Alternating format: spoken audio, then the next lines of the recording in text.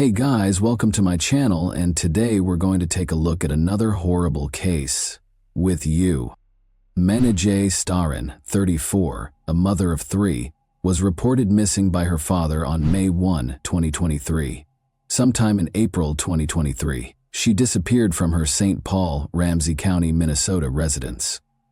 The St. Paul Police Department's officers immediately began looking for her. They discovered disturbing information that led them to one individual, her boyfriend, 40-year-old Joseph Stephen Jorgensen. As they investigated Jorgensen's participation further, what sinister and terrifying secrets would come to light?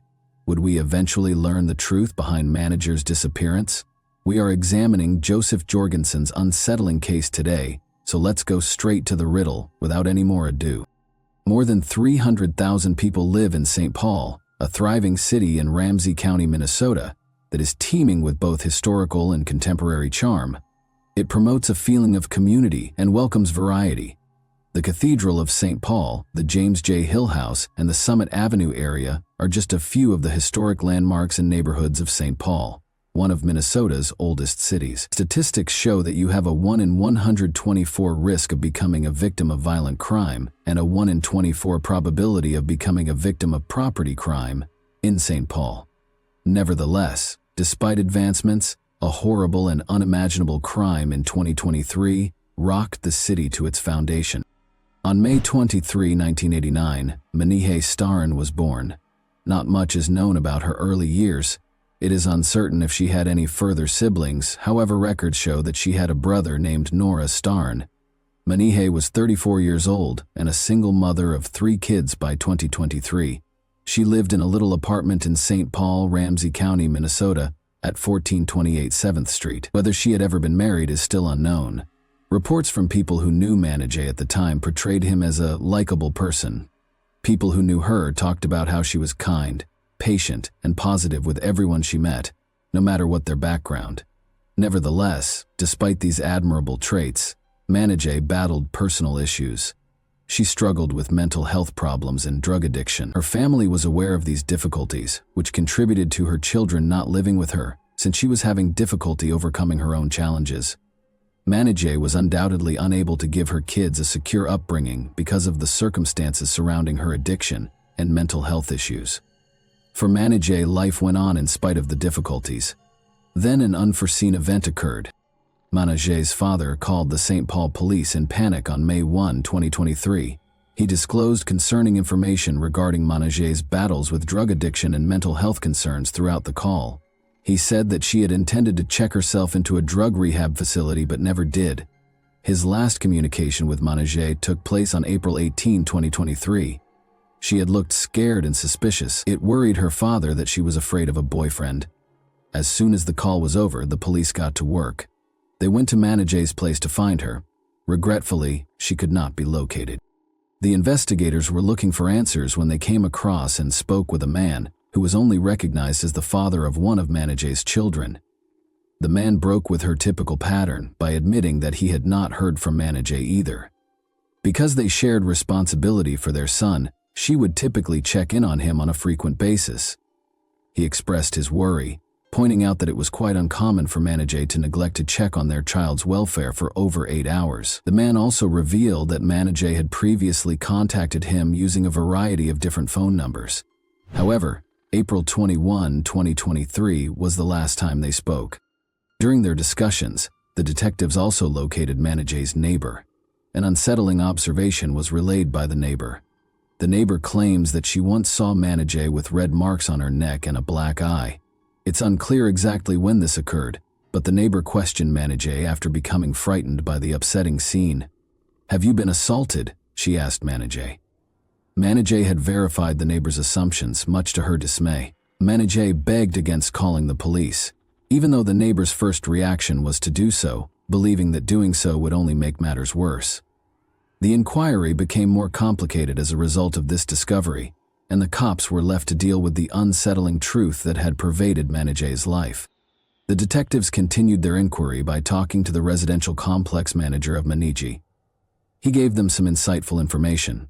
They discovered that, although not mentioned in the lease, Manijay had a lover named Joe who frequently visited her residence. The manager then gave a phone number linked to Joe to the detectives. After obtaining the phone number, the investigators carried out their investigations and verified that it belonged to Joseph Steve Jorgensen, a 40-year-old man. They showed the manager Jorgensen's photo to get confirmation, and the manager recognized him as the person he knew to be Managie's lover. The investigation underwent a sea change after this discovery, which paved the way for a disturbing and strange chain of events. One of the most important pieces of evidence was now an apartment security camera that was located close to Managie's home. The apartment manager notified investigators on May 24, 2023, that the security footage had been discovered to document a concerning event that occurred on April 21, 2023. The video showed Managie running out of her residence in obvious distress, with her lover Jorgensen chasing after her. He swung her around violently and led her back into the flat. There was no accompanying evidence of Managie leaving her apartment, but the video claimed that this was the last time she was seen entering it between 5:55 and 6 p.m. on that fatal day. Subsequent analysis of the security footage showed that between April 21, 2023 and April 28, 2023, Jorgensen entered and exited the residence several times. Remarkably, it was found that Jorgensen entered the residence 28 times in all throughout this time. Furthermore, the apartment management attested to the fact that Managie had only had one set of residence keys. According to the CCTV footage, Jorgensen used a key each time he entered the residence. The investigators were left with a number of troubling questions as all of these findings were revealed. Jorgensen frequently visited Managie's flat. What transpired during these encounters, and most importantly, where was Managie? Additional examination of the security tape also showed that at 4:55 p.m., Jorgensen was seen on CCTV leaving the flat on April 28, 2023, with a suitcase and 2 duffel bags. Sitting on the driver's side, he carried the suitcases into a pickup truck with the Minnesota license plate NLV 6177. Jorgensen sped off in his car. Investigators quickly learned that the pickup truck belonged to a man who lived in the Maplewood apartment complex at 89th Century Avenue. Following these events, investigators looked for a family friend who had important knowledge about Managie's relationships and behavior. According to the family acquaintance, Managie had never gone more than 24 hours without getting in touch with her loved ones, even if she struggled with drugs and crises. Her abrupt absence had been all the more worrisome because of this regular pattern. The family acquaintance also revealed that he had a phone discussion with Jorgensen after Managie vanished. At the time, Jorgensen had informed him that Managie had gone to the store but had never come back. The family acquaintance claims that Jorgensen also voiced worries that Managie might have been harmed by a man named Cassell. This Cassell had been characterized by Jorgensen as a suspicious person. After that conversation, the family friend disclosed that he had lost communication with Jorgensen. Equipped with this fresh knowledge, the detectives realized how serious the situation was. They were unable to overlook the fact that Jorgensen had not attempted to notify the authorities that Managie was gone. In addition, the evidence showed that after Managie vanished, no one had entered her flat but Jorgensen. Their suspicions were heightened by this information, and they focused all of their attention on Jorgensen as a potential target.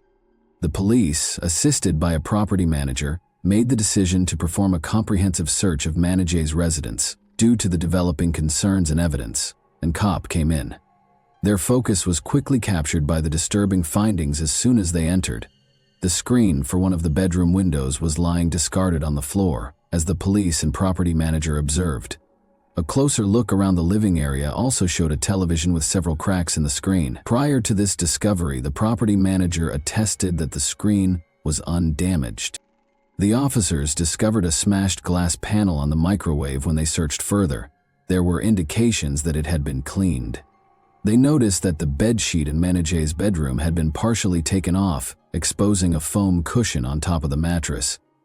The disturbing scene was heightened when they discovered a massive hole in the foam pad that had been purposefully cut and removed. At the foot of the bed were red smears. These discoveries heightened the already mounting anxiety about Managie's abduction and led the detectives deeper into a maze of disturbing hints and terrifying possibilities. The officers acquired a warrant to conduct a comprehensive search and process Managie's flat in order to gather crucial forensic evidence after completing the required legal procedures. On May 25, 2023, the warrant was executed. A disturbing reality was revealed after crime scene technicians carefully inspected the premises. Large volumes of blood were found in the living room, particularly on the floor, the couch, and the kitchen. Someone had tried desperately to get rid of the blood's traces, as seen by the obvious signs of an attempted cleanup. It was becoming more and more clear that someone had been killed or gravely hurt inside the flat. The sad reality was verified by further investigation of the preliminary findings.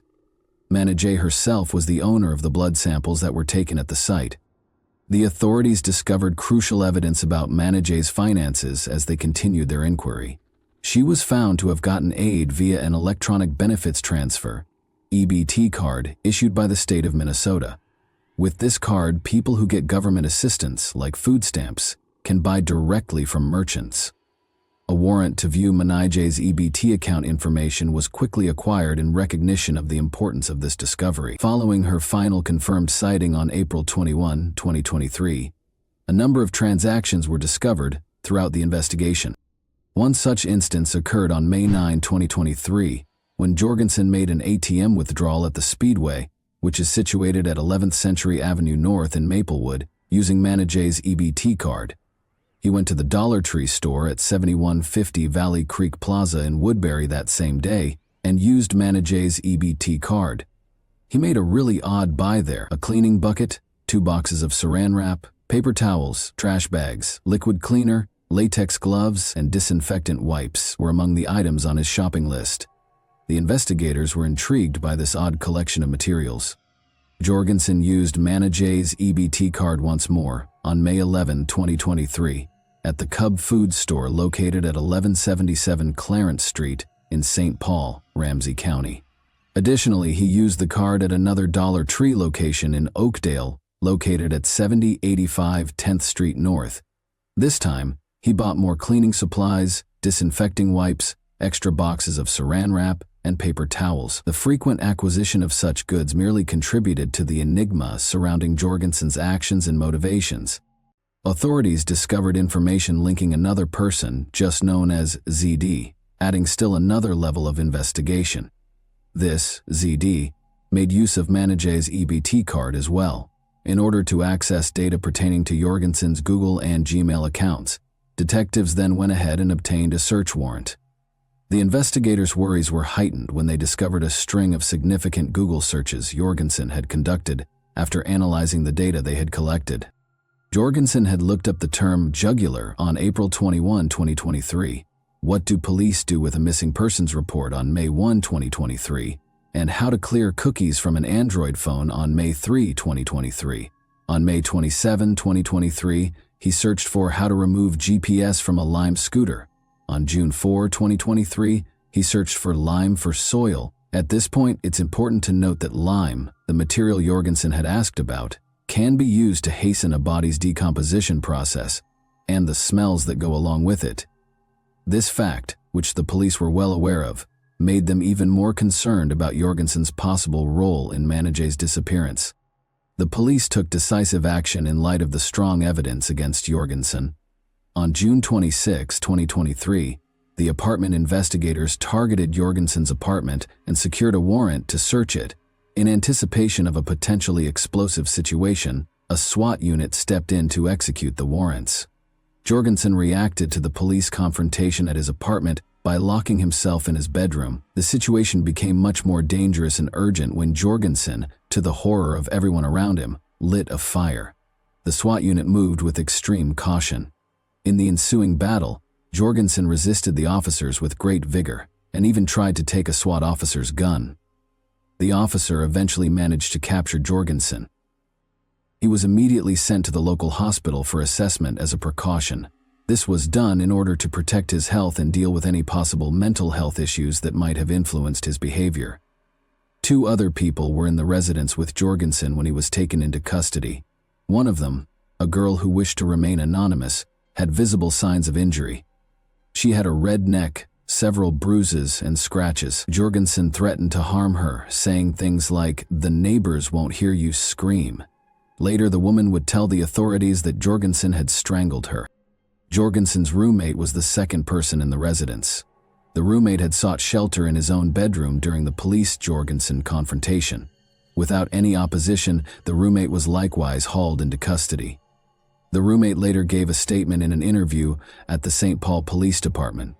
He revealed that his sense of smell had been lost as a result of a catastrophic brain injury. He also disclosed a long-standing relationship with Jorgensen. Interestingly, the roommate explained, he didn't spend much time with Jorgensen or the women Jorgensen brought to the flat because he worked Monday through Friday. Officers spoke with Jorgensen's friend, ZD, after these incidents. The other man who had been seen using Manijay's EBT card was this one. It's still unknown when the interview with ZD will take place. ZD made it clear during the conversation that he did not have a close relationship with Manijay, revealing that he had only met her once or twice. ZD claims that Jorgensen told him that Manijay had been admitted to a mental health hospital when he asked about her. ZD further revealed that he assumed Jorgensen had authorization to use Manijay's EBT card because Jorgensen gave him both the card and its associated PIN. Officers also spoke with the apartment management in charge of Jorgensen's home. The manager revealed that there had been several complaints about a foul smell emanating from Jorgensen's apartment around May 15 or 16, 2023. The entire building was filled with the stench. The manager said it looked like the smell of a dead animal. The management provided further context by disclosing that on May 18, 2023, he and a maintenance worker tried to enter the flat to conduct an inspection. But in response, Jorgensen became hostile, both verbally and physically, barring them from a certain bedroom that seemed to be the source of the smell. Unfazed, the manager told Jorgensen and his roommate that they had a week to clean the apartment, and they did just that. The manager then revealed that he and the maintenance worker had seen Jorgensen pull and carry big black duffel bags out of the apartment not long after. Astonished by the scene, they had discussed the likelihood that Jorgensen was carrying a corpse. The St. Paul Police Department's Forensic Services Unit meticulously examined Jorgensen's flat in light of these discoveries. According to their report, a sizable pool of blood was found in the front closet, which was also the spot where the unpleasant smell had been detected. In addition to the blood that had soaked through the carpet and carpet pad, the scene was made even more unsettling by the presence of additional biological material and recent maggot activity. In the closet where Jorgensen had tried to ignite the fire, blood was also discovered. Officers also found 2 padlock keys in Jorgensen's residence after his detention as part of the investigation. After looking through Jorgensen's phone logs, it was found that on May 18, 2023, his phone had pinged near a storage facility located at 8881 Weir Drive in Woodbury. On May 5, 2023, someone started renting a storage space at the facility under the name of Jorgensen's roommate. Interestingly, the unit's access code was used to enter the building just as Jorgensen's phone rang in the same vicinity. On June 28, 2023, detectives quickly secured a warrant to search the storage facility after realizing the importance of this material.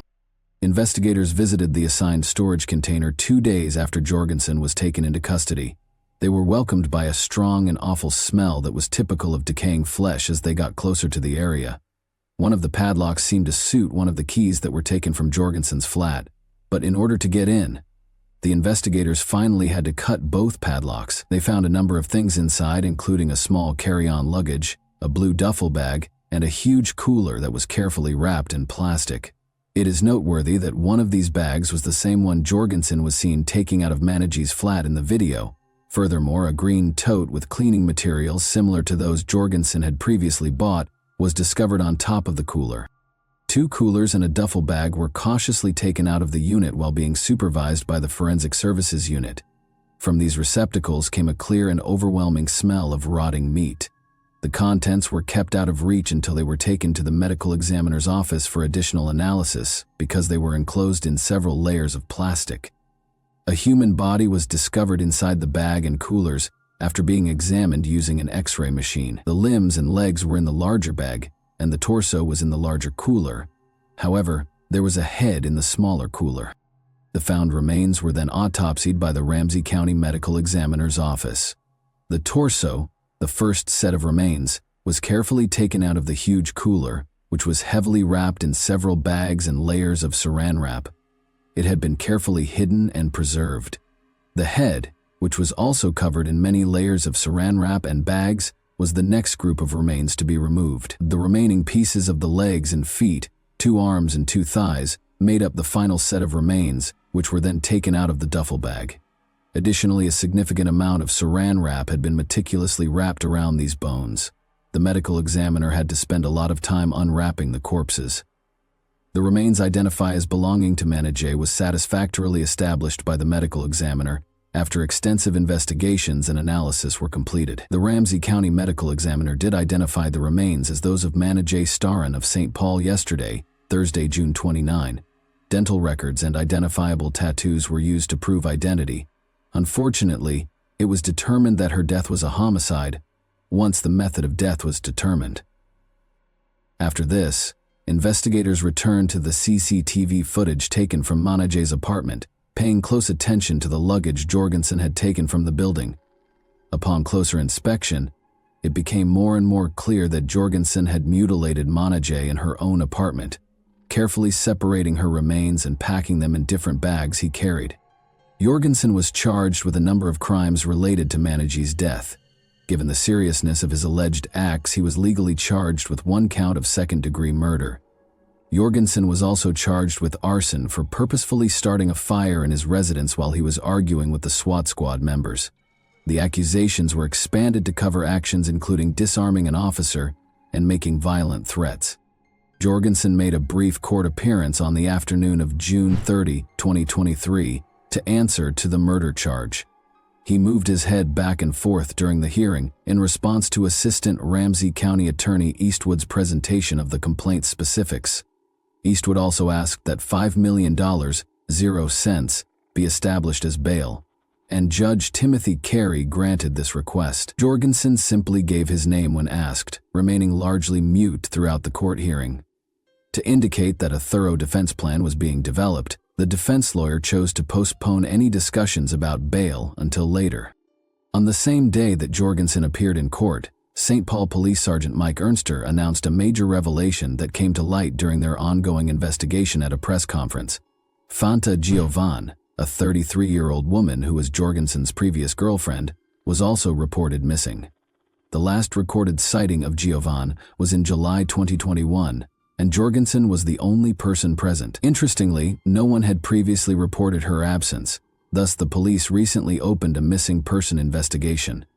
Tragically, police said at a press conference on July 7 that they had located the remains of 33-year-old Fanta Giovan in a different storage facility in Coon Rapids, which is 30 miles from the property where Staran's body was recovered and north of Minneapolis. Although more information about this second victim has not yet been made public, it is generally assumed that Jorgensen is also accountable for her murder.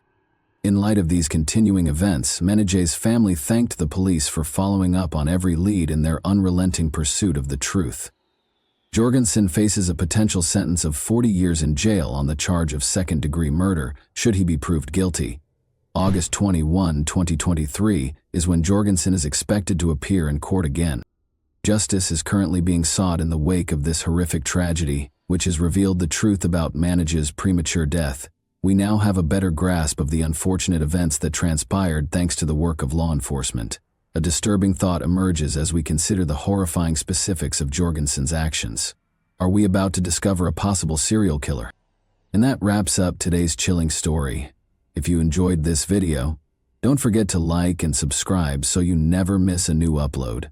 Also, let me know in the comments, what part of this story shocked you the most? Thank you for watching, and I'll see you in the next video.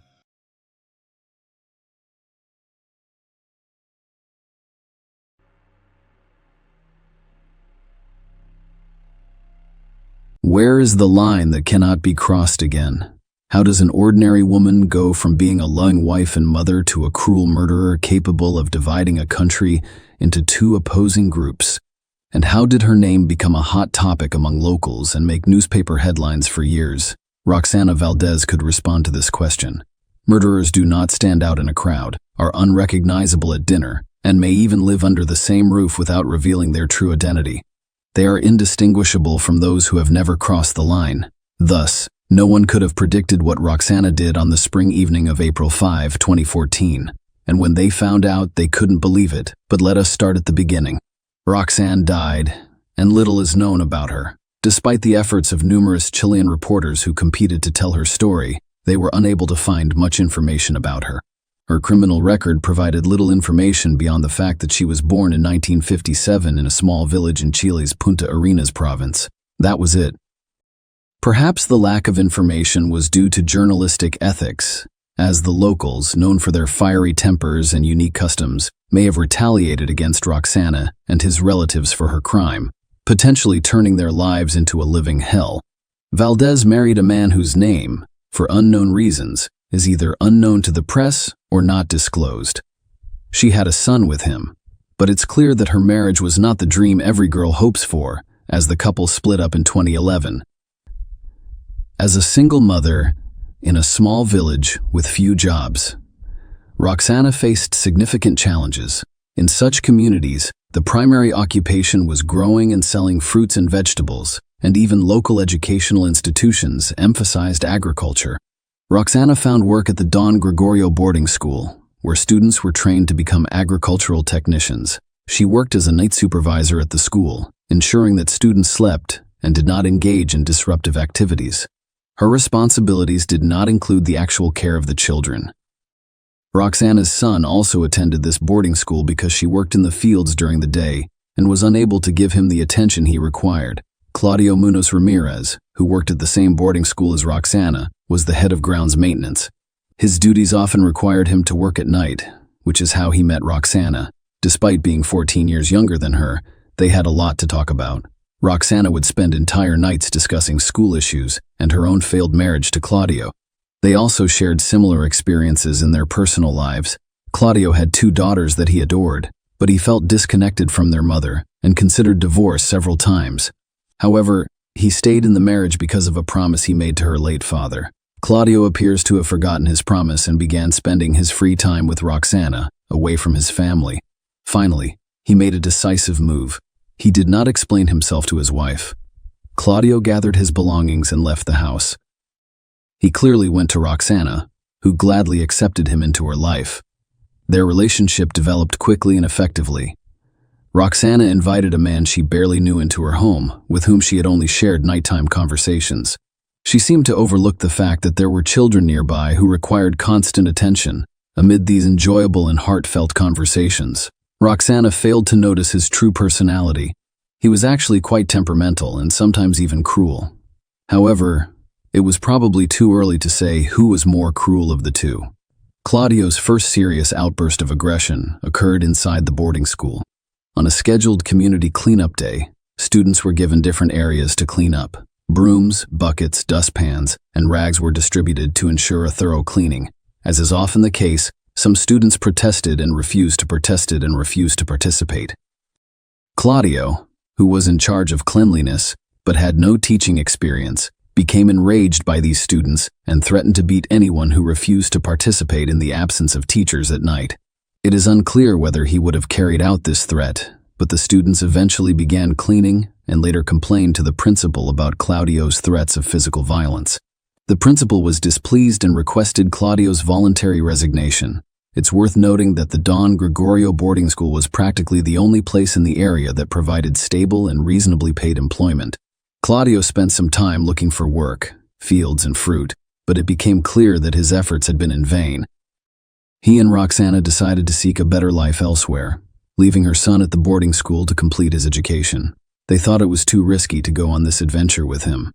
To avoid relying on employers after being burned once, the couple decided to start their own small business, a fruit kiosk, and relocated to a favorable location, the commune of Molina, a few hours' drive from Chile's capital. This region is well known for its vineyards, which produce renowned wine brands that are exported around the world. Roxana and Claudio bought a kiosk near their new home, found suppliers for vegetables and fruits, and began their small family business. Claudio oversaw the purchase and transportation of products from suppliers to the kiosk, while Roxana was in charge of sales throughout the day. Hiring an employee was not feasible due to the additional costs. Furthermore, they feared that an employee would fail to closely monitor the perishable goods, resulting in additional losses. Claudio was visibly upset and even angry when he learned that Roxana was expecting their first child together. Perhaps it was a moment for serious thought, but Roxana, perhaps blinded by her new relationship and their thriving business, did not oppose her husband's viewpoint. She agreed that once the child was born, they would quickly turn it over to her relatives for upbringing. Unfortunately, there was no child to give away. Cloudy's behavior has dramatically changed since then. He frequently yelled at his wife and occasionally resorted to physical violence. Neighbors from nearby houses, irritated by their noisy new neighbors, frequently called the Chilean police, the Carabineros, to intervene and settle domestic disputes. When the Carabineros arrived in response to a call, they saw Roxana in tears and nearly half-naked running out of the house, followed by Claudio.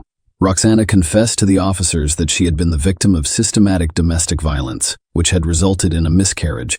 She even required psychological assistance following the incident. However, as time passed, the grievances faded and the troubled couple resumed their normal lives together. Following the incident, Claudio should have faced criminal charges, but a compassionate Roxana decided to give him another chance after obtaining a promise that it would be a one-time occurrence. Claudio promised never to repeat such behavior. His previous actions with his ex-wife, however, suggested that his words may not be taken seriously. Unfortunately, history repeats itself. Claudio temporarily stopped physically abusing Roxana, but he developed the habit of leaving the house at night to binge drink in local bars. He spent a significant portion of their family budget not only on alcohol but also on local women of questionable character. Roxana tolerated her husband's behavior, believing that Claudio would calm down once they had a child together. In a sense, she was correct. After Roxana gave birth to a healthy child in 2013, Claudio stopped carousing and fully immersed himself in their business, which needed to expand. They purchased another kiosk in the surrounding area, as well as a vehicle for product transportation. Roxana also invested in firearms for protection because they lived and worked in dangerous areas. The family's wealth rose dramatically, but only on paper. Claudio reverted to his old ways, squandering money on drinking and committing domestic violence against Roxana. In her testimony, Roxanne described the escalating abuse in her relationship with Claudio. Claudio's drinking was infrequent at first, but it quickly became more frequent. He would return home and accuse Roxana of imagined infidelities, resulting in physical and sexual abuse. Despite her pregnancy, Claudia's actions appeared deliberate, culminating in a miscarriage in August 2012 that sent Roxana into a deep depression. Claudio went out to a local bar one night and did not return home until the following morning, as is his usual routine. Roxana was used to his behavior but still worried about him. Claudio had stolen 5 million Chilean pesos, approximately $6,000, from Roxana's sale of her mother's house to spend on alcohol and brothels. This betrayal shocked Roxana because the money was for their joint business and was hidden in their daughter's room. Claudio eventually returned home late that evening. Roxana confronted him over the missing money. Claudio, uninterested in discussing the matter, hit her and admitted to squandering all of the money. This was the final straw for Roxana. Without saying anything, she went into their bedroom, retrieved a revolver meant for protection against local criminals, and shot Claudio in the chest. He died instantly, stunned by her drastic action. Roxana, equally shocked by her own actions, attempted to stop the bleeding from the fatal gunshot wound, but it was too late. The close-range shot with a .38 caliber bullet was fatal. Roxanne's desperate act was a tragic culmination of ongoing domestic turmoil. Roxanne's testimony reveals her deep regret and awareness of the immorality of her actions. She admits that when she reached for the revolver, her intention was not to intimidate Claudio, but to kill him. She recalls Claudio abusing and assaulting her numerous times, as well as her failure to report him to authorities or retract her complaint due to fear. She dreaded being alone even before they had a child together. After shooting Claudio, Roxana's immediate concern was the potential impact on their daughter, particularly if Roxana was imprisoned and the child was placed in an institution. That night, Roxana determined that the best way to handle the situation was to dispose of the body and report Claudio missing. He was aware that the police knew about his frequent disappearances during drinking binges. Disposing of the body was a difficult task for Roxana, a delicate woman who decided to remove it piece by piece. She began by severing the limbs and head with kitchen knives designed for cutting meat. This process required 5 knives because they kept doubling. Then she boiled the dismembered parts in the largest pots she had, all while playing with her young daughter, who was completely unaware of her mother's actions and her father's fate. Roxanne's calculated approach to disposing of the body while maintaining a sense of normalcy for her daughter exemplifies the complexities and desperation of her situation. The day following cooking and cooling of the body parts, Roxana organized them into plastic containers by hand, leg, head, and torso. The containers were then placed in garbage bags. She loaded the bags into her car and drove to St. Lucia, where she scattered them on a vacant lot. Before leaving, she thoroughly cleaned her home with bleach. Despite finding a suitable location, she lacked the courage to dispose of the bags from her car once she arrived in St. Lucia. Roxana's testimony revealed her internal conflict. "It's strange that I had the courage to commit such a heinous crime and dismember a human body like it was a piglet. But I couldn't bring myself to get rid of the evidence. I was nervous the entire drive, fearing that police would stop and search my car at any turn.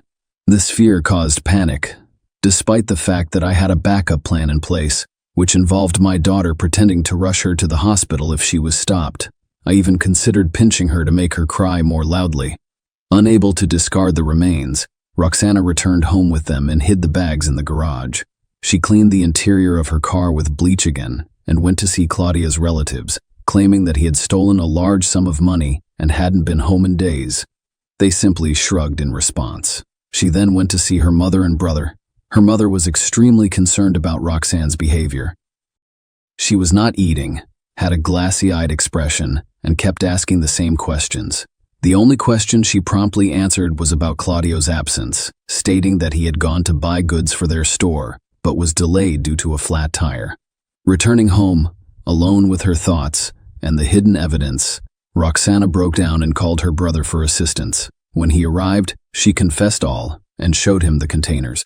Her brother was understandably shocked. Roxana called her brother to vent and share the nightmare years she had with Claudio, but most importantly, she needed his assistance in disposing of the containers containing the body. However, her brother refused, fearing police involvement and being charged as an accomplice. He urged her to confess to the Caribou Narrows, with Chilean police insisting he would do it if she refused. She was disappointed but realized she had no other option. Roxana complied. That night, Roxana went to the 4th police station and announced her intention to make a significant statement. Officers who knew her assumed she wanted to report her troublesome husband. However, they were taken aback by her confession. Roxana was immediately arrested. The news quickly spread throughout the area, attracting a large number of journalists to the station. They waited eagerly to photograph Roxana as she lay down, hoping to capture a few images, and, if they were lucky, ask her some questions in front of the officers. As the journalists waited, Roxana was eventually brought out handcuffed and in distress. She stated, "I'm afraid he'll kill me one day," before being led into a police car. The case appeared straightforward. Roxana had confessed, provided evidence, and voluntarily surrendered. However, prosecutor Monica Ballesteros requested a more thorough investigation. She was skeptical of Roxanne's easy confession and requested an extended arrest to conduct a forensic examination. Ballesteros wants to prove that Claudio was still alive during the dismemberment, which would significantly increase Roxana's sentence. The judge authorized a 60-day detention for further investigation. Meanwhile, Roxanne's attorney, Carolina Gutierrez, claimed that Roxana acted out of extreme emotional distress, which was likely exacerbated by postpartum depression and chronic domestic abuse.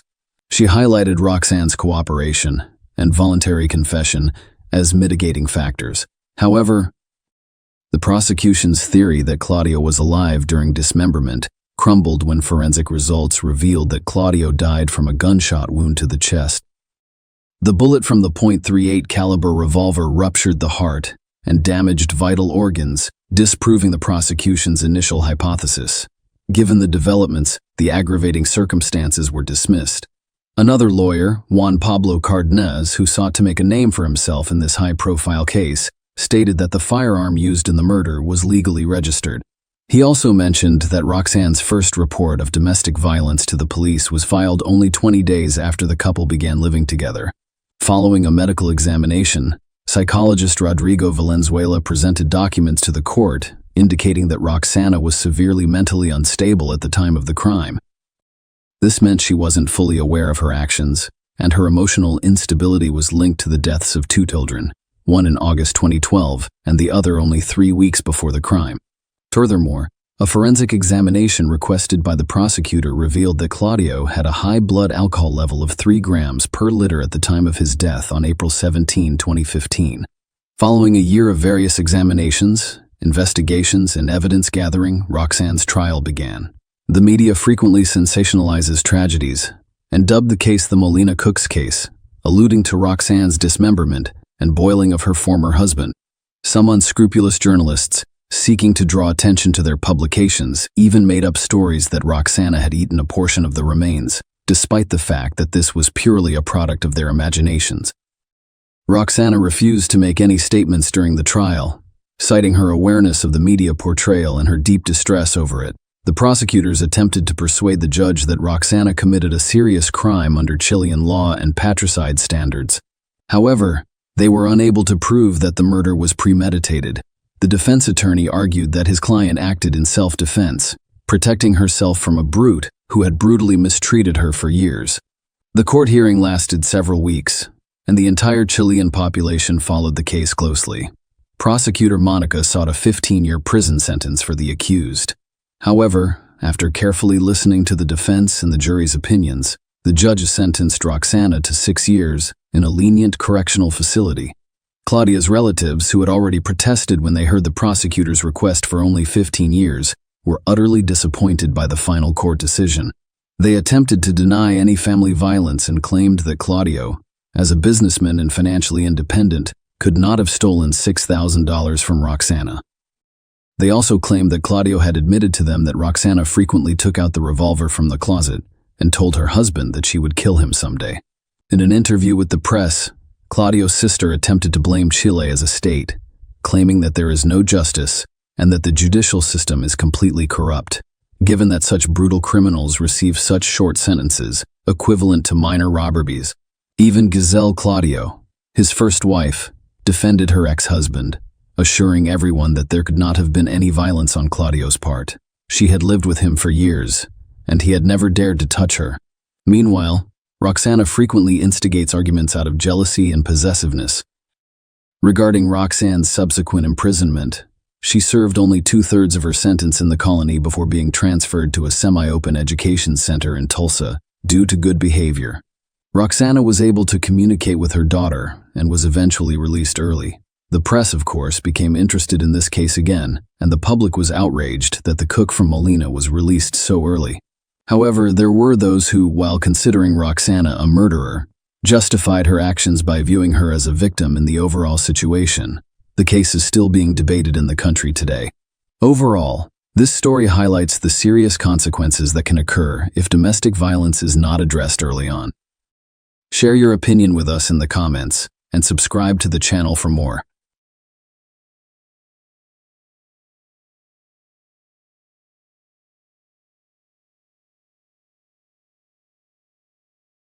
The case of Sabrina Queter, a heinous crime in an affluent London neighborhood. Compulsive thoughts are a mental disorder defined by the occurrence of ideas and actions that occur against a person's will and from which they are unable to break free. In some extreme cases, these thoughts can literally take over the mind, and when combined with a complex manipulative nature, innate cruelty, and a manic desire for dominance, the result is a time bomb. Sabrina Queter, a British woman, had every opportunity to live the fabulous, wealthy, and carefree life she had envisioned since she was a child, but it was never enough. No partner was good enough for her, and she always felt like she was born for fame, attention, and luxury. Her unrealized ambitions and obsessive fantasies eventually led to delusions and violent outbursts. Unfortunately, Sabrina discovered a defenseless man on whom she vented her rage. This case became one of the most notorious and high-profile in British history. An innocent girl who cared for her children was the victim of a deranged situation. Sabrina Queter her early years. Sabrina Queter was born on December 5, 1982, in a London suburb, with a distinct blend of French and Algerian heritage from her parents. This unique combination most likely contributed to her striking appearance and fiery personality. Sabrina, the eldest of 4 children, was the family darling, constantly praised and held up as a role model for others. Her family moved to France when she was 2 years old, settling in Paris where she spent the majority of her childhood and youth. Sabrina's complex personality began to emerge during her school years. Her former classmates later described her as arrogant, domineering, self-absorbed, and exceedingly selfish. She had few friends, both at school and among her neighborhood peers, and she considered everyone around her to be unworthy in comparison to other bright and outgoing girls her age. She was especially hostile, seeing them as competitors and enemies. With her stunning appearance, a striking brunette with brown eyes and an impressive physique, Sabrina could have pursued a modeling career if she could connect with people instead of manipulating them. As a child, during her youth, she participated in sports and expressed an interest in music. However, her inconsistency, impatience for quick results, and lack of effort hampered her success in all fields. Years later, Sabrina claimed that she was treated harshly by her maternal relatives in France during her childhood. However, these claims were never supported or proven. In contrast, her family insisted that she was indulged and constantly sought attention. Sabrina suffered a back injury while participating in sports as a teenager, which led to her dependence on prescription painkillers. She attempted to obtain these drugs illegally, resulting in her arrest and a police warning. Sabrina was always hyper-focused on herself and her appearance, craving constant attention.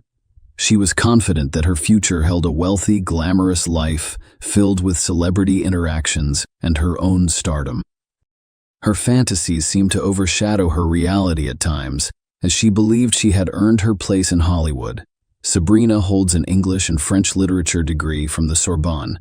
However, since 2006, she has claimed various fashion industry professions such as stylist, makeup artist, fashion designer, and designer, despite her lack of actual expertise in these areas.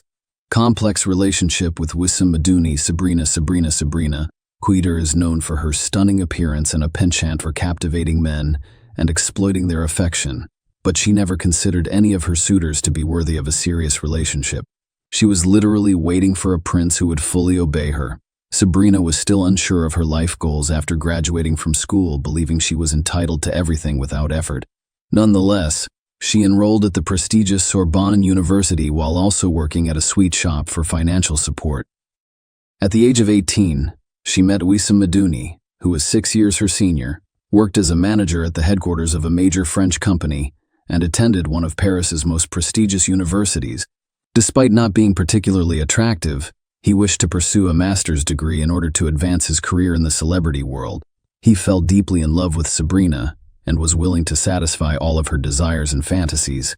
Sabrina found Madouni appealing, seeing him as someone she could manipulate as well as a ticket to a wealthy life.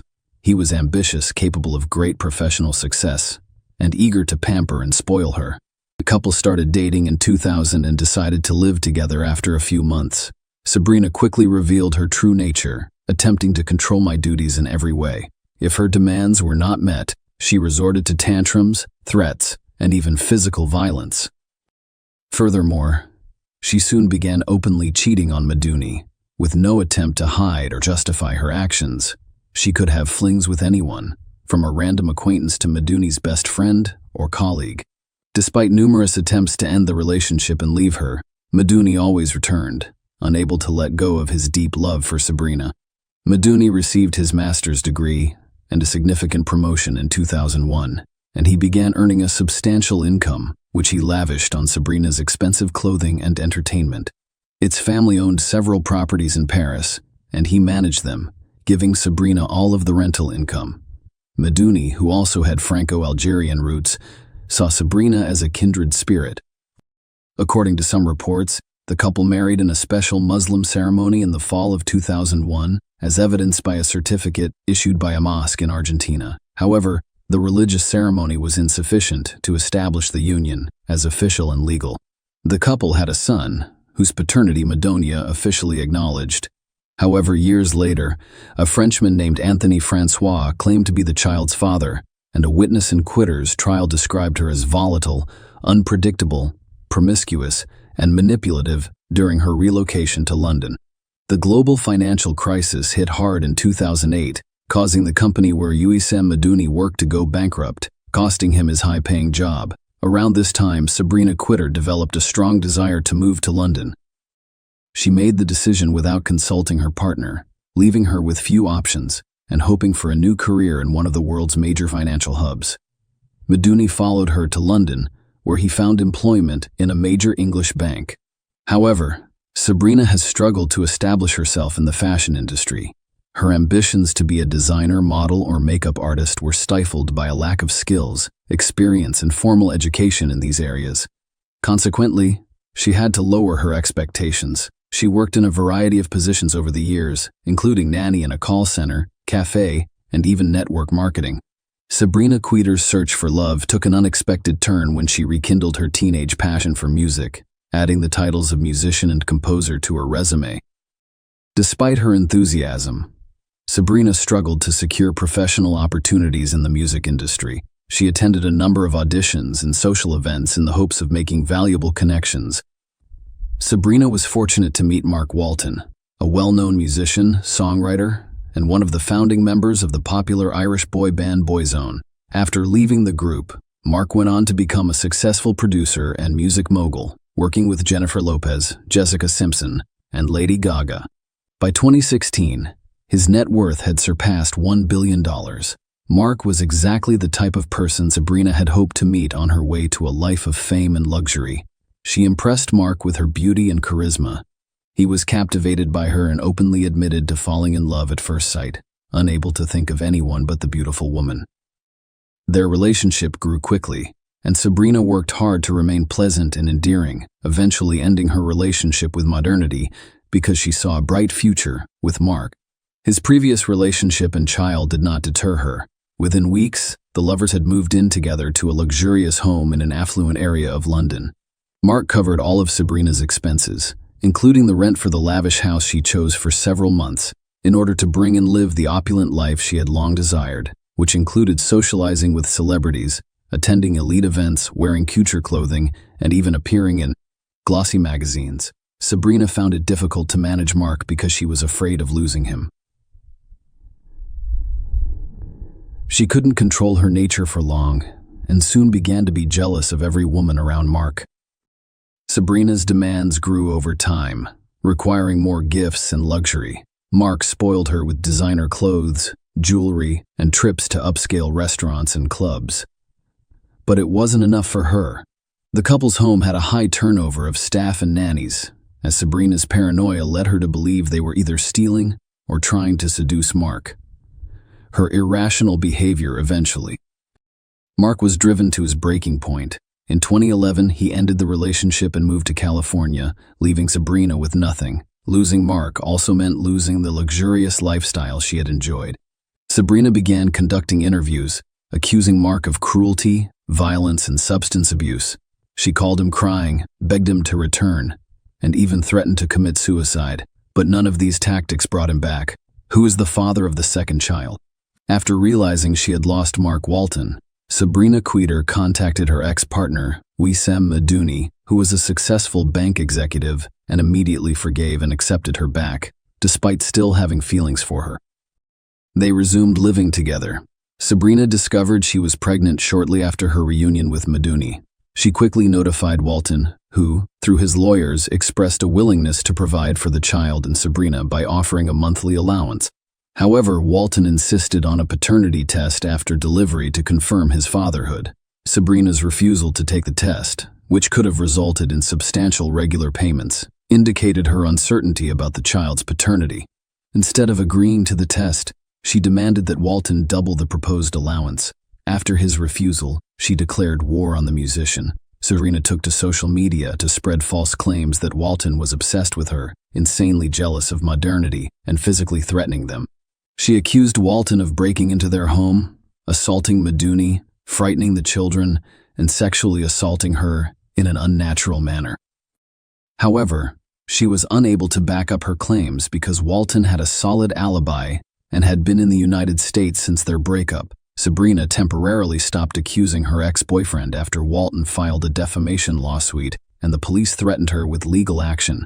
She settled in Wimbledon, southwest London, with Meduni and their 2 children, leading a seemingly peaceful existence as the conflict appeared to be resolved.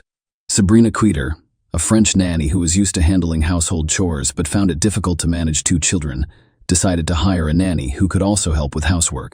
She advertised a job online and conducted interviews in person. The majority of candidates failed to meet her expectations, and those who did not last long in her household. Sophie Leonette, a young French woman, responded to the advertisement. At the time, Sophie, 19, was in her provincial hometown in France, so the interview was done via video call. This modest, unassuming provincial agreed to all terms including childcare, housework, and cooking, in exchange for a symbolic weekly salary of £50, which included full board and lodging with the employer. Sophie was born on January 7, 1996, in the small town of Troyes, near Alex, and her parents, Catherine and Patrick Leonette, were simple workers with a modest, if not poor, lifestyle. Sophia graduated from school with a diploma in childcare but did not want to work in her province, preferring to relocate to a larger city, known for being shy, quiet, and unassuming in appearance, but extremely kind and open-hearted. Sophie was loved by those who knew her despite her poor vision. She wore glasses, which she was slightly self-conscious about, and their conversation made her realize that Sophie, the plain Gain, would be an ideal target for her manipulations. Furthermore, Sophie was eager to gain experience and good references, so she was willing to work for the minimum wage. Sophie thought Sabrina seemed like a serious and reliable employer, which she told her parents before leaving for London. Kind employers rose to a sophisticated status. Initially, Sophie Leonette seemed to be doing well, believing that working for the Tweeters would be a great way to start her nanny career. She quickly bonded with the children, completed household chores as required by her contract, and had enough time and resources to improve her English and explore city attractions. This peaceful period lasted several months, and everything seemed fine. Maduni lost his job, and the family's only reliable source of income became Walton's monthly child support payments. To bring it back, Walton was asked to pay more money, which prompted him to request a DNA test to confirm his paternity. The family faced serious financial difficulties, including high rent and basic living expenses. Of Sabrina, unwilling to cut back on her luxuries and desperate to maintain her socialite lifestyle, she became irritable and aggressive, frequently venting her frustration on the young nanny. The couple tried to start a bakery with their last funds, but it failed. Sabrina then turned to Walton and asked for a large sum of money to start a clothing line, only to be met with a categorical refusal, resulting in tears and complaints about poverty. Sabrina frequently complained to Lynette about her ex-lover, and the nanny attempted to console her employer. What happens next varies according to the source. According to one version, who either devised a scheme to use Sophie as a weapon to blackmail Walton. She intended to portray Sophie as Walton's, an accomplice and lover who was allegedly planted in their home to disrupt their lives and endanger the children. Sabrina claimed that the provincial fool was in love with Walton and used her as a tool for vengeance. She believed that recording and presenting the nanny's confessions to the police would be sufficient evidence to seek restitution from Walton for his heinous act. Sophie refused to make false statements on camera. Another version, as argued by Quitter's lawyers in court, suggested that Sabrina believed in her conspiracy theory because of her mental illness and saw Sophie as an enemy and a threat to her family. She allegedly did not force the nanny to give false testimony, but she truly believed Sophie was Walton's accomplice who infiltrated their home to harm them. Regardless of the truth, Sophie's life quickly devolved into a living nightmare, a torture chamber in the basement of a wealthy home. Sophie Leonette, a young French woman, was initially burdened with extra work that did not correspond to an increase in her meager salary. Eventually, she was engrossed in endless chores from dawn to late night, with no personal time and effectively imprisoned within the house walls. Sophie's pay was soon halted entirely, preventing her from fleeing or returning to France. Her employers seized her passport, making her a captive. Her interactions with family were strictly monitored. The situation worsened. Sophie was barely fed and constantly pressured to make false statements about Walton, whom she had never met or known. She was only communicated with through screams, insults, and threats, and was accused of stealing money and valuables. She was threatened with imprisonment if she didn't comply with their demands regarding the musician. When screaming and blackmail became ineffective, the Sabrina Coiters used more brutal and sophisticated methods. Sophie was effectively relocated to a cold basement where she spent all of her time when not working, eating scantily once or twice a day, and becoming emaciated and weak. However, The cold and hunger were not her worst experiences. Physical abuse became the most traumatic stage. It began with slabs and hair pulling, but quickly escalated to Sabrina breaking Sophie's nose and a violent assault. The sight of blood seemed to enrage Sabrina, making beatings a daily occurrence for Sophie. Every day brought new methods of cruelty intended to cause unbearable pain and suffering. The basement of this wealthy house in an affluent London neighborhood became a true torture chamber for the lioness, with no hope of rescue. In late summer 2017, Sabrina Queter brought the unfortunate Sophie Lioness to a police station, claiming Sophie was ready to testify against Mark Walton, with whom she allegedly had a romantic and criminal relationship, and who had allegedly sent her to their house to abuse the children. However, Sophie remained silent and refused to say what Sabrina demanded, so the police decided to speak with her privately and take her to a separate room. Sabrina was furious, fearing Sophie would reveal the horrors taking place in their home and implicate her and her husband. Sophie mysteriously chose not to reveal anything or seek help. The police's reaction was also peculiar. Despite seeing a malnourished, scared, and weakened young woman, they did not contact a doctor or psychologist to ensure her health and safety. At that point, the 21-year-old man weighed less than 40 kilograms, had lost some of her hair, was missing a front tooth, and was limping noticeably. Despite this, the officers remain unconcerned and simply allow everyone to leave. A disturbing phone call and a funeral pyre. Sophie Lionette sobbed as she made her final call to her mother in mid-September. Sophie told her mother that she wanted to return home but didn't have any money. Catherine, without going into detail, simply told her daughter that she would buy her a ticket and that she should pack her bags immediately. This was the last time she heard Sophie's voice. A few days later, on September 20, 2017, in the evening, the Cougars' neighbors called the police. They were alarmed by a fire in the yard, not so much by the fire itself as by the nauseating, sweetly greasy odor it emitted. A neighbor reported that it smelled like burning flesh and hair, as well as something identifiable, and that the thick smoke clouds that stretched half a block immediately impregnated clothes and skin with a stench. Firefighters and a police car arrived on the scene. The house owners, who appeared calm and unaware of the reason for the emergency services visit, met them after extinguishing the fire. What appeared to be a charred human hand was discovered among the ashes. The couple was immediately apprehended, and severely burned human remains were recovered from the fire. The deceased's gender and age were indeterminable, but the body was quickly identified as Sophie Lionette, as evidenced by the melted metal frame of the glasses embedded in the skull, which Sophie always wore. The cause of Sophie Lionette's death was difficult to determine because her body had been almost completely burned. Forensic experts discovered multiple rib fractures, jaw cracks, and evidence of blunt force trauma on her skull and limbs, indicating that she sustained these injuries while alive. In addition, she had several missing teeth and a severely damaged nose. Sophie had suffered prolonged and brutal beatings, resulting in broken bones and knocked-out teeth. However, the extent of the fire damage made it impossible to assess the state of her internal organs and identify any penetrating wounds.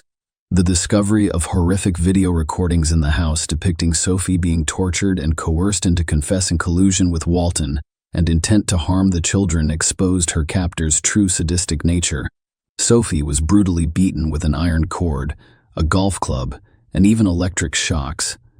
She also faced humiliations, such as being forced to submerge her head in the toilet until she suffocated.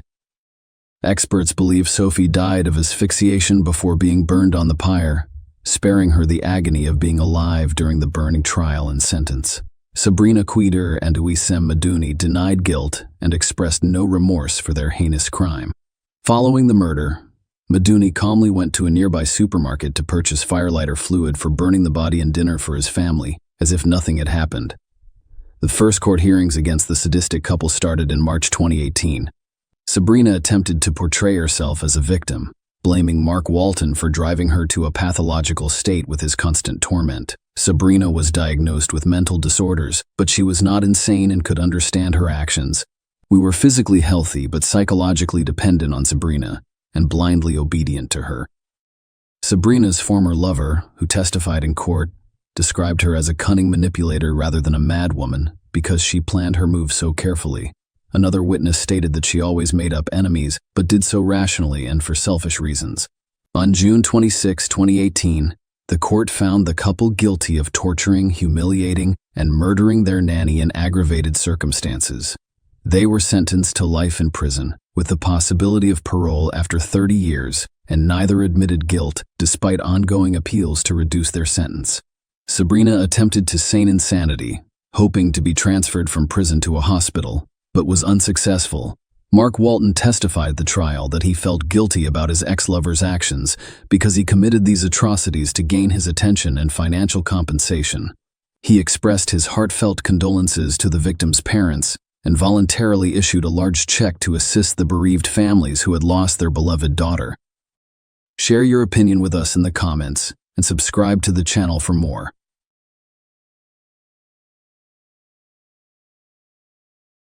Hey guys, today we're diving into another truly horrifying case. If you want to support my channel, make sure to subscribe and stay active. It really helps me out. I'd be super grateful for that.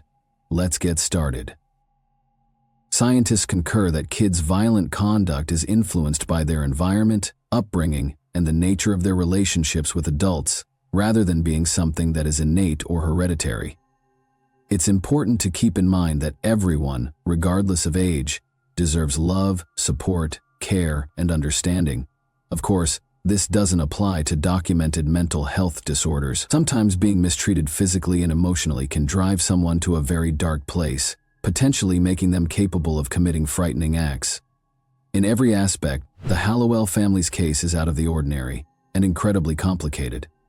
On the surface, they appeared to be a typical household, nothing unusual. Even though their neighbors and co-workers couldn't speak poorly of them, they seemed to be followed by odd, occasionally downright unsettling problems. After the mother was discovered dead in their house under suspicious and unsettling circumstances, the focus swiftly shifted to her sons. The tranquil, seemingly regular life the Hallowells had seemed to lead for numerous generations was drastically altered when investigators delved deeper into the case and discovered a number of disturbing family secrets. The Hallowell family resided in a little community in Marin County, which is tucked away in California's southwest. They had a large two-story house in the unincorporated town of Inverness, situated on the picturesque beaches of Lake Cedro. But they were by no means wealthy. 3 generations had shared the same home since the property had been in the family since the middle of the 1950s. Notably, there were only roughly 15 houses along that lake, and the people who lived there had been living next to each other for a long time. As a result, the community became close-knit, and everyone knew one another well. Strangers were uncommon, and crime was essentially non-existent. The region felt almost like a secret paradise because of the abundance of flora surrounding it. The Hallowell couple decided to adopt a baby girl whose biological parents had relinquished their rights in 1965, following years of fruitless attempts to become parents. When they took her home, she was just 3 months old, and they named her Denise. She became the focal point of their universe after that. She was given a solid education, grew up in a loving and nurturing home, and was able to follow her greatest passion, extreme sports. Denise married Richard, a fellow student, for the first time when she was 20 years old and still enrolled in college. Richard and Denise exchanged rings in mid-air during a group jump during free fall on the day of their wedding, demonstrating their shared passion for skydiving. However, the thrill of their daring lifestyle proved to be too much for their relationship to withstand. They just weren't prepared for the daily challenges and concessions of married life, like many young couples. 2 years after getting married, they got divorced and gradually stopped communicating with one another. Denise's second marriage took place in 1998, when she was 33 years old. Benjamin, who was over 10 years older, was her partner this time. Denise's health issues prevented her from becoming pregnant, despite the couple's desire to create a family. Inspired by Hollywood actress Angelina Jolie, they decided to take a different approach to parenthood rather than give up on having children. Denise, who was 41 at the time, and Benjamin, who was 51, adopted a kid called Carlos in 2006. He was originally from Guatemala, had just turned 4, and had undergone a difficult and expensive adoption process. They adopted another kid, Angel, from Honduras a year later. This was a difficult and costly process that required a lot of the couple's time and money. Denise and Benjamin's marriage remained strained even though they now had 2 sons. The two decided to split up in 2012. Benjamin relocated to another state after the divorce, but the boys stayed with Denise. He never communicated with the lads again and showed no interest in their life. Denise decided to move to the waterfront house on Lake Cedro with her sons after inheriting it from her adoptive parents after they had passed away. She was employed in Marin County as a middle school teacher, a menial position that didn't pay well but looked to be sufficient to make ends meet.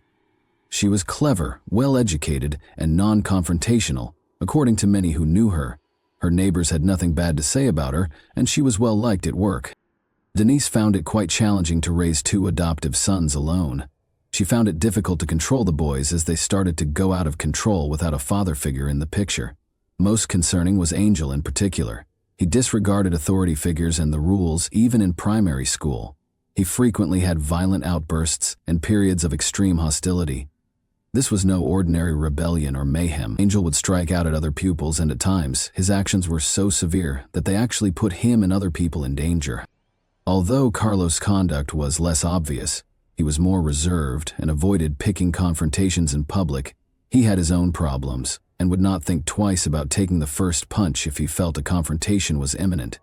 Carlos had few acquaintances and found it difficult to connect with his peers, although he found some comfort in sports. Despite spending years growing up in the same house, the brothers never bonded and never got along. They were indeed openly antagonistic to one another. They were obviously quite resentful of each other, and their arguments were regular and vicious. However, this did not appear to be a major issue for Denise. She never enlisted the aid of experts or looked for outside assistance. The situation had deteriorated by the time Angel was 9 or 10 years old. Teachers reported numerous instances of aggressiveness, and he started missing school on a regular basis. At about the same time, he began stealing. For the first time, he ran away from home, going missing for a few days before coming back. It then turned into a pattern.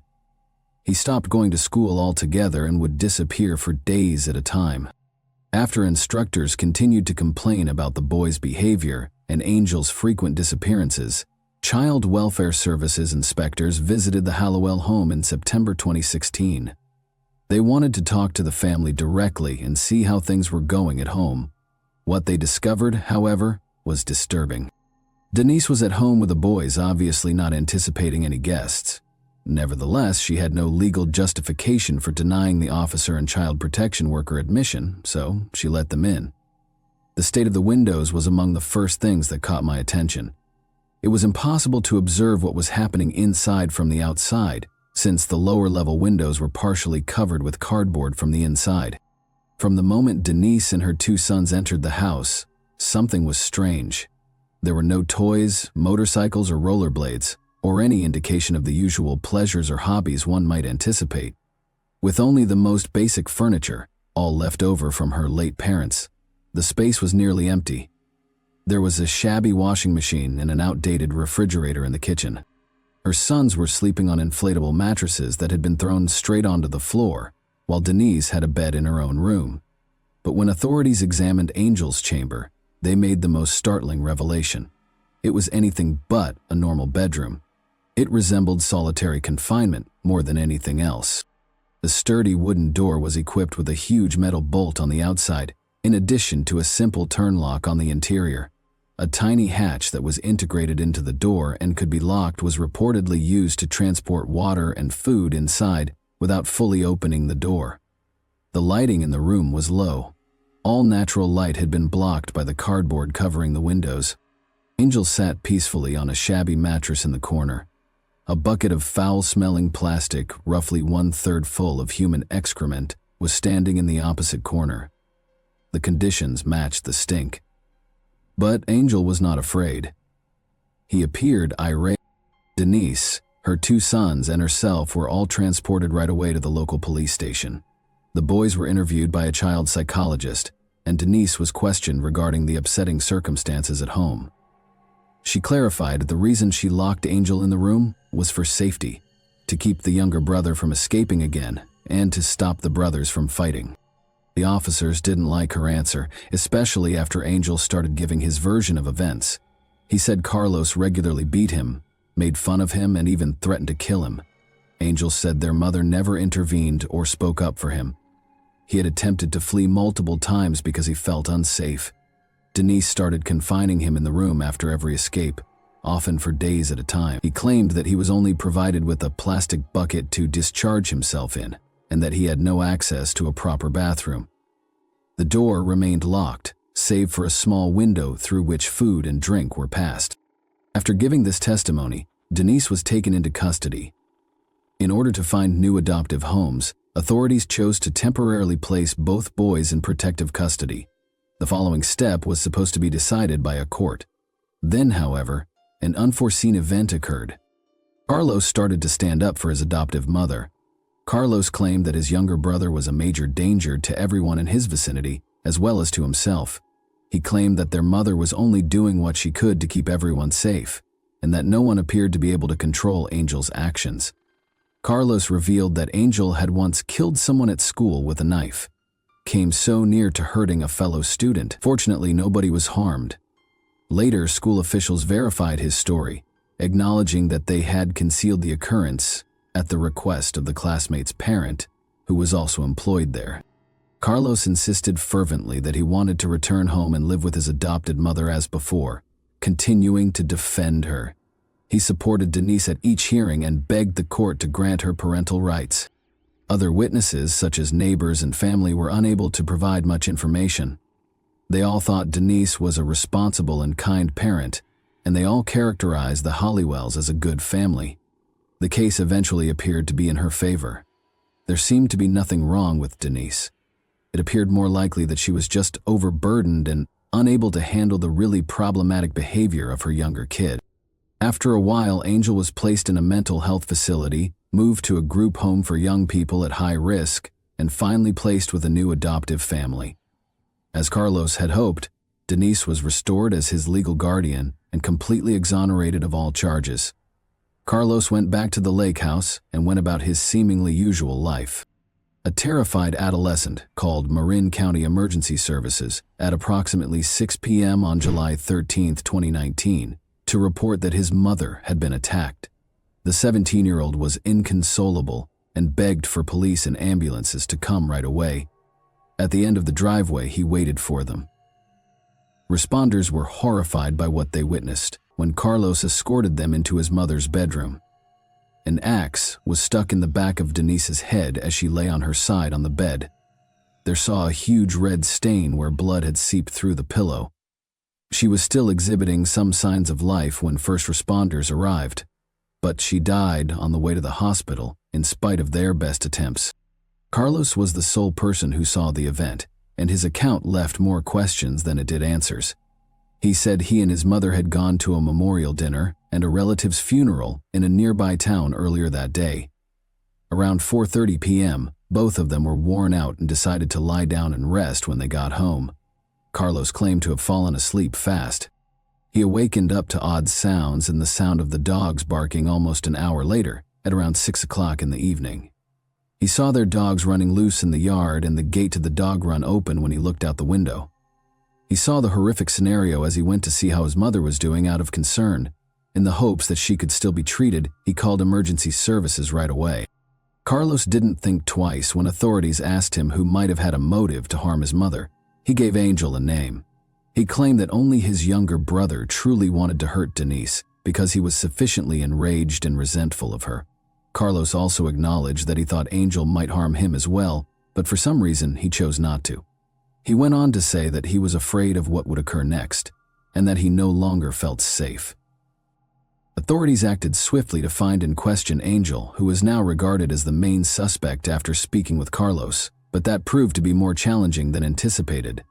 The location of the 15-year-old was unknown.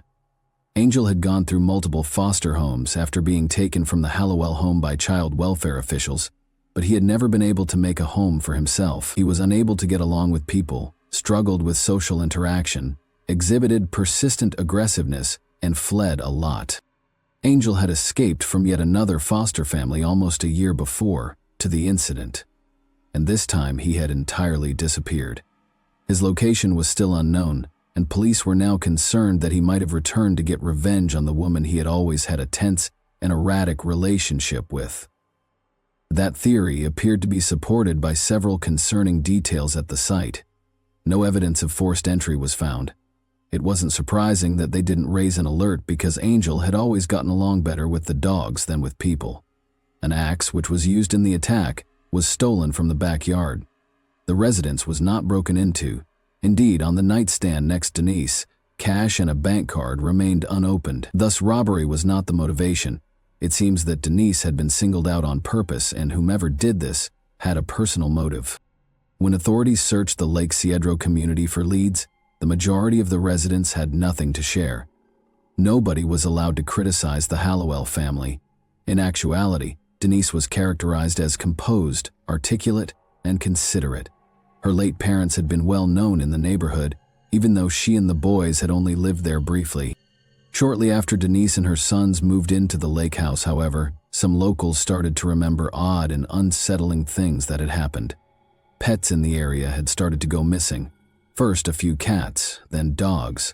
Later, several of these creatures were discovered severely disfigured in isolated areas of the region. People initially assumed it was the result of attacks by untamed animals, but the remains state indicated otherwise. It was too deliberate, too graphic. People started to worry that someone was responsible, perhaps a disturbed person, and that whoever they were was working dangerously near to home. The situation in the neighborhood quickly worsened after the first wave of missing dogs. Locals started to report that young livestock, including foals, baby goats, and other small animals, were going missing. The sight of these animals when they were discovered was really unsettling. Many had sustained extensive cuts, ripped wounds, and in some cases significant disfigurement, all of which seemed to be the result of deliberate harm. The wounds indicated intentional cruelty, and their eyes had been injured. Numerous residents informed the police about these occurrences, but it appeared that the cases weren't given priority. Investigating animal injuries and missing pets seemed to be less important to the officers than more urgent issues. It's interesting that nobody has linked the Hallowell family to these horrific deeds. Denise and her sons had even assisted in the hunt for a few of the missing animals. Although she didn't have many close friends and rarely had guests at her house, she kept in regular contact with her neighbors. The majority of people were mostly unaware of what was happening behind closed doors. The fact that Angel was placed with a new adoptive family was not even known by many. They thought that, like Carlos in a prior stretch, he had moved in with family in town. Investigators were interested in the fact that Carlos had previously resided somewhere else. In an attempt to learn more, they made the decision to contact the family members who had taken him in and inquired about the circumstances around that arrangement. The majority of those around Carlos were unaware that he had also struggled with severe behavioral issues. He began consuming alcohol and dabbling with illegal narcotics when he was 14 years old. He started acting volatilely and erratically. Even his mother and little brother were targets of his outbursts. Eventually, Denise sought expert assistance. Carlos was then diagnosed with obsessive-compulsive symptoms and bipolar disorder. According to reports, his usage of alcohol and other psychotropic substances exacerbated his symptoms. After a brief stay in a treatment center, he was released with a prescription for medication, which he ultimately threw away because he refused to take it. Carlos stopped going to school when he was 16, but he was able to conceal this information from his mother for some time. Even though he was no longer enrolled, he acted as though he left for class every morning. There was a significant altercation when Denise eventually learned about it. Soon after, Carlos took a risky combination of booze and painkillers that almost killed him. Medical personnel were able to stabilize him after Denise called emergency services barely in time.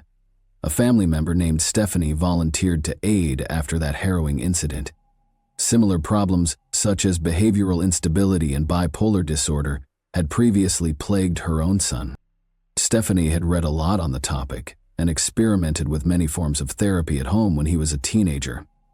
Her youngster appeared to move past that challenging moment in time. He grew up, pursued an education, and ultimately relocated to a different location in order to have a stable existence. Stephanie firmly believed that her method, her personal form of therapy, was what had aided her son's recovery. She had no professional training and depended only on books and internet assistance, but she considered herself a self-taught specialist in mental health. Self-assured, she chose to try the same strategy with her relative's son and proposed that Carlos temporarily move in with her for what she called treatment. Carlos spent roughly 6 months in Stephanie's house. Denise would frequently visit him during that time, and Stephanie would hold what she referred to as therapy sessions. She recommended putting these sessions on video so they could be examined and evaluated for development at a later time.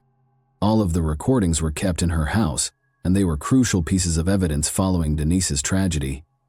The connection between Denise and Carlos was depicted in a very unsettling light by what the tapes showed. They did not have a nurturing relationship. Denise often held him responsible for all of her life's misfortunes. She publicly apologized for adopting him, calling him derogatory names and claiming that no one would ever love him. Denise was experiencing severe financial difficulties at the same time. She was making ends meet with sporadic, erratic side jobs after losing her teaching position. She started putting pressure on Carlos to get a job so he could help pay for the house.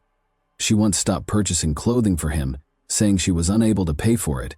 She eventually even refused to feed him, stating that he would have to purchase his own food if he so desired. The situation worsened. Denise turned to verbal assault, using harsh language to discuss the circumstances around his adoption. She would claim that she and her husband had taken him from the streets and that he would have already writhed away in some dilapidated area from malnutrition or disease if she hadn't been there. She reminded him of how much the adoption procedure had cost her, made racially insulting remarks, and even insisted that he pay back the costs. Nevertheless, Carlos stated that he wanted to return to live with his adopted mother approximately a month prior to the catastrophe. He even compiled a list of his motivations for wanting to go back at Stephanie's request. His desire to mend the relationship was one of the main causes. For her part, Denise encouraged him to pursue his college ambitions. She had pledged to assist with tuition if she could because she thought education was essential to his future. In order to continue keeping an eye on the teen's behavior from a distance, Stephanie urged Denise to install security cameras in a number of the house's rooms, particularly the ones where she and Carlos spent the most time together. Though it seemed odd, Denise consented, in part as a precaution. She obviously didn't trust Carlos completely and was afraid he may lose control in a fit of rage. Curiously, Denise's phone and those identical cameras vanished from the residence for no apparent reason. The day prior to the event, the surveillance system had been turned off. Carlos insisted that he was not involved. Denise took care of all that herself, he said. He claimed that he had not seen the phone and was unsure of its location. Another heated conversation that turned into a violent struggle between Denise and Carlos occurred a week before to the catastrophe. When a neighbor happened to see what was happening, they stepped in. He told them that he wouldn't think twice about calling the police if that kind of thing occurred again. Carlos was instantly regarded as a person of interest following Denise's passing, but at that time there was not hard evidence to indict him. After questioning him, the authorities decided to let him go. The prime suspect at the moment was still his brother, Angel, who had gone missing. Carlos's buddy and neighbor, a local teenager, came over to offer his sympathies the day after the event. Despite their casual acquaintance and similar ages, Carlos didn't seem particularly distressed. Rather, he informed the child that he only had to survive the next 3 weeks till his 18th birthday. He then declared that he would sell this damned house of horrors and permanently relocate out of the neighborhood. Both the remarks and the uncanny coolness with which they were delivered shocked his friend. He told his parents about the conversation, and they called the police. Authorities brought Carlos in for more interrogation as a result, but he provided no fresh information. Suspecting that Denise's phone and the lost cameras might have been discarded in the lake behind the Hollowell home, investigators hired a diving crew to explore it. Finding the objects didn't take long because the water wasn't very large. Sadly, the cameras served no purpose. They had no recorded footage and had been switched off before to the incident. But the phone was telling a different tale. Data showed that 10 minutes before, to Carlos calling emergency services, it had been powered down, most likely after hitting the water. Even more significant is the fact that only 15 minutes before that, Denise had been actively texting a buddy on social media. This gave investigators a great degree of accuracy in determining the attack's approximate time. Carlos claimed to have been asleep at the time and to have only awoken when he heard the dogs outside barking.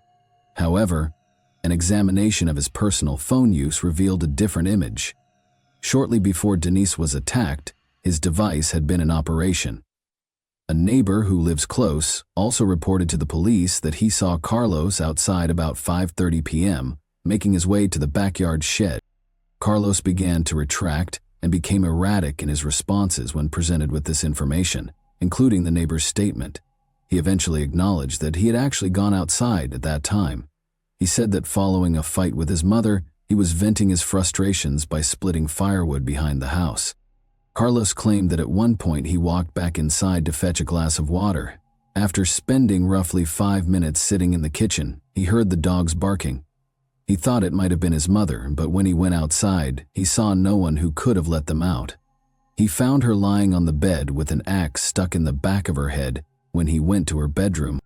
Carlos persisted in claiming his innocence and that the true offender was his fugitive younger brother Angel. This version of events served as the foundation for his lawyer's defense approach. Investigators were forced to keep Carlos on the list of potential suspects because there was no tangible evidence that connected him to the crime, and Angel was still unaccounted for. When investigators eventually located Angel in early 2020, it marked a significant turning point in the case. After using a false name to get jailed for breaking and entering a juvenile correctional institution, he had been residing in a different state. Verifying his true identity had taken a while. Angel was already in detention at the time of the crime, according to the records. Thus, he was unable to be engaged in Denise's ordeal. To testify in court, he was returned to California. Angel said on the witness stand that his brother was a very disturbed person who had mistreated both him and his adoptive mother. He further asserted that Carlos was to blame for the unsettling incidents of animal abuse that had afflicted the community. As the evidence grew and there was no way to shift the blame, Carlos finally accepted a plea bargain and acknowledged his involvement in the crime. But when asked what his motivation was, he found it difficult to respond clearly. He merely stated that he wanted to leave everything behind, loathed his mother, and had dreams of selling the property. He claimed that as he was cutting firewood, the thought suddenly struck him. Rather than portraying the incident as deliberate violence, this explanation attempted to portray it as an unforeseen, spontaneous outburst. Even though Carlos said he had suffered a brief mental breakdown, the fact that the security cameras had been turned off beforehand and later taken out of the property gave the impression that careful planning had been done. Carlos was convicted in March 2021 of killing his adopted mother with intent and purpose. He received a life sentence without the chance of release. However, in 2041, the court allowed him to have his sentence reviewed because he was a kid at the time of the offense. Thanks for watching, everyone. Your support means a lot to me, and you can help my channel grow by hitting that like button, dropping a comment, and sharing this video. Your engagement really makes a difference. See you soon.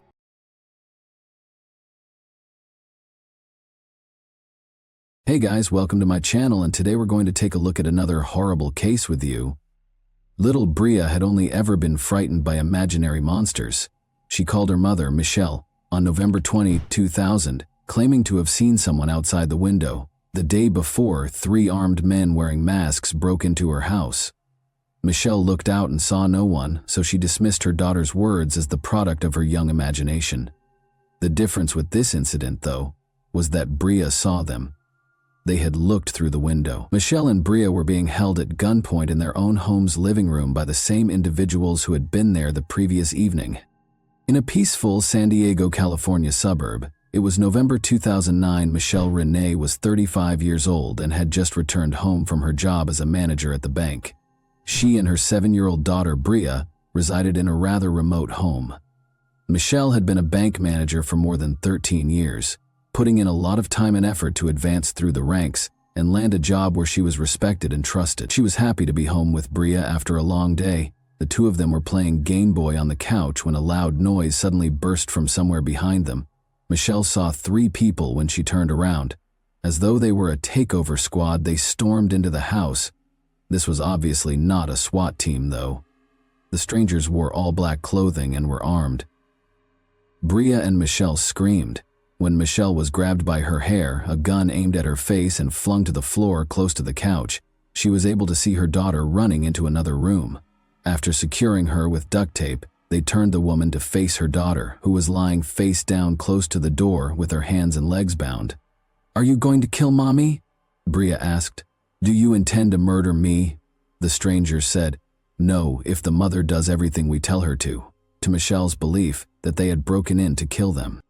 Michelle was told bluntly by the illegal intruders, "You will rob the bank for us, or we will kill you, and your daughter will be first." The intruders told Michelle that they had been watching her for months and had a plan because they knew she was a bank manager. They would stay with her all night to give her instructions and make sure she understood exactly what she was supposed to do. As they held her and her daughter bound on the couch with tape, the gang leader gave her explicit instructions throughout the night, stressing what she needed to do repeatedly. He told Michelle that 6 more gang members were standing guard outside, waiting to murder her if she did anything stupid. Around 11, a female voice on the radio caught his attention, as if to reaffirm what he had just said. He was told by the accomplice that a car had pulled into the driveway. The neighbor of Michelle and Bria had shown up.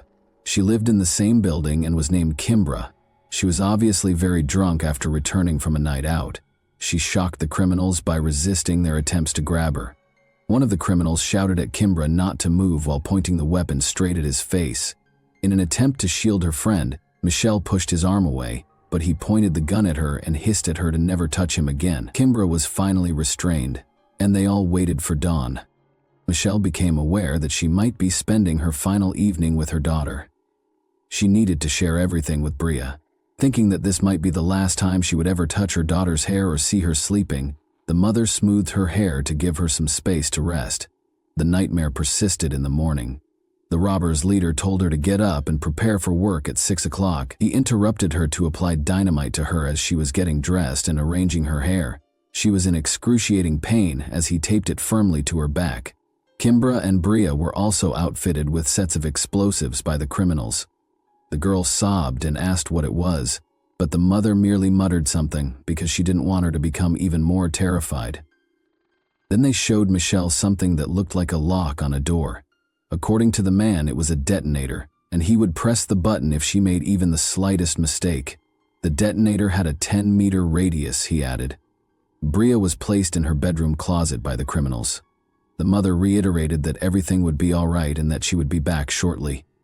"Mom, have courage," her daughter said. 2 men remained inside the house as Michelle left, and the gang leader gave her a suitcase containing a sports bag before hiding in the backseat of her Jeep.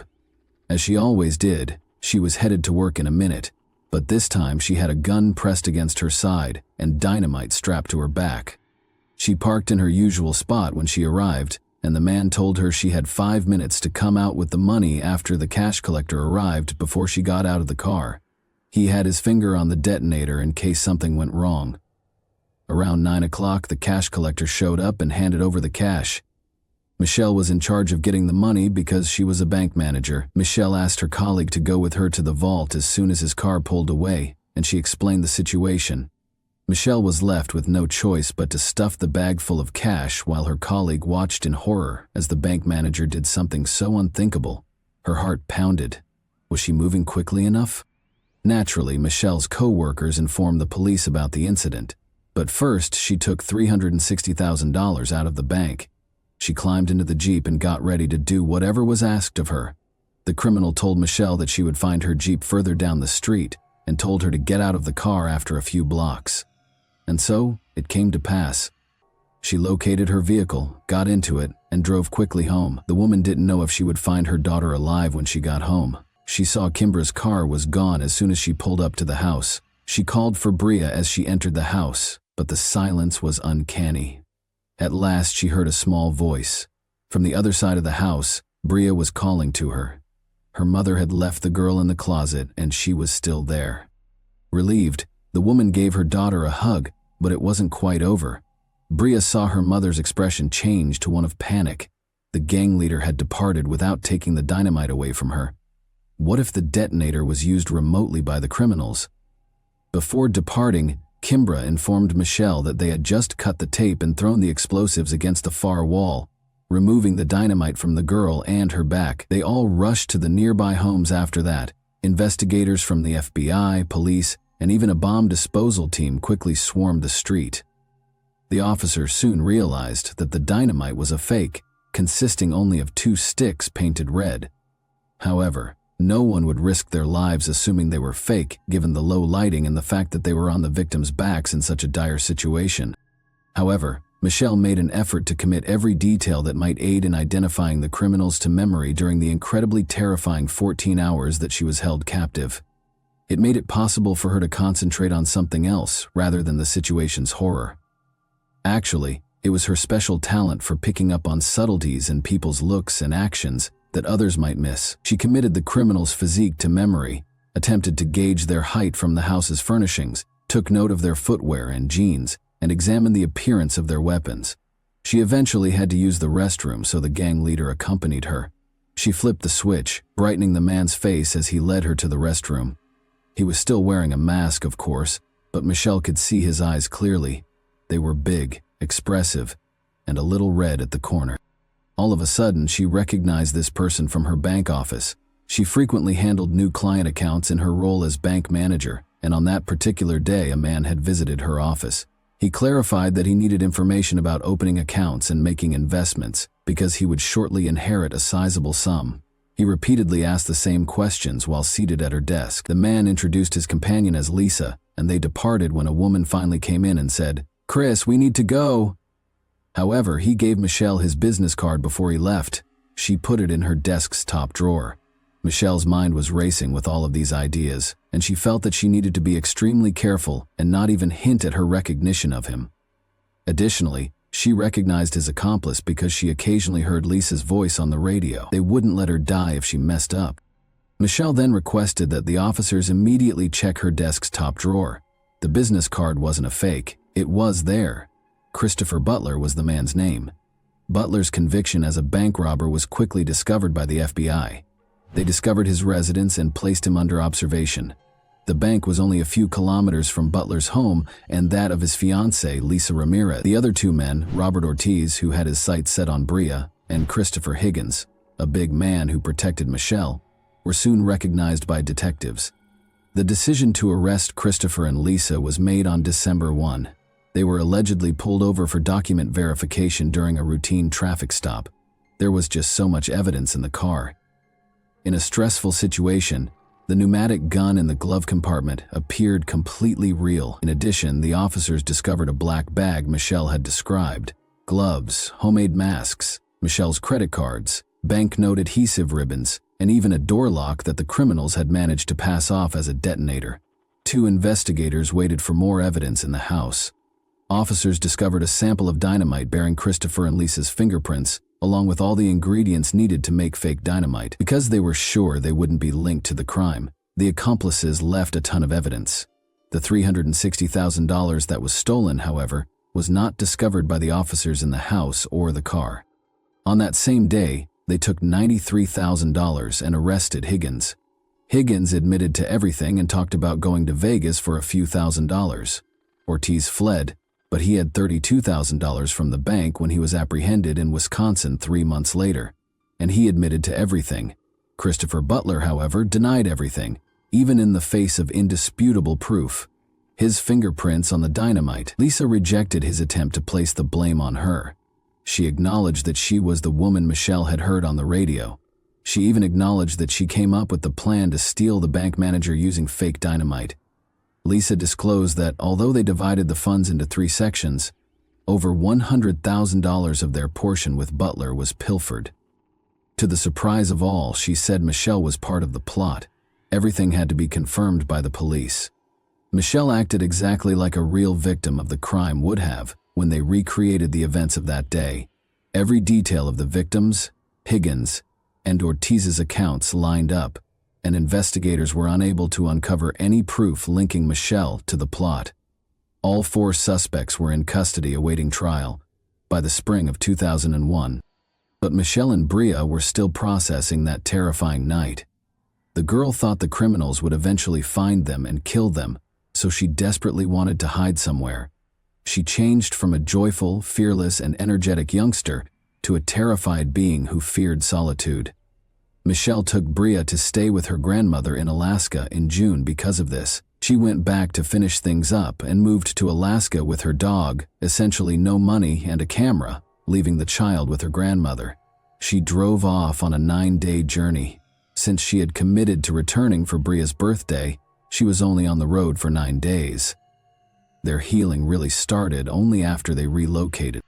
Michelle and Bria were prepared to confront their criminals when they returned to San Diego for the trial a year later. Michelle believed the trial was merely a formality because the investigators had gathered so much evidence. How foolish she was. Together, Christopher and Lisa were put on trial. Lisa would find it challenging to maintain her innocence because she confessed during a videotaped interrogation. In order to spare her from life in prison, her attorney made a deal with prosecutor Tom Manning, but he turned it down. However, the judge was compelled to forbid using Lisa's statements in court because she incriminated Christopher as well as herself during the interrogation. The case depended almost exclusively on Michelle's statements in the absence of Lisa's confession. The attorneys for Christopher and Lisa made the decision to pursue Michelle in an effort to damage her reputation. The jury doesn't think angry witnesses are trustworthy. Michelle did not do well on the witness stand and they were successful. The problem was that Michelle wasn't your typical victim. She had been a stripper for many years. It was a decision she had to make in order to live, and the woman didn't hide it. Michelle left home when she was 15 years old and put in a lot of effort to rise from bank manager to regional vice president before taking a bank manager position to spend more time with Bria. She kept up her exotic dancing for a while even while she was employed at the bank. However, Michelle's integrity as a witness was called into question by something else. She falsified her resume and other documents, listing experience and skills she didn't have in order to obtain a job at the bank. This appeared to be less than ideal from a legal standpoint. Butler's attorney also probed her personal life in an attempt to paint her as a careless, egotistical mother who would stop at nothing to get money. Her financial troubles might have served as a catalyst for the conspiracy. Since the FBI reports made no reference to Michelle recognizing Lisa's voice on the radio, Lisa's attorney asserted that Michelle had lied about it, and there was nothing stopping him from adamantly declaring that the voice on the radio was not that of his client, because Lisa's admission was not heard in court. He then asked Michelle about marked bills, which are traceable banknotes that banks store in safes in case of a robbery. She didn't intend to endanger her daughter's life, and the criminals cautioned her against taking such notes. However, the attorney now asserted that it was suspicious. In addition, he questioned her maternal instincts, knowing that her daughter is wearing dynamite. Would a mother rush to the house where she is? Following Michelle's 3-day testimony, Christopher took the stand. He testified that he had a romantic relationship with Michelle and that she was behind it all. He had no proof, of course, but his plan was obvious. First and foremost, he was committed to keeping Lisa safe at all costs. Second, compared to kidnapping for robbery, the robbery was deemed less serious. However, his plan only partially succeeded. After 5 days of deliberation, the jury found Christopher guilty of robbery and kidnapping Kimbra and Bria, but they were unsure about Michelle's abduction. 2 jurors abstained, and 1 juror thought Butler was right. He received 3 consecutive life sentences plus an extra 64 years in prison. Lisa was acquitted of all charges. Both Higgins and Ortiz were swiftly convicted in the second trial, which proceeded completely differently. Each received a 32-year sentence. There was never any trace of the remaining $260,000 in bank funds. Therefore, while the guilty were incarcerated to serve their sentences, Bria and Michelle saw it as only the beginning. It was a difficult road for them to heal, but eventually Michelle understood that she could either take charge and set an example and support system for her daughter, or she could become angry and blame the kidnappers for all of her life's shortcomings. So she did. She began her own public relations firm from the beginning, gave numerous speeches in public, told other assault survivors her story, and penned a book that was made into the movie In Captivity. Bria followed her dreams after being inspired by her mother. Despite receiving a multiple sclerosis diagnosis at the age of 18, she went on to attend college and join the school cheerleading squad, but they had to confront the past once more after their world was destroyed 20 years ago. Christopher was granted parole in June 20. Tom Manning, the prosecutor, made the decision to attend the hearing. He had a strategy. Christopher Butler was questioned by him regarding all of his false statements made in court. Christopher could have insisted on his version and carried the truth to his grave, so it was a dangerous plan. However, he acknowledged that Michelle was never a part of the conspiracy and that they did not have a relationship. He blamed his ex-girlfriend Lisa Ramirez for the crime, but he refused to accept responsibility for it. He conveyed his profound apologies for the suffering his victims had endured as a result of him. Christopher acknowledged that he felt deeply moved by Michelle's book and that he regretted what he had done. Despite their forgiveness, Michelle and Bria opposed his release and repeatedly refused to let him go. They had a fundamentally different attitude toward Ortiz and the other two men. In court, he was the one who expressed regret to Michelle. Ortiz was released in January 2021 after Bria spoke favorably during his parole hearing. Working together in Michelle's newly established business, Michelle and Bria are now closer than ever. Michelle's 9-day healing journey to Alaska altered her worldview, and she wrote another book about it. And that wraps up today's chilling story. If you enjoyed this video, don't forget to like and subscribe so you never miss a new upload. Also, let me know in the comments, what part of this story shocked you the most? Thank you for watching, and I'll see you in the next video.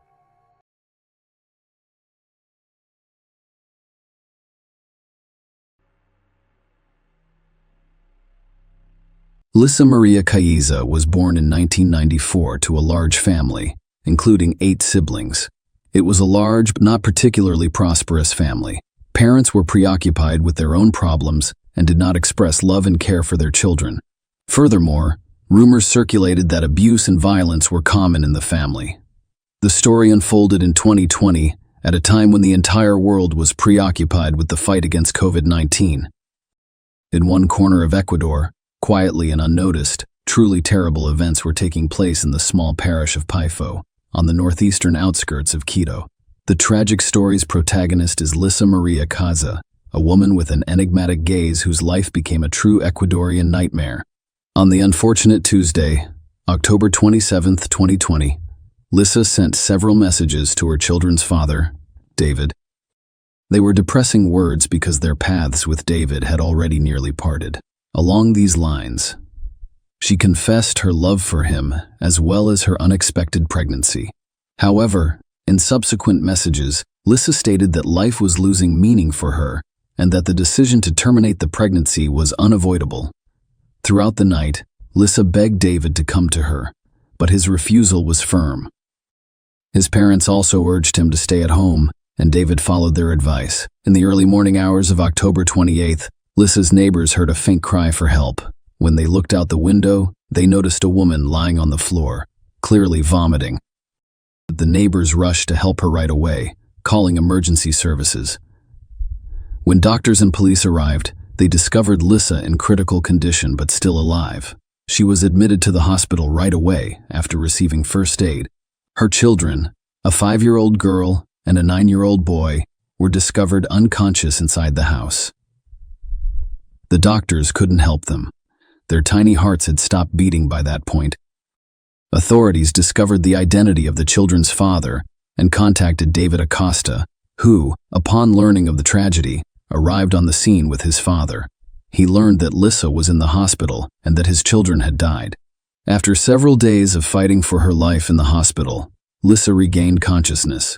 By that point, the investigators had presented the prosecutor's office with enough compelling evidence to issue an arrest warrant for this mysterious woman. When she was released from the hospital, she was immediately taken to a social rehabilitation center. The authorities insisted that Lisa undergo a psychological and psychiatric evaluation, as her mental state necessitated additional investigation as part of the upcoming trial. Lisa ended up in a rehabilitation center, where doctors and psychologists resumed their work after speaking with a criminal psychologist. Lisa spoke openly about her difficult childhood, in which her parents fought and abused each other and their children. Her childhood had a significant impact on her mental state and moments of conflict, and her parents' divorce became ingrained in her memory. Such a childhood forced Lisa to work from the age of 11, be able to study. The girl aimed to break free from her dysfunctional family and create a new future for herself. The expert report also stated that Lissa was abused. She described how, after several years of marriage, her husband, David, changed drastically. He began to humiliate his spouse before raising his hand against her. On the day of the children's tragedy, investigators on the scene discovered several glasses with liquid residue on the table. These findings later revealed traces of one of the children's epilepsy pills, as well as other chemicals that needed to be identified. After noticing a strange odor in the kitchen, police officers thoroughly searched the house and discovered a suspicious area beneath the utility room. They broke down the barrier and discovered a lifeless body wrapped in a blanket, with telltale signs of being there for a long time. Later, further investigation revealed that the discovered body belonged to Jaime Anchaquino, a 28-year-old who had communicated with Lissa.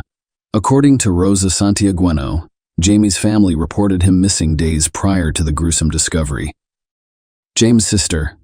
He was last seen on October 18. Rosa told investigators that after her brother disappeared, Lissa called several times to inquire about him. Lissa claimed to have received a text message from James, in which he described how some illegal substance traffickers were holding him hostage and demanding a ransom of $8,000. She strongly advised James' family not to contact the police.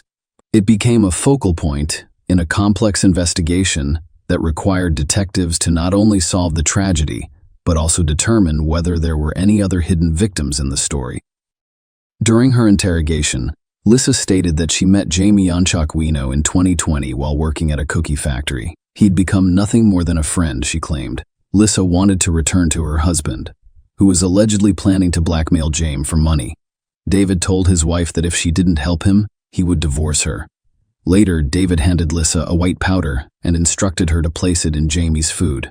Once the task was completed, James fell asleep and never awoke, realizing what had happened. Lissa tried desperately to reclaim her husband, but she was unsuccessful, so she swallowed the same poison and gave it to her children. However, it did not have the expected effect on her, and Lissa turned to her neighbors for assistance, hoping to save herself from the same horror that had struck her children. Following her testimony, investigators launched an investigation, but no evidence of David's involvement in the events was discovered. Nobody close to the couple could have predicted that Lissa, Maria, and David Acosta's fate would lead them through such a harrowing experience. When they met, Lissa was 16 years old and still in high school. She was a dreamy, romantic girl, whereas David was a strong, determined young man.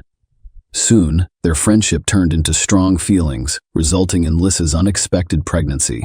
Although the young people's families did not approve of their relationship, David's parents were always supportive of their son and welcomed Lissa into their family during difficult times. David's family became a true supporter of the young couple, inviting Lissa to live with them. They made every effort to ensure she completed high school. When Lissa turned 18, the lovers married. 2 years later, the young family awaited the arrival of their second child, a little daughter. David's parents decided to provide the young couple with their own home. They gave Lissa and David their own apartment, which became a haven for the family, but the couple's relationship deteriorated over time. It was obvious that both spouses had sinned by cheating, resulting in mistrust and disappointment. Boundless love, which appeared unshakable, began to wane. To make matters worse, Lissa complained of psychological abuse from David, prompting her to seek assistance from the police. She eventually obtained a protective order, and David was forced to leave the family home. At this point, Lissa began to use her position to blackmail David, demanding money for the right to see their joint children. The beginning of September 2020 brought Lissa an unexpected challenge that drastically altered her daily routine.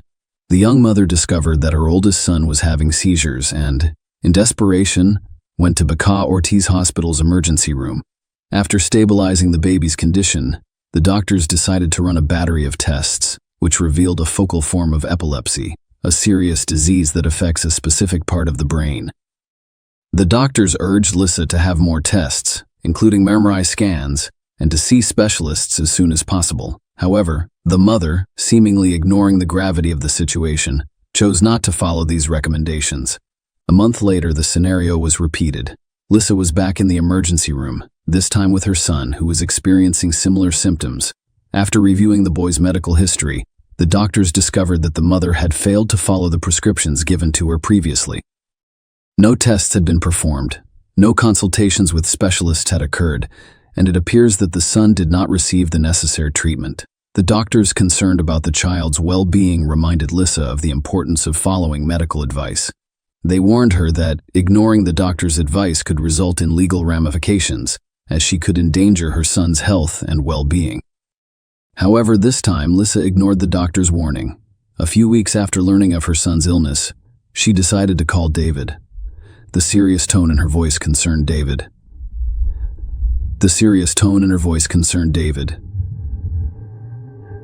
She told him that a social worker would be visiting her shortly to discuss their son's diagnosis and retirement. David arrived for his appointment, but the social worker had already left. To make the wait more enjoyable, Lisa offered him a drink. However, as David drank the drink, he suddenly felt ill. His condition was deteriorating, and the social worker had not arrived, so David decided to go home and get something to relieve his discomfort. The following morning, David awoke in a terrible state. He could hardly speak because his tongue was numb. Every step was uncomfortable, and his eyes hurt. His parents insisted on calling the ambulance.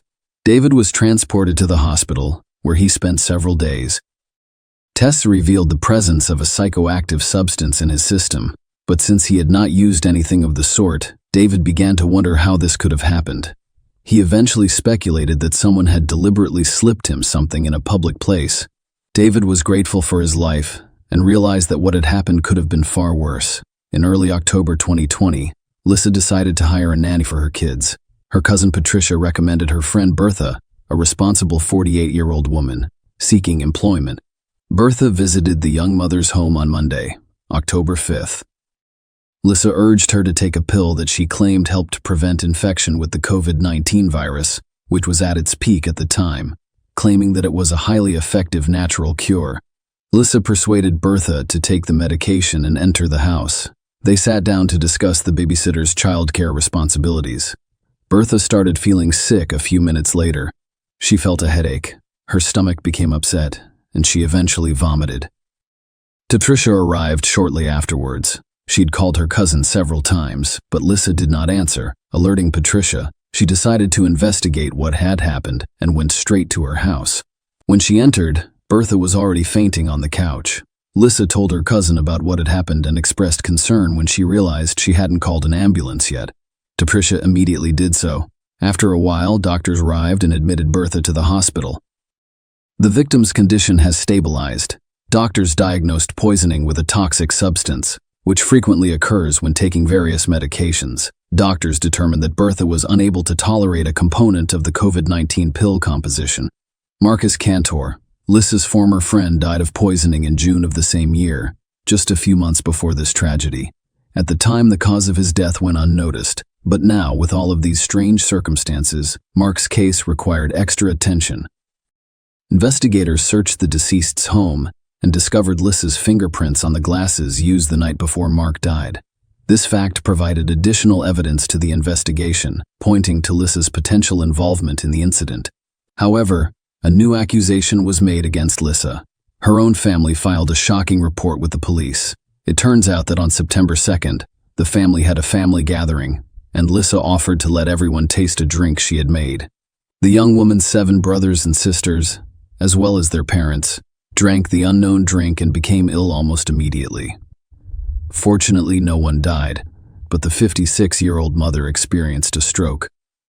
Lisa's father claimed that while the relatives sought medical attention, his daughter stole $1,300 from the house. The investigation now includes not only crimes against children and a former boyfriend, but also an incident that endangers the lives and health of her own family. That wasn't the only strange event that investigators encountered. In May of that year, Jose Luis Arazo, Lisa's friend, was discovered dead in his home. Jose had vanished unexpectedly a few days prior, and neighbors quickly detected a rotting odor, prompting them to contact the authorities. An examination of the body initially revealed nothing suspicious and was diagnosed as a heart attack, but one of Josie's sisters suspected something strange and concealed a bottle of alcohol discovered in the refrigerator. In addition, Josie's family discovered that some items were missing from the home. It turned out that Lisa and Jose were friends. and when the man died, the alleged murderer called his relatives and sounded distraught. She stated that Josie owed her a large sum of money and that she needed to contact his family to repay the debt. This cunning plan failed, and Lissa called Josie's family again shortly after, changing her voice to conceal her identity and identifying herself as Josie's friend. She claimed she was pregnant by him and had to file for child support. Although Josie's family did not believe the stories, Lissa was not about to give up and made a third attempt to deceive them. She claimed to know who was responsible for Josie's death and offered to meet to discuss the details. If she hadn't been arrested on charges of murdering her own children and James, the list of victims might have been longer. When the media reported Lissa's arrest after poisoning 3 people, Josie's relatives understood. They immediately reported their suspicions to the authorities, and Josie's body was exhumed for forensic examination to determine his true cause of death. The relatives weren't mistaken. Traces of poison were discovered in the deceased's remains on December 22, 2020. Lissa Maria Caiza and James Santiagueno faced a hearing for the murder of their 2 children, whose identities and photos were kept private. Due to COVID-19 virus spread restrictions, the trial was conducted virtually. Lissa had contacted us from a social rehabilitation center. According to the prosecutor's statement, Lissa administered a toxic mixture of insecticides and anti-epileptic drugs to her children. During interrogations, she claimed that she had become desperate and was unable to leave her children with her husband David, who did not care for them. In fact, she admitted she wished they were dead. At the conclusion of the hearing, the judge granted the defendant a court pass and ordered her remanded in custody pending trial. The children's trial resumed in 2021. At the Pichincha Provincial Court, the prosecutor presented a collection of evidence to prove Lissa's guilt. Among them were statements by David, who revealed the contents of messages sent to the wife on the eve of the tragedy. In one of the messages, she stated that she would take what belonged to her. Referring to the children, she stated that she had no idea where her children and herself would go, heaven or hell, but she now felt as if she was in hell.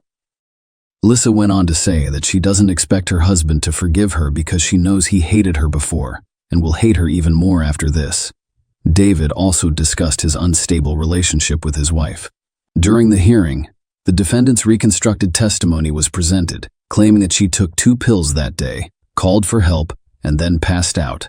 According to the prosecutor's office's reconstruction, the daughter died while still in bed, and her older brother attempted a few steps to call for help before falling and dying. The forensic medical examination yielded an extremely clear conclusion. The children died as a result of a planned crime. The deaths were caused by pulmonary edema, induced suffocation, and intoxication from a combination of epilepsy medication and other unspecified substances, most likely insecticides and disinfectants. The prosecution also charged Lissa with the death of James Santiagueno, whose body was discovered bricked up in the kitchen. The perpetrator was also accused of attempting to murder David and members of her own family. The hearing addressed Lissa's irresponsible attitude toward her son's health after he was diagnosed with localized epilepsy. The mother disregarded instructions for additional tests and follow-up examinations, and when the boy was hospitalized again, his condition was worsened by her own mother's negligence. Medical professionals' warnings did not change her attitude toward her son's treatment, which resulted in a threat to terminate her parental rights. Lissa's mental health evaluations revealed that she is extremely emotional and environmentally dependent. She sought constant attention and understanding from others and became extremely anxious when events did not go as planned. She also had a tendency to self-harm. She tried to say goodbye to her life at least 3 times, but failed each time. Witnesses described her as insecure, attachment-seeking, with schizoid and erratic behavior. The psychological analysis also revealed that on the day of the tragic events, Lissa acted with complete awareness of her actions. After a 10-month trial, Lissa Maria Caiza was found guilty of the crime against her children. The Pichincha Provincial Court sentenced her to 34 years and 8 months in prison. In addition, she was ordered to compensate David for more than $20,000. The press reported that Lissa remained calm throughout the proceedings, expressing emotion only when her children were mentioned. The James Santiagueno murder investigation, which began in August 2021, appeared to be unfinished. New information was revealed during the court hearings. Lissa admitted giving her friend a white substance mixed with alcohol, but said she got it from David. However, the investigation revealed otherwise. According to a psychiatrist who interviewed Lissa, she did not intend to end James' life. She wanted to intimidate his family so that she could extort money. She demanded $8,000 in ransom. Experts described the plan as disorganized, which ultimately led to the crime. Furthermore, forensic tests revealed that things were not as simple as they appeared. James was discovered to have poison in his system, and the cause of death was strangulation. The body was discovered with a shattered rib cage and wire around the neck. Lissa claimed that after her friend died, she decided to bury him in a back room and cement him inside the store. The owner's testimony confirmed that Lissa purchased building materials during the time of James' disappearance. Following the parties' arguments, the prosecutor's office requested a new trial for April 2022. At that trial, an additional charge of extortion was brought. Lissa called James' relatives and claimed he was being held by gangsters, demanding $8,000 for his release. The defense cited a lack of conclusive evidence that Lissa was involved in James' murder. Nonetheless, she was found guilty and sentenced to 22 years in prison and $5,000 in restitution to the victim's mother. While James' trial was underway, the investigation into Lissa's alleged victims, Marcos Canto and José Luis Cerezo, was nearly completed. Marcos Canto was 48 years old, and tests performed after his death revealed traces of the substance Lissa had given to her children. In addition, Mark was diagnosed with severe stomach inflammation. According to the family's lawyer, Lissa met Mark, offered him a beer, and then poisoned the drink. Authorities were given a glass with Lissa and Mark's fingerprints, as well as a swab containing the woman's DNA. The murder was allegedly motivated by jealousy and money. It is also known that Lissa had asked Mark for financial assistance, and there is evidence that he loaned her at least $120. Mark became Lissa's first known victim. The outcome of this case, as well as José Luis Cerezo's, remains unknown. They may not have been reported in the press, and the investigation may not have progressed to the point of being formally charged and tried. Lissa Maria was only 26 years old when she committed her brutal crimes. Her high-profile criminal case has become one of Ecuador's most horrific and disturbing in recent years. Dona Venado became well-known across the country as a result of her crimes. Lissa Maria is regarded as a serial killer in Ecuador. Her victims have endured excruciating pain, as have their relatives. The charges include 5 murders and 9 attempted murders, according to Ecuadorian law. The maximum sentence she could receive is 40 years in prison. This means Lissa could be released when she reaches 70 years old. It is still unclear what drove Dona Venado to commit such heinous crimes. Was her act motivated by resentment over not receiving what she expected in life? Many speculate that the motivation was money, and in David's case, Lissa acted out of a desire for vengeance, resulting in the tragedy with her children. The most horrifying aspect of this story is not only the number of victims left in Dona Venado's path, but also the fate of 2 innocent children who could not have imagined that their mother, who gave them life, would take it away so absurdly and cruelly. Share your opinion with us in the comments and subscribe to the channel for more.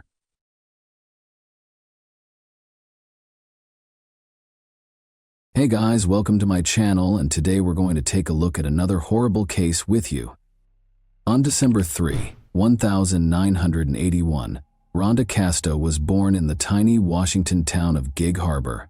She was raised in a loving, supportive family that encouraged her in everything she did. Rhonda had a bright personality that was evident from a young age. She was driven, ambitious, and tenacious. According to her loved ones, she was able to inspire others and quickly establish a common language with them. When Rhonda graduated from high school, she decided to pursue a career in fashion. She began a modeling career thanks to her charisma, slim build, and inherent beauty. She gradually gained recognition by taking part in photo shoots and small fashion shows. Even though she loved her job, she always hoped for more than cover shots. Rhonda felt that true happiness would come from having a family and kids. We took off right away after she met Stephen Nichols and Nichols in 2009. They were attracted to each other right away after meeting through mutual friends.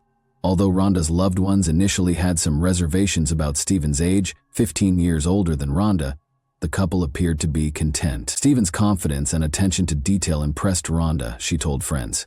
He appeared to be a man she could trust, someone who cared about her. For his part, Stephen found Rhonda's inherent beauty and joy appealing. He viewed her as a companion who could share life's pleasures and challenges with him. They started living together shortly after they started dating, planning their future together. Their relationship took a new turn a few years later. Rhonda learned she was expecting a baby. For her, this news marked the start of a new stage. When tragedy rocked their lives, she was 5 months pregnant. Along with happiness, Rhonda's pregnancy gave her new objectives. She aspired to become a successful mother and keep growing as a person. Stephen seemed happy to be getting ready to become a father, and helped her in every way.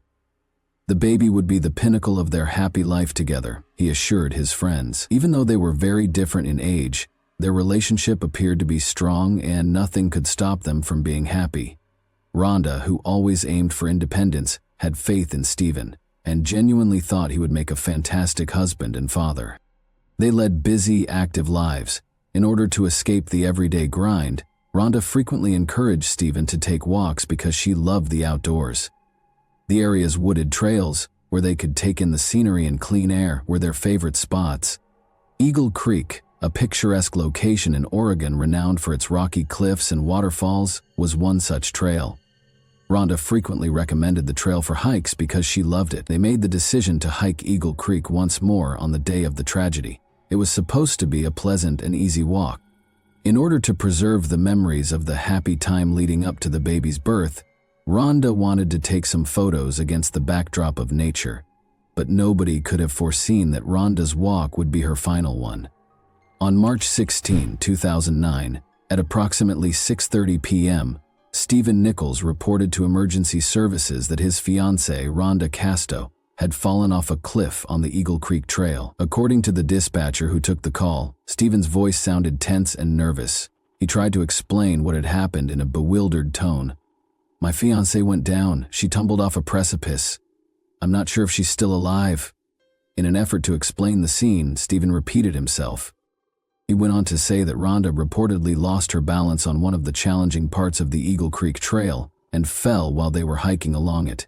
He informed the dispatcher right away that the situation was serious in a panicked voice. Rescuers arrived at the scene right away, fully aware that the Eagle Creek Trail, despite its popularity among hikers, can be hazardous. Numerous accidents have occurred in the past due to narrow paths, steep slopes, and slippery rocks. But none of the team could have imagined how messy this tragedy would end up being. Stephen was standing at the edge of the cliff when rescuers arrived on the scene. He appeared perplexed. He was obviously in shock, but his clothes were fine. His face showed a mix of horror and despair, and his breathing was labored. Stephen stated that he had attempted to figure out how to get downstairs to assist Rhonda, but had come to the conclusion that it was too risky. She was ahead. "I shouted at her to be careful when rescuers started asking questions, but she didn't listen," he said. "She slipped all of a sudden, and it happened too quickly." However, his words sounded sentimental. Rescuers found certain aspects of his story strange.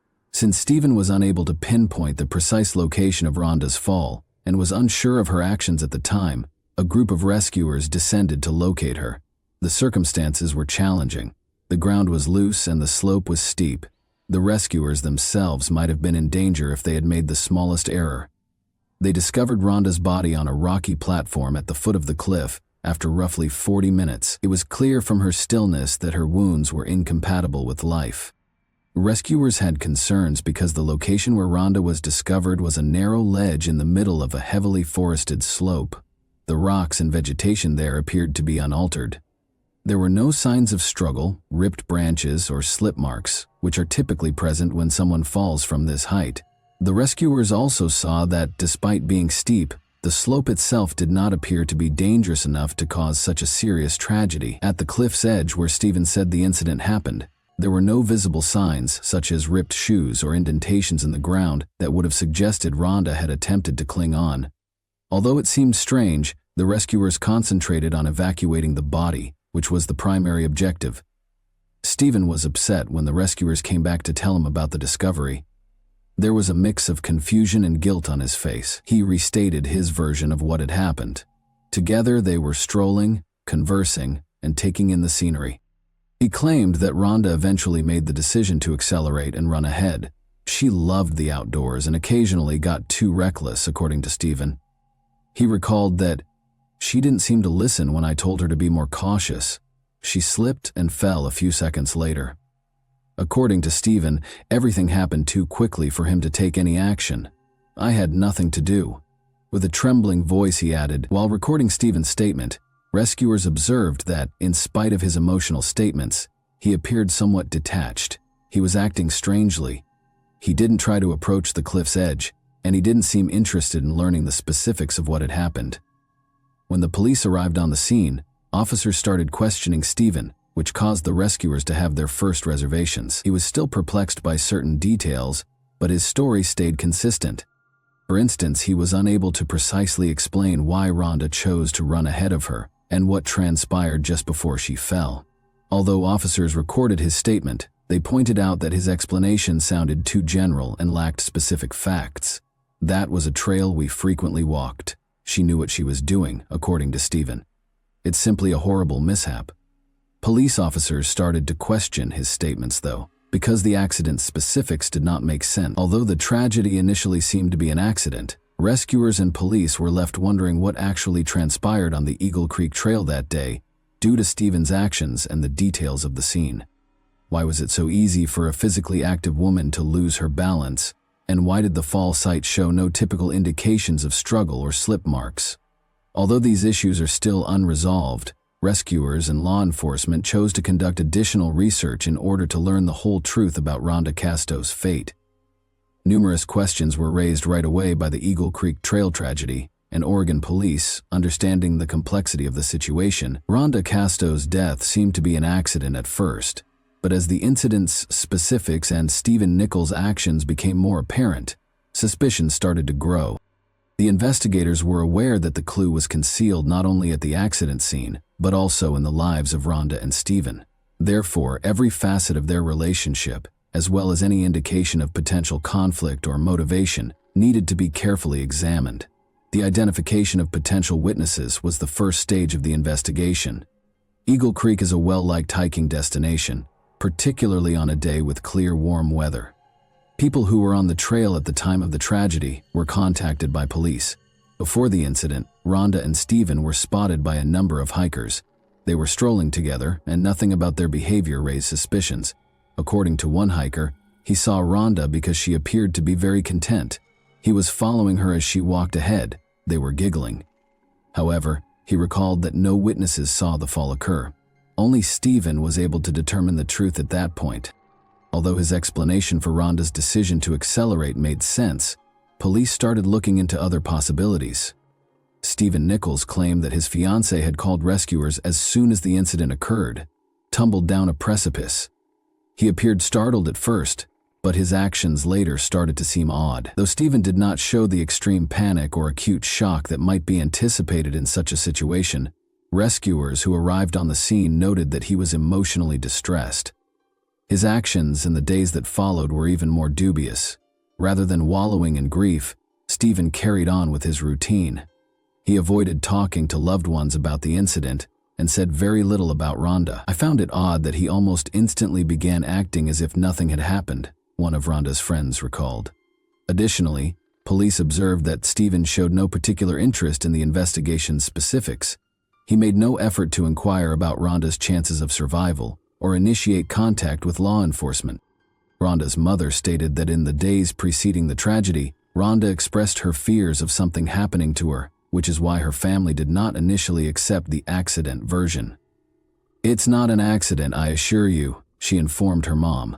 These remarks suggested a potentially tense relationship between Rhonda and Stephen, which made them a crucial component of the inquiry.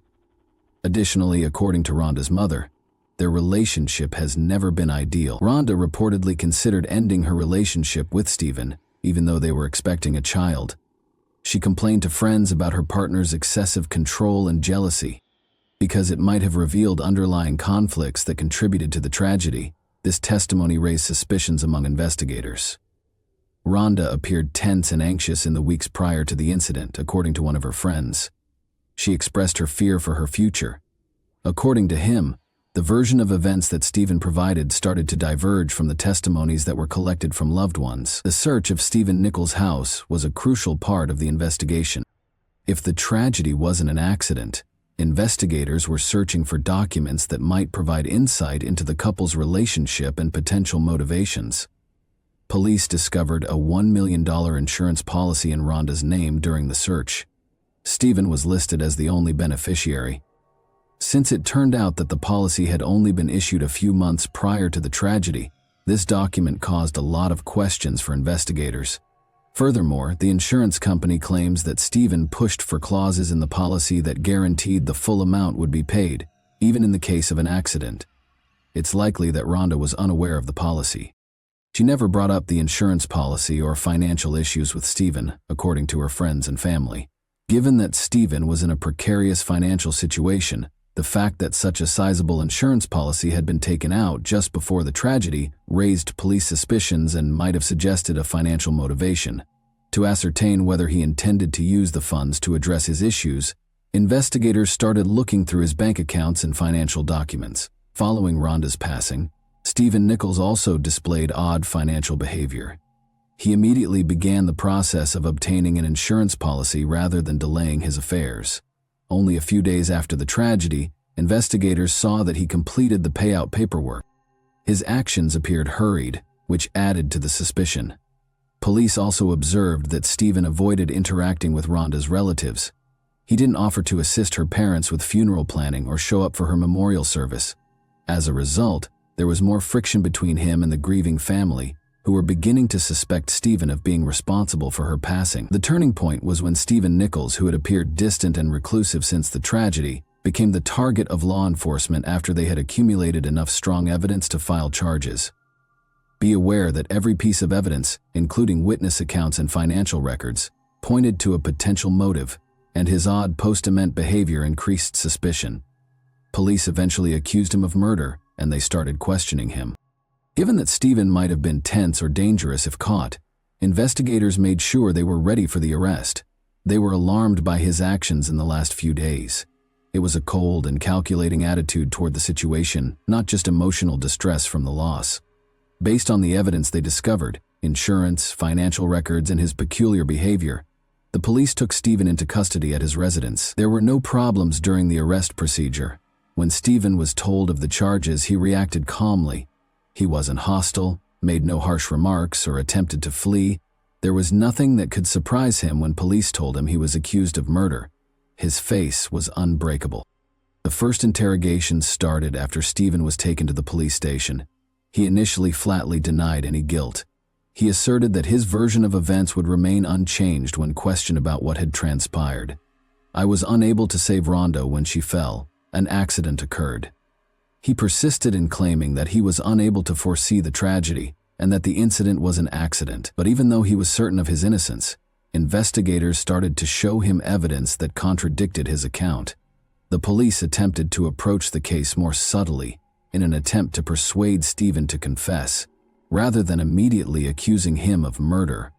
His own words were being used against him as they meticulously crafted his story. Stephen became anxious during one of the interviews after the investigators presented him with financial records and other supporting documentation. Following the tragedy, police insisted that his actions were out of the ordinary. They highlighted his rash insurance buying decisions, his odd conduct following Rhonda's passing, and other questionable incidents. When an investigator asked Stephen why he had started taking out insurance so quickly, it was a pivotal moment. The man smiled nervously and said something that was practically a confession. "I didn't think it would happen so fast," he said, not seeing right away that what he said might have been taken as an admission of his actual motivations. It was a crucial statement that provided the police with a crucial lead. Although Stephen persisted in claiming that the tragedy was an accident, his arguments started to falter. "You're saying you didn't expect it to end so quickly," the investigator persisted. "You mean you didn't believe Rhonda would pass away?" Since more investigation showed that psychological pressure was a factor, this incident gave the impression that Stephen may have eventually acknowledged his guilt, even if not outright. Perhaps unknowingly, Stephen started to give in to the weight of the evidence. He grew more reclusive, avoiding direct responses and questions about his behavior on the day of the tragedy, even though he had no intention of acknowledging what had happened. In the meantime, the investigators engaged experts and kept elaborating on specifics. Rhonda died from injuries that were obviously not possible to have resulted from an unintentional fall, according to the forensic report. Because of the severe impact that caused these injuries, investigators started to believe that Stephen was most likely to blame for her passing. But in spite of everything, Stephen refused to acknowledge his actions. He repeated his version of events, claiming that he had no idea what was going to happen and that everything had happened by accident. The police understood that gathering reliable evidence would require time and effort, making this a challenging case. In the end, investigators collected all the evidence required for charging. In addition to Stephen's own actions in the days that followed, they also incorporated forensic evidence, Rhonda's insurance policy, documents proving Stephen was the only beneficiary, testimony from her family and friends, and proof of financial motivations. The tragedy served as a crucial component of the inquiry as well. The fact that he processed the insurance payment without hesitation and without displaying the typical human response to losing a loved one astounded the investigators. As a result, the charges had a solid foundation thanks to all of these facts, and the investigation took the case to trial. The trial of Stephen Nichols marked the end of a protracted investigation into Rhonda Casto's unexplained death on the Eagle Creek Trail. Investigators and prosecutors developed a case that they felt demonstrated the tragedy was not an accident. After years of meticulous work, the trial's unexpected conclusion, however, caused a public uproar and raised numerous concerns about the true circumstances surrounding Stephen Nichols' 2015 arrest. According to the investigation, the woman's death was the result of deliberate actions. Prosecutors asserted with confidence that Nichols had a purpose, a plan, and the intention to carry it out. A $1 million insurance policy that was put in Rhonda's name just months before she passed away was a crucial component of the prosecution's case. Stephen was listed as the policy's only beneficiary. The prosecution claimed that the document suggested a possible financial motivation for the crime. Prosecutors also emphasized Rhonda's mother's testimony, claiming that her daughter had voiced concerns about Stephen's unpredictable behavior and had been vocal about the possibility that she might be abused if something were to happen to her. You are aware, it's no coincidence. According to the mother, Rhonda stated in court that her injuries were not totally consistent with an unintentional fall. Prosecutors also provided a medical report supporting this claim. The medical examiners came to the conclusion that rather than a simple loss of balance, Rhonda's injuries might indicate a push. The prosecution's case revolved around these conclusions. From the start, Stephen Nichols vehemently denied his guilt. According to his attorneys, Rhonda's death was a tragic but unintended accident. According to Stephen's own account, he and Rhonda were taking a leisurely stroll along the wharf on the day of the tragedy. According to him, Rhonda was feeling good and even decided to pick up the pace in order to feel more liberated and energetic. But she reportedly stumbled and fell off a cliff on one challenging part of the trail. It happened too quickly, but I saw her lose her balance. I was powerless to help. According to Nichols, he also maintained that the accusations against him were the result of speculation and misinterpretation. His attorneys argued that the investigation had rushed to conclusions based on emotional testimony from the deceased's family members and circumstantial evidence. Additionally, the defense argued that married couples, particularly those who were getting ready to move in together and were expecting a child, frequently had insurance policies. They maintained that the execution of such a document did not demonstrate criminal intent, and that its mere existence did not establish that Stephen had harmed Rhonda on purpose. The attorneys stressed that Nichols had no established reason for the murder because, despite their occasional arguments, their relationship was not so tumultuous as to result in tragedy. There were several obstacles that prosecutors had to overcome in order to construct a perfect prosecution. The absence of first-hand witnesses was one of the main issues. Stephen was the only one who witnessed Rhonda's fall on the trail. Nichols's attorneys had a significant advantage because no one could definitively dispute their client's version of events, allowing him to continue insisting on it.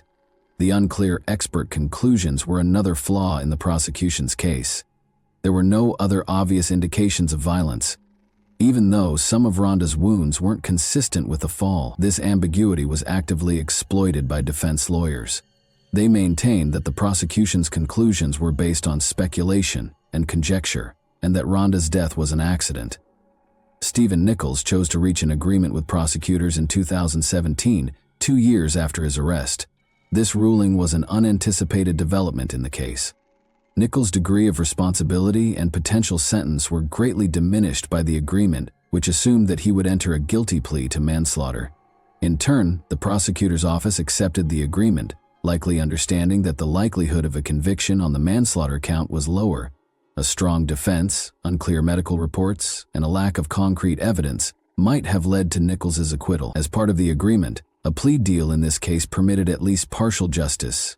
Although it was not his intention, Nichols acknowledged that his actions on the day of the tragedy might have played a role in Rhonda's demise. The public and the victim's family had differing opinions about this admission, which allowed the prosecution to wrap up the case without a drawn-out trial. The court imposed the sentence after the plea agreement. Stephen Nichols received a 3-year probationary sentence after being found guilty of manslaughter. Nevertheless, the court permitted Nichols to depart following his 19-month incarceration pending trial. Many people who had been following the case, including Rhonda's family, were taken aback by this light sentence. And that wraps up today's chilling story. If you enjoyed this video, don't forget to like and subscribe so you never miss a new upload. Also, let me know in the comments what part of this story shocked you the most. Thank you for watching, and I'll see you in the next video.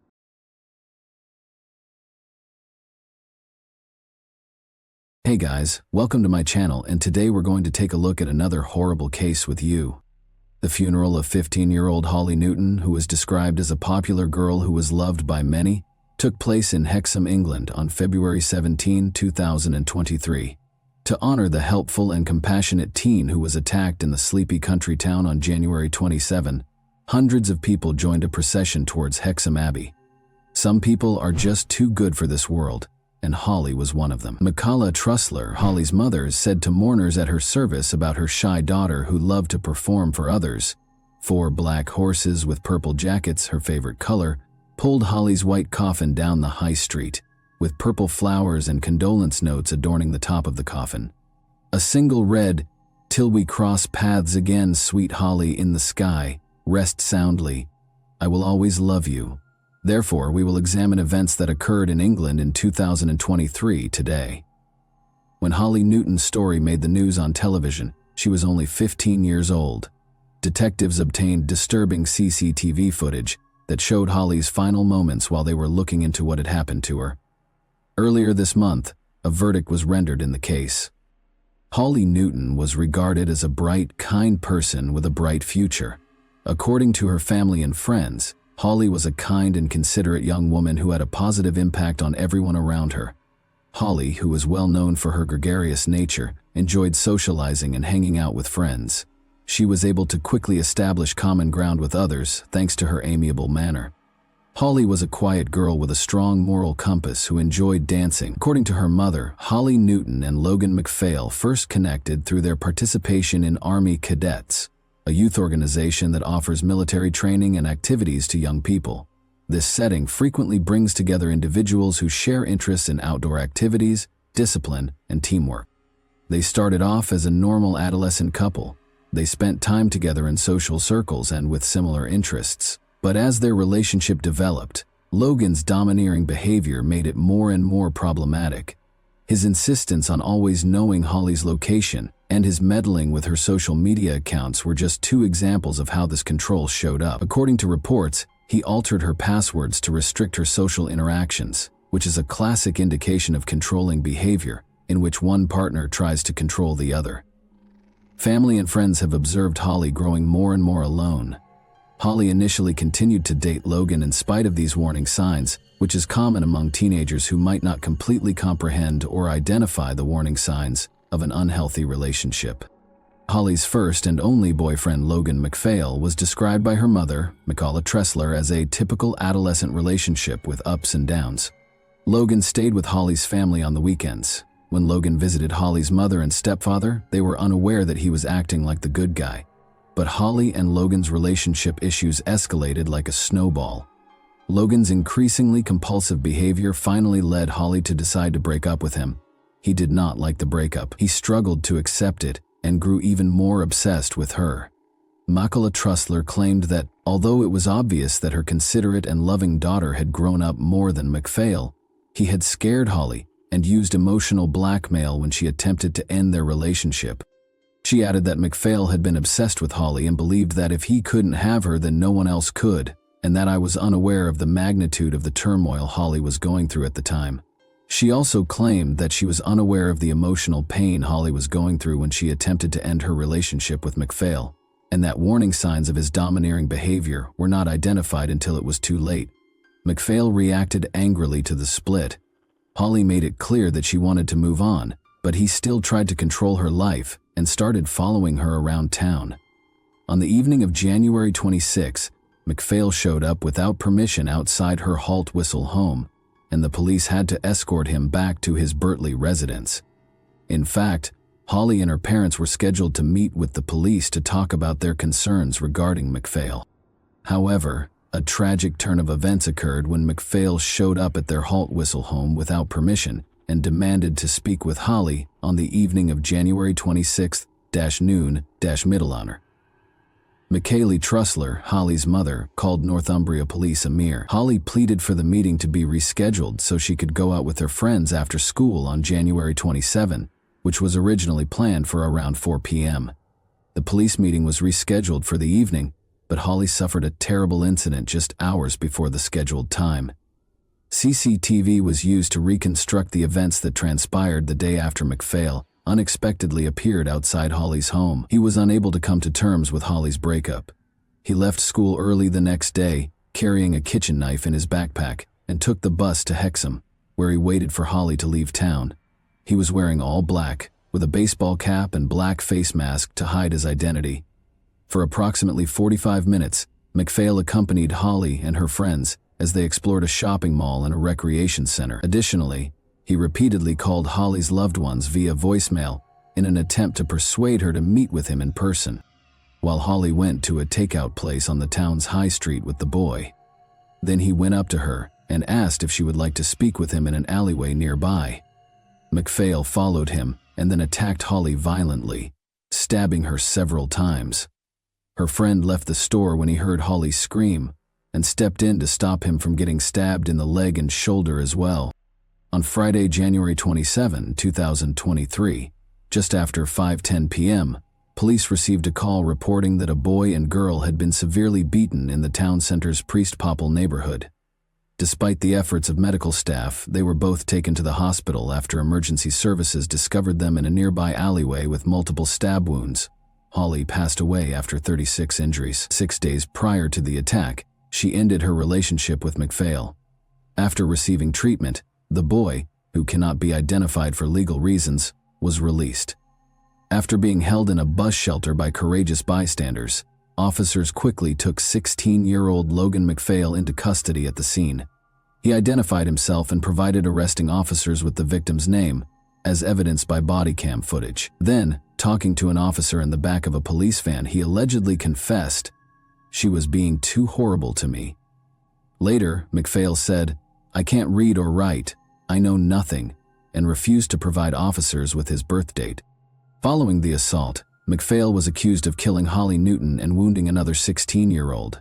In police interviews, MacPhail revealed his intention to kill Holly, stating unequivocally that he did so because she was terrible to him. He did this with a chilling lack of emotion.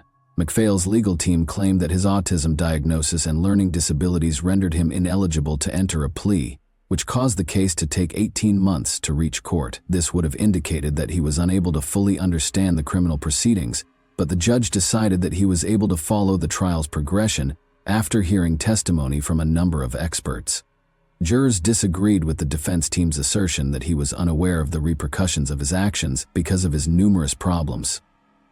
To give yourself the best chance of attacking Holly without anyone noticing, you told MacPhail that you wanted to get her into the alleyway, which was out of sight.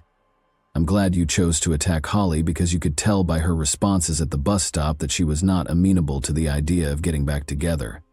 Despite your feelings of jealousy and resentment, you were still able to figure out where you could attack her most effectively. So you waited for the right moment. After convincing her to move a bit further into the alleyway, you waited until one of the onlookers had left before pulling the knife from your pocket and attacking her in a vicious and brutal manner. According to the judge, Holly suffered severe knife wounds to her jaw, skull, backbone, and shoulder during the murder. It was a horrible thing to do to stab her head in that manner, Justice Hilliard continued. Holly was in such terrible shape that her mother was prevented from seeing her in the ambulance and alley. You applied so much force that the knife broke and the blade became distorted. It was extremely uncommon to see a knife so damaged, according to the pathologist. You knew how final death was, so I'm sure you planned to kill her. According to the judge, MacPhail probably carried the knife that day in order to intimidate Holly by hurting himself, and made plans to attack her once it became apparent that their relationship would not be continued. Justice Hilliard added shortly before the murder that she had the right to end the relationship if she so desired, and spend time with anyone else she wanted. As he concludes his sentencing remarks, Mr. Justice Hilliard states that he considers how significant MacPhail's relationship with Holly was to him, given the circumstances of his chaotic home life. Your speech impairment hindered your ability to form friendships and relationships with other people, so you placed a high value on your relationship with her. This made its ending all the more difficult for you to process and work through, the judge adds. He claims that although MacPhail has also apologized, he has attempted to place some sort of blame on Holly. The judge tells MacPhail that it was evident from your testimony to the jury that you had convinced yourself that Holly had mistreated you. She also notes that your initial response at the scene was to accuse her of being terrible to you. I believe that this belief lessens or moderates the amount of regret you felt prior to the verdict being announced. In a devastating statement, Holly's mother described the day she found out what had happened to her daughter. Despite having admitted manslaughter, MacPhail was found guilty of both murder and intentionally wounding the teenage boy. He claimed during his trial that he wanted to return some of Holly's belongings, including clothes, teddy bears, and slippers, but he had none of it with him when he was taken into custody. For willfully injuring a fellow young man who attempted to halt the assault, MacPhail received a life sentence with a minimum of 17 years and an additional 5 years. MacPhail was informed that he would only be released when it was safe to do so, even after serving the minimum sentence. Detective Darren Davies of Northumbria Police said following the sentencing that the case was truly devastating, and that MacPhail had cruelly taken away Holly's future. Naturally, nothing can undo the terrible things that happened that night. But I hope the outcome today will give her loved ones a sense of closure so they can try to move forward. Detective Davies added, the choices he made that evening have permanently altered the lives of countless people, and he will now have plenty of time in his cell to reflect on that. Given the suffering this incident has caused so many people, we would implore everyone to reconsider carrying a weapon of any kind. And that wraps up today's chilling story. If you enjoyed this video, don't forget to like and subscribe so you never miss a new upload. Also, let me know in the comments, what part of this story shocked you the most? Thank you for watching, and I'll see you in the next video.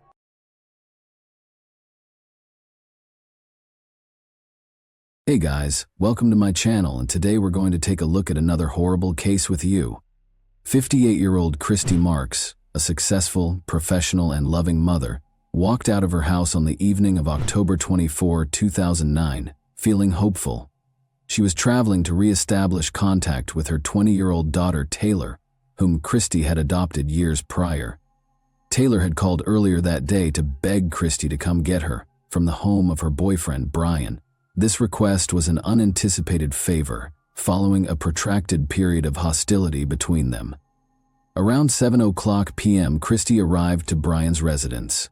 The Akron, Ohio area was notorious for its high crime rate and overall gloom. Christy parked her car, went to the door, and knocked in spite of her fears. When Taylor responded, Christy, unable to control her happiness, gave her a hug. There didn't appear to be any conflict between them. Brian soon followed, escorting the two women back to Christy's vehicle. Although the location itself made Christy uncomfortable, everything appeared regular to her. Things took a horrifying turn as they approached the automobile. Suddenly, a man with a knife came behind them. The assault was vicious and quick. Before Christy could protect herself, she was hit several times in the face and chest. Then she fell to the floor. After screaming, Taylor snatched up her phone and dialed 911. She can be heard begging for assistance on the recording of the call, stating that her mother had been attacked while Taylor was speaking with the dispatcher. She handed the phone to Brian, who gave their location and recounted the events. saying the assailant had run away. He spoke in an eerily serene tone, devoid of the intensity one might anticipate from someone who had just witnessed such a horrific incident. Paramedics showed up in a matter of minutes. Christy was critically ill, yet still alive. After being taken to the hospital, medical professionals put forth endless effort to save her life. Shortly after their arrival, Christy Marks was declared dead, despite their best attempts. Multiple stab wounds administered with frightening intensity at the scene were the main cause of death. Law enforcement immediately identified a number of irregularities. Near the scene of the attack, Christie's purse, which held her paperwork, cash, keys, and other belongings, was discovered undamaged. This particular feature ran counter to the usual heist pattern. A bloodied knife, which was thought to be the weapon used, was also found in bushes close by. These results cast doubt on the witnesses' testimonies and highlighted the prospect of more complex motivations for the crime. Taylor, the police started questioning everyone. Accounts from Brian and his friend Troy, who was inside the house when it was attacked, were conflicting and erratic. Taylor stated that she had only seen the attacker's outline, identifying a person dressed in a flannel shirt and red sneakers. Brian claimed that while battling the attacker, he attempted to step in and even got hurt. But Troy denied ever leaving the house and said he didn't see anything. Investigators soon had suspicions that none of them were telling the truth despite their assertions. Blood trails and the location of the weapon were among the evidence discovered at the scene that pointed to a staged crime. Authorities thought the incident was well planned rather than a chance occurrence. Detectives were under constant observation during the first night of the investigation, and they were left with one unanswered question. Who among those present knew the truth, and why would someone target Christy? On March 29, 1989, Taylor Marks was born. Immediately after her birth, her biological mother made the decision to place her in foster care, placing the child in the custody of the adoption system. Although Taylor was the only member of her original family placed in foster care, little is known about them other than the fact that she had at least one elder sibling. This was the start of a new chapter in her life, one that ultimately gave love and compassion despite its difficult beginning. A few months later, Bruce and Christy Marks welcomed Taylor into their family. Due to their inability to conceive, the couple had long wished to become parents. They knew Taylor was destined to be a member of their family the moment they laid eyes on her. The Marks family was financially secure at the time. Bruce was a senior employee of a large telecom business, and Christy, who was well known for her ability to stay organized, ran the home and supported their family. Taylor was surrounded by love from their huge and close-knit extended family. She was surrounded by supportive and caring relatives, including grandparents, aunts, uncles, and numerous cousins. Raising Taylor was very important to Bruce and Christy. She enrolled in dance courses, went to exclusive private schools, and engaged in other extracurricular activities. Opportunities that many of her peers did not have were abundant in her life. But Taylor had a special relationship with Bruce. Family friends said that Bruce was her hero. Dad always gave her what she wanted and supported her without conditions. However, she had a different relationship with Christy. Christy was more realistic, demanding, and severe. Although Taylor's early years were not significantly impacted by these disparities in parenting, tensions started to surface as she grew older. Taylor had growing parental supervision and expectations during her adolescence, which frequently led to arguments. Growing arguments were the backdrop against which the family dynamic started to erode. Christy and Bruce had marital problems that ultimately resulted in their divorce when Taylor was about 10 years old. Taylor claims that she was emotionally impacted by her parents' divorce. She believed that Christy started to vent her annoyances on her, which made their relationship even more strained. At the age of 13, Taylor's life took a significant turn in 2002. Bruce went into a diabetic coma and died unexpectedly. Taylor suffered a terrible loss at his passing, losing not just her father but also her most dependable emotional support system. Her grandfather, with whom she was also quite close, also died soon after. Taylor suffered severe emotional injuries as a result of these back-to-back defeats. Christy acquired a sizable estate, including a sizable chunk of money, after Bruce passed away. In the hopes that a change of scenery would give her and Taylor a new beginning, she utilized a portion of the money to buy a new house in Akron, Ohio. But Taylor's emotional condition was getting worse. She'd become more reclusive. Her disagreements with Christy grew more heated, and her academic performance declined. Although Christy made an effort to help her daughter, her strategies frequently came across as unduly restrictive. She made an effort to make up for Bruce's passing by giving Taylor material luxuries, frequently going above and above to meet all of her needs and more. The emotional bond between them, though, kept deteriorating. One day, Christy hoped, her daughter will assume responsibilities, complete her studies, and continue the family tradition.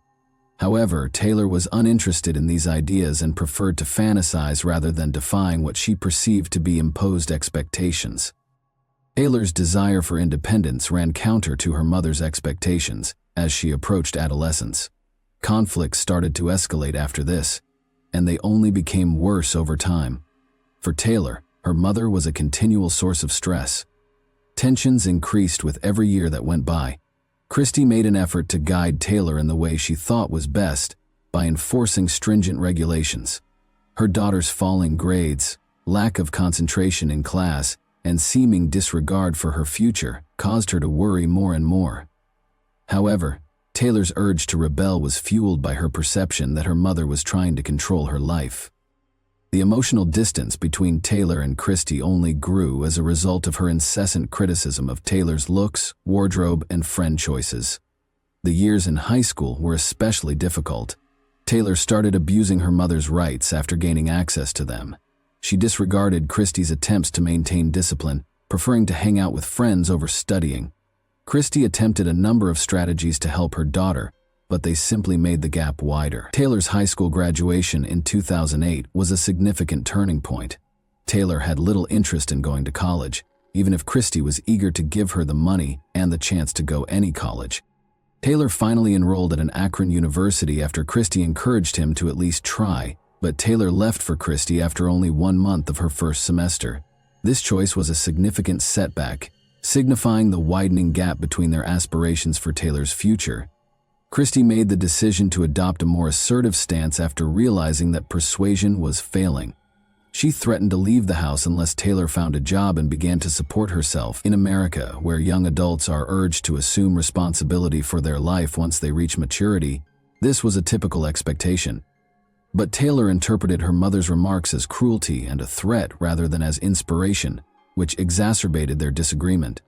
When Taylor met 21-year-old Brian Smith, who had a reputation as a bad kid, in May 2009, things became even more heated. Along with his mother and sister, Brian resided in a low-income area of the city. Taylor was immediately attracted to him because she saw in Brian an opportunity to break free from her mother's authority. However, some who knew Brian said he had a fiery temper and a need to control others in relationships. "Stop, Taylor." Christy was adamantly against the partnership.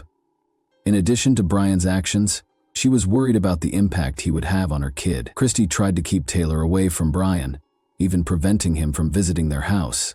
But these acts just strengthened Taylor's determination. Soon after, Taylor left her mother's house, packed her things, and moved in with Brian. At first, their relationship appeared promising, but it didn't take long for Brian to start acting aggressively and controllingly. Thus, life with Brian was far from the perfect picture Taylor had envisioned. Taylor experienced control, envy, and angry outbursts frequently. Despite this, she refused to go back home because she believed that doing so would be an admission of failure. Christy was worried about her daughter and kept helping, in the hopes that her daughter would learn from her mistakes. She kept in touch and bought necessities for Taylor. When Christy offered Taylor a lifeline, their tension reached a breaking point. She was allowed to return home as long as she found employment or went back to school. Christy went so far as to offer her more assistance, including a job at her company, an apartment, and a car. However, Taylor didn't seem really interested in these chances. She and Brian's turbulent relationship persisted, in spite of the growing difficulties. Christy clung to the hope that Taylor would eventually realize her mistakes. One day, she thought, her daughter would come home and be more responsible. Regretfully, this dream would never materialize, and the actions that would ultimately result in a fatal outcome were put in motion by the widening gap in their relationship, which was exacerbated over time. Taylor felt that her long-awaited liberation began when she moved into Brian's house, but that liberty soon gave way to a number of limitations. She had no idea what life with Brian would be like. He kept a close eye on every part of her life and enforced stringent standards. Taylor, who was used to a certain amount of ease and autonomy, was thrust into a situation where she was expected to do anything Brian asked of her. Brian quickly had complete control over Taylor. He kept a close eye on her whereabouts, checked her phone and read her messages. Even her conversations with Christy became contentious. Taylor was persuaded by Brian that her mother was only attempting to control her and keep her from living her life as she saw fit. Christy kept reaching out, but his remarks widened the already widening gap between them. Taylor was in total seclusion in Brian's house, but she was determined to maintain communication. By presenting himself as the only one who genuinely understood her, Brian not only limited her social circle but also played with her emotions. He acted aggressively during arguments, threatening people and smashing things. Demands for complete fealty and continual reminders of her reliance on him frequently followed his tantrums. The fact that Brian's mother Tammy decided not to step in and essentially encouraged his actions made matters more problematic. By serving as a watcher while Brian wasn't present, his younger sister also contributed to keeping Taylor under control. Because of this, Taylor's every action was constantly watched. Another important element in Taylor's relationship with Brian was her financial connections to her mother. Brian was determined to keep things under control because he was aware of Christy's riches and Taylor's possible inheritance. He further strained their relationship by often reinforcing the notion that her mother was the cause of all her issues. Taylor started avoiding her mother as a result of Brian's influence, and even when Christy came to assist her daughter, Brian continued to act contemptuously and distantly. He insisted that they could manage things independently and dissuaded Taylor from accepting her mother's help. Christy persisted in providing for Taylor in spite of Brian's efforts, purchasing her essentials and pressing her to return home. The conflict between Taylor, Brian, and Christy had escalated to a breaking point by the summer of 2009. Taylor had lived with Brian for months and was now totally reliant on his influence. In the midst of growing aggressiveness and control, a concept emerged that at first glance appeared unrealistic, but quickly developed into a detailed strategy. Financial incentives, mutual discontent, and growing pressure all contributed to this notion. In order to obtain access to Christy's assets, it was intended to permanently remove her. For Taylor, this appeared to be a means of becoming financially independent and cutting the final links that bound her to her mother. It gave Brian the chance to firmly establish his dominance over Taylor and take advantage of her wealth to better his own situation. Within their close circle, the notion of committing a crime started to circulate. Troy Purdy, a 19-year-old buddy of Brian's who often came to their house, joined in on these conversations. Younger and more susceptible, Troy was viewed as a perfect fit for the scheme. At first, the discussions were presented as jokes or made-up situations, but they grew more somber over time. With meticulous attention to every detail, the planning process moved slowly forward. Brian and Taylor discussed ways to make the crime appear to be a random attack or robbery. They concluded that rather than indicating a planned crime, the evidence found at the scene should suggest an act of spontaneous hostility. Taylor and Brian were not directly involved in the incident because Troy was selected to perform the act. Troy's commitment to Brian served as the foundation for his involvement. He didn't dispute the strategy, and he respected Brian. Troy was promised $5,000 in exchange for his role. Taylor anticipated receiving this sum from her inheritance after the court proceedings were concluded. The weapon was chosen with particular care. Taylor claims that Tammy, Brian's mother, even bought a knife for the scheme, but it was later determined that its size and weight made it inappropriate. Finally, Troy took it upon himself to locate a suitable weapon. He picked a small, lightweight knife that was convenient to carry and hide. Studying Christy's routines was an essential component of the preparation process. They knew that Christy frequently came to see Taylor at Brian's residence, which left her susceptible because she typically arrived alone herself, thinking she was just picking up her daughter. This information was included in the plan. The attack was supposed to happen while Christy was leaving the house or close to her car when she arrived at the residence. Taylor took the last step to make sure everything went according to plan just before everything was put into action.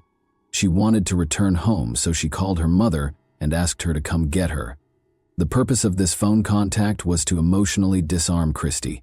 allowing her to feel relieved and letting her guard down during the conversations. Taylor didn't hesitate. Troy claims that in addition to actively participating in the planning, she had a strong will to see it through to completion. Even though she and her mother had a tense relationship, this was an extreme move. Taylor used her desire to get away from her mother's control and years of bitterness as justifications for her engagement. While this was going on, Brian led the process and persuaded Taylor that this was the only way to solve her issues. Everything was prepared by the evening of October 24, 2009. Taylor stayed composed and concentrated, thinking that this was the best way to go, even though she knew the plan was progressing from theory to action. This day appeared to be the beginning of Christy and her daughter's reconciliation. It signaled what Taylor and Brian perceived as the start of a new phase in their lives. For Christy Marks, October 24, 2009 started off as an ordinary day but ended tragically. Taylor wanted to come home for Christy, she told her mother over the phone that night. This surprise call was a happy moment. She saw it as a chance to reestablish a relationship with her daughter after months of conflict. Unaware that she was entering a carefully orchestrated crime, she hastily packed her belongings, got into her car and drove to Brian's residence. Christy showed up at about 7:00 p.m. After parking close to the house, she made her way to the front door. It seemed as if this was the first step toward reconciliation as Taylor smiled and gave her a hug. Brian watched the event from behind as they left the house. Troy remained inside as intended, to avoid raising any red flags. Brian followed a little behind, as if escorting Christy and Taylor as they started toward the car. Everything changed in a second, even though it seemed like a typical interaction. The incident started abruptly and without warning, when Troy came out of the home with the knife as the two women got closer to the car. Christy didn't have time to respond. Troy repeatedly hit her in the face and chest. She had little time to defend herself because the attack was so quick and vicious. After being stabbed more than 10 times, Christy collapsed to the ground. There was no robbery here. It was a deliberate act of violence with the goal of killing her. Taylor was standing close by, observing the assault. She later said that her fear of Troy was the reason she did nothing. Surveillance film that was later found, however, revealed no indications of panic or concern on her behalf. Brian likewise did nothing to stop Troy, claiming that his only responsibility was to safeguard the women. After the incident was ended, Taylor grabbed her phone and dialed 911. She pleaded for an ambulance to be sent right away, and her voice sounded stressed, but Brian quickly took over the phone and took on the coordinator's position, giving the dispatcher information about the location and the kind of help that was required.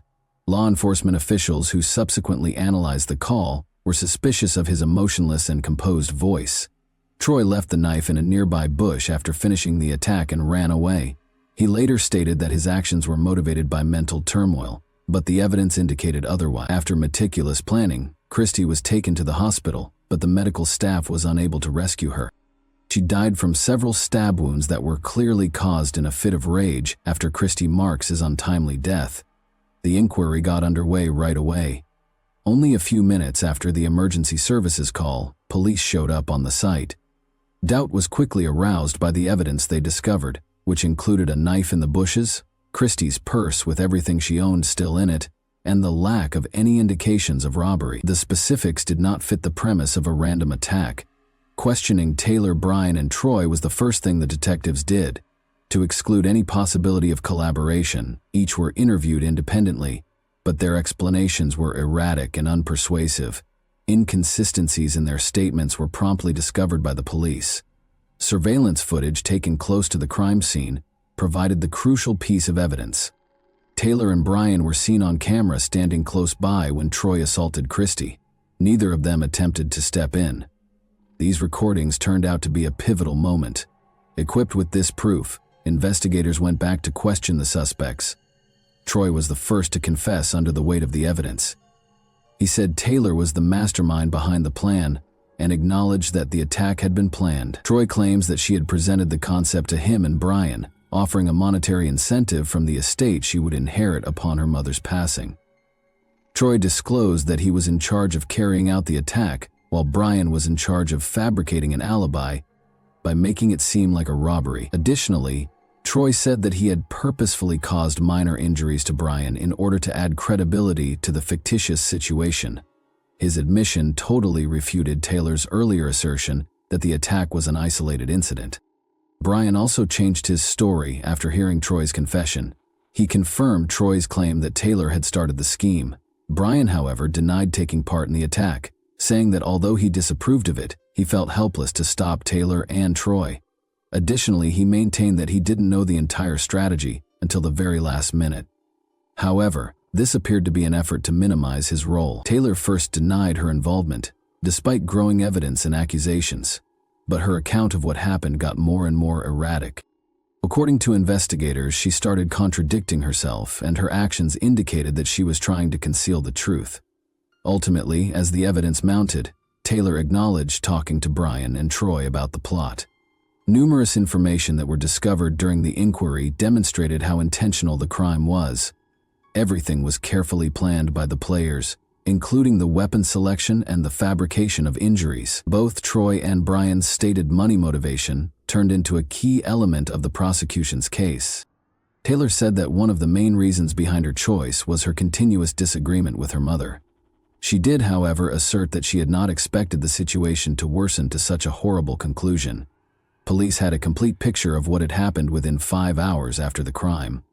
In relation to Christy Marks's death, Troy Purdy, Brian Smith, and Taylor Marks were taken into custody and charged. However, this marked the end of the investigation's first phase. The court would decide their degrees of guilt and impose sentences, and the legal process was only getting started. In late 2009, the trial for Christy Marks's crime got underway. Because of the savagery of the crime and the involvement of those close to the victim, the defendants were under intense public scrutiny. A plethora of evidence, including camera recordings and witness statements, served as the foundation for the prosecution's case. The security film, which showed Taylor and Brian watching and doing nothing to stop the attack on Christy, was the strongest piece of evidence. Furthermore, a key component of the case was Troy's confession, which described the conspiracy and his involvement in the crime. Additionally, Taylor's phone was used by investigators to exhibit text messages in which she talked about her tense relationship with her mother and stated that she wanted to be free of her. Evidence of the sizable inheritance Taylor anticipated receiving following Christy's passing provided more credence for the financial motivation. It was disclosed during the trial that Christy has substantial assets, including as a business, real properties, and sizable savings. Taylor, Brian, and Troy's defense lawyers aimed to lessen their client's guilt. According to Taylor's defense, she was heavily influenced by Brian and lacked the independence to act on her own. According to her attorney, she was susceptible to manipulation because of the emotional instability brought on by the death of her father and the pressure from her mother. Brian, however, denied being directly involved in the crime. He didn't know about the plan until the attack happened, according to his lawyer, and Buka paralyzed him so he couldn't stop it. Troy tried to somewhat alter his story during the trial, stating that he was under pressure from Brian to do so, even though he had already confessed. Troy admitted his guilt and testified against the other defendants in exchange for a plea agreement with the prosecution. Instead of facing the death penalty, he was given a life sentence without the prospect of release. Taylor also entered a guilty plea after realizing how bleak her circumstances were. She made a heartfelt statement throughout the hearings, expressing regret for what she had done. She described how she became involved in the crime as a result of her disputes with her mother and Brian's influence. Prosecutors countered that she was intentionally and strategically involved. When faced with indisputable proof, Brian, on the other hand, finally acknowledged his role after first denying it. The court saw this as an attempt to minimize his responsibility, notwithstanding his insistence that his involvement was small and that he had not intended for the crime to occur.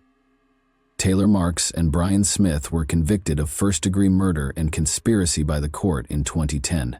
They were both given life sentences, without the chance of release. Although Taylor apologized for what she had done, her assertion that she had lost control was interpreted as an effort to lessen the severity of her punishment. Troy Purdy was also sentenced to life in prison as part of his plea agreement, but his actions while inside ultimately came to light. He was accused of having a weapon within the prison in 2015, which cast doubt on his capacity for change. The announcement of the penalties permanently altered the lives of all those engaged in the catastrophe.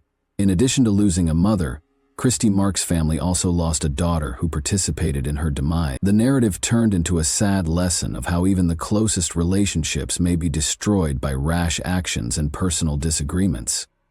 Taylor was committed to a women's penitentiary prison in Ohio and given a life sentence without the possibility of release.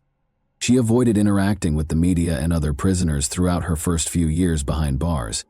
But in 2021, Taylor spoke about her case in an interview with a television show.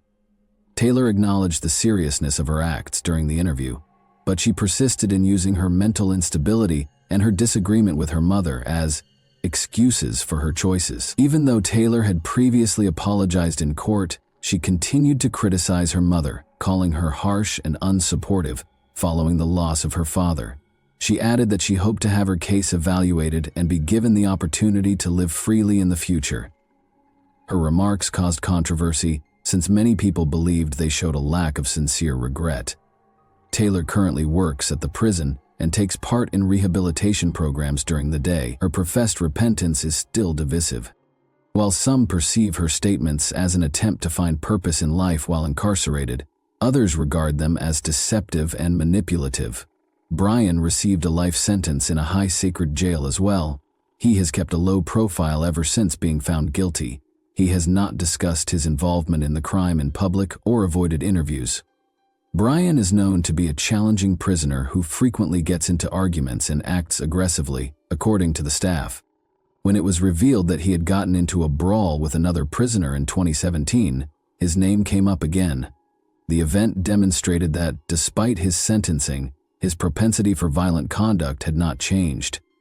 Brian, like Taylor, continues to serve as a reminder of the terrible consequences of not accepting responsibility and the destructive power one may wield over others. Despite his plea agreement, Troy, who was directly involved in the crime, was likewise sent to a high secretary prison, since his actions while incarcerated showed no signs of improvement. Although Troy's involvement in the crime was seen as the product of Brian and Taylor's manipulation, his readiness to deliver the lethal blows raised questions about his potential for rehabilitation, and he has hardly been discussed in the media since the occurrence. Christy Marks' friends and surviving family members continue to remember her. Following her passing, her senior care company was sold, and a portion of the money raised was given to organizations that assist victims of domestic abuse. Christy has frequently been characterized by her family and friends as a strong, kind woman who devoted her life to serving others. Even now, years after her passing, Christy's story serves as a reminder of the value of candid communication in families and the necessity of getting professional assistance when disputes get out of hand. And that wraps up today's chilling story. If you enjoyed this video, don't forget to like and subscribe so you never miss a new upload. Also, let me know in the comments, what part of this story shocked you the most? Thank you for watching, and I'll see you in the next video.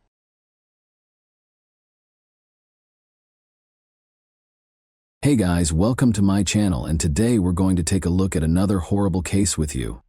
Ashley Parlier, a 21-year-old from Battle Creek, Michigan, argued with her parents on June 12, 2005, and then fled the house. Everyone, including relatives and friends, was suspected for years after she vanished without a trace and was never seen again. For more than 10 years, the case produced no results. The police were looking for answers about the Parlier family for 18 years until they finally found them. Where has Ashley Parlier disappeared to? Was there a possibility of foul play?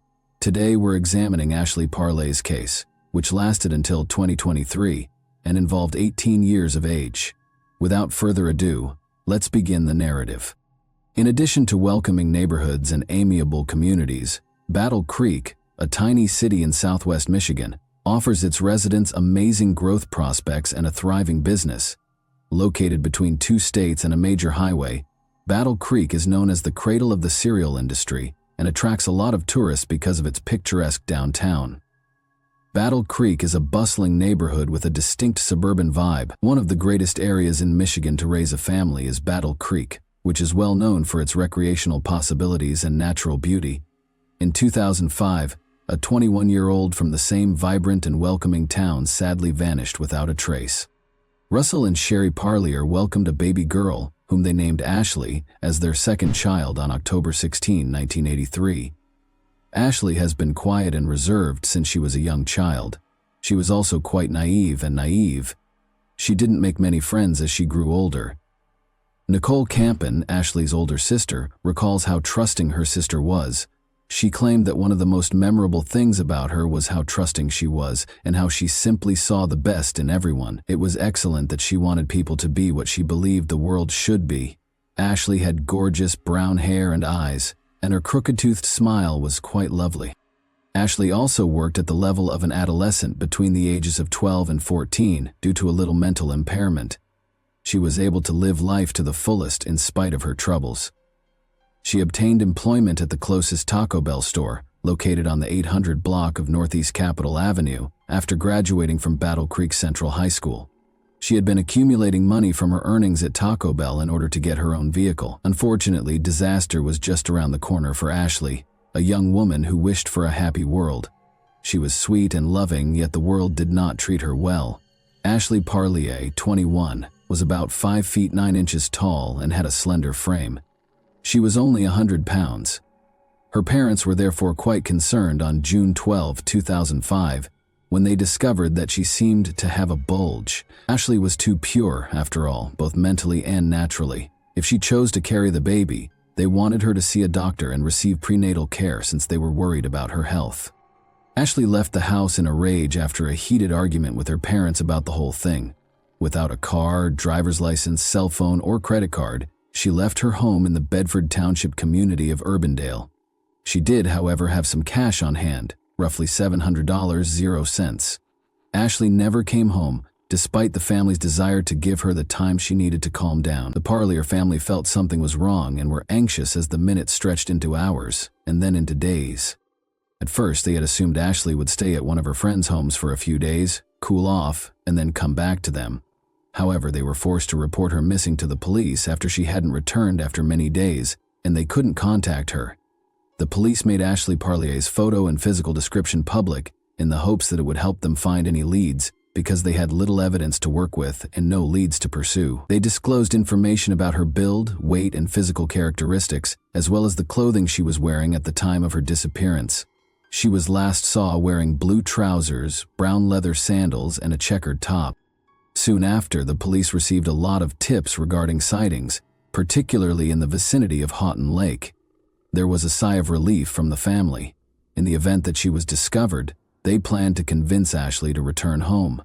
However, the Parlier family soon received grim news from the police. None of the sightings could be verified and were all bogus. Ashley was therefore not yet prepared to return home, wherever she was. As the investigation progressed to the second level, Ashley's parents, Cherie and Russell, who had delayed making a complaint, were the object of the officers' first suspicion. While Ashley's mother, Cherie, refused to take the polygraph, her father consented to do so and was exonerated. It's crucial to note that Cherie had already begun exhibiting symptoms of Huntington's disease, which was correctly identified a few years later. Nicole, Ashley's sister, explained that since Ashley had never done anything like that, not returning home for this long was undoubtedly uncommon behavior. However, the family had assumed that she was likely venting at a friend's house because they had a rather heated disagreement before she left. They had thought they would be able to resolve the issue if she returned home by the weekend. The police were clearly concerned because, according to Nicole, her parents were the last two people to see her at that time. She continued, "Again, we are a small-town Michigan family. We never thought that this would be a 16-year ordeal of trying to figure out where a daughter and sister is." In the months prior to her disappearance, the police also attempted to look for her then estranged partner. At the time of the interrogation, Ashley's family thought she was carrying his child, even though they had split up. Another girlfriend of his was pregnant as well. Although the cops were unable to locate any evidence against him, he was not ruled out as a suspect. Ashley's close friends and family members were again questioned, but once more no information was discovered. But there was another angle. The officers discovered that Ashley might have had suicidal thoughts. The police had a suspicion that they would be able to locate the body if she had committed suicide. Thus, the police conducted a thorough search for her body. There was nothing substantial to find. They then speculated that Ashley might have been robbed. but her social security number remained unchanged during her absence. The police were prepared to deliver more unfavorable news to the Parlier family by this point. They told her relatives that Ashley was probably already dead and that they suspected foul play. Additionally, they promised the family that they would not give up on her. Although they conducted a thorough search for Ashley Parlier, the case ultimately came to nothing. Ashley's case was handled by a number of Battle Creek Police Department personnel throughout the course of the following 18 years. The department as a whole was baffled by her disappearance, as they kept discovering people of interest, but none of them had ever been shown to be suspects. The sheriff's department was given the case in 2020 after they had suspicions that she had been murdered outside of Battle Creek City. Only in 2021, when they least expected it, did they make progress in the case. The case has stalled after about 16 years of little progress. Then, however, something occurred that would alter everything. When police in Pennsylvania suddenly discovered a lead in Ashley Parlier's case in January 2021, they contacted officers in Calhoun County. Harold David Holman III, a 44-year-old serial murderer, was being questioned by Pennsylvania authorities in connection with the killings of Tiana Phillips and Erica Schultz. Holman did not want a trial at that time, so he asked the authorities if they could combine the three cases of Phillips, Schultz, and Parlier. Ashley Parlier had not been brought up by the police at any point during the exchange. They questioned him further about the Parlier case, since they were unsure of what he was talking about, and the results were startling. It was a complete confession, rather than merely a lead. The detectives promptly contacted the Calhoun County Police Department to update them on the latest case development. After taking over, the Calhoun County Police Department's investigation showed that Holman had resided in Battle Creek from 2002 to 2009 and had communicated with Parlier. Following Ashley's argument at home, police discovered that Holman had been in communication with Parlier. In Emmett Township, Michigan, she paid him a visit. Ashley informed him that a pregnancy test was requested by her parents. After getting into a fight with Ashley, Holman attacked her, knocked her out, and carried her to the Pennsylvania hills, where he struck her skull with a piece of wood until she was immobile. He also told police that he had disposed of his bloodied clothes after leaving Ashley someplace in Newton Township's northern section. On November 29, 1978, Harold David Holman III was born. Before becoming a young man, Holman lived in Germany with his father from his early teens until his father moved to Turkey, leaving him to live with his girlfriend. He looked like a typical young man at the time. The fact that he would become a serial killer was not anticipated. Holman killed someone for the first time when he was 20 years old. On May 3, 1999, 21-year-old Joseph Whitehurst, the son of an Air Force colonel, was residing at a military installation in southwest Germany. He was discovered outside Ramstein Air Base after going missing. A club discovered at the scene of the murder had been used to bludgeon him to death a few days later. Holman admitted to killing Whitehurst after being apprehended by German police for an unrelated offense. Holman claimed that he attacked Whitehurst first because he felt threatened by him when he had begun dancing around the campfire. As Holman told the authorities, "I don't know how many times I hit him and then I was gone, but it was the biggest rush I ever felt, like your whole body to this day." He was only given a 6-year sentence at a German reform school in spite of his confession. A person under the age of 21 must be tried in a juvenile court in accordance with German legislation. Furthermore, Holman received a less sentence because he was also diagnosed with schizophrenia at the time. After that, he returned to America and worked as a truck driver in Emmett Township, living close to Battle Creek, Lakeview, and the Fairfax addition. Around this time, he appeared to play a significant part in Ashley Parlier's 2005 disappearance. Tiana Phillips, a mother of 2 children, vanished on June 13, 2018. 3 years later, when he was eventually arrested and being questioned by the police, he said that he had wanted to kill again rather than specifically kill Phillips. Erica Schultz knew a man online as Dave, and she wasn't sure if she would ever meet him. Erica went missing on December 6, 2020. Because Erica was a habitual person with autism, the police looked through her phone records and linked Holman to her murder when she failed to appear. "Killing Erica Schultz was like just another day in the park for me," he said nonchalantly in his confession. He was discovered with a self-inflicted wound beside railroad tracks in Duncan, Pennsylvania, at the time of his arrest. He felt that in order to atone for his misdeeds, he had to die. Hallman confessed to killing Schultz and Phillips when he was in the hospital getting treatment. He confessed to killing Phillips, whom he had slept with, in a letter to his estranged wife while he was incarcerated. To emphasize that he would never do such a thing with her, he stated that he wished to confess to the crime. His ex-wife was clearly alarmed and took the letter to the police. She added that she had not believed Hallman when he had previously claimed to have killed a lady. He was a serial killer due to the commonality of his acts. His victims had all vanished. They were all injured in the head. After attacking them and rendering them unconscious, he completed the task. He did not bury the remains. Instead, he disposed of them in isolated locations. Actually, Schultz and Phillips were killed on the same day. In the cases of Tiana Phillips and Erica Schultz, Hallman has been accused of abduction, criminal homicide, and abuse of a corpse. Detective John Pignatch of the Calhoun County Sheriff's Department stated that Hallman was not a temporary resident and did not have a permanent address in Pennsylvania in 2021. He attributed all of this to his family and a failed marriage. According to him, there are alphas and non-alphas. That's simply the case. A master and a slave, or whatever you want to call them, are present. That's how life is constructed. He had to seek that dynamic in extramarital affairs because his wife refused to yield to him. He studied serial killers after Parlier's passing. He always said that he remembered every murder, including specifics of what he did to each one, when asked which one he remembered the most. He needed to be removed from the streets right away because police were certain he was a serial killer. Hallman actually acknowledged that he would have killed again if he hadn't been apprehended. In his confession, Hallman made it clear that he had met Ashley Parlier, who had been with her parents, in a bowling alley. The confession in the court document also made clear that he struck up a conversation with her, which later resulted in a deeper relationship when she argued with her parents. After phoning Hallman, she went to his house. Ashley told him that she was being forced to obtain a pregnancy test by her parents. He admitted to being the father of the child Ashley was expecting. Their subsequent dispute infuriated him and he knocked her out. Then, on the night of June 13, 2005, he killed her by repeatedly beating her in the head.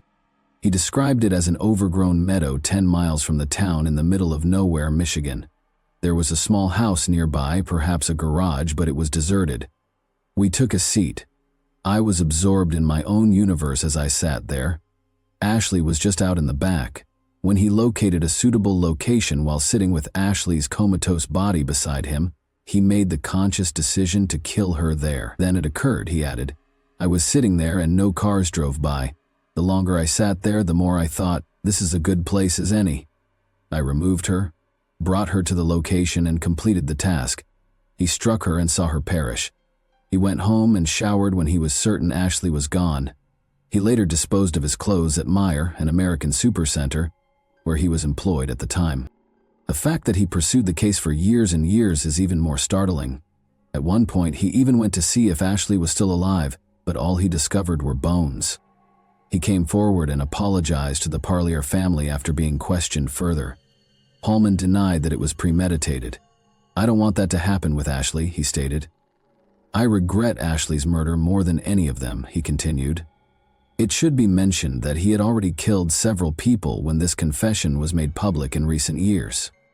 Ashley's sister, Nicole, was puzzled and unable to contain her emotions after learning that Hallman had claimed that Ashley had approached him for assistance. She was appalled that Hallman had killed Ashley in cold blood in spite of this information.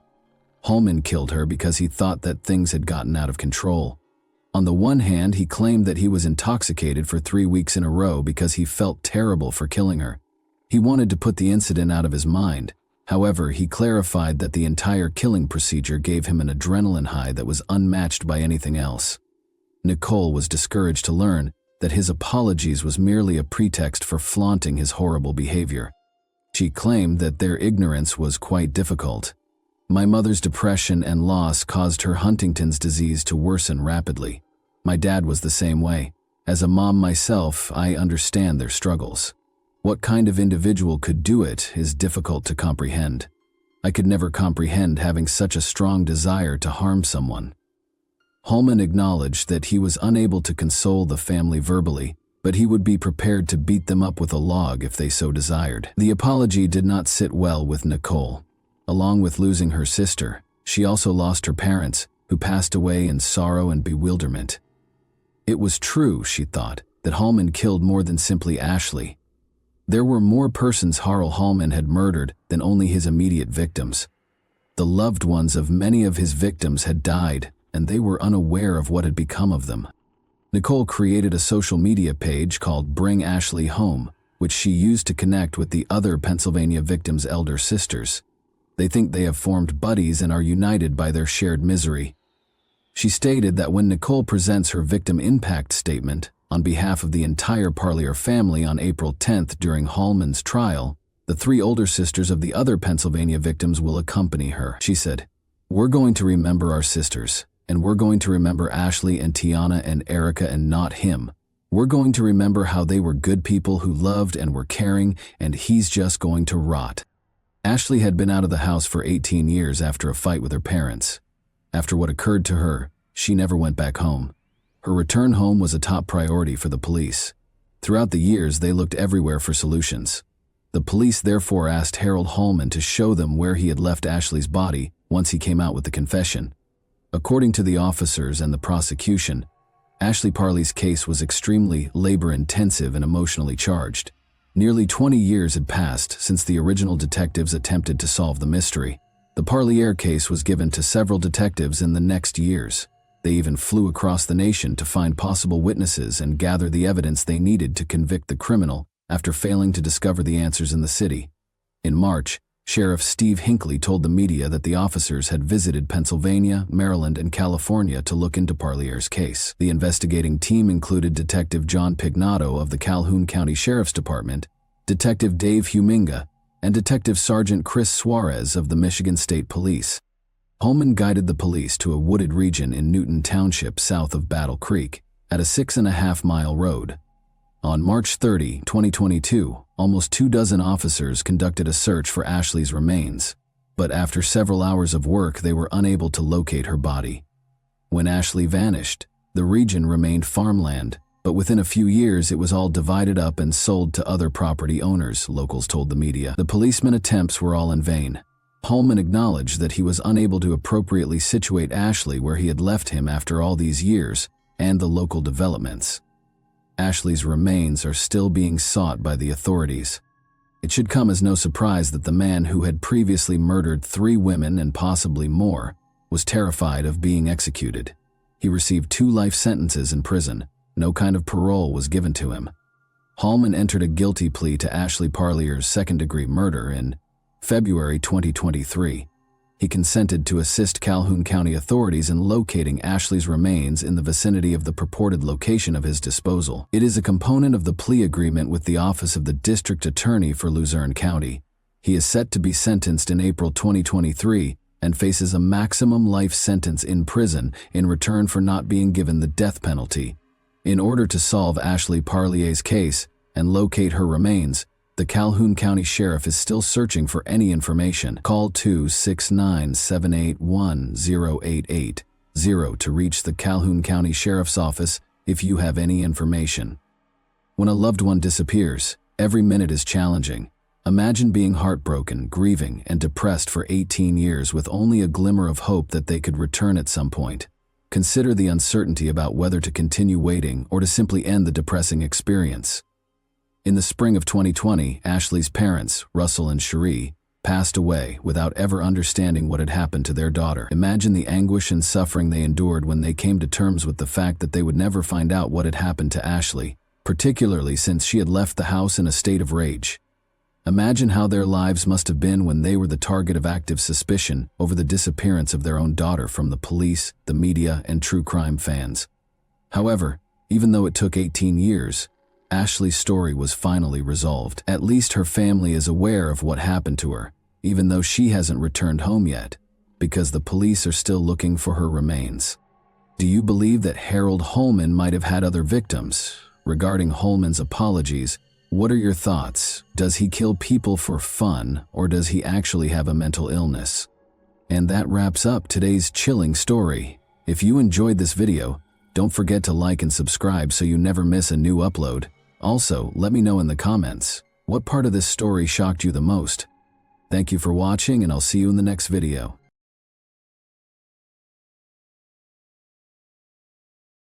Hey guys, welcome to my channel, and today we're going to take a look at another horrible case with you. Vicki Lynn Belk, a young mother, vanished in Charles County, Maryland in August 1979. Later, evidence of a vicious kidnapping, sexual assault, and deadly shooting was found on her body in a remote wooded area. The community was rocked by the horrible crime, and Vicki's family was left with unsolved questions and indescribable sorrow. A lack of leads, witnesses, and forensic evidence caused the case to go cold despite investigators' best efforts. After decades without a conclusion, an unexpected arrest was made in 2023 thanks to advances in DNA. What made the offender carry out this heinous deed? Will Vicki and her loved ones receive justice at last? Let's dive right in. A paradox exists in Suitland, Maryland, which is a census-designated community in Prince George's County. It appears to be a quiet town that offers a blend of suburban and urban living, making it an ideal place to raise a family.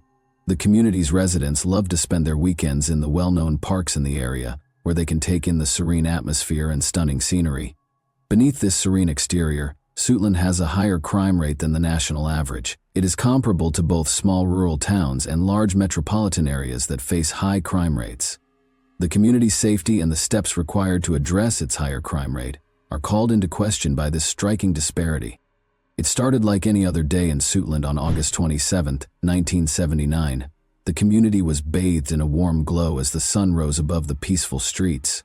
Vicki Lynn Belk, 28, and her boyfriend James Hill were having a typical Monday morning. They got up, ate breakfast, and prepared to work at the offices of the Department of Agriculture. They drove James's 1972 Buick out of their apartment and began their journey, making a partial stop at Stadium Armory Station before continuing on into Washington, D.C. For the last portion of their trip, they chose to get out of the car and ride the metro.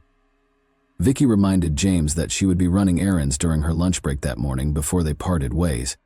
James bid them farewell quickly and went on with his work, oblivious to the tragedy that lay ahead. When James finished his work for the day, Vicki intended to meet him in the parking lot and take the subway back to the car. James accepted the plan, believing it to be simple, and promised to see her soon. Without suspecting anything unusual, he said this. But when James got off work that afternoon, he was unable to locate Vicki or his vehicle in the parking lot. He glanced around, but neither she nor the car was there. As the minutes passed, he began to worry that perhaps she was running late. He thought she might be back at their apartment, so he found another way home, but she wasn't there either. There was silence when he called her name. James frantically called every friend and relative of Vicki's he could recall throughout the night.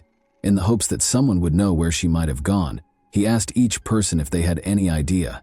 However, nobody appeared to be aware of her location, so James was left with only more concerns and questions. James was not reassured by this. He was unsure of what to think or do. He had been clueless about Vicki's whereabouts the entire day and night. By the following morning, James's concern had escalated into a desperate situation. He called the Prince George's County Police because he was so concerned. He informed them that he had not seen his girlfriend in almost 24 hours and that he was now deeply worried about her safety. He wanted to locate her and safely bring her home with the assistance of the police. James attempted to report his girlfriend Vicki missing to the Prince George's County Police Department early on August 28, 1979, but the authorities informed him that an official report could only be made 72 hours after Vicki's disappearance because she was an adult. For James, it was infuriating and unbelievable. How come the police didn't act right away? All he could do was wait and hope that Vicki would come back, which was an agonizing thought. As he considered all the horrible things that might be happening to her, each minute seemed to drag on forever. When he informed Vicki's family, they became very concerned, particularly Maydell Belk, Vicki's mother. Maydell was a strong woman who became anxious and scared because she was unable to comprehend what was happening. She couldn't stop thinking about how dependable and responsible Vicki had always been, and how it wasn't unusual for her to call or let her loved ones know where she was going. Vicki's failure to check on her son was definitely out of the ordinary, and Maydell's mind was churning with the worst-case scenarios. As Vicki's family awaited news, the uncertainty was intolerable. Their fear increased as each hour seemed to drag on forever. Their anxiety grew during the 72-hour waiting period. As they waited for the police to intervene, their minds were racing with horrible ideas and anxieties, and they felt helpless and dreadful. Vicki Lynn Belk, the oldest of 6 children in the close-knit Belk family, was born on March 20, 1951, to proud parents Lonnie and Maydell Belk. Vicki assumed a nurturing role as the responsible and caring oldest sibling, showing kindness and devotion to her younger brother Lonnie Jr., also known as Ricky, and her 4 younger sisters, April, Grenda, Judy, and Kay. The Belk family's children were raised in the lovely Virginian city of Alexandria. Vicki and her sister Judy broke the color barrier at George Mason Elementary School in Alexandria, making history as the first African-American students to do so. For upcoming generations of African-American students in the community, this groundbreaking accomplishment cleared the path. They later received their degrees from T.C. Williams High School in 1969, which is evidence of their diligence and willpower. Vicki grew up in a family that steadfastly upheld their values and relentlessly battled for their rights during the unrestricted civil rights era. The Belk family persisted in seeking equality and justice in the face of hardship and discrimination. The community was inspired by the bravery of the Belk family. Vicki stood up for her community's rights and spoke out for what was right, just like her family did. She was a leader who sought to improve the justice and fairness of society. As a leader, Vicki was respected and idolized by her siblings. Her generosity and compassion, which were apparent in all she accomplished, drew them in. Vicki persisted and became the first person in her family to earn a college degree in spite of many challenges and few opportunities. She graduated from St. Augustine's College in Raleigh, North Carolina, with a Bachelor of Arts in Education in 1974. Vicki's skills and knowledge were recognized. Vicki began a successful career by breaking down barriers and accomplishing great things, and in 1979, at the age of 28, she landed a prestigious job as a management analyst in the Department of Agriculture's Office of Operations and Finance in Washington, D.C. Vicki, a single mother, put a lot of effort into raising her young son, Lamont Belk. She also had a time-consuming and hard-working job in Washington, D.C. Vicki volunteered at Oakland Baptist Church, where her great-grandfather was a co-founder, in spite of the difficulties. She had a strong religious and community commitment. Vicki's family always found time for one another, despite everything, because they were so close. Judy, Vicki's sister, married at Oakland Baptist Church in August 1979. To commemorate this momentous day, the entire family gathered. Vicki was a key player in the wedding preparations and served as Judy's maid of honor. James Hill, her boyfriend and co-worker at the Department of Agriculture, accompanied her to the wedding. Following the wedding, Vicki resumed her usual activities. She still put in a lot of work, looked after her son, and spent time with James. Nobody was aware of Vicki on August 29. Every lead seemed to end in disappointment for her family and friends who had been looking for her. They had no idea that their hopes would soon be dashed by a terrible discovery. At 7 p.m. on that fateful evening, a teenage boy from the area rode his bike down Metropolitan Church Road. In Maryland, he was riding close to the intersection of Route 227 when he noticed something. It was hard to see as he rode because of the long shadows cast by the waning daylight. However, he noticed something. He noticed a strange, still figure in the brush. His interest sparked him to get off his bike and approach the object carefully. His heart sank as he got closer. The body was dead. In a panic, the boy ran home to tell his mother about the horrifying discovery. She called the authorities right away. Authorities confirmed the heartbreaking fact that the remains were those of Vicki Lynn Belk at 910, who acted quickly after reaching the scene. Vicki's body was found about 20 feet from the road in a wooded area. She appeared to be in a desperate attempt to repel an assailant because she was lying on her back with her legs outstretched and her fists clenched close to her collarbone. She was shot in the head and died as a result. Unexpectedly, the medical examiner's further investigation revealed that Vicki had experienced sexual assault. Vicki's parents, Lonnie and Maydell Belk, were contacted by the Charles County Sheriff's Office and asked to visit the police station. They made a suggestion that they knew something about Vicki. Lonnie and Maydell came with mixed feelings, hoping that maybe Vicki was just hurt and had been located at last. But when they got to the sheriff's office, their hopes were dashed. They couldn't handle the heartbreaking news they got. They had brutally attacked, killed, and mercilessly abandoned their firstborn daughter on the side of the road. Following Vicky's horrific murder, her family was overcome with trauma and grief. The man who did this to her daughter was cursed by her mother. They were completely traumatized by the violent and disorderly nature of the crime. They gathered themselves in spite of their suffering and trusted the detectives with the case, hoping that Vicky's killer would be apprehended and given a fair punishment. Detectives secured the crime scene, carefully looked for clues, and gathered evidence as part of the immediate investigation into the homicide. Vicky's pantyhose, brown shoes, hair samples, nail clippings, jewelry, bra, dress, and slip were among the items the detectives found at the crime scene. Despite being extensively tested several times, these items sadly failed to provide any noteworthy leads for the investigation. In addition, the detectives interviewed Vicky's family, co-workers, and witnesses to the crime scene innumerable times. However, despite following up on a number of leads, the investigation didn't appear to be moving forward.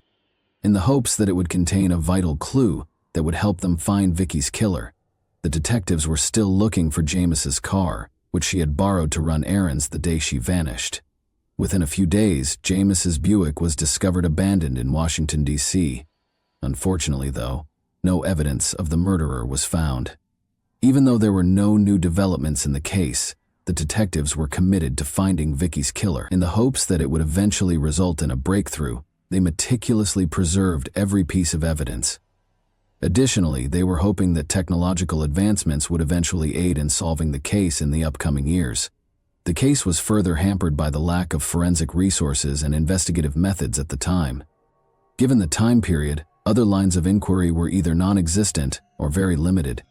Detectives from Charles County and Maryland State Police worked together to re-examine the evidence in Vicky's case. To make use of cutting-edge technologies, they also collaborated with Sorensen Forensics in Salt Lake City, Utah, and Bode Technology in Lorton, Virginia. Together, they sought to solve the case and provide fresh insight into Vicky's killer. But they once again found themselves disappointed. The identity of Vicky's killer remains a mystery, as the investigation into her assault and murder gradually came to a standstill. DNA testing technology was not developed until the 1980s, and it was not in use when Vicky was tragically killed in 1979. After it surfaced, authorities started building a nationwide database of fingerprints and DNA samples from people accused of crimes. But until the 2000s, despite continuous research, no notable advancements were made. Advances in DNA technology by the early 2000s enabled detectives to re-examine the evidence in Vicky's case. Investigators were able to develop a possible suspect profile after re-examining Vicky's dress and finding a foreign bodily fluid. Even though testing technology had advanced, it still needed a lot of work. The created profile was judged inappropriate for comparison with suspects or database entry. Over the years, detectives continued to retest Vicky's possessions using new technologies, unfazed by previous failures. But in spite of their best efforts, no noteworthy progress was made, and the case was once again unsolved, leaving Vicky's family with unresolved questions. However, new evidence was found in 2022 when Vicky's clothing was re-examined with the aid of new technology. Important hints that had been overlooked for decades were made clear by this discovery. A male's DNA profile connected to the crime scene was discovered. This important finding gave investigators new hope that Vicky's killer would be apprehended at last. An important turning point in the case was reached when the new DNA profile was compared to profiles in the Combined DNA Index System, CODIS. When Noel Gehrman learned of a DNA match connecting Andre Taylor to the evidence gathered in Vicky's case on November 1, 2022, it was a momentous occasion. This crucial discovery led detectives to look into Taylor's past and his ties to Bryan's Road, Maryland, the scene of the crime, as he was a 62-year-old convicted criminal from Washington, D.C. Detectives found that Taylor's address on his arrest records from the 1980s was Bryan's Road, 4 miles from the location where Vicky's body was found. The investigation also showed that Taylor's DNA was added to the national database after he was arrested and found guilty of violent crimes in Washington, D.C. This important discovery strengthened Taylor's connection to the case even more. Once Taylor was identified as the suspect, the next task for the investigators was to find him. Detectives worked in conjunction with law enforcement partners from the D.C. Metropolitan Police Department Homicide, the U.S. Homeland Security Investigations, and the U.S. Baltimore Field Office of the Secret Service to find him. After months of unrelenting search, investigators eventually found Taylor in Washington, D.C., where he was living in a nursing and rehabilitation center. In order to get proof, detectives kept a close eye on him and gathered more details about his past. In March 2023, detectives visited Andre at the nursing home with a warrant in order to obtain a saliva sample for a new DNA comparison with the evidence from the crime scene. Detectives weren't worried about Andre running away because of his poor health and amputated leg. Even though the unexpected visit made him aware of his suspect status, the results of lab tests would not be available for weeks, and authorities were certain he posed no flight risk. Andre Taylor's life took a turn for the worse as he grew older. Even though Taylor had never met Vicki Belk, his actions would eventually bring him back to her case decades later. After killing a man during a street robbery in April 1989, Taylor was charged with murder. The prosecution contended that Taylor should be detained without bail, citing his lengthy criminal history. He had at least 10 prior convictions for drug and gun possession in his criminal history. Taylor received a substantial sentence of 5 to 15 years in prison because he was a repeat offender, even though he was only found guilty of carrying a pistol without a license in the homicide case. Following his release, Taylor made several arrests in the 2000 system and kept circling back and forth through the criminal justice system. Taylor's DNA was added to the federal database at some point during this time. This crucial entry would ultimately connect Taylor to Vicki Belk's murder, providing her family with some closure and justice for her heinous murder. A grand jury heard the case from the Charles County State's Attorney's Office on June 16, 2023, and after considering the evidence, found Andre Taylor guilty of 3 serious charges: first-degree rape, first-degree murder, and second-degree rape. 6 days later, on June 22, Taylor was arrested in Washington, D.C. by a team of detectives from the Charles County Sheriff's Office, the United States Marshal's Service, and the Metropolitan Police Department. Taylor was first detained in a Washington, D.C. detention facility before he consented to return to Charles County on June 27. Vicki Belk was 28 years old, and Andre Taylor was 18 when she was murdered in 1979. There is no proof that Andre Taylor and Vicki Belk were acquainted, according to a careful analysis of the original report and follow-up investigations since 1979. Furthermore, the Belk murder and the circumstances surrounding Taylor's arrests in Washington, D.C. are completely different. On June 22, 2023, Vicki Belk's family celebrated a momentous occasion. Vicki's family and detectives spoke to the media during a press conference after Andre Taylor was detained without bail. Although the tearful reunion brought back painful memories, it also brought closure. The family was content and joyful. "I thank God that we are alive and well to witness this historic occasion," Vicki's son said. "I was 7 years old in 1979. Vicki's family expressed their appreciation and treasured memories, saying, "Thank you to the court for holding this person in custody." Through their accomplishments and the establishment of the Vicki Belk Scholarship Foundation in 1980, they paid tribute to her legacy, in spite of the pain.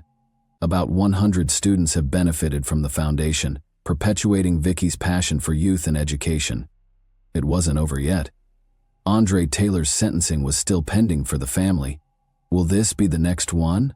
After 45 years of waiting, will the family finally find peace? Will the memory of Vicki Lynn Belk be buried at last? In the decades-old murder case of Vicki Lynn Belk, a Charles County jury found Andre Taylor criminally liable for her untimely death and returned a guilty verdict on July 18, 2024. According to Assistant State's Attorney John Stackhouse, the 45-year-long incident resulted in generational trauma. Belk's son was raised without a mother figure.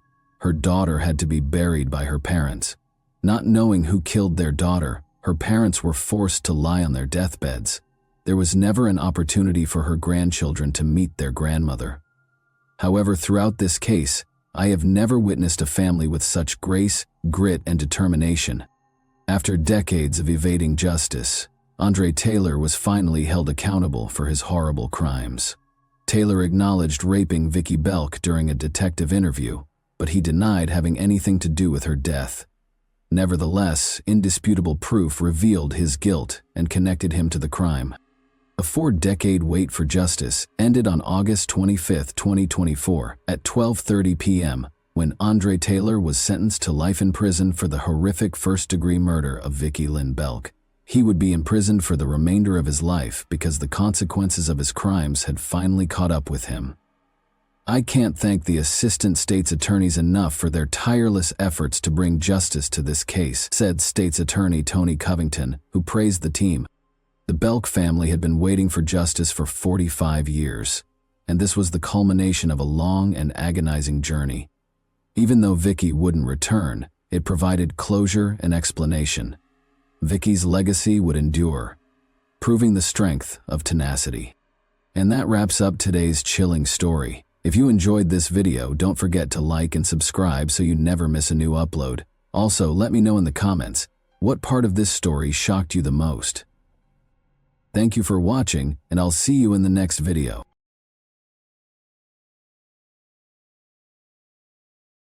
Hey guys, welcome to my channel, and today we're going to take a look at another horrible case with you. Without love, trust, and basic respect, what sustains a marriage? For the sake of the children, some attempt to keep the family together. Some are deterred by religious convictions or a combination of these, while others are concerned about other people's opinions and dread public criticism. However, the will to do whatever it takes to keep a marriage intact can occasionally degenerate into a terrible tragedy. Although Jacqueline and Paul Crimble's story is not unusual, its cruelty, selfishness, and cynicism garnered a lot of attention. The perpetrator was labeled the Black Widow and imprisoned, but in an open interview, her daughter admitted that her mother persisted in destroying lives while incarcerated. The connection between Paul Crimble and Jacqueline. Born on December 18, 1974, in County Armagh, Northern Ireland, Jacqueline, also known as Jackie Mary Bennett, was the younger of 2 children in a typical middle-class household. She was unpredictable, spoilt, rebellious, and occasionally even violent from an early age. Jackie's behavior worsened over her adolescence and eventually became uncontrollable, but her family blamed it on adolescence in the hopes that she would outgrow it. As they say, opposites attract, and this idea seemed to work wonderfully when she met Paul Crimble in high school. He was 3 years older than her and very different from her. Here, Paul was a quiet, reserved young man from a devout household who excelled academically and was seen as having great talent and promise. He was drawn to Jacqueline's confidence, vigor, and audacity. She was the first female he had a serious crush on, and perhaps the only one. Paul was welcomed by Jackie's parents, who supported her decision since they thought he would help their daughter become more composed, logical, and sensible. Her family accepted Paul like a member of the family from the moment they met, and at times it seemed that they treated him better than Jackie herself. Paul's parents, however, were wary of his decision, but did not dissuade the young pair from dating. The couple appeared to be incompatible, according to school friends as well. Paul attempted to settle everything amicably, avoiding violence, and was seen as amiable, forthright, and extremely responsible. But Jackie frequently incited arguments and preferred to settle them with physical force. A courteous, sensible, and mature young guy above his years, he was always dependable and always willing to provide a helping hand to others. When Jacqueline became pregnant at the age of 17, she informed her boyfriend that she was in her last year of school and that Paul, then 20 years old, was already enrolled in college. Paul said he was ready to marry her and assume full responsibility for her and the child as soon as he found out. Although Jacqueline wasn't prepared for parenthood or child-rearing, ending the pregnancy was unavoidable. Such a serious offense would not be tolerated by Paul or his pious family. Jackie accepted Paul's formal proposal when he purchased a ring. In 1992, the couple celebrated with their closest friends and family at a small wedding. Remarkably, just a few days prior to the occurrence, Hall told his best friend that he and Jacqueline were too dissimilar, questioned whether her sentiments were genuine, and was even scared of her because of her erratic behavior. Additionally, the groom questioned whether he genuinely loved her or if he was merely feeling obligated and sympathetic. However, he had nothing to compare because he had never dated other girls. After paying close attention, his friend attempted to talk Paul out of getting married by telling him that it would be the worst decision he ever made and that he would be miserable for the rest of his life. Paul was adamant, though, stating that he couldn't abandon a girl who was expecting his child. In addition, he thought that becoming a mother would improve Jacqueline's personality by making her softer and more composed. Paul had generally hoped for the best, but he was unaware of how mistaken he was. Life in the family without affection. The young couple's first child, a daughter named Danielle, was born at the beginning of 1993. Jacqueline gave birth to their son 6 years later. After the birth of their second kid, Adam Paul made sure his family had all they needed because he was their only provider. In 2000, the offenders moved into a comfortable 3-bedroom townhouse in Armagh after deciding they needed a larger residence. Paul was making a good living as a senior mechanical engineer by that time. However, his wife claimed to prefer work and did not bother herself with it, running the home and bringing up the kids, but she was also not very good at either. Jackie was a short-tempered, greedy, and lazy person who frequently acted aggressively, even with her kids. Jacqueline attempted to find employment when the kids were a little older, but she was never able to hold down a position for very long due to her combative and argumentative personality. In addition, she went out to bars almost every evening to consume alcohol while her husband stayed at home with their son and daughter. Mrs. Crimble was not a particularly amiable lady, even when she was sober, and she became a true rage when she was drunk. In addition to starting arguments, she also got into fights, cursed, and acted inappropriately around different males. Nobody could foresee what she would do next, and she reacted aggressively to any comments or suggestions to act more humbly. Family, friends, and neighbors knew what was going on and truly felt sorry for Paul and the kids, who were the ones who were most negatively impacted by Jacqueline's actions. Many people were aware of the young woman's misadventures and made an effort to stay away from her because the family resided in a tiny, peaceful town. Her husband and kids were impacted by her negative reputation, and they had to deal with the fallout from their classmates. Jackie didn't try to disguise her crazy lifestyle. Her frequent visits to entertainment venues, however, made the staff and other patrons nervous because they knew that her presence would undoubtedly result in a brawl or altercation. Because she may strike out at any time, Jacqueline held her family in constant fear, although Paul made an effort to keep his mouth shut. His friends, family, and co-workers saw that he was uncomfortable with his wife or even just talking about her. Paul was frequently told to leave this woman, but he was afraid of losing the opportunity to see his kids. Jackie would instantly threaten to cut him off from their son and daughter in the event of any disagreement. She also threatened to use her friends against him. These were males she frequently saw at bars who were willing to break the law to protect her. In these circumstances, Paul typically gave in to his wife and said nothing. The unexplained assault on Sunday morning, June 20, 2004. A terrified woman begged for assistance by calling the emergency services. She said that she and her husband were ambushed in their home by 3 strangers who beat them, tied them up, tried to rob them, and then took their car and her husband with them. When Jacqueline Crimble called, police and emergency personnel hurried to the address she gave. They discovered a woman at the house with a plastic wire tie securing her hands behind her back.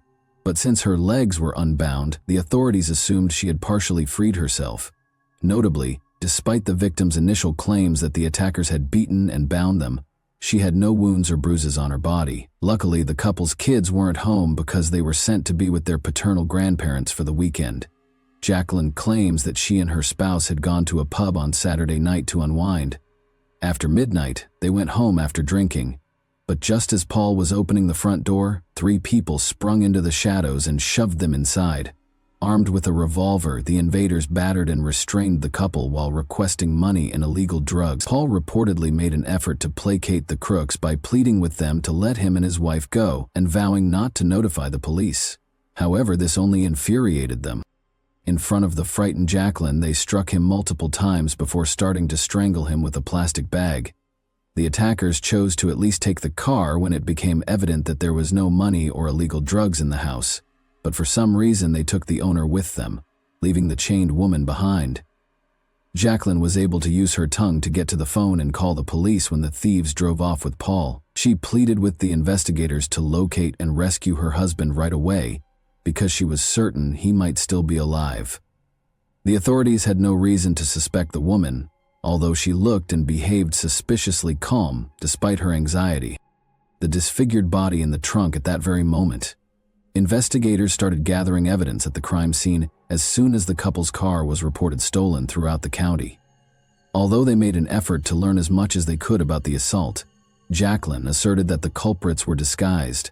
She was unable to remember any identifying characteristics, such as limping, speech impairments, or specifics of the clothing. All she could say was that they were men, and there were 3 of them. Less than a day later, on Monday morning, the Crimble family automobile was discovered abandoned only 3 miles from the residence where the attack had occurred after the search got underway.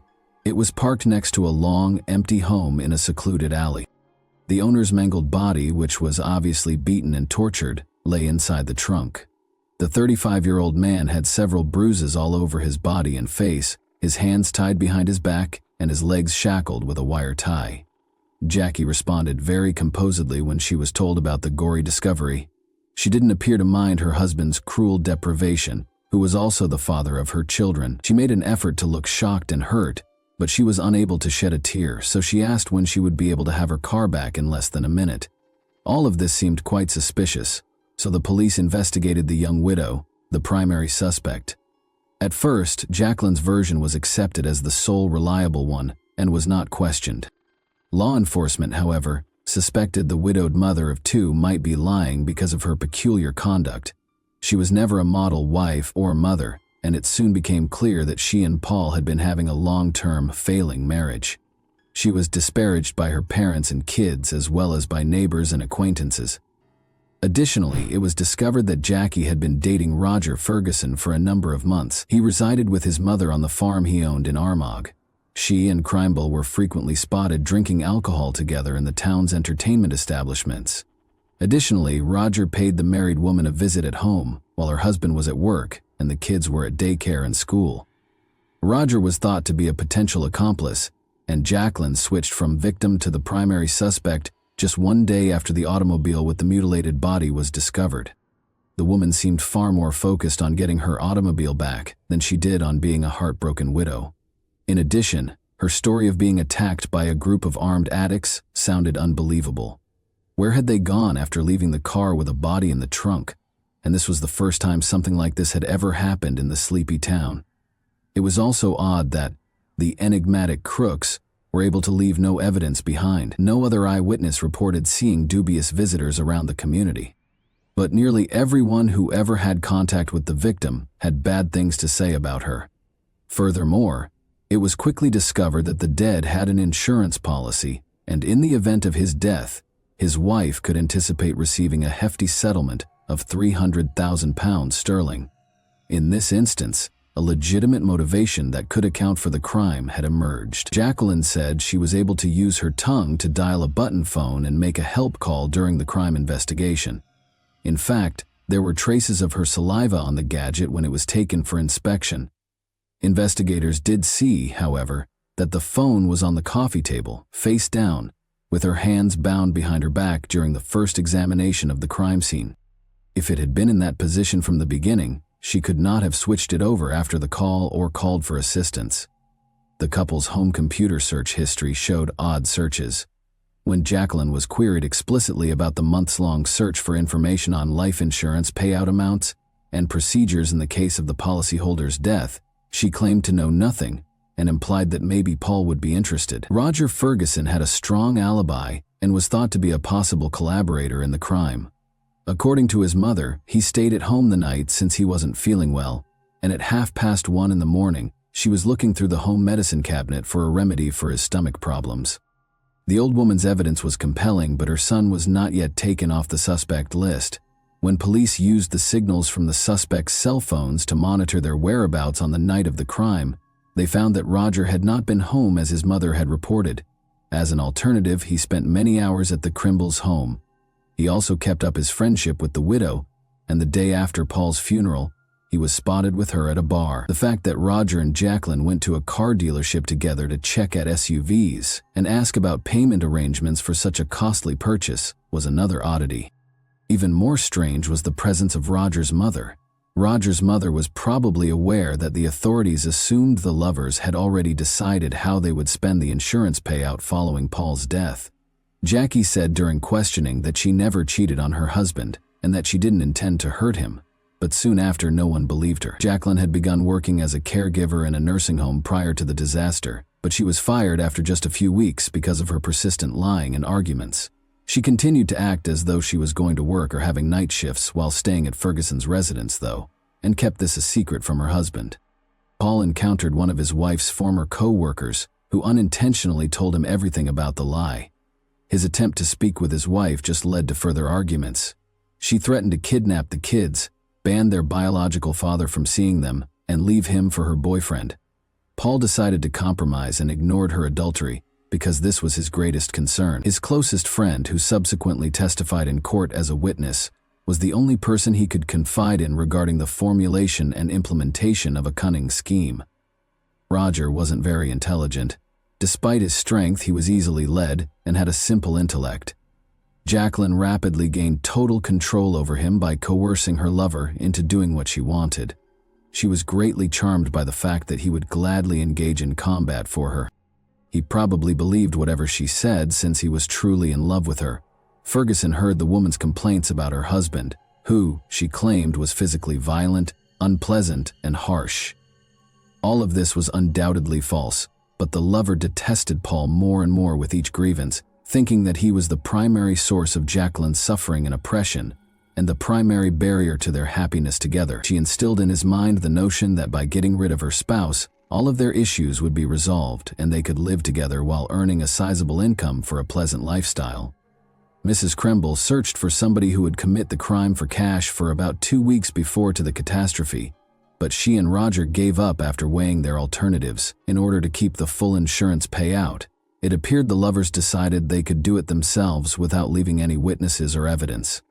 Jacqueline took the kids to spend the weekend with their grandparents on Friday, June 18. She proposed to take her husband out for drinks on Saturday so they could unwind and chat. Paul was happy to accept the offer because he believed it could improve their relationship.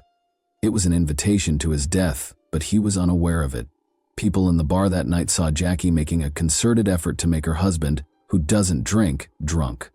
After midnight, she led her dazed husband out of the pub after purchasing drinks and almost forcing him to knock back one shot after another. The last time Paul was seen alive, they were captured on security footage. This exposed a notable disparity in timing. According to Jacqueline, the attack happened as soon as the couple returned from their 10-minute stroll to the pub and lasted no more than 15 minutes. She then reportedly phoned the police right away after her husband was abducted and taken away in their vehicle. But it took over an hour and a half from the moment they were caught on camera until the police were called. Investigators thought the offenders used this time to hide their tracks and set up a third-party attack scene. Furthermore, it seems that Jacqueline purposefully made her husband intoxicated, so he would be powerless to refuse. She said that after kicking Paul while he was on the ground, the crook started to strangle him by covering his head with a plastic bag and taping it in place. The type of injuries on the deceased's body supported her story, but by that point, the authorities had irrefutable proof that the attackers were her and her lover, Ferguson. Following a protracted and exhaustive investigation of the crime scene, investigators discovered a partially obliterated imprint of a man's shoe, the tread pattern of which matched Roger's shoes, that had clearly been attempted but unsuccessfully cleaned.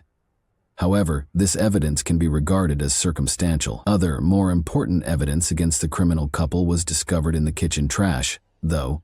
A partial fingerprint of Roger's was found on the cable tie that bound Jacqueline's hands, and a cigarette butt with Roger's saliva was discovered. Ferguson's fingerprints were also discovered on the ropes that bound the deceased's hands and feet, and traces of both lovers' perspiration and oil were discovered on the bag that was used to suffocate the victim. A minor acquaintance of Roger's named Colin Robinson was also discovered to have participated in this heinous act by the investigation. On the night of the attack, Roger called him and asked for his assistance with an unidentified task. In order to avoid drawing attention to himself, the teenager drove his car, abandoned it at the end of the street per Roger's request, and walked to the house. Colin wanted to flee when he saw what was occurring, but Roger coerced him into helping transfer the body to the car and load it into the trunk by threatening him with a knife. They then took the vehicle to an empty location and left it there. The terrified young man first denied any involvement in the incident, but during the second interrogation he broke down and started confessing. Trial and punishment. The course of the investigation was several months. They collected indisputable proof throughout this period, spoke with every witness, and got the third criminal to confess. But the offender's trial didn't start until the spring of 2007, nearly 3 years after Paul Cramble was deprived of his life on May 7. The widow received a 20-year sentence after Jacqueline and Roger were found guilty of a premeditated crime with the goal to earn insurance money in prison, while her accomplice and lover were sentenced to 18 years. Colin Robinson, the juvenile accomplice, received a 3-year term for helping the offenders and trying to hide the truth. Roger's aging mother was likewise unable to avoid accountability for perjury and giving her son a fake alibi. In retaliation against her own children, the woman was only granted a year of probation due to her senior age and severe health issues. Jacqueline persisted in ruining her family's lives while she was incarcerated.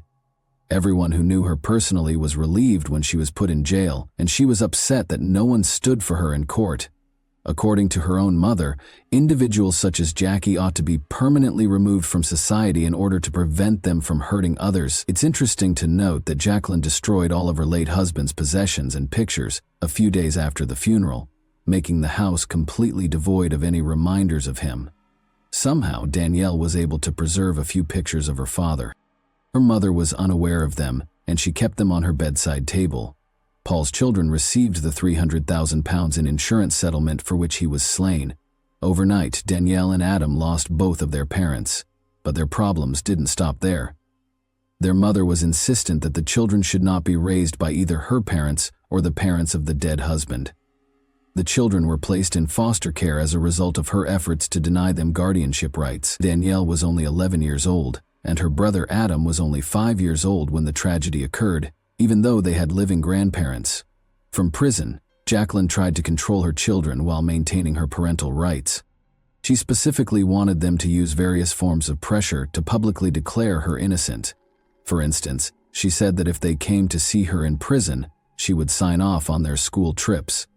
However, she misled them during the visit by refusing to sign the document and insisting they testify in her favor. Consequently, only the brother and sister were unable to accompany their class on weekend outings. Danielle is currently 31 years old, resides in Basingstoke, works at a daycare, and is seeing an engineer named Simon Bryce. Her 25-year-old brother relocated to London and has a decent degree. With Jacqueline's upcoming release next year, her adult children are extremely concerned that their mother would keep doing everything in her power to ruin their lives. And that wraps up today's chilling story. If you enjoyed this video, don't forget to like and subscribe so you never miss a new upload. Also, let me know in the comments what part of this story shocked you the most. Thank you for watching, and I'll see you in the next video.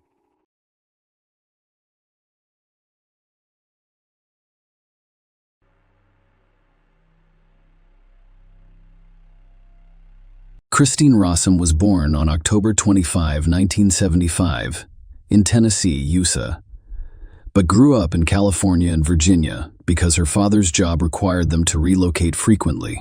Christine had 2 siblings, and in her early teens, she attended an all-girls boarding school where she began to engage in behaviors such as drinking beer and smoking cigarettes. Christine had started using methamphetamine when she was 17 years old in 1992.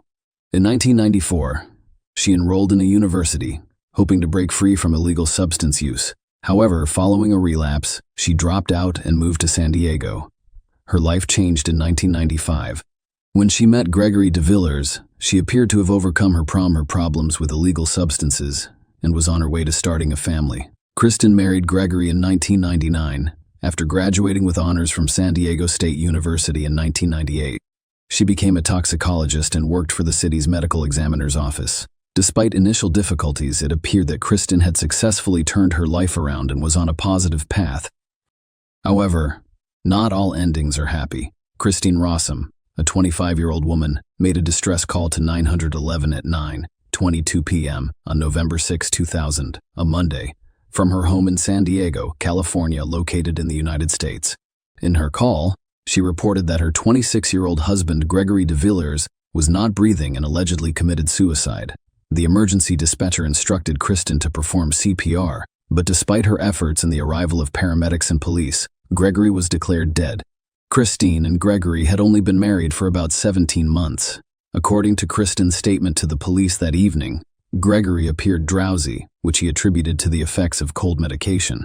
Kristen went on to say that she took a bath and came out to find Gregory lying on the bed, not breathing. Gregory was found on the bedroom floor, surrounded by scattered rose petals, which puzzled the police. A wedding photo was near his pillow, and Kristen's crumpled diary pages were strewn across the floor.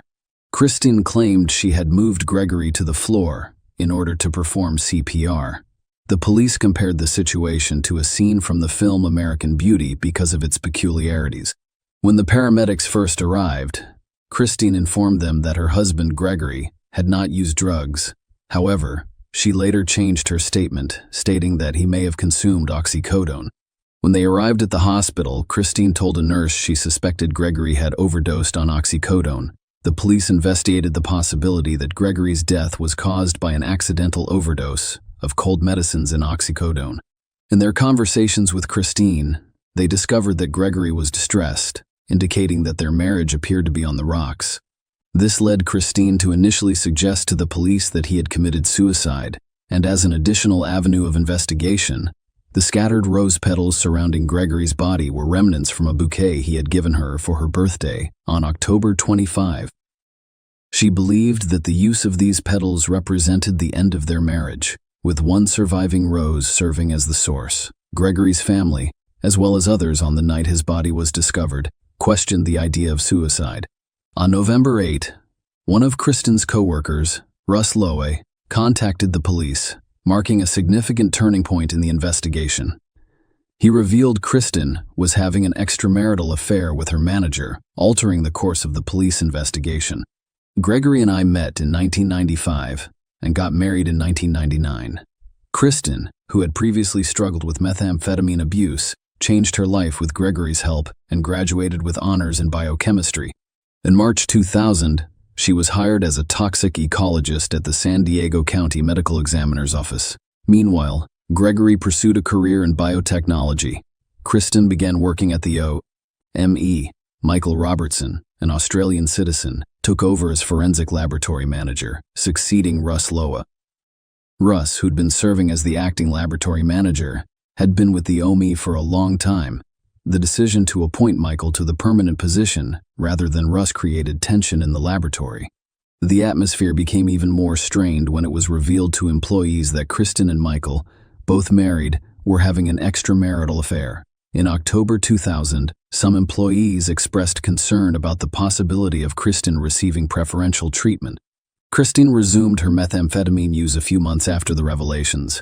Police investigations revealed that on November 2, 2000, just 4 days before Gregory was discovered dead, he confronted Kristen about her use of prohibited substances and his suspicions about her affair. Gregory insisted on her resignation from the OME, threatening to reveal her use of prohibited substances and the affair to her employer if she refused. Following Gregory's death, an autopsy was performed, which included toxicology tests. The medical examiner, Dr. Blackburn, determined that Gregory died of acute fentanyl intoxication. The toxicology results showed that Gregory's autopsy specimens contained extremely high levels of fentanyl, as well as smaller amounts of clonazepam and trace amounts of oxycodone. When asked about the source of the fentanyl, Kristen claimed ignorance. However, the police were aware that Kristen had access to fentanyl as a toxicologist. The police speculated that Kristen may have secretly administered the fentanyl to Gregory, resulting in his poisoning. They developed a case based on medical and toxicological evidence. Kristen was charged with first-degree murder and pleaded not guilty. During the trial, Kristen's parents, Ralph Rossum and Claremont McKenna, mortgaged their home to secure her $1.25 million bail. However, their financial commitment prevented them from affording a private attorney. As a result, the court appointed a public defender to represent Kristen, and the prosecution claimed that Kristen murdered Gregory because he threatened to expose her use of illegal substances and affair with Michael Robertson to her employer. The prosecution claims Kristen poisoned Gregory with fentanyl, a potent synthetic opiate that is 80 times stronger than morphine. They speculated that she may have initially tried to harm him with clonazepam. But when that failed, she turned to fentanyl. The prosecution also claimed that Christine staged the bedroom suicide by tearing pages from her diary and strategically placing petals and a wedding photo around Gregory's body. The court learned that Kristen, who has a degree in biochemistry, allegedly used her knowledge of prohibited substances and chemistry to carry out the poisoning. The prosecution claimed Christine attempted to persuade her colleagues at the medical examiner's office, where she worked, that Gregory's death was a suicide.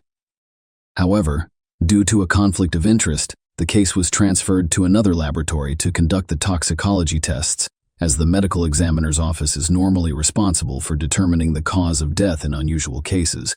The prosecution described Kristen's activities on November 6 to the jury. She informed Gregory's employer of his absence and then went to work. Her co-workers reported that she was seen crying in Michael's office about an hour after arriving at work around 9 a.m.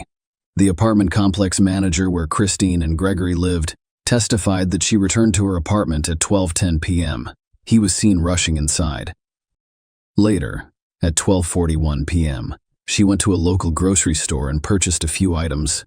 In the hours leading up to Gregory's death, she called Michael several times. Rose petals were discovered around Gregory's body, which Kristen attributed to the lone surviving rose from the bouquet he gave her for her birthday. However, the police revealed the receipt, which showed Kristen purchased a single rose on the same day Gregory died. The court learned about Gregory's death and the elevated fentanyl levels found in the tested sample.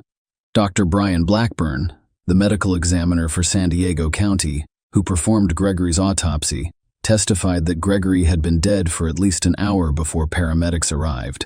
Dr. Blackburn told the court that Gregory had early bronchopneumonia, which occurs when normal breathing processes fail to eliminate accumulated secretions in the lungs due to unconsciousness or shallow breathing. Furthermore, Dr. Blackburn revealed that Gregory's bladder contained a large amount of urine. If Gregory had been conscious, he would have found this condition uncomfortable. As a result, Dr. Blackburn concluded that Gregory's breathing had been inadequate for 6 to 12 hours prior to his death. During his testimony, Dr. Blackburn clarified that the amount of clonazepam discovered in Gregory's blood did not constitute an overdose and was deemed non-fatal by medical standards. The court was told that the presence of fentanyl, particularly at such high levels, was uncommon, and the medical examiner's office rarely includes it in routine tests. However, due to a conflict of interest, the samples were sent to Pacific Toxicology, which performed fentanyl-specific tests. I support the prosecution. Dr. Theodore Stanley gave testimony. Dr. Stanley explained that fentanyl is a powerful and fast-acting pain reliever, emphasizing a serious side effect: the potential for respiratory failure, which causes a person to stop breathing. Dr. Stanley testified that the rate at which fentanyl takes effect is dependent on how it is administered. The peak effect occurs about 16 hours after applying a transdermal patch, 20 to 30 minutes after oral consumption, 15 to 20 minutes after intramuscular injection, and 5 minutes after intravenous injection.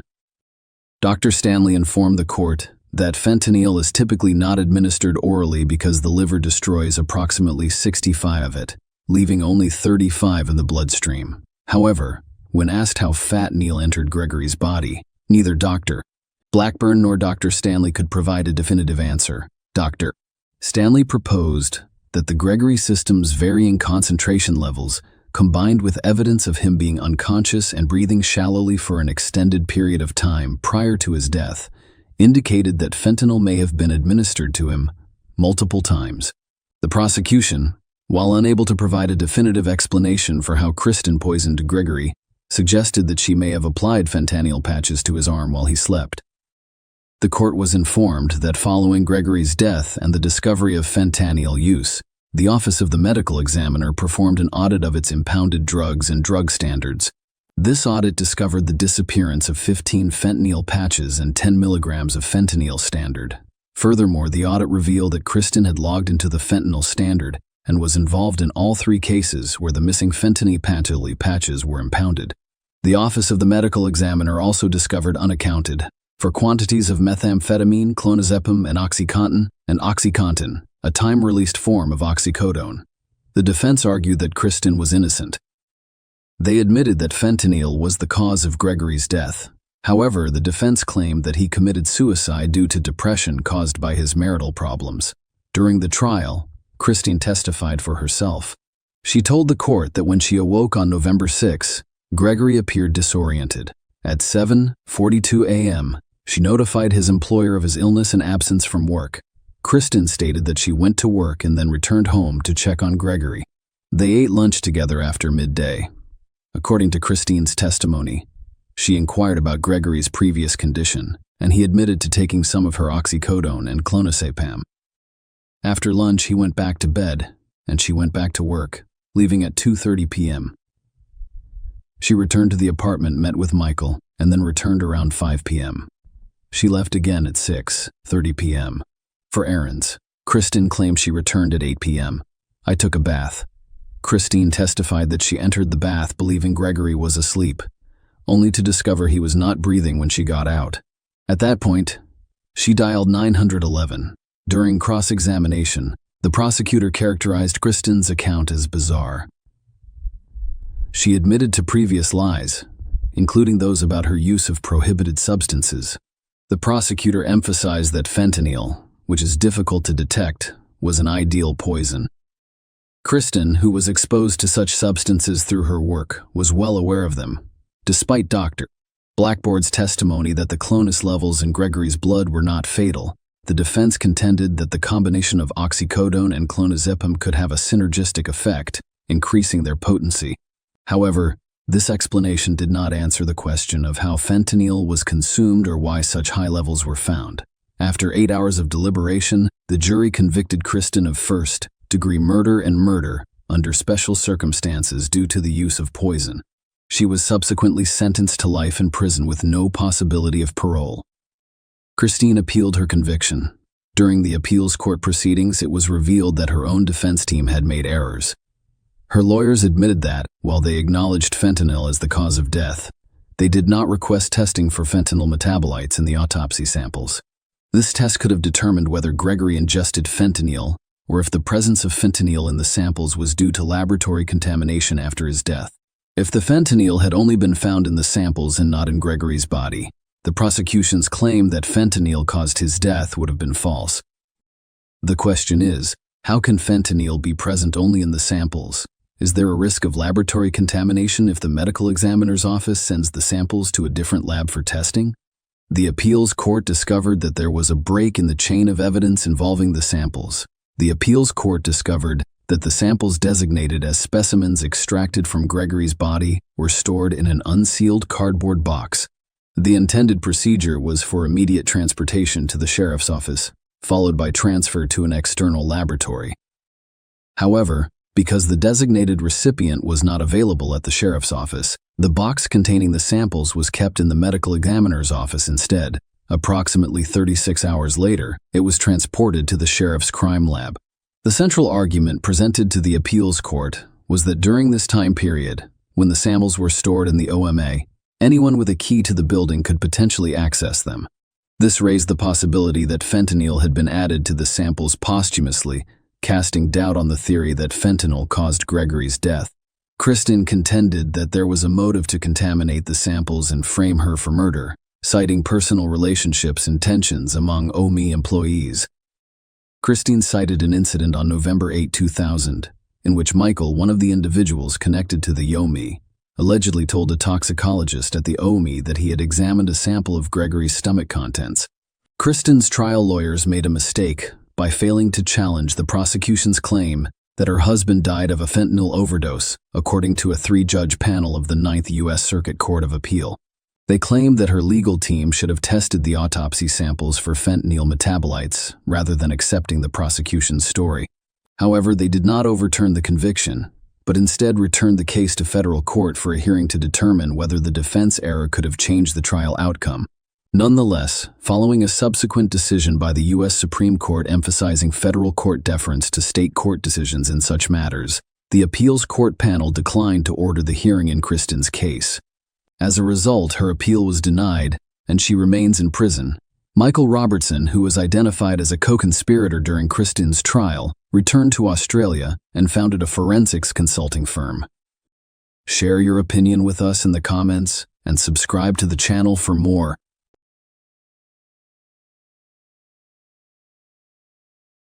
Hey guys, welcome to my channel, and today we're going to take a look at another horrible case with you.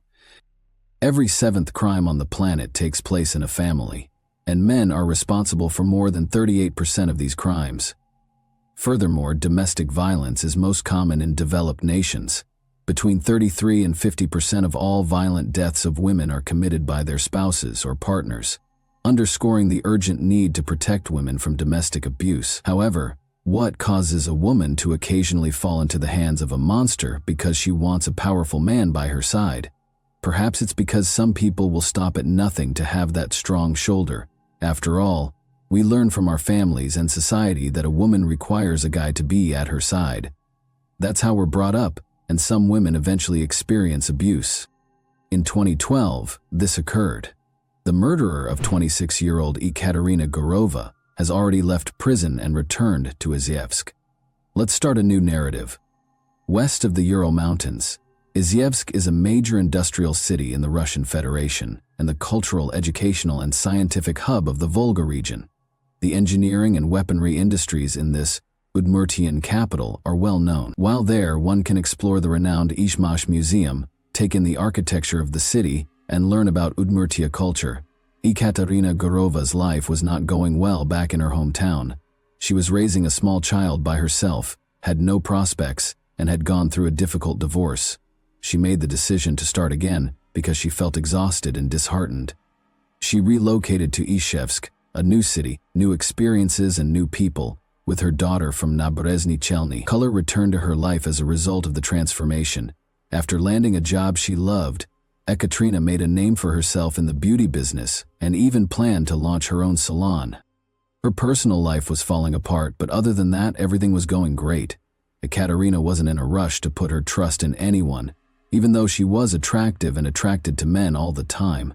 Before Alexei Tachurkin entered her life, she stayed away from relationships and focused entirely on her career. In 2007, they had their first encounter. Alexei was employed as a cabbie. He turned on the charm since he felt flatteringly recognized by a woman as beautiful as Ekaterina.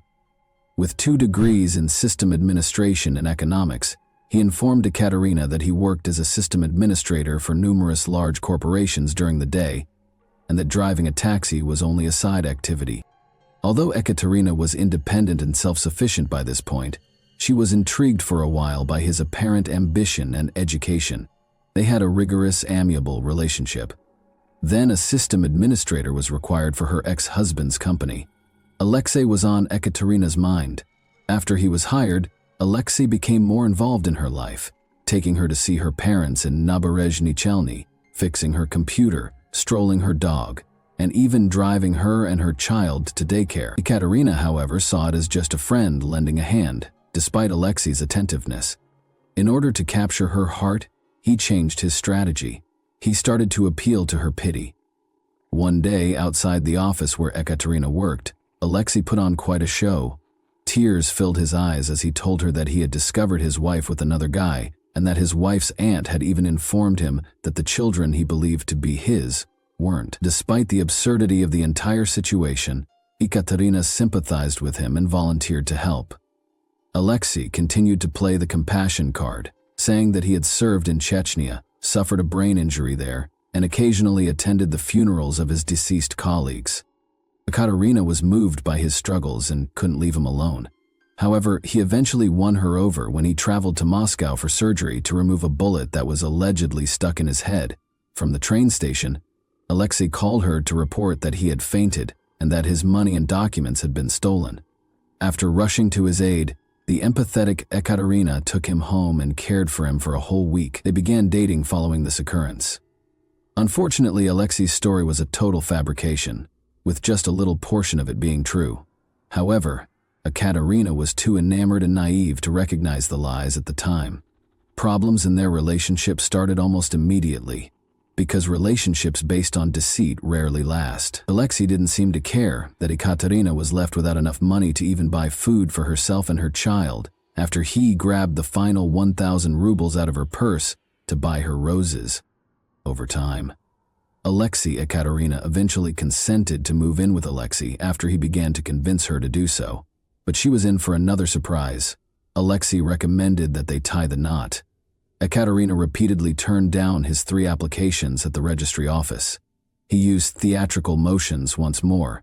In a desperate attempt to convince her that he had no one else in the world, Alexei Tatarkin would twist his arms and threaten to commit suicide if she rejected him once more. At last, Ekaterina caved in, and their marriage was formally recorded on August 30, 2011. Alexei was disliked by Ekaterina's mother from the beginning. She believed he wasn't a suitable match for her daughter and regarded him to be untrustworthy. She even repeatedly told him on the phone not to rush Ekaterina into marriage if she wasn't ready.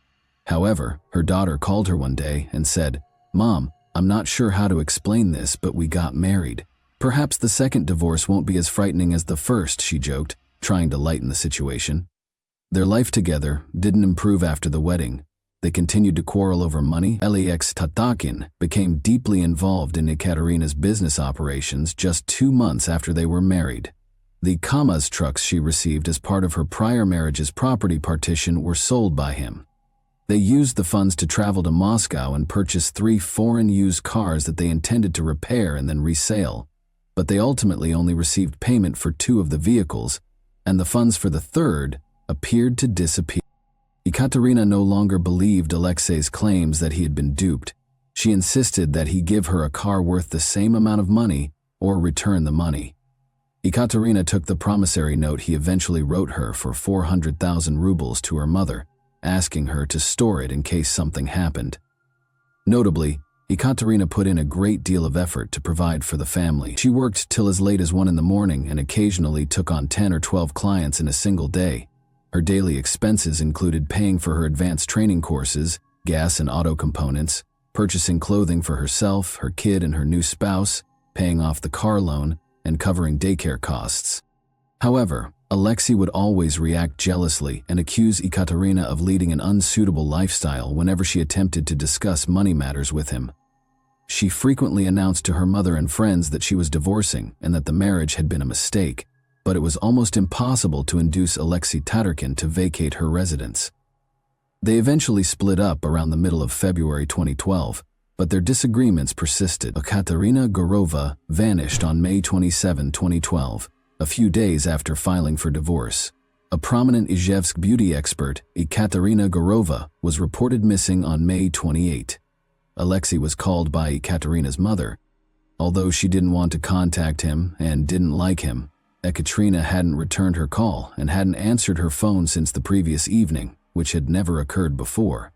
Though her mother realized Alexei Tatarkin wasn't being completely honest, Alexei calmly said he didn't know where Ekaterina was and even promised to check her apartment.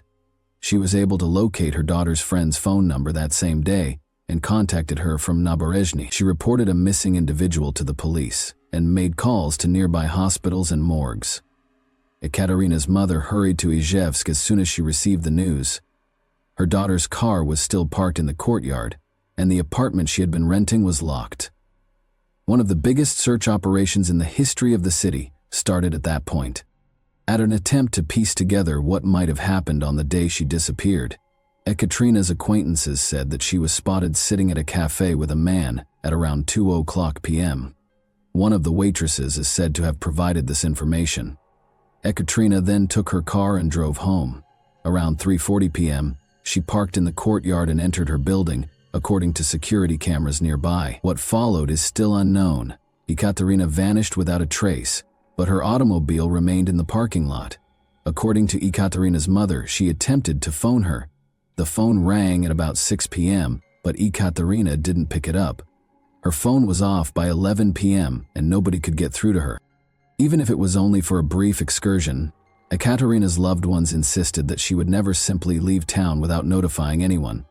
Under Part 1 of Article 105 of the Russian Criminal Code, the investigative department of the Pervomiaysky district in Izhevsk, under the investigative committee of the Russian Federation for the Udmurtia Republic, opened a criminal case on May 30, 2012, in relation to the unexplained disappearance of Ekaterina Gurova. The investigation was given special supervision by the investigative committee of the Russian Federation for the Udmurtia Republic. Even a month later, Ekaterina was still missing while the search went on to be located. Izhevsk as a whole was looking for Ekaterina. There were flyers everywhere with her picture on them. Her pals even sought assistance from psychics. The police searched for her with the help of dozens of volunteers, including her friends, acquaintances, and clients. On the basis of witness suggestions, they searched the suburbs and various locations throughout the city, but they were unable to find any clues. No progress was achieved in spite of the police and volunteers' ceaseless efforts. Olga Gureva, Ekaterina's mother, therefore lodged complaints with the prosecutor of the Republic, every agency in Udmurtia, and even Russian President Vladimir Putin. All of the offices responded to her letters, informing her that they had been registered. The detectives didn't begin to exhibit renewed interest in the case until after this. One of the main suspects was Ekaterina's spouse. Ekaterina thought he was responsible for the disappearance of her paperwork just before their divorce because he had been so jealous. But Alexei insisted he knew nothing and that he had nothing to do with Ekaterina's disappearance. He was arrested, interrogated, and then released shortly after she vanished. Then Alexei shut off his phone, stopped talking to anyone, and retreated from the outside world. As the hunt went on, it became clear that Alexei Tatyarkin's role in Katia's disappearance was complicated. A waitress who had taken money out of Ekaterina's card at Alexis's request was responsible for the break. A few days later, she called Ekaterina's mother after seeing the posters for missing persons. A neighbor's testimony further bolstered the case. From Ekaterina's apartment, the neighbor had heard a scream. On the day of Ekaterina's disappearance, other witnesses claimed to have seen Alexei operating her vehicle. Ekaterina's blood was discovered in the car when the authorities confiscated it and conducted an investigation. Early in July, the forensic results were returned. Alexei Tatarkin was taken into custody by July 10. He would put on a show while being questioned, saying he felt ill and that we needed to call an ambulance, all the while maintaining that he had nothing to do with his wife's abduction. The doctors were unable to identify any problems with Yevgeny Fedorov, the lead investigator for high-priority cases with the Investigative Committee of the Russian Federation for Udmurtia, and there was no evidence to support his claim that he had suffered a mild stroke. During another interrogation on July 12, he abruptly admitted to killing his wife Alexei. He claimed that his fear was the reason he confessed. He claimed that Ekaterina had been talking to him and driving him crazy in his dreams every night. On July 13, the eve of her birthday, he tragically gave her his confession as a gift. Even after confessing, the murderer of Ekaterina Gureva continued to mislead the investigators on the day of her 27th birthday. He claimed to have committed the crime on the banks of the Kama River 1 minute, and then he was unable to recall where he had hidden the remains. The case of the young woman's disappearance had a lot of strange details, but investigators' diligent work helped piece together the events leading up to the crime against Ekaterina Gureva. Alina, one of Ekaterina's students, was the last person to see her alive. On May 27, they met at a cafe at 2 o'clock or 3:30 p.m. Her goal was to start a beauty parlor. I remembered that Alina wanted to recruit me. Our conversation had scarcely begun when Ekaterina's phone rang. According to what I understood, the caller informed her that her private chats had been uploaded to the internet. Ekaterina attempted to use her phone to check the internet, but was unable to access anything. She stated that she was leaving for home and would return in around half an hour. I should wait for her, she asked. According to the witness, Ekaterina called her husband while she was on her way home. She felt he was the one who had posted her texts, and they were already going through a divorce. She set up a meeting with him in the building on Udmurtskaya Street, 161, where she had been renting an apartment for the last 2 months because he was very tech-savvy. Alexei Tachkin claims that after they had split up, they reconnected in the building's foyer, and a dispute started practically right away. He was accused by Ekaterina of disclosing her private messages to another man. Alexei responded by making his own charges. My wife essentially said that I would be a fool if I hadn't figured it out by now when I asked her whether the reports I had heard about her seeing other guys were true. Without thinking, I reached for a knife and stabbed Ekaterina in the chest, Alexei told police. Ekaterina fell to the ground after the stab. I managed to capture her. Ekaterina was on my knees while I sat on the floor. She stopped exhibiting any signs of life after I remained that way for almost 10 minutes. I understood I had killed her when I regained consciousness. To hide my traces, I grabbed the knife and started chopping up the body. Ekaterina's neighbor claimed to have heard a woman cry for almost 5 minutes. Sometimes it sounded muffled, like someone had covered her lips afterwards. For several hours, the bathroom was filled with the sound of running water. Alexei Tarkin's subsequent actions were anything from indicative of someone in a blind fit of wrath. Everything he did appeared to have been planned out to provide the ideal alibi. He didn't try to save his wife or call for help. Rather, he ruthlessly cut her body into 9 parts and placed them in trash bags. He then texted Ekaterina from her phone to his own, stating that she had gone for a drive and that she would give him a call the following day. The probe was further derailed that same evening when he sent texts posing as her, using her laptop. He loaded the luggage into a car he had gotten from a client for repairs the previous day at around 9 o'clock in the evening. He left the remainder to a landfill close to the village of Vohoy in the Zavolovsky district, and he buried part of the remains close to the village of Chiltam. Then he went home quietly and kept watching while the whole city looked for the woman he had already buried. On July 17, 2012, Ekaterina Gurova's formal funeral was held. She was buried in a closed coffin. The hearse took her casket to Naberezhnya Nachelny after a memorial service was performed for her in Izhevsk. The decision to bury Ekaterina adjacent to her father's grave was made by her family. Many of her father's old co-workers came to bid Ekaterina farewell and told her how much he had loved her. Valery Gurova has been employed at the prenatal facility for many years as an anesthesiologist. But in October 2008, he unexpectedly died of cancer at the age of 45. Nastya, Ekaterina's 6-year-old daughter, was left behind. Why then did her spouse choose to admit to the crime? Olga Gurova, Ekaterina's mother, thought that even his confession was part of a premeditated scheme a month and a half later.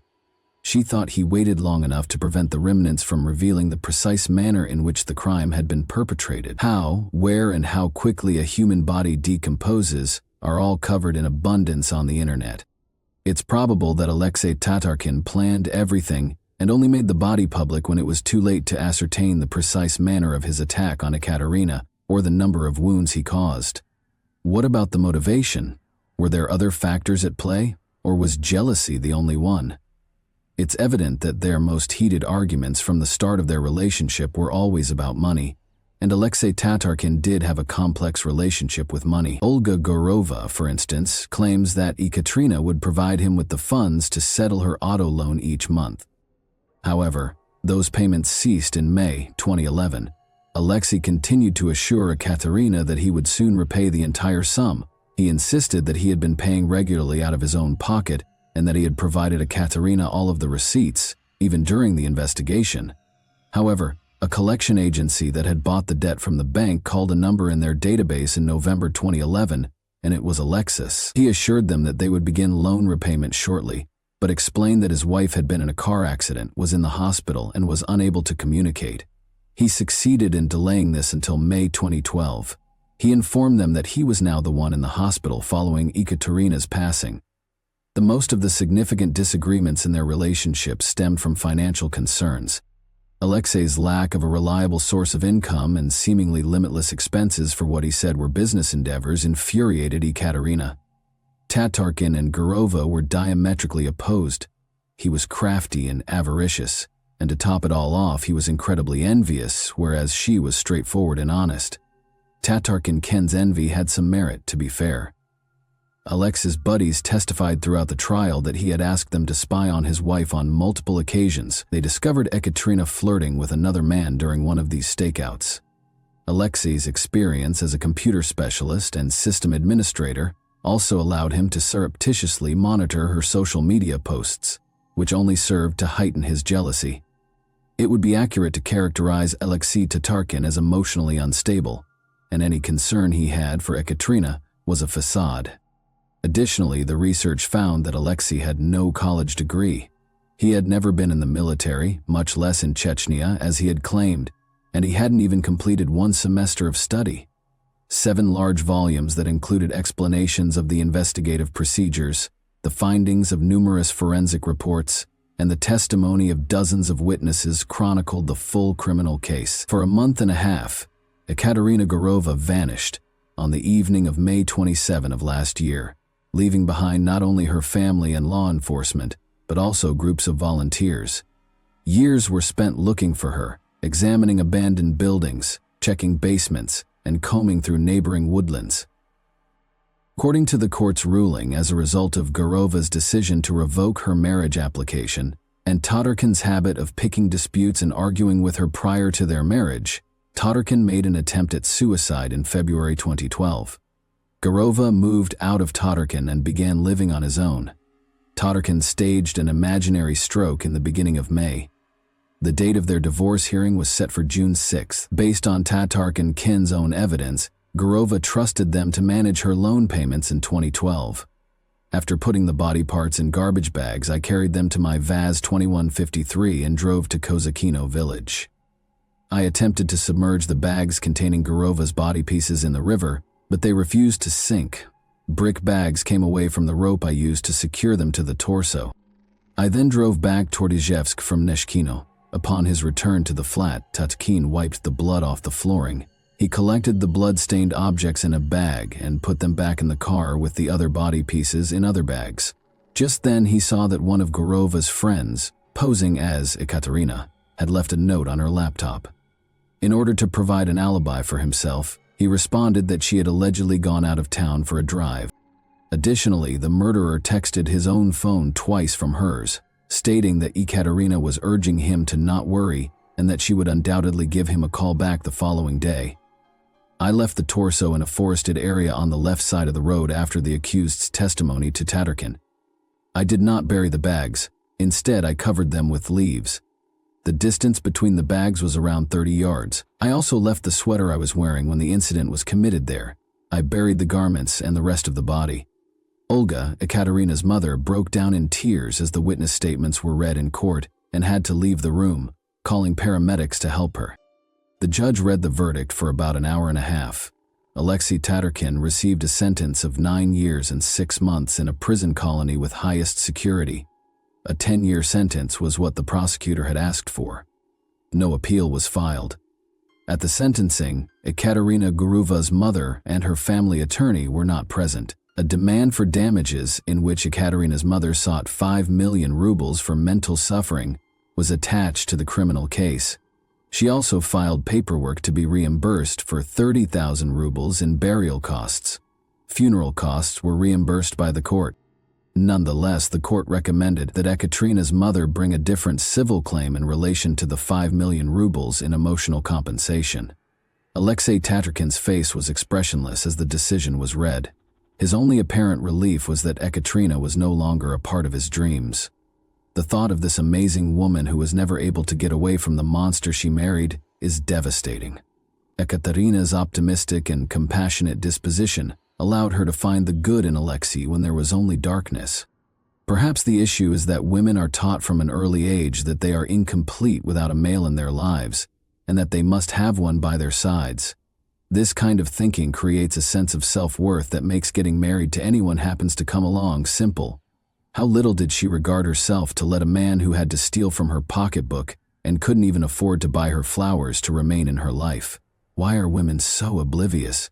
Early on, Ekaterina saw that he was not a real man but a fake. In order to see his girlfriend smile, a loving man would shield her and give her even the simplest presents. However, Ekaterina had already fallen into his trap by that point. She couldn't get away alive, to start. After being freed, Alexei Tatarkin went back to Izhevsk in 2022.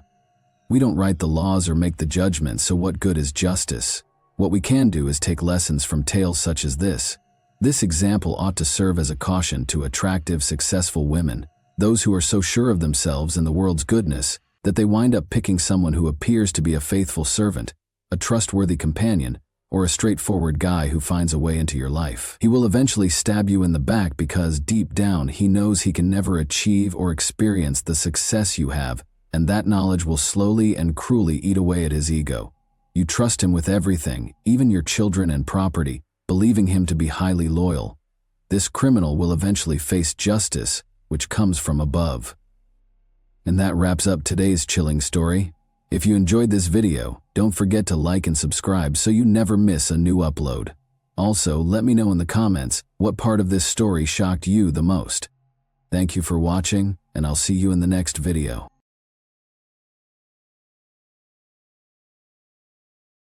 Hey guys, welcome to my channel, and today we're going to take a look at another horrible case with you. Two roommates, Lori Lister, age 21, and Melinda Aguilar, age 18, were the victims of a horrific attack in their Houston, Texas apartment on Sunday, May 23, 1982. They appeared to be the target of a man who was obviously trying to kill them. He restrained them and tried to drown Lori in the bathtub of their apartment. Melinda managed to get away though by feigning fainting and then plunging headfirst from her balcony. She asked for assistance and she and her roommate were saved with the help of a neighbor. As he tried to escape, the offender, Coral Watts, 28, was taken into custody. Nobody could have predicted that he was suspected of killing nearly 100 other women in addition to being involved in these two attempted murders. In 1982, he admitted to the murders of 13 women and was sentenced to 60 years in prison. Then, in a startling turn of events in the early 2000s, this man, who had committed multiple murders, was about to be released from prison. He was reclassified as a nonviolent felon as a result of a contentious court decision. Remarkably, well-behaved nonviolent felons could have 3 days taken off their sentence for every day they served under Texas law. Model inmate Watts had accrued enough time deductions to be eligible for release on May 9, 2006. The public, police, and relatives of the victims were all in complete shock and terror. Everyone was plagued by the unanswered question, why? How could a murderer like him be freed against all logic? What possible reason could there be for releasing a serial killer who has killed numerous people? Richard Eugene Watts and Dorothy Mae Young were the parents of Carl Eugene Watts, also known as Coral, who was born in Killeen, Texas, on November 7, 1953. His mother was a kindergarten art teacher, and his father was a private first class in the Army. Watts was raised by his mother after his parents divorced before he turned 2. After they moved to Inkster, Michigan, Dorothy Mae married Norman Caesar, a mechanic, in 1962. The two of them had 2 daughters. Watts and his sister fought meningitis when Watts was 8 years old. He was held back in school for an additional year and missed the 3rd grade because of the illness, which almost took his life. Watts was temporarily housed at Herman Kiefer Hospital, where he required isolation from other patients and spinal taps. Journalists reported that Watts' body temperature rose to dangerously high levels, which raised questions about possible brain damage. His family observed a change in his personality after his illness. His memory deteriorated, his attention span was shortened, and he became shy, quiet, and introverted. Having been held back a grade and experiencing chronic insomnia, Watts struggled to keep up academically. His sleep cycle was disturbed by violent dreams in which he battled and killed the evil spirits of women. At the age of 12, Watts started to enjoy his sleep-induced fantasies of torturing and killing girls and young women. When asked later about his crimes and the reason he killed his victims, Watts explained that he wanted to free their spirits because they had evil eyes. Watts began stalking girls at this time, still a teenager, and it's believed he may have killed his first victim before turning 15. Police identified Watts as the attacker in the July 29, 1969 attack on 26-year-old Joan Gave when she was 15 years old. Watts knocked on Joan's apartment door while delivering his newspaper, and when she opened it, he attacked her severely. He carried on with his delivery route as if nothing had happened, with no remorse. Coral was arrested at his residence as a result of Joan's quick reporting of the incident to the authorities. He was then ordered to receive mental health care at a mental hospital in Detroit called the Lafayette Clinic.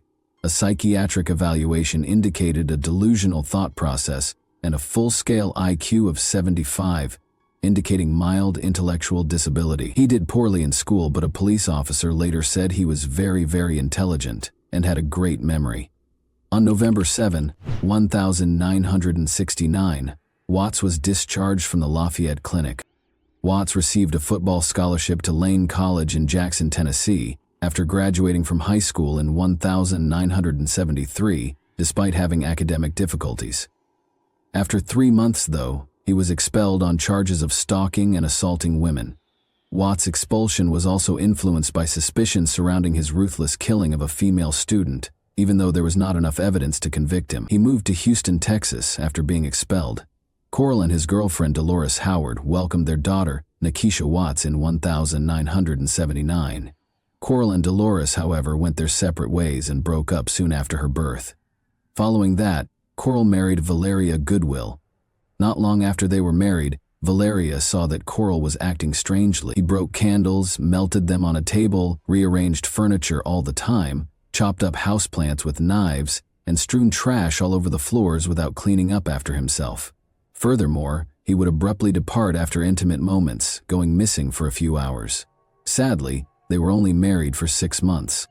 Although there are hints that Watts may have had more victims before this, his murders officially started in 1974, when he was 20 years old. After abducting his victims from their homes, he tortured them until he killed them.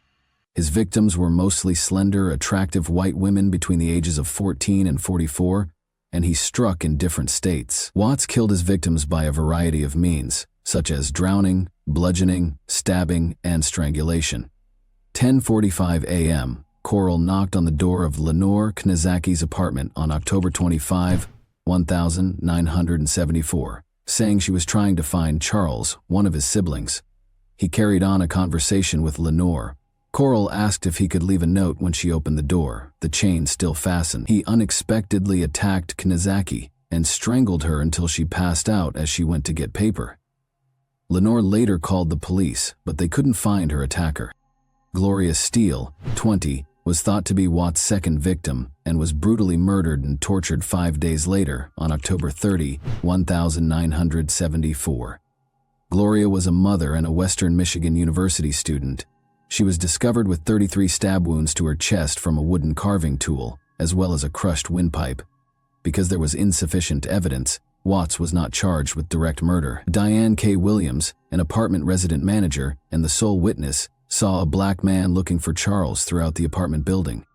Coral grabbed her when she saw Williams, pried open her door, and pulled her inside. Williams' phone rang during their struggle, so she knocked it off the hook and yelled for assistance. Williams saw her assailant getting into a tan Pontiac Grand Prix as he ran away. Both Williams and Knizacki recognized Coral in a police lineup. Coral had been arrested for stealing plywood from the campus of Western Michigan University. On November 16, 1974, he was arrested and charged with assault and battery in connection with the Knizacki and Williams cases. Watts was moved to the Center for Forensic Psychiatry in Michigan after being diagnosed with antisocial personality disorder and attempting suicide with a length of cord at the Kalamazoo Mental Hospital. When asked about Gloria Steele's death in 1975, he confessed to attacking about 15 other young women and acknowledged being close to her the day before she passed away, but he denied being the cause of her death. Under a search warrant, Detroit police searched Watts' home and found a wooden carving tool, but no evidence connecting him to Gloria's death. Watts was given a year in the county jail after entering a no-contest plea during his trial for the assault and battery of Knizacki and Williams. When Watts was evaluated by psychologists, they described him as incredibly dangerous, lacking regret for his crimes, reckless, careless, emotionally distant, and prone to relapsing. Following that, he killed 5 women in a series of attacks that took place in the Detroit area over the course of a year. One odd finding was that most of his crimes took place on Sunday mornings. An Ann Arbor newspaper gave the offender the sinister moniker, Sunday Morning Slasher, because of this peculiar pattern, which added to the mystery surrounding the timing of these horrific attacks, which all took place at approximately 4 a.m. On April 20, 1980, Shirley Small, then 17 years old, was fatally stabbed twice outside her Ann Arbor, Michigan home. On July 13, 1980, 26-year-old Glenda Richmond was the target of a similar attack. Although there was not enough evidence in either case to convict, Watts' traits were evident. On September 14, 1980, 20-year-old graduate student Rebecca Huff was discovered dead after suffering about 50 stab wounds, the first murder that can be directly linked to Coral. On October 6, 1980, a 20-year-old named Delpy survived an attack, but he suffered serious injuries, such as muscle weakness and partial paralysis. Agnes, a 30-year-old woman, raised the alarm on her way back from a Halloween party on November 1, 1980, and barely avoided being attacked by a hooded man who looked like Watts. She recognized Watts from pictures, but there was still some doubt because of the dark surroundings. When Watts became the focus of local homicide investigators in July 1980, a task force was established to investigate the Sunday slashings. Watts was intermittently monitored, and in November, a court order permitted officers to equip his vehicle with a tracking device. Around 5 in the morning on November 15, 1982, Ann Arbor patrol officers were near Main Street when they noticed a suspicious man in a car following a woman as she walked home. When the woman realized she was being followed, she tried to escape by hiding in a doorway. When the police stopped Coral's car for having out-of-date license plates and driving with a suspended license, they arrested him because he was upset about losing sight of the woman. When police inspected his car, they discovered a package with several screwdrivers and wood-filling tools. The most important item they found was a dictionary that belonged to Rebecca Huff and had the carved words, "Rebecca is a lover." Despite this, there was not enough evidence to connect him to her murder. Coral moved to Columbus, Texas in the spring of 1981 and found work with an oil company. On weekends, he would make the more than 70-mile journey to his next hunting location in the Houston area. Watts murdered scores of women, including dozens, between 1974 and 1982. Watts avoided being identified as a serial killer for almost 8 years in spite of the long list of victims. This elusiveness was caused by multiple factors. The fact that Watts operated in multiple jurisdictions and even states made it more difficult to link the crimes. His method of operation also deviated from the norm because, in contrast to many other serial killers who prey on women and girls, he never had physical contact with his victims. As a result, connecting the crimes was difficult, even after DNA testing was developed. Law enforcement did not recognize Watts as a possible criminal until his arrest in 1982, and those who knew him did not view him as a suspect. Watts broke into the Houston apartment of Melinda Aguilar, then 18, and Lori Lister, then 21, on May 23, 1982. Watts strangled Lori down the steps outside the apartment after she returned from work. He then went into the apartment and strangled Melinda, who feigned unconsciousness. Melinda was able to avoid being fully strangled. Watts intended to drown Lori, so he wire-tied her hands behind her back. He filled the bathtub with water and carried Lori's body upstairs to the bathroom, but Melinda took advantage of the situation and jumped out of the window to get assistance. Watts first attempted to elude capture, but was caught, and Lori was saved. Investigators began connecting him to recent murders of women while he was in detention. Texas prosecutors felt there was not enough evidence to convict Watts of murder despite the connections. After Melinda Aguilar and Lori Lister were attacked, Harris County Assistant District Attorney Ira Jones negotiated a plea deal in May 1982. Watts would be charged with burglary with intent to murder in exchange for his complete admission of guilt and immunity from prosecution for murder. For this offense, he consented to a 60-year sentence. After Watts agreed to the terms, investigators found the remains of 3 victims. At last, Watts admitted to assaulting 19 women and killing 13 of them. While he acknowledged that he killed some victims, he did not confess to the deaths of others. His cases in Michigan, however, remained open after Michigan authorities refused to take part in the agreement. When the Texas Court of Appeals decided shortly after Watts' prison sentence that he had not been told that the bathtub and water he used to try to drown Lori Lister were deadly weapons, the hope for justice took a tragic turn. Due to this ruling, he was eventually granted early release and reclassified as a nonviolent felon. This was due to Texas law at the time, which allowed nonviolent felons to have 3 days taken off their sentences for each day they behaved well. As a model prisoner, Watts accrued time deductions that resulted in his potential release on May 9, 2006. There was little comfort in the early release law's subsequent repeal, which was brought about by public outcry because the Texas Constitution prohibited its retroactive application. As Michigan Attorney General Mike Cox looked for evidence to convict Watts of murder and stop his possible release in 2004, A call for justice reverberated across the country. Westland, Michigan resident Joseph Foy courageously came forward to describe the horrific scene of Watts-like man killing 36-year-old Helen Dutcher on December 1, 1970. 979 12 stab wounds had claimed Helen's life. Foy recognized Watts by his eyes, which he described as evil and emotionless in a haunting way. Michigan had no such agreement, even though Watts was exempt from prosecution for the 13 confessed murders in Texas. Law enforcement officials begged the trial judge to admit the Texas confessions into evidence as the 2004 trial drew near, and he agreed.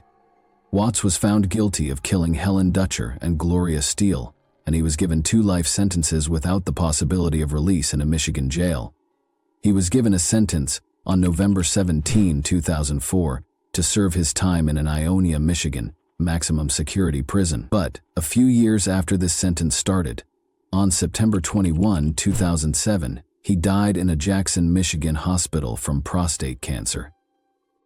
Ultimately, his dark story came to a somber conclusion when he managed to avoid serving his entire sentence for the lives he took. A vicious serial killer named Coral Eugene Watts terrorized the nation with his numerous murders. Despite his confessions, he was nearly released due to legal loopholes that allowed for a reduced sentence. The extent of his darkness was revealed by his subsequent conviction for Helen Dutcher's murder in 1979. In April 2379, Watts' legacy is haunted by the fact that he left the Ann Arbor murders unsolved, a terrifying reminder of hidden evil. And that wraps up today's chilling story. If you enjoyed this video, don't forget to like and subscribe so you never miss a new upload. Also, let me know in the comments what part of this story shocked you the most. Thank you for watching, and I'll see you in the next video.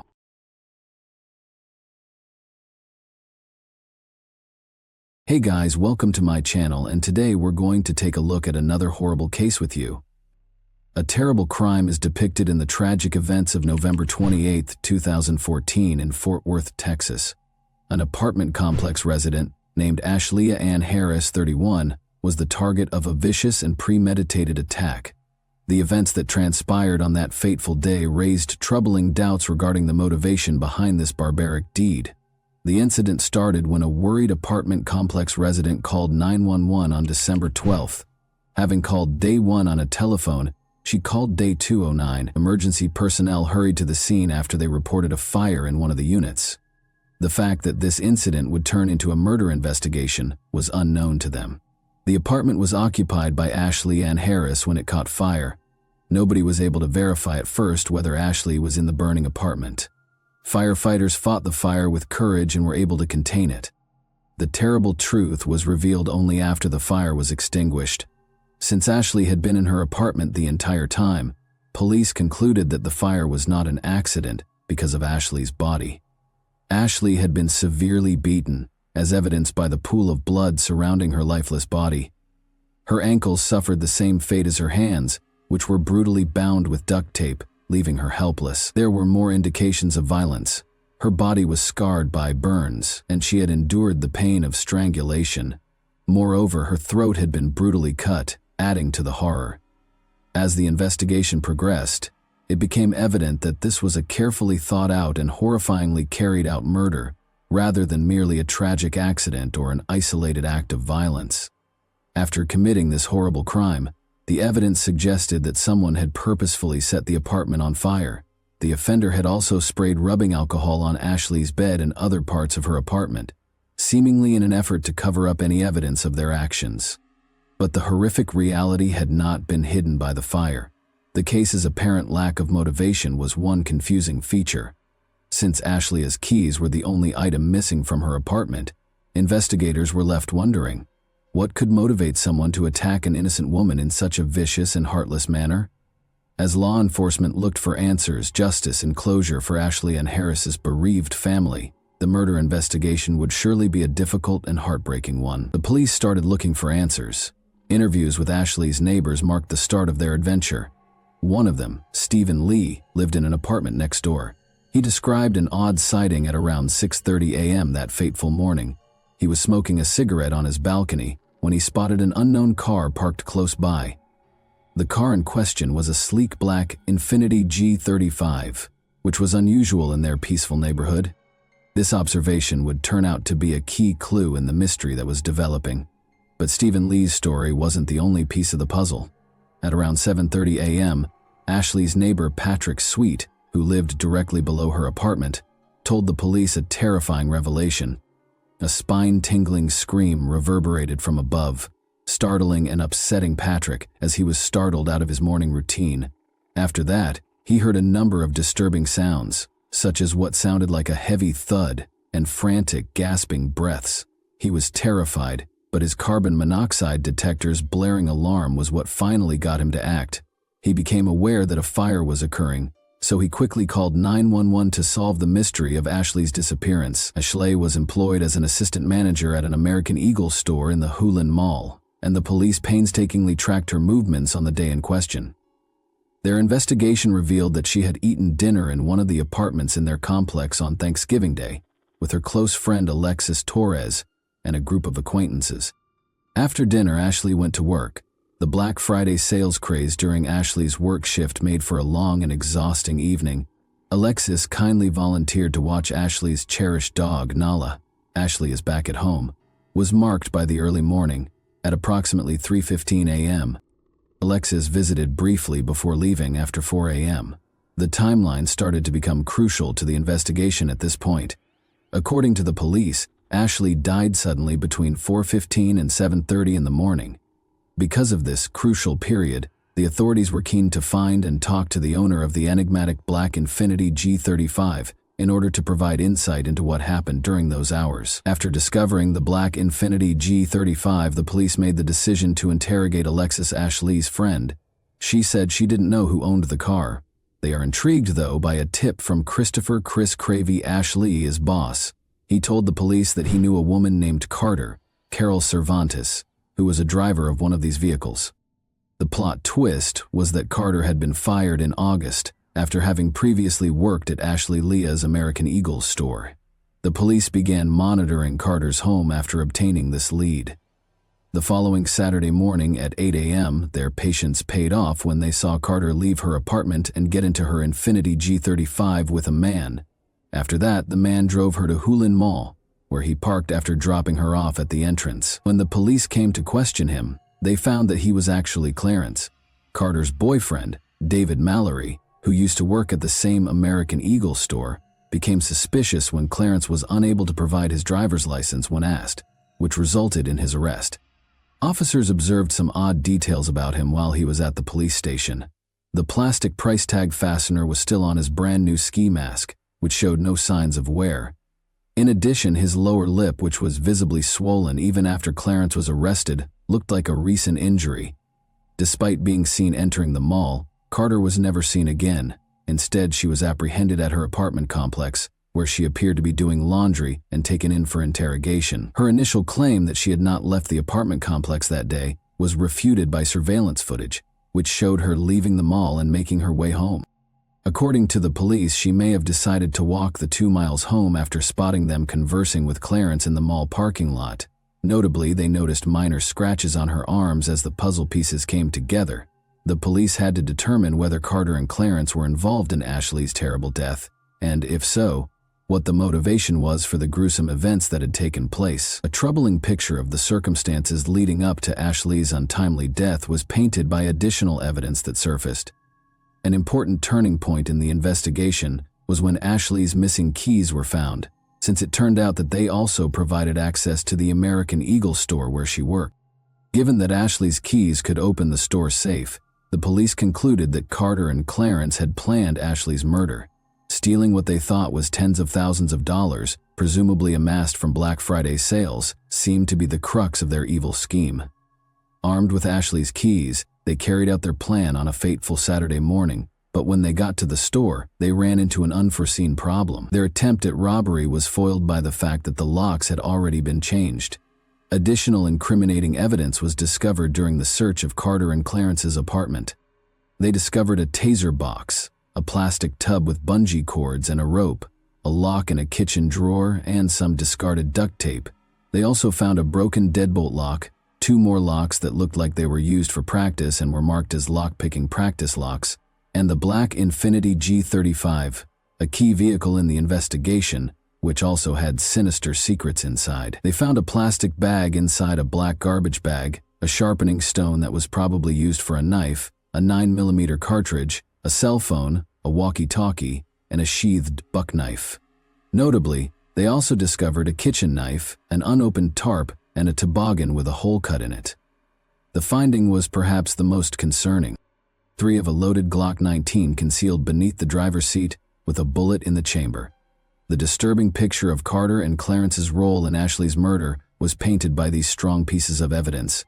The state decided not to pursue the death penalty after both defendants were charged with capital murder. Instead, it sought life in prison without the possibility of release for both of them. Carter and Clarence upheld their not guilty pleas in spite of the overwhelming evidence against them, paving the way for a torturous court battle that would ultimately decide their fate. Although the prosecution gave both defendants a largely consistent story, the court cases of Carter, Carol Cervantes, and Clarence, David Mallory, developed independently. But after Carter's case was heard, attention turned to proving that she was the alleged mastermind of the crime. The prosecution believed that Carter and Clarence had several reasons for wanting to hurt Ashley.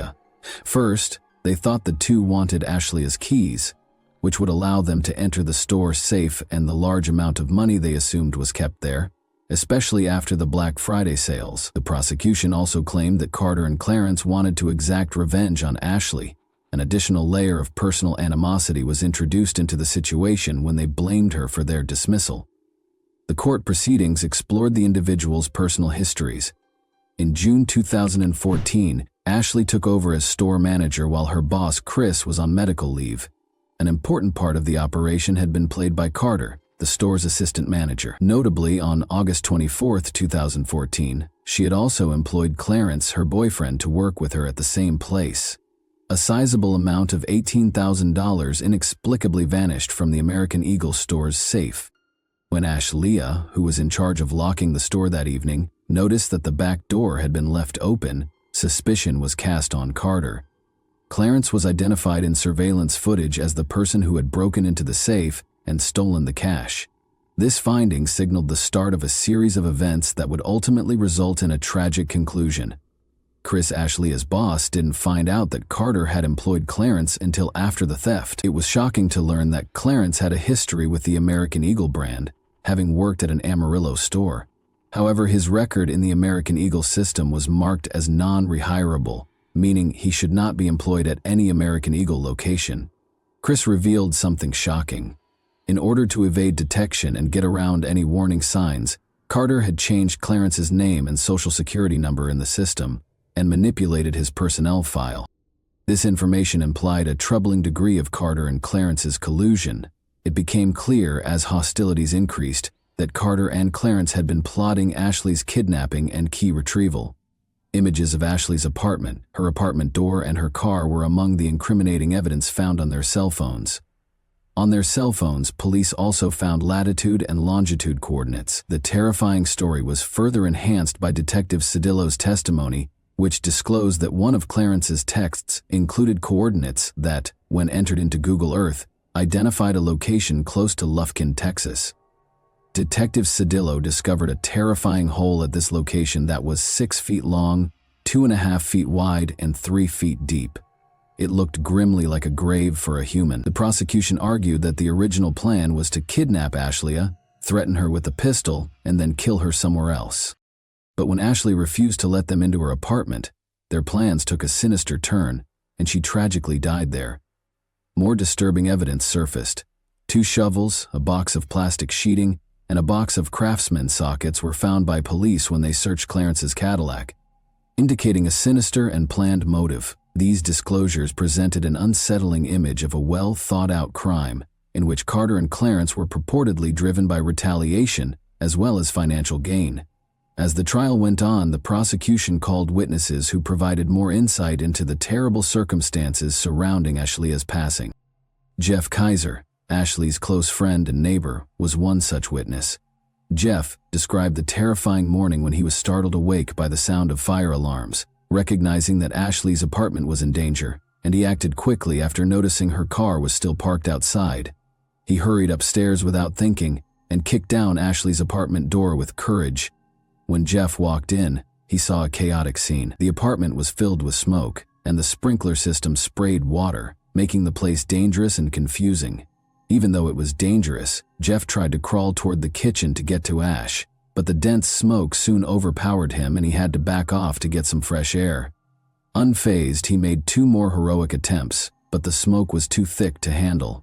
Luckily, rescue efforts were taken over by firefighters who had already arrived on the scene. Arson investigator Wallace E. Hood Jr. offered crucial information about the fire's cause. He stated in his testimony that he was able to pinpoint several places where the fire started, including Ashley's bed and the closet. One particularly unsettling discovery was the smoke detector's purposeful removal and hiding under the mattress. These discoveries suggested a malevolent and deliberate act meant to hide the fire and make Ashley's chances of surviving even more difficult. With a string of gripping incidents and testimony, the courtroom drama went on. The prosecution showed surveillance footage taken in front of the American Eagle store on November 29 at around 2 in the morning, which showed an enigmatic individual trying to operate the gate lock. The prosecution claimed it was Carter, but the person's face was hidden. The altered locks made it impossible for them to unlock and raise the gate, despite their obvious attempts. This implied that Carter might have had plans involving the crime or the store. Unaware that the police were observing them, Carter and Clarence returned to the mall at 8 a.m. that same day, the court was informed. Given the previous unsuccessful attempt to enter the store, this raised concerns about their intentions and behavior. In the parking lot of the mall, Clarence was taken into custody. He told the police that Carter had gone inside to get some documents. Carter was not present in the mall when the police searched it, though. Suspicions regarding her movements and activities were raised when she was eventually found at her apartment complex. Important details regarding Ashley's injuries were supplied by Dr. Richard Fries, a deputy medical examiner at the Tarrant County Medical Examiner's Office. The extent of her physical trauma was graphically depicted by the autopsy. Among Ashley's many wounds were cuts to her cheek, scalp, and left side of her face. Her chin was scraped, her lip had laceration and scrape marks, and her right side was marred by a patterned bruise, with additional bruises discovered around her left eye and between her eyes. The most unsettling finding was probably a star-shaped cut behind her left ear with a bruise surrounding it, which the medical examiner determined was the result of a pistol blow. The testimony described Ashley's experience in a distressing way, implying that she had been beaten viciously and savagely. Ashley sustained multiple wounds, including a knife wound to her neck, bruising and abrasions to her right arm, chest, and neck. Ashley suffered multiple blows to her face, according to testimony from Dr. Fries, a witness in the case. Additionally, he mentioned that Ashley's eyes had patachi, which suggested that she might have been strangled or suffocated. Dr. Fries clarified that a fractured cricoid, a neck cartilage, is more frequently linked to severe force or auto accidents and is rarely observed in asphyxia or strangulation cases. Ashley's death was ruled a homicide after he determined that she died from asphyxia and blunt force trauma to her head and neck. Carter's trial was surrounded by a compelling and heartbreaking courtroom drama. The foundation of her defense was the claim that she was not responsible for Ashley's untimely death. She bravely removed the layers of fear and manipulation that had surrounded her life by taking the stand to testify in her own defense. Carter's testimony portrayed Clarence as a domineering and dangerous man, painting an unsettling picture of their relationship. She disclosed that he had a terrifying amount of control over her day-to-day activities, including deciding when she was allowed to eat and drink. As she admitted to trying to rob the American Eagle store, the entire courtroom listened intently, but she maintained that Clarence's threatening words were what forced her to commit this crime. She told of the terrifying time he pulled out a gun and gave her the order to steal. To make matters worse for her, he claimed that if she refused to accept the money, a dangerous threat would be waiting outside her parents' house, threatening their lives. Carter's story took a darker turn when she described a horrific experience in which she was raped by 2 unidentified men. She claimed that Clarence himself had allowed these attackers to enter her apartment, and she had to endure the unspeakable cruelty of their acts. Carter adamantly insisted that Ashley was innocent on the fateful night of her murder. She testified that she was asleep in her bed and did not know where Clarence was at the time. She strongly denied any role in Ashley's death and firmly stated that she was not involved in the tragic incident. In a remarkably quick decision that took only 2 hours, the jury remained skeptical despite Carter's compelling testimony and returned a guilty verdict. Carter was given a life sentence without the chance of release as a result. That was not the end of the case. Clarence also appeared in court, arguing that he was innocent of Ashley's murder, but the same lack of response was given to his claims. He was sentenced to life in prison without the possibility of parole, just like Carter, after the jury, clearly unimpressed by his claims, found him guilty as charged. And that wraps up today's chilling story. If you enjoyed this video, don't forget to like and subscribe so you never miss a new upload. Also, let me know in the comments what part of this story shocked you the most. Thank you for watching, and I'll see you in the next video.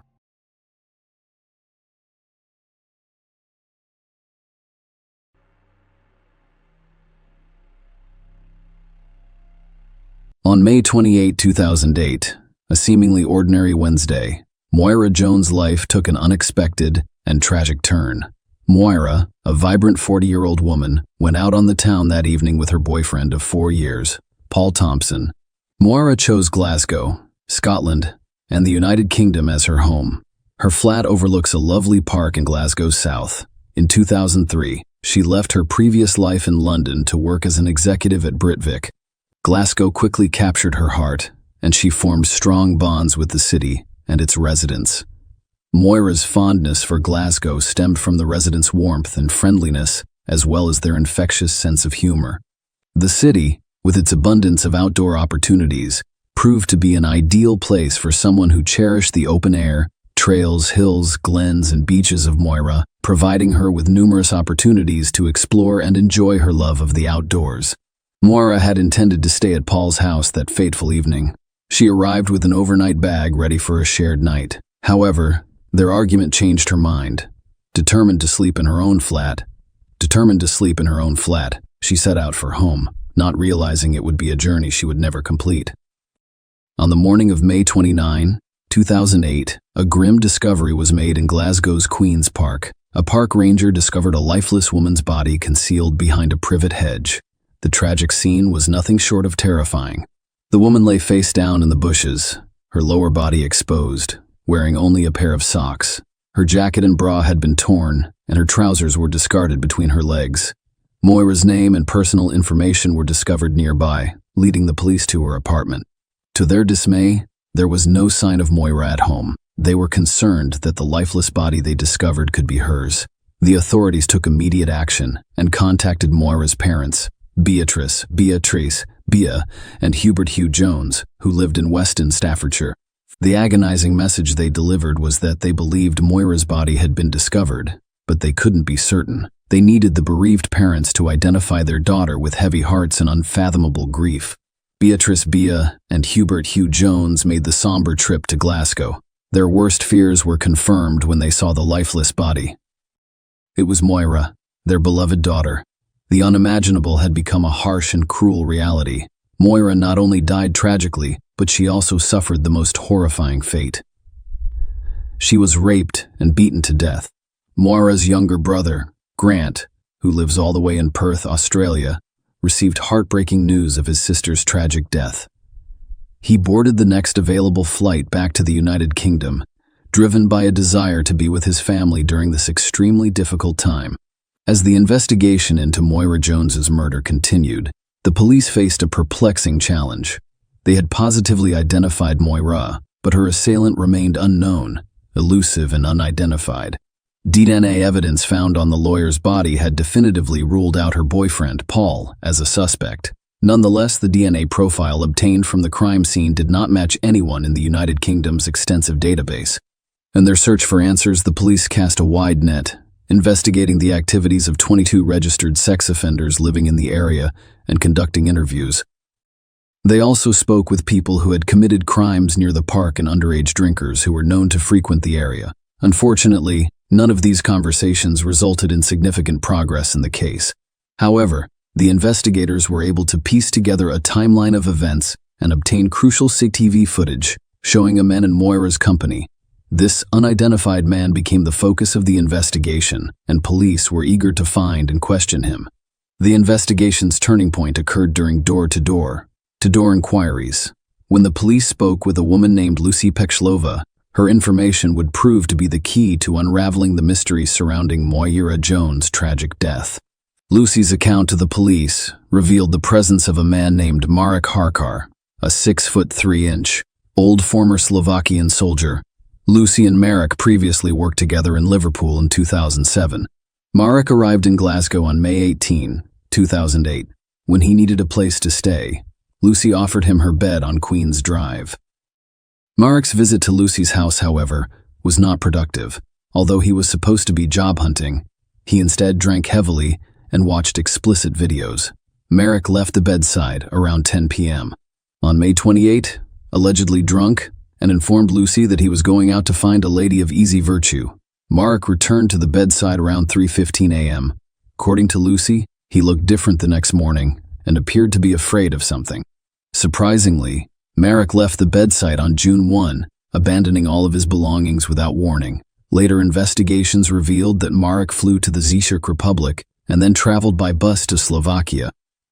Lucy handed over Marek's possessions to the police, who conducted DNA testing and discovered a crucial link to the crime, marking a significant breakthrough in the case.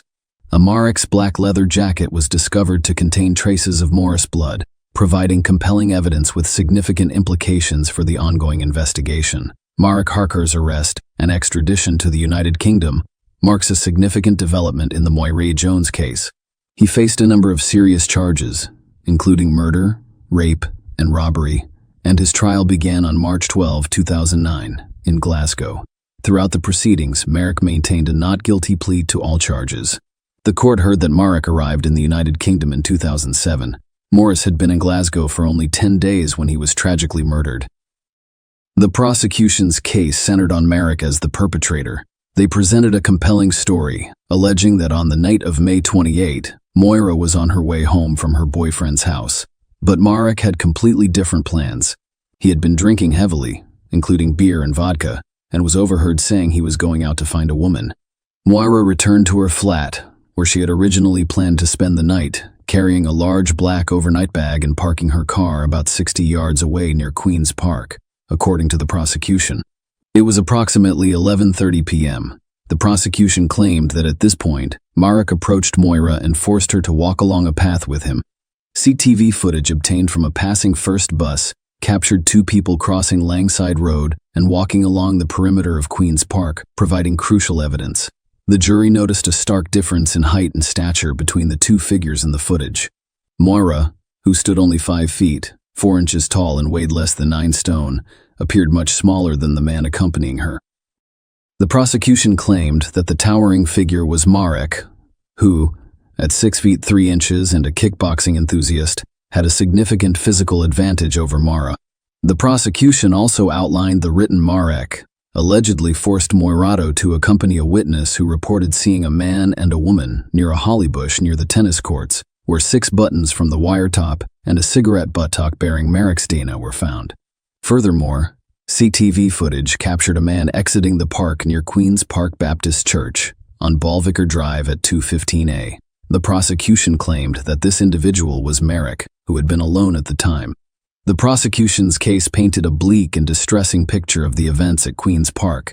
According to their account, Marek Harkar forced Moira into the park, assaulted her violently and sexually, and stole some of her belongings.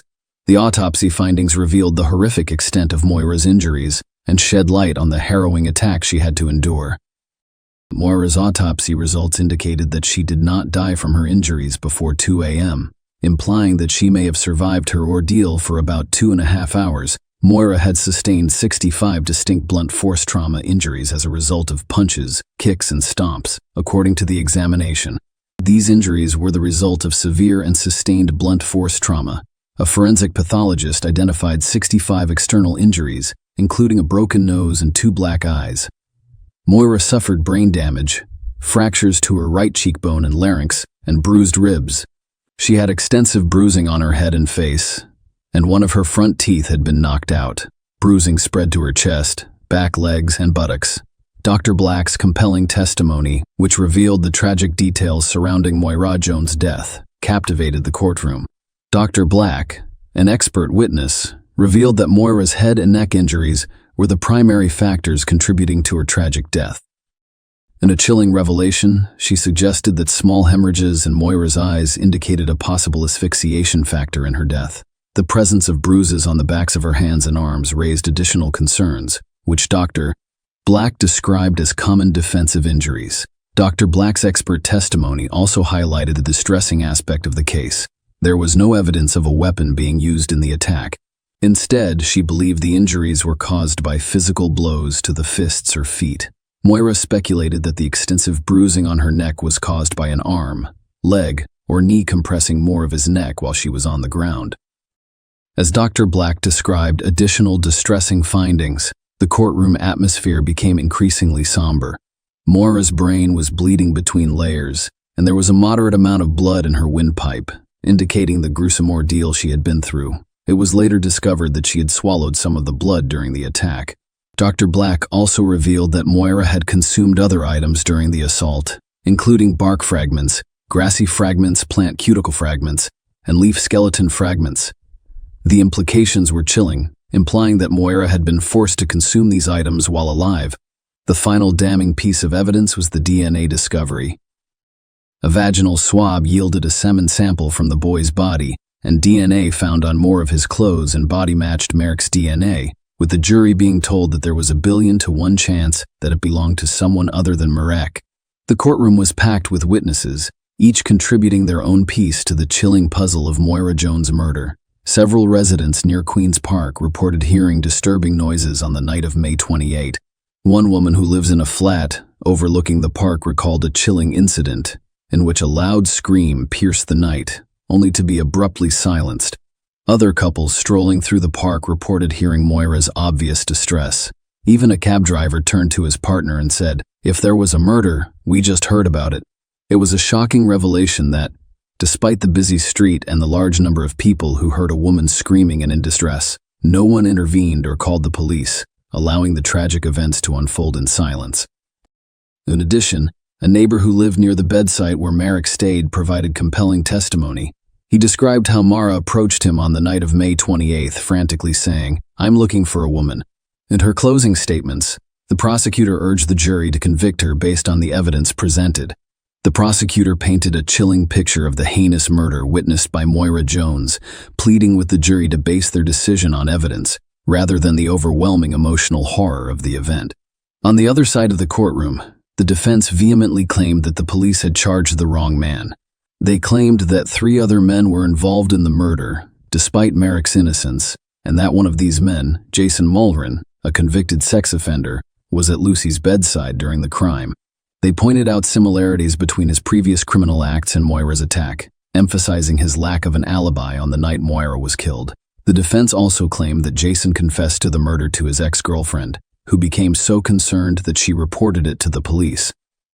However, when Jason testified in court, he categorically denied any involvement in Moira's rape or death, contradicting the defense's allegations. The defense urged the jury to find Marek not guilty and to consider the possibility that another man was responsible for the murder. They also emphasized the importance of skepticism when evaluating the prosecution's DNA evidence, reminding the jury that scientists can only provide probabilities and that DNA should be viewed as one piece of evidence among many. Marek Harkar's fate now lay in the hands of the jury, which had the difficult task of determining the truth in this complex and chilling case.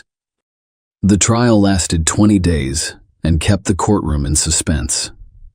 However, the jury delivered its verdict quickly, finding Marek guilty of all charges in less than 2 hours.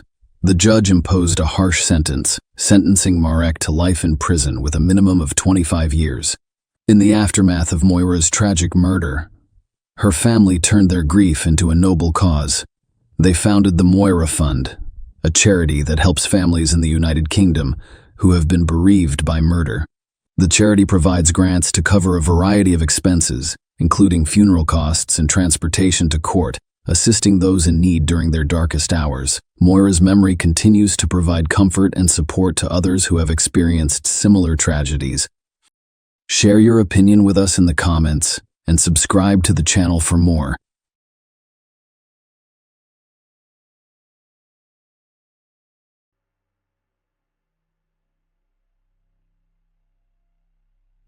A 19-year-old woman was discovered dead in her own apartment.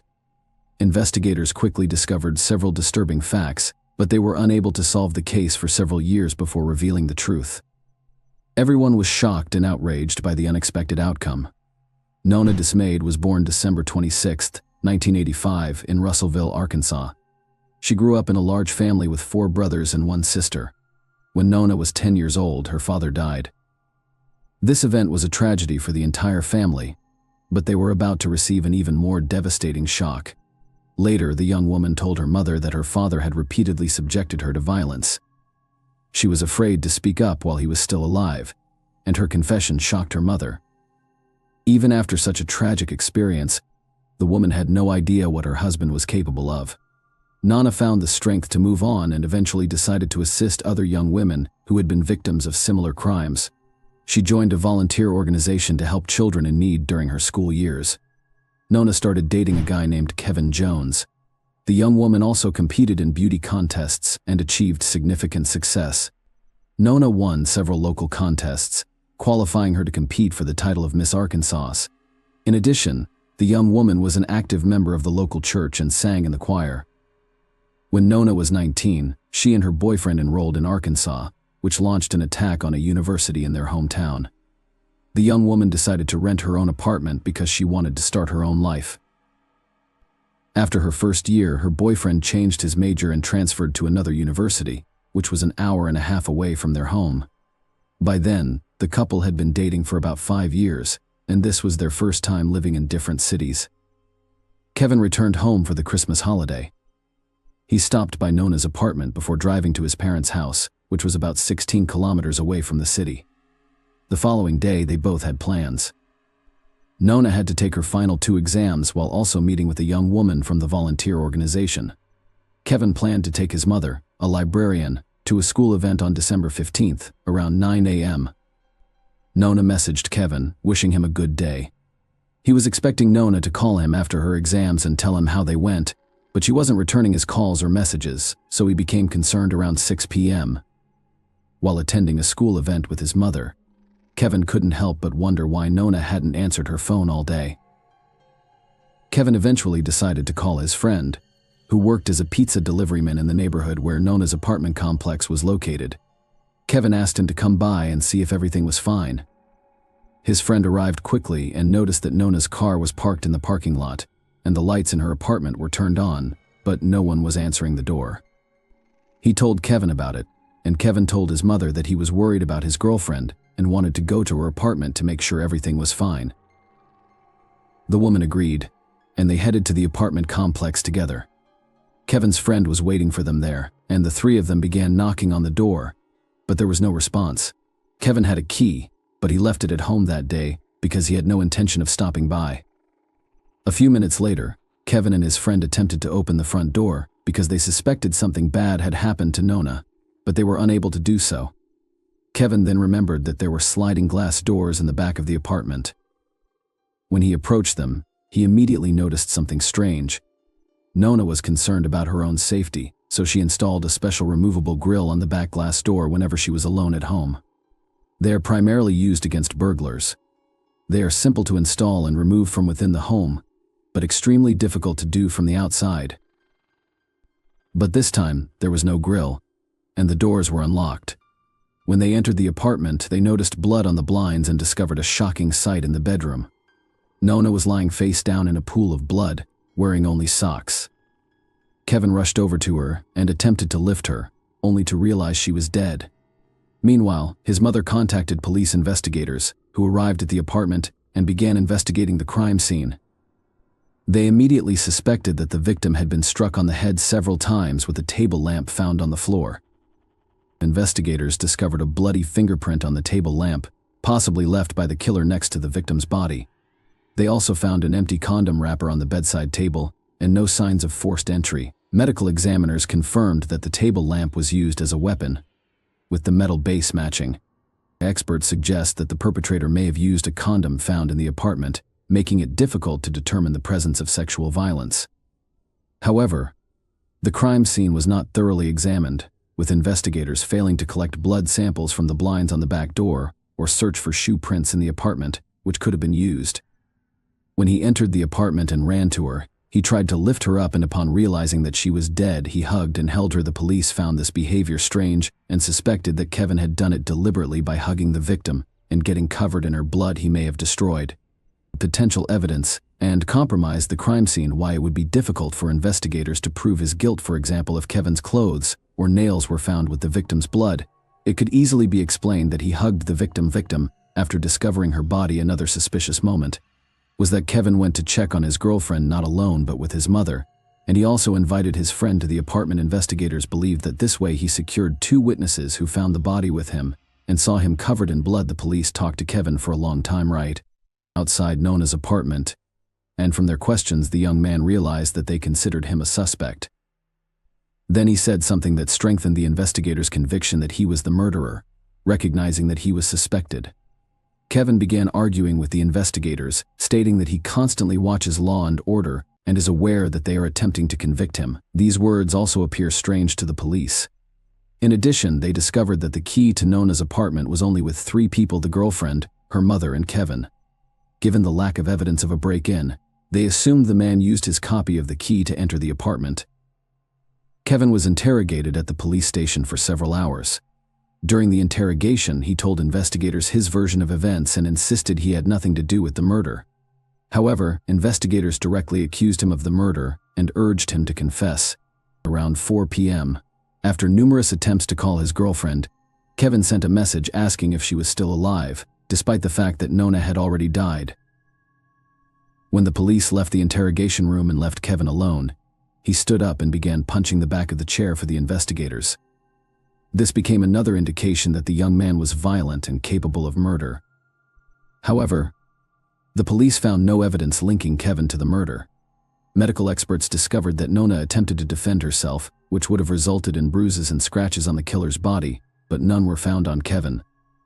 Despite this, the detectives remained convinced he was guilty and attempted to gather evidence. After interviewing over 50 people, the police were unable to find any witnesses. However, after speaking with known friends, they discovered that shortly before her death, she had begun seeing another man secretly from Kevin. Investigators immediately checked this person, but he had a solid alibi for the time of the murder, which raised suspicions about Kevin. She was killed with extreme cruelty, which in most similar cases indicates the killer's strong personal animosity toward the victim. A few days later, Kevin agreed to take a polygraph test. The operator concluded that the young man provided numerous false answers, and one of the investigators claimed that this was the worst polygraph result he had ever seen in his 28 years of experience.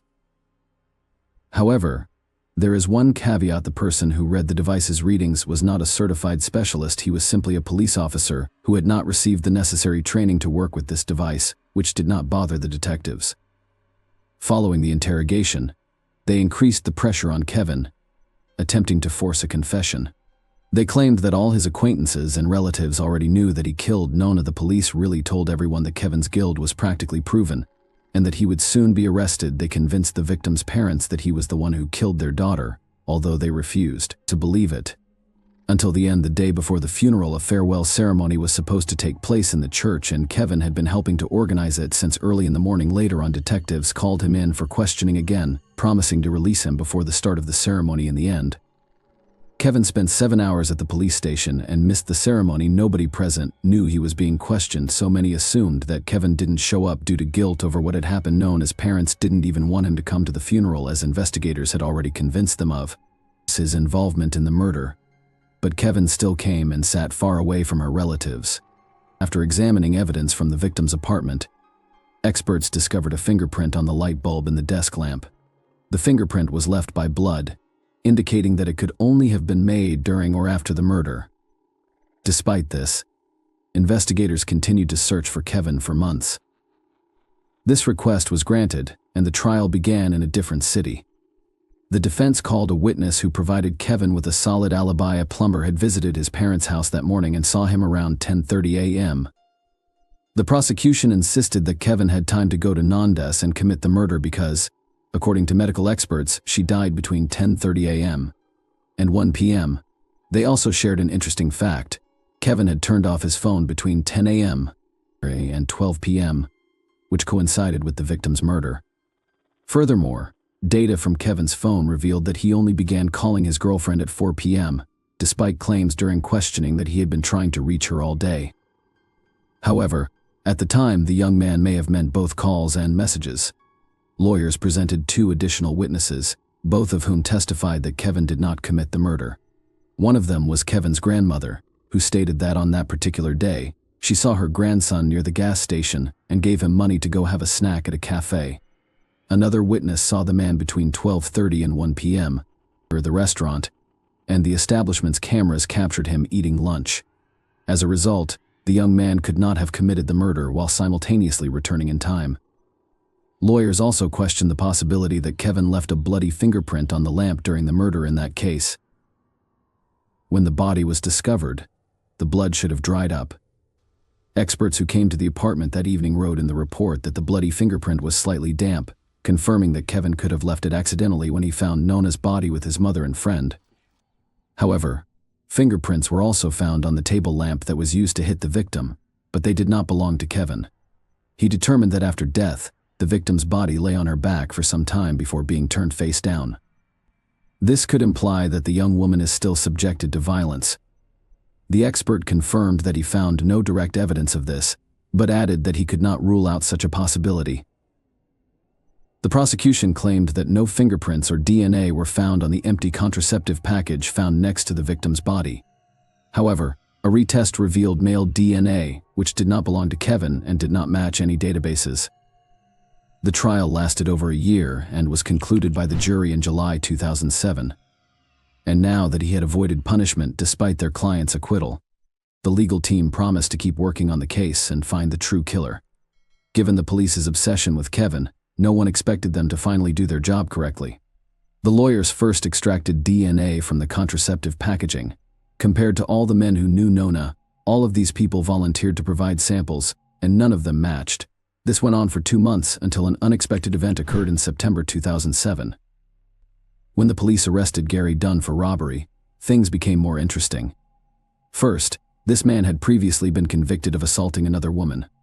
Second, he lived in the same housing complex as Nona. In the early stages of the investigation, the police considered Gary as a suspect but quickly switched their focus to Kevin as the killer. The boy's lawyers requested a DNA test, which revealed that a sample from the contraceptive packaging matched Gary's DNA. After the young woman's murder, investigators even questioned Gary using a polygraph. Gary did go shopping with his mother, just not at the time of the murder, but 2 days before, as evidenced by receipts with purchase dates, which Gary even showed to the police, but they simply ignored such important information. They noticed that the dates on the checks did not match the day of the murder. This was stated in the reports, but for unknown reasons, they either ignored it or failed to notice that the days did not match. Finally, experts compared his fingerprints to those of unknown table lamps, and they matched. However, a serious issue arose here. The fingerprints and DNA matched, but not completely. The judicial system follows certain guidelines. In Gary's case, the necessary coincidence indicators for determining guilt were insufficient, despite the fact that the DNA and fingerprints were unlikely to belong to someone else. The investigators were likely guilty because they did not thoroughly examine all available evidence immediately after the murder, as required by the rules. It is possible that the DNA samples deteriorated. He was on parole in 2002. He attacked a woman who was running in the park, knocked her down, and began beating her, threatening to kill her. The woman escaped and ran to her car. Meanwhile, Gary fled the scene but was quickly apprehended. The man served 19 months in prison and was released early. Interestingly, his DNA sample was not included in the database. Gary's trial began in April 2010, and there were plenty of surprises in store for everyone. His own wife testified against him, claiming he was an aggressive and dangerous man. Gary frequently raised his hand against her, and the woman was terrified for her life, so she was afraid to leave him. But the most intriguing detail was that, a few weeks before the victim's death, she noticed her husband spying on Nona through her apartment window. Based on this, the prosecution assumed that the man planned the attack because of his criminal history. Gary had a history of violence, and he may have been keeping a close eye on Nona because she lived only a few meters away. On December 15th, he decided to act. He allegedly knocked on her apartment door and entered under false pretenses, grabbing the table lamp and striking her several times before assaulting and killing her. Because Gary used contraception, medical experts were unable to definitively state whether the victim had been sexually assaulted, but all evidence pointed to it. Gary's lawyers denied his involvement, but he had no real alibi, so they concentrated on blaming Kevin, according to the lawyers. Kevin discovered that the young woman was cheating on him and killed her. Kevin had to testify in court and listen as they attempted to portray him as the true criminal. The prosecution was unable to use Gary's fingerprints or DNA as evidence, resulting in a mistrial. A new trial was soon held, with a key difference being testimony from a woman who Gary nearly killed in 2002. The woman described how the man attacked her and how she barely escaped. Despite this, the second trial was declared a mistrial. First, he tried to kidnap a woman from a church parking lot, but she fought him back. A few hours later, Gary stripped in front of another woman in a mall parking lot and was quickly arrested. Given his criminal record, and the fact that he is practically known as killer, the court decided to sentence him to the maximum term. Gary was sentenced to 15 years in prison for 2 incidents and is still serving his sentence. Despite his right to petition for early release, authorities are unlikely to grant him such an opportunity. They also have the right to charge him with murder for the 3rd time, but they are not rushing to do so. The likelihood of the new trial ending in the same way as the previous 2 is high, so investigators are gathering more information. During the trial preparation, Kevin discovered that Gary's polygraph test results revealed lies, but investigators did not consider him a suspect. Unfortunately, his lawsuit was dismissed due to the statute of limitations. As a result, negligent police officers did not face any consequences for allowing the real killer to roam free for years and may not be punished in the future. Please leave your thoughts on this story in the comments, and thank you for watching.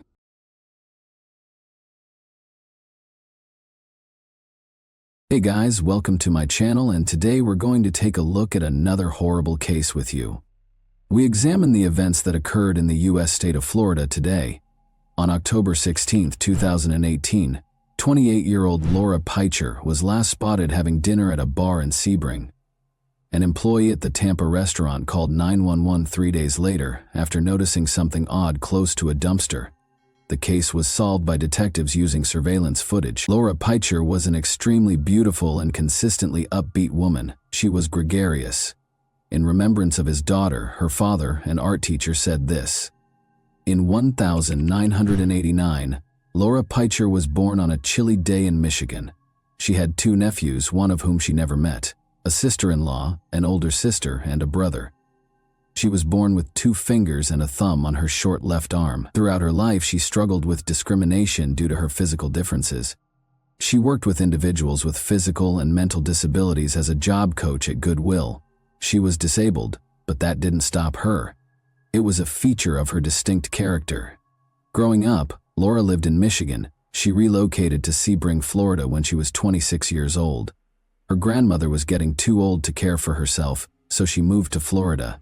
With a big heart, Laura left her job to visit her grandmother in Florida. The incident started with a 911 call on the morning of October 19, 2018, when staff members at the restaurant reported discovering the woman's body hidden under a wood board and wrapped in a plastic bag close to a dumpster behind the establishment. In a restaurant parking lot, a woman reported a bad smell next to a dumpster by calling 811. She initially believed it to be a dead animal, but upon closer inspection, she discovered what she initially believed to be a dead woman. Investigators showed up on the scene. Face down, the victim was discovered. She was half naked. She was discovered wearing a dress, and a plastic bag was placed over her before the bed's headboard was placed over her body, but the gown was lowered beneath her breasts. Her hands were tied behind her back by the criminal. They discovered a wallet that eventually held an ID card and a clear plastic bag filled with personal belongings, the most crucial of which was mail, by using a purse strap inside the dumpster. Laura Peicher was identified as the victim. She lives in the city of Sebring, Florida, which is roughly 2 hours' drive from where she was discovered, and investigators concluded that she is not truly from Tampa. After more research, it was discovered that Laura owns a silver Toyota Tundra pickup truck. Her pickup truck was not in the parking lot close to where Laura's body was discovered. even though she may have driven it to Tampa. In case it was spotted anywhere, the truck was registered as a stolen vehicle and added to a law enforcement database. In the meantime, the restaurant manager was interviewed by investigators. The body was found on Friday morning, 2 days after the establishment's owners had cleaned the parking lot on Wednesday. This implied that the body had to have been there from Wednesday through Friday. Laura was strangled with a thin rope-like object, as evidenced by the obvious marks on her neck discovered by the medical examiner who conducted the autopsy on her body. Laura's death date was determined by additional indicators found on her body. It was obvious that the body had been on the ground for a long time because the skin was discolored. 2 days before she was discovered, on Wednesday, the medical examiner came to the conclusion that Laura had passed away. Meanwhile, police in Michigan, 1,200 miles away, informed Laura's family of her passing. Her parents were taken aback. In order to allow investigators access to Laura's trailer, Laura's parents drove 20 hours from Michigan to Sebring. Investigators sought to determine whether the trailer was a scene of a crime. They entered and searched the house to see if anything out of the ordinary had occurred, but there was nothing there. Everything had a place. No sign of a struggle had occurred there, which might indicate that Laura had been attacked elsewhere, nor was Laura's pickup truck present. The investigators were aware that reconstructing the timeline of Laura's final hours would be necessary to solve this case. They wanted to know who Laura had met, why she had come to Tampa from Sebring, and what had happened to her pickup truck. On Wednesday, investigators looked through Laura's cell phone logs. She stopped answering calls between 1 and 5 in the morning. It is a clear sign that something has occurred. According to the records, Laura called a man named Vidal Cortez twice on Wednesday morning. Detectives wanted to speak with a man named Vidal Cortez, who became the first possible suspect after Laura's friends disclosed that he was Laura's boyfriend. They needed to know if there had been any issues in their relationship and when he had last seen Laura. However, the police learned that Laura's pickup had been seen outside a Tampa convenience store before they could locate Cortez and speak with him. 3 miles from the scene of Laura's body, the detectives visited a convenience store. Laura's pickup truck was gone when they arrived. Nonetheless, the detectives hoped they could obtain some answers from the surveillance cameras that were placed both inside and outside the store. They saw a pickup truck arrive at the store and park after viewing the footage from those cameras. Although they attempted to zoom in, the video quality was subpar, making it impossible to identify the driver. A man exited the passenger seat of the pickup truck after it had parked. This indicated that the pickup truck had a driver and a passenger, or at least 2 people. It seems that the man who exited the pickup truck was aware that the cameras were recording him. He wore a baseball cap and kept his head down. He went into the store, but as before, detectives couldn't see his face on the videotape due to its poor quality. The picture was excessively grainy. The employees of the store stopped him from stealing the beer.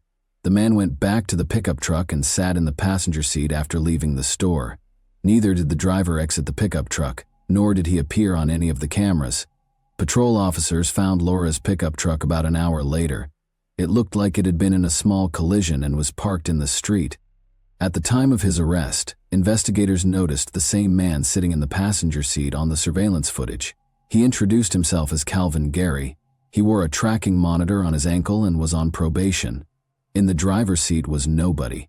The pickup truck's driver had clearly run away, as only a pair of shoes remained. The detective started questioning Calvin Gary, while Laura's pickup was turned over to forensic so they could thoroughly inspect it for any evidence. He claimed that a man named Hot had given him the truck. They were going to steal beer from a convenience store, and Hot had just moved into the area. Calvin Gary was asked by detectives if he was aware of how hot the pickup truck got. "I don't know anything about Laura," he said, adding that he didn't know the answer to that question. "I don't know what happened to her," he said. He informed detectives that Hot was a short African-American man. Calvin Gary also provided detectives with Hot's location. When they spotted them, they proceeded to the designated address. The short man hid in a bushy grove. He was mistaken in his hope that the detectives hadn't noticed him. They invited him to approach them. The man had on a shirt and pants but no shoes when he came out of the shrubbery. He refused to give his name when detectives asked him to do so because he was uncooperative. The detectives then requested that he approach the car. They were able to quickly identify fingerprints thanks to specialized equipment. Detectives discovered a match in the database when they scanned the man's fingerprint. Gary Daniel was his real name, and he had a long criminal history. He was already a 3-time prisoner. The fact that Gary Daniel was from Sebring was another noteworthy detail. Be mindful, Laura was a resident of Sebring as well. Detectives assumed Daniel was the driver of Laura's pickup truck because he was shoeless. Remember how the police discovered shoes inside the pickup truck when they located it? Gary Daniel was therefore a suspect in the Laura Peacher case, due to all of these factors. Nevertheless, the detectives had to release him because there was insufficient evidence at that time for the police to bring any charges against him. Because Calvin Gary had an ankle monitor, they focused on him and the fact that he, Gary, and Daniel used Laura's pickup truck. But the police were able to follow him around. They learned that Calvin Gary had never visited Sebring where Laura lived, or the dumpster where her body was discovered. Following the discovery and interrogation of Laura's boyfriend, Vidal Cortez, detectives ruled out Calvin Gary as a suspect. However, he told detectives that Laura had gone to a Sebring bar on the evening of Tuesday, October 16, since she had been there the night before she died. Detectives were intrigued by this information and went to the bar to talk to the establishment personnel. Since Laura lived nearby, the manager told detectives that she frequently stopped by the bar for a bite to eat. Her most recent visit was on the evening of Tuesday, October 16. There was nothing unusual about her manner. She was smiling and friendly as usual. The existence of surveillance cameras within the establishment, which captured all events within the bar, was discovered by detectives. They viewed the video, which supported the bar manager's claims that Laura was wearing the same dress in which she was discovered. At the bar, she was seated. At the time, she was conversing with a waitress who was employed. She ate dinner. Nothing odd was going on, and she hadn't ordered any alcohol. Around 11 p.m., she left without meeting anyone and only talked to a waitress. Subsequent investigation revealed that the witness saw Laura with a man he described as Shorty at 2:45 a.m., approximately 4 hours after she had left the bar. She was spotted by the witness at a gas station outside a convenience store across town. At that moment, Laura was sitting in her pickup truck and appeared to be in good health. There was no sign that she was having problems or that she needed assistance. In addition, the witness stated that Laura and Shorty took off in their car. Since the gas station was the last known location where Laura was spotted alive, the investigators went there. At 2:54 a.m., when they began watching the security footage, they recognized a familiar face. Gary Daniel had entered to purchase cigarettes. Before he left, he chatted with another customer. Laura's pickup truck was seen backing out of the parking lot and onto the highway in footage captured by another camera. The footage supported an eyewitness's account that he unquestionably saw Laura Peacher and Gary Daniel together at a gas station near Sebring, but it was impossible to determine whether Laura was inside the pickup at the time, whether she was okay, or whether Gary Daniel was with her. Investigators searched the dumpster for clues that might connect Gary Daniel to Laura's murder early on Wednesday morning. Although the ATM receipt was partially torn, it contained information that helped law enforcement identify that it was a specific ATM at a Lakeland gas station. The receipt states that the transaction took place on Wednesday at 3:30 p.m., 12 hours after Laura was last observed in Sebring. In order to locate the ATM of interest, the detectives proceeded to the gas station. With any luck, the surveillance footage would help them solve the case. They could see Laura's pickup truck in the video, but they couldn't make out who was sitting in it. Fortunately, there were several cameras. The detectives watched Gary Daniel exit the pickup and go to the store after it had been parked. After taking out cash from the ATM and purchasing a soda, they departed the establishment. Detectives believed Laura was dead by this point because she was not seen and did not exit the pickup truck. Gary Daniel returned to the pickup truck and headed toward the location of Laura's body. They located him. For interrogation, Gary Daniel was brought to the police station. The only proof the police had at that point was that Daniel had used Laura's pickup truck, so they started interrogating him about it. The only thing he did, Daniel said, was to use an unlocked truck that had keys inside for that purpose. He didn't know who owned the pickup. The pickup truck's interior was fine, he said. He saw nothing out of the ordinary. After showing him a photo of Laura, the detectives asked him if he recognized the person in it. "I don't know the woman," Daniel said. He was asked if he had ever met Laura in Sebring by detectives. "No," he said. Then they told him that a recording had been made at a Sebring gas station. "He's on the tape. and Laura's pickup truck is on the tape. He refused to answer any more questions after Danielle learned that the police suspected him of killing Laura. There was no tangible evidence available to detectives at the time to convince a jury that Laura Peicher was murdered by Gary Danielle. A person has a set amount of time to stand trial. The clock begins to run as soon as the suspect is taken into custody. The detectives chose to release Gary Danielle because they were still awaiting the forensic findings. Naturally, there was a significant risk that Danielle would flee, but the investigators determined that the risk was warranted in this instance. Many questions were addressed by forensic analysis. Drops of Laura's blood were discovered by the experts in the rear seat of her pickup truck. This suggests that Laura's body was either in the back seat of the pickup truck when she passed away, or that the crime was committed inside the vehicle. A forensic report on the objects discovered close to Laura's body has been obtained by investigators. Gary Danielle's DNA was discovered under Laura's fingernails, and it matched the DNA on the strap that was used to bind her hands. Gary Danielle was taken into custody after the DNA evidence found in surveillance footage was sufficient to file charges. Danielle used his right to silence and remained silent when he was arrested. He was accused of carjacking, tampering with evidence, and first-degree murder. The investigators attempted to create a timeline of Laura's final hours based on the evidence. They were aware that Laura was in a Sebring bar. At around 11 p.m., she left the bar by herself and went to the town center, where she met up with friends. She met Gary Danielle that same evening. There was no connection between them, and they had never met before. Because Gary Danielle wouldn't answer questions, investigators think Laura agreed to give him a ride, perhaps in return for money. Investigators don't know how he and Laura met, but they do know that she was found alive and unharmed in a pickup truck by an eyewitness at a gas station, where she and Gary Danielle ended up. After they left the gas station, it seems that something happened. Laura was strangled in her own pickup truck, though it's unclear where the truck was when she passed away. Surveillance footage showed Laura's pickup truck at a gas station 25 miles outside of Tampa, where Danielle was taking out cash from an ATM, 12 hours after it was last seen in Sebring. After that, Danielle took a car to Tampa. 2 days after, he hid Laura's body in a restaurant parking lot next to a dumpster. It was discovered. The trial didn't happen until nearly 3 years after Laura's passing. The global situation was the reason for the delay. It took a long time for Laura Peicher's father to go to court and face the man who killed his daughter. Rather than condemning Danielle, the father used his words to discuss the lost young woman. A young boy once pointed out her short arm, according to a story her father told. She was told by another boy that he had asthma. "Don't you know there's something wrong with everyone?" she replied.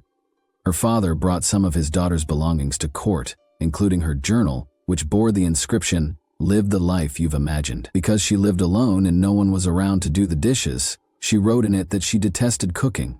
She expressed her distaste for littering in her writing.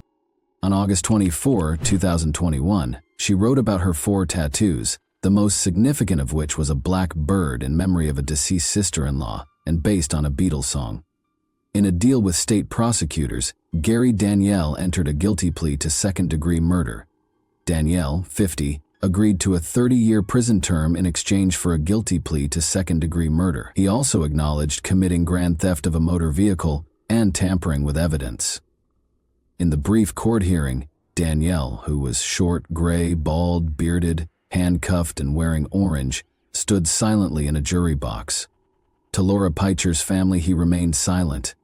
The case was punctuated by a guilty plea, but it left many questions unanswered, including how Laura met Danielle and why she was murdered. And that wraps up today's chilling story. If you enjoyed this video, don't forget to like and subscribe so you never miss a new upload. Also, let me know in the comments, what part of this story shocked you the most? Thank you for watching, and I'll see you in the next video.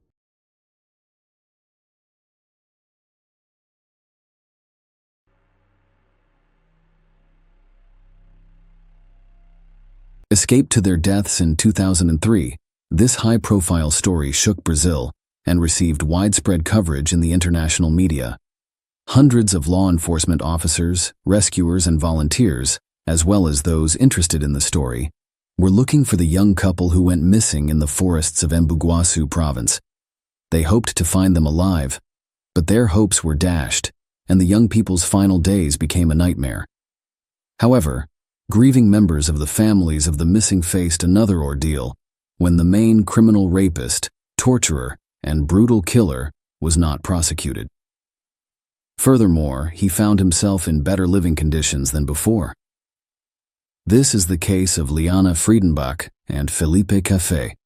Liana B. Friedenbach was born in Sao Paulo. In May 1987, the girl was the eldest of her parents' 2 children, and she grew up in a relatively well-known and wealthy family. Ari Friedenbach, the family's patriarch, was a successful lawyer and well-respected member of the community. Felipe Silva Café, born in July 1984 in Sao Paulo, grew up in a large, modest family. He has worked part-time since he was a child, trying to support himself and his relatives. The young people met as schoolchildren, and their friendship developed into mutual sympathy and the first youthful love. However, they had to conceal it in every possible way. It is worth noting that Liana's parents were religious and raised their daughter strictly. She went to church on a regular basis and attended Sunday school since she was very young. Her father and mother were adamantly opposed to her romantic relationships at such a young age. Furthermore, social inequality played a significant role in this case because, as I previously stated, the girl came from a wealthy family while her chosen one was poor. However, their parents' prohibitions did not force the young people to end their relationship. Instead, they began to conceal their affair, secretly scheduling dates in different locations where no one could see them, in order to spend at least some time together. On one final trip in the fall of 2003, the lovers decided to get away from everyone for a while, traveling to a remote, deserted area to be alone. They carefully planned the trip, which was supposed to be an exciting adventure for them, and most importantly, the boys made sure they had a plausible alibi that would justify their absence and avoid suspicion.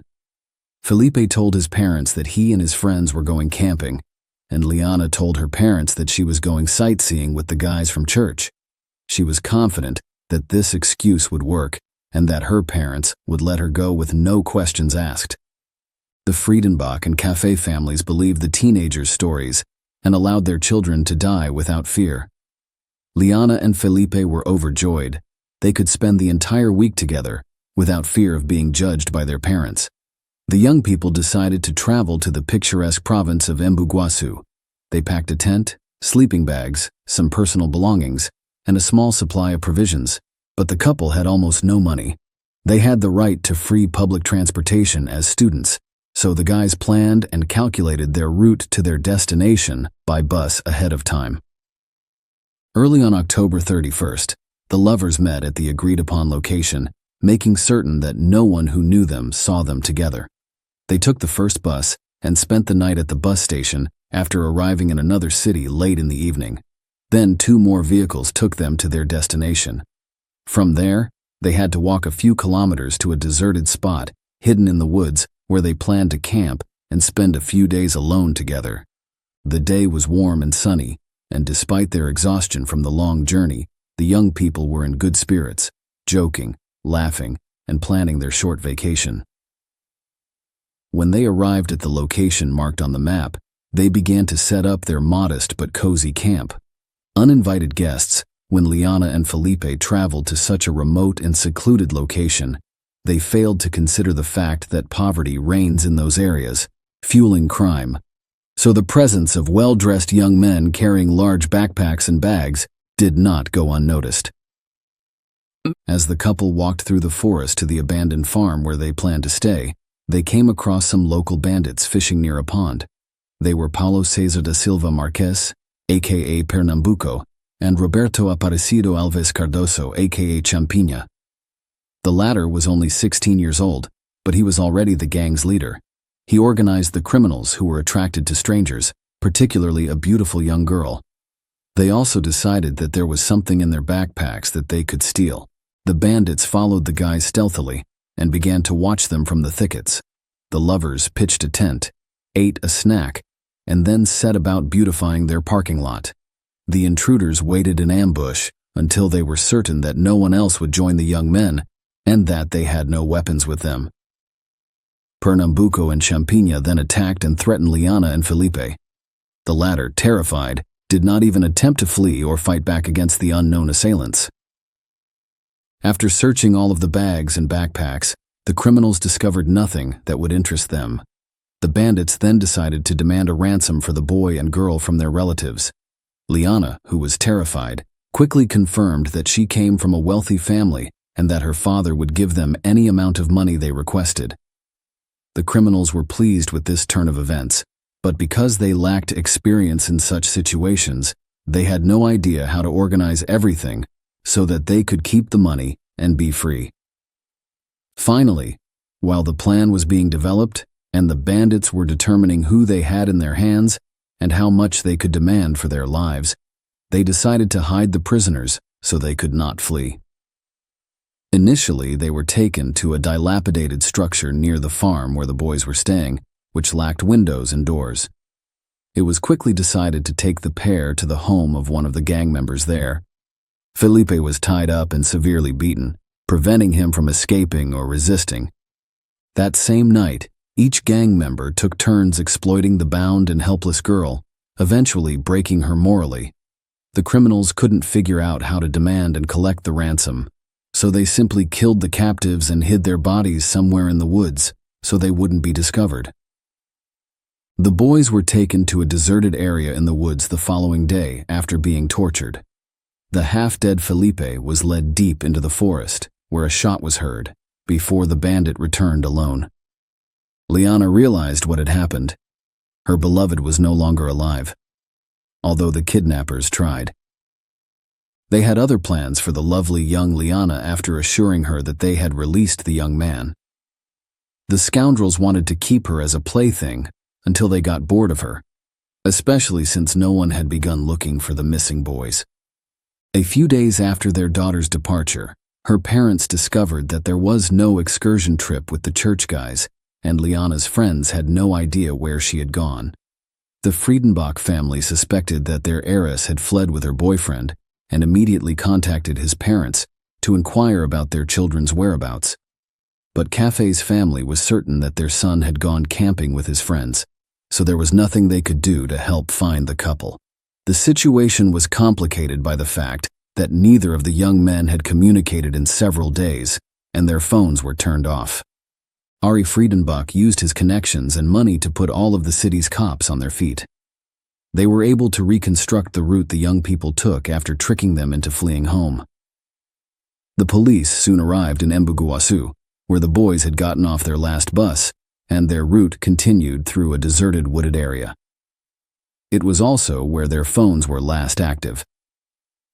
A large-scale search began involving police officers, rescuers, and concerned citizens who had learned about the incident and wanted to help. A large local businessman also joined the operation, bringing his personal helicopter to search from the air and handing out leaflets with photos of the missing young people. Their camp was discovered quickly, and it appeared frightening. Despite the absence of blood and fighting, it was obvious that something terrible had occurred here. The couple's personal belongings had been removed from their bags and carelessly scattered. The tent had been opened from top to bottom with a knife, and the guys' cell phones were scattered about. Felipe's lifeless body was quickly discovered by rescuers.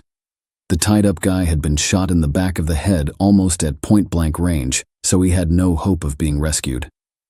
It became clear that the chances of finding Liana alive were slim, but as they say, hope dies last. Ari Friedenbach involved the press in the search, ensuring that the entire process was widely covered in the media, and that as many people as possible were aware of it, in the hopes of learning anything about Liana's whereabouts. An impressive reward was announced, but it did not help the situation. The massacre of Liana began after the criminals had killed Felipe.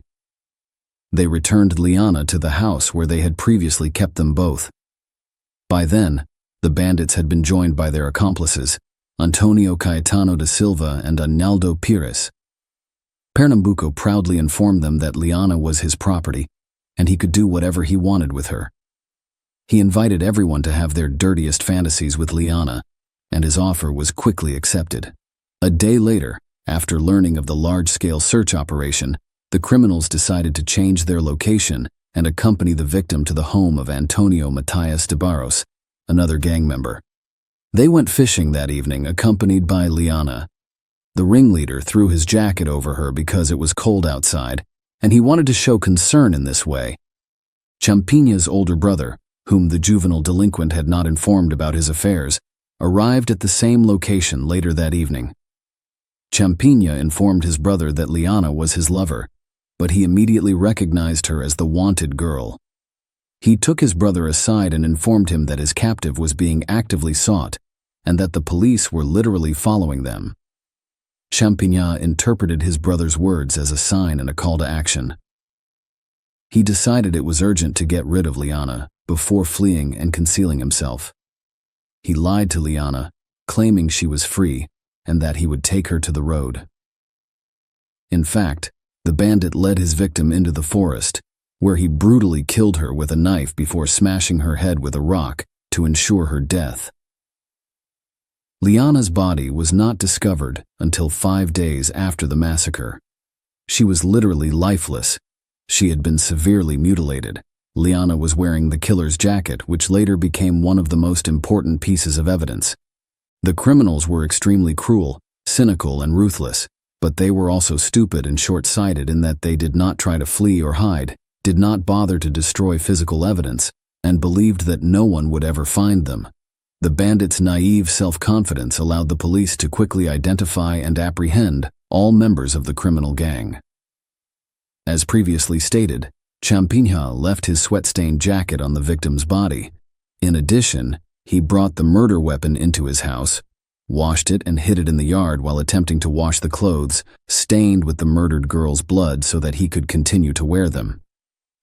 DNA analysis revealed the identities of the gang members who had committed violence against Liana. The gang members were apprehended almost simultaneously. The ringleader not only did not deny it, but he immediately began to testify, boasting that he had kidnapped, abused, and murdered the unfortunate victim. He went into great detail about what had happened to Liana in her final days. After a lengthy trial, nearly all of the adult members of the criminal gang received harsh sentences. Pernambuco was sentenced to life imprisonment for Felipe's murder.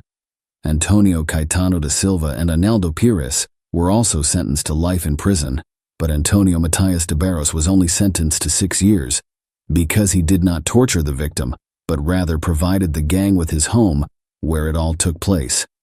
However, with the ringleader and the most brutal member of the gang, things were not as simple. He was barely 16 years old when he committed these crimes.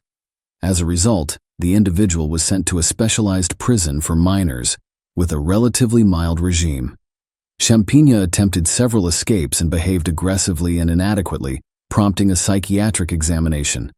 He was discovered to have several mental abnormalities that, while not inherently dangerous, combined to create a monstrous result, transforming the young man into a sophisticated sadist and murderer with no feelings of pity or remorse.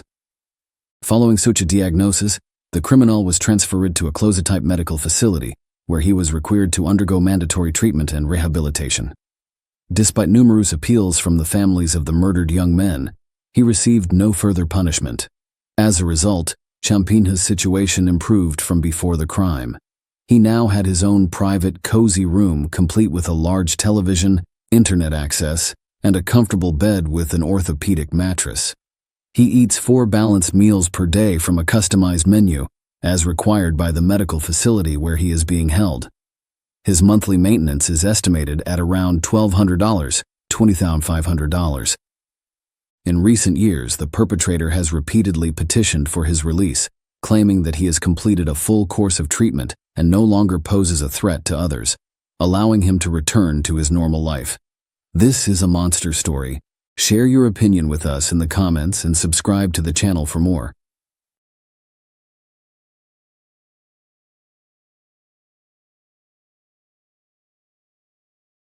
Limer Township, named after the first settler William Evans, is one of thousands of small and cozy towns scattered across the country in January 2023, in the state of Pennsylvania.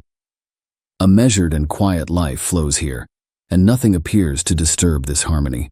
The inhabitants of such places know each other by sight, and their friendships unite many of them into one family. Jennifer and Blair's friendship began while they were working as business partners on joint projects. Even after Blair decided to become a simple chef, their bond remained strong. Their friendship developed beyond the confines of business and became more than just a working relationship. Jennifer's friendship with Noah, her autistic 8-year-old son, took on added significance. Blair had always shown his friend genuine concern and assistance in caring for Noah. Their children were friends as well. They frequently spent time together, and when the children's games ran late, Noah would spend the night at the Watts house. Jennifer Brown, born in 1979, was a vibrant and active woman. She was always smiling and exuded a positive energy that spread to everyone around her. Friends and family often wondered how she managed to do so much and be so active. Her true calling, however, was motherhood. Nothing was known about her son Noah's father, but this situation did not overshadow their lives. On the contrary, it strengthened Jennifer. Taking care of her young son, Jennifer became a reliable support and best friend for him, especially after Noah was diagnosed with autism in early childhood. Mom and son were inseparable friends who spent a lot of time together, sharing happy moments and helping each other in times of need. Everyone who knew them felt tenderness and admiration for them because of their friendship. The people of the small town noticed their closeness and admired this family for their joy and genuine kindness. Unfortunately, none of them could have predicted what happened to Jennifer on January 3, 2023. She vanished without a trace. The Limerick Township Police Department received a disturbing call from Antonio Blair Watts Richardson on the morning of January 4, 2023. He was deeply concerned about his close friend's disappearance. Despite the fact that it had only been less than 24 hours since he had last seen her or heard her voice, his anxiety was growing by the minute. Tony had been attempting to contact Jennifer for several hours and had received no response.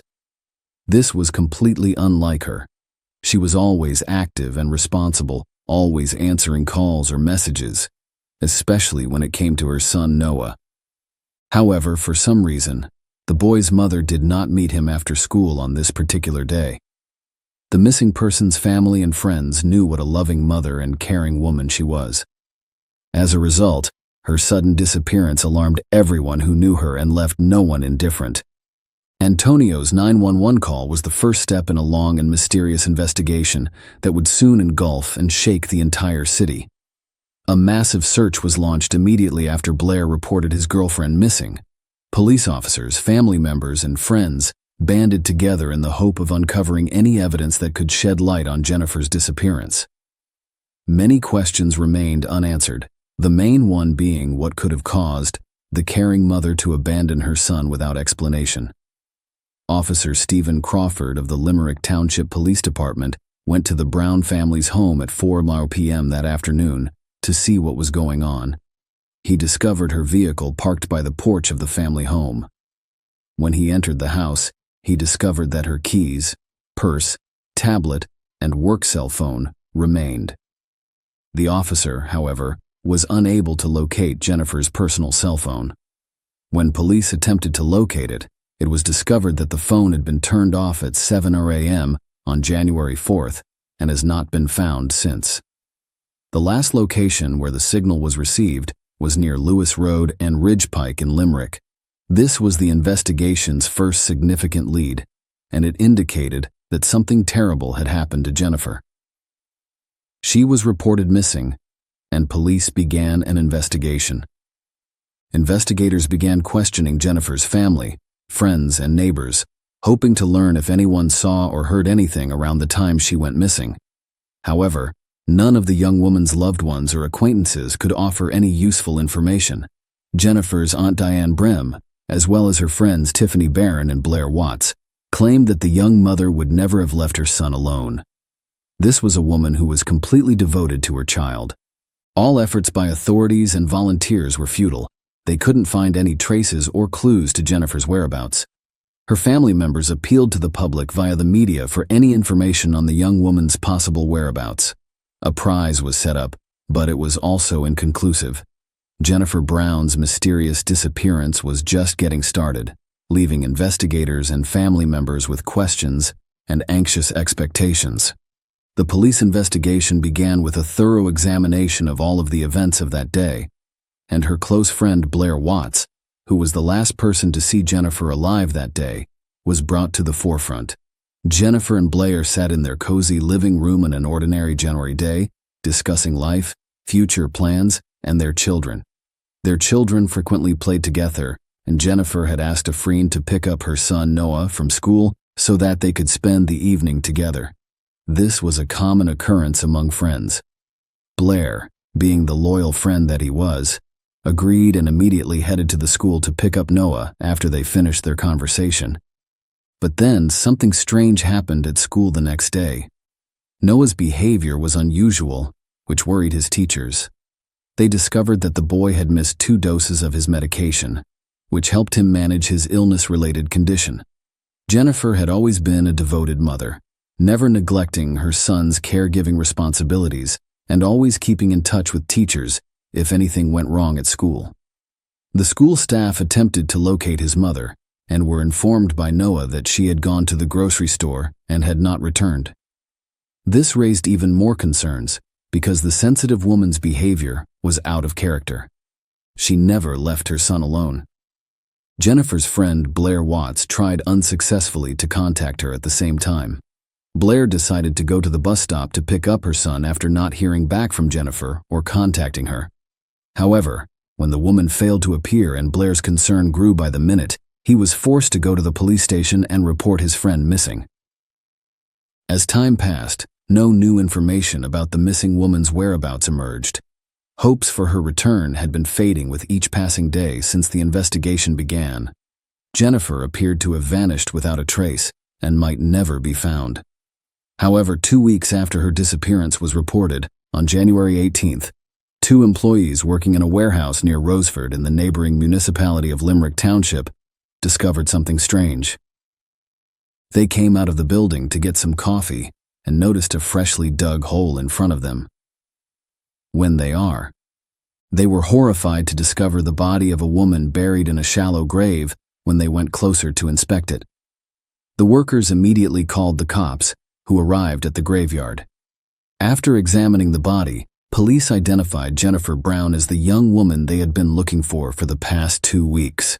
The sheriff called her family to inform them that the body of the missing woman had been discovered partially buried near a warehouse in Roseford. Jennifer's death was clearly violent, according to an autopsy. Her death was caused by asphyxiation, and she suffered from 3 broken ribs. This indicated that Jennifer had most likely fought her assailant, who had beaten her to subdue her. The investigation's focus has shifted. The missing person case was reclassified as a murder investigation, and police interviewed everyone who knew the murdered woman, including her family and friends. These interviews, however, provided no new information about the case, and the police had no suspects. The investigation appeared to be coming to an end, and the police had no one to follow up on. However, when the detectives least expected it, they received a tip from an unexpected source.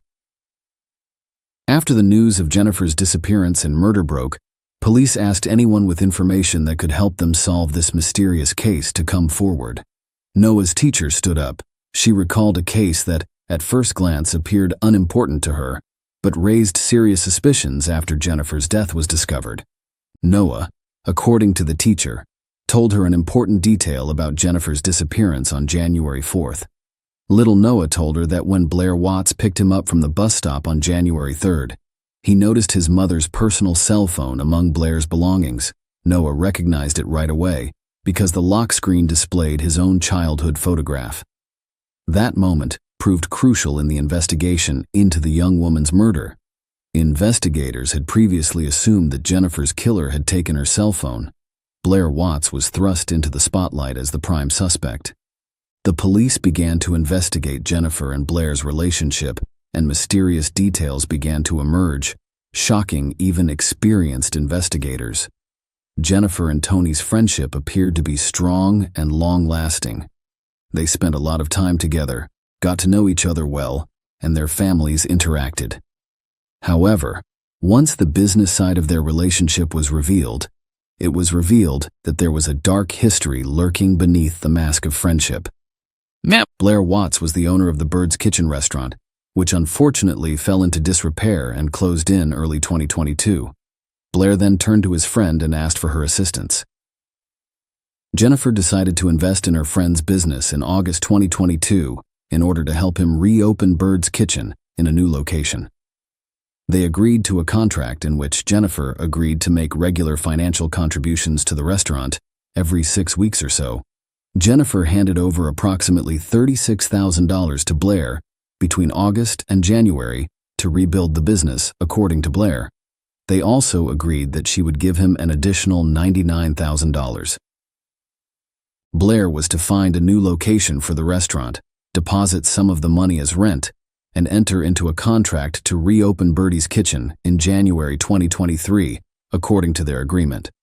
However, it was discovered that the funds allocated for the investment were spent on Blair's personal needs. His failure to fulfill his financial obligations was brought to the attention of the property owners with whom he had entered into the agreement. As a result, they terminated their agreement with him on December 26, 2022. Blair found himself in an impossible situation. He not only lost his money, but also the chance to open his restaurant. The police began to suspect that he had decided to commit a heinous crime in order to save his business out of desperation. Investigators discovered 2 unauthorized transfers of $177,000 to Birdie's Kitchen on January 3rd, after closely scrutinizing Jennifer's iPad's financial transaction history.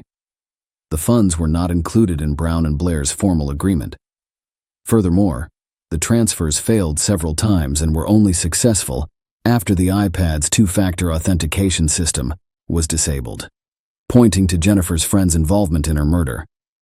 The owners of the property who had terminated their lease with Blair were then interviewed by police. On January 4th, the day Blair reported Jennifer missing, he appeared in front of them, claiming to have the funds to enter into a lease agreement. Blair was identified as the murderer by investigators. They needed irrefutable evidence because they knew he would never admit his guilt. Their first step was to question Blair's wife, Tiara Taylor, about where Blair was on the day Jennifer vanished. Tiara told detectives that Blair paid a visit to the Brown family on January 3rd around 1 p.m. and didn't arrive home until 4:30 a.m. when he picked Noah up from the bus stop. Tiara also claimed that her husband returned home briefly before leaving around 5:00 p.m. and didn't come back until late that night. This time frame became crucial. Further investigation revealed that Blair had spent the night with his mistress, Tatiana Garrett, and did not return to her until around 8:00 p.m. This meant Blair had no alibi between 5:00 and 8:00 p.m. Detectives assembled an alleged chronology of the murder based on the available evidence.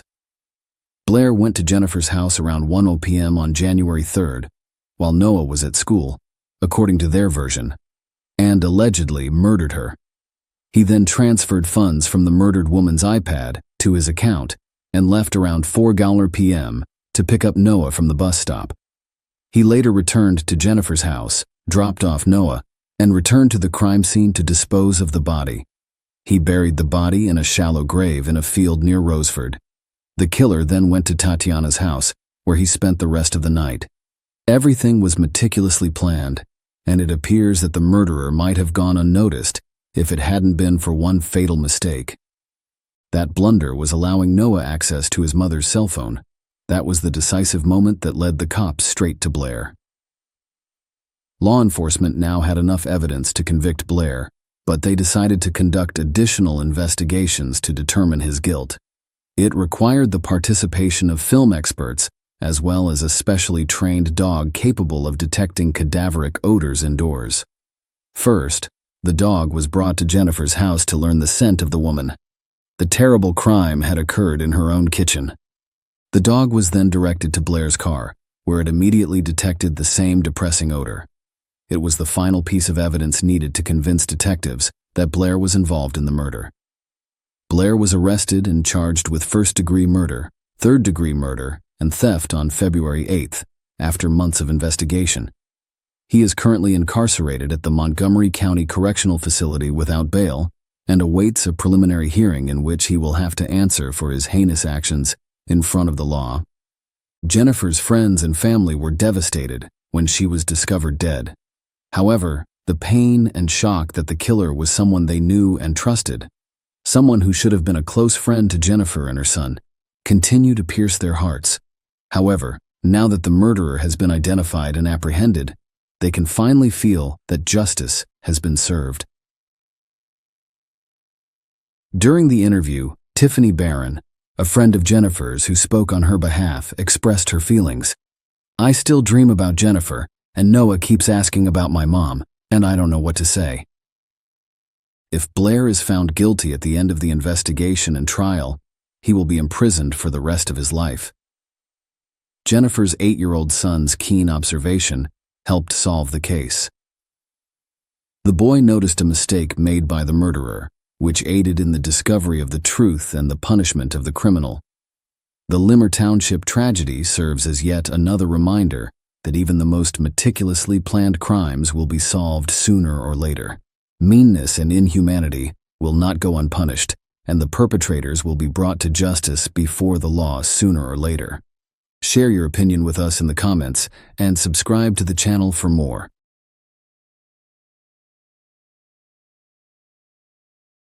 Hey guys, welcome to my channel, and today we're going to take a look at another horrible case with you.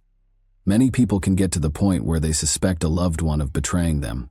Others may give in to the influence of fantasies of retaliation against the betrayer, while others may decide to end the relationship due to such suspicions. However, what if a katana were to make these fantasies come true? The setting for this story was Camas, Washington, in 2018. The topic of discussion was a woman who lived in a nice home in a quiet neighborhood. Alex Lovell was the man's name. For 29-year-old Alex, playing video games was his main passion. He was in front of the computer for about 12 or 13 hours every day.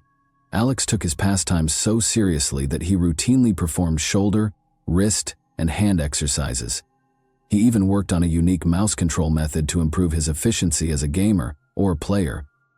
At the age of 30, Alex's girlfriend Emily Javier was not pleased with his obsession. After 2 years of dating, the young couple noticed that Alex was spending more and more time playing games and having less time for her. Emily, of course, did not like this situation. When Alex made the decision to pursue a career in professional gaming, her patience reached a breaking point. Emily struggled to accept a gaming rival, even though she was somewhat comfortable sharing her boyfriend's gaming habits. When she found the Tinder dating app on Alex's phone, her resentment reached new heights. She became very suspicious of this. She therefore realized that Alex had found another girl when she saw red hairs in the shower and scratches on his back, even though her hair was then dyed green. Convinced that he would simply deny everything, Emily started to plot a retaliation that would enable her to permanently get rid of him, rather than confronting him head-on. She considered purchasing poison, getting a gun, or hiring a killer. No, she purchased a katana at a shopping center. That was the only thing she could think of right now, driven by anger. She therefore made the decision to give herself an additional week to polish her strategy. She entered the question, how to kill someone with a sword, into a search engine while she was at home with the katana. Not surprisingly, her question was answered in a rather direct manner.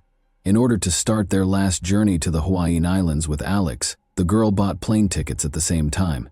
She confessed that she was tired of life in 2 notes, one to her mother and the other to a close friend.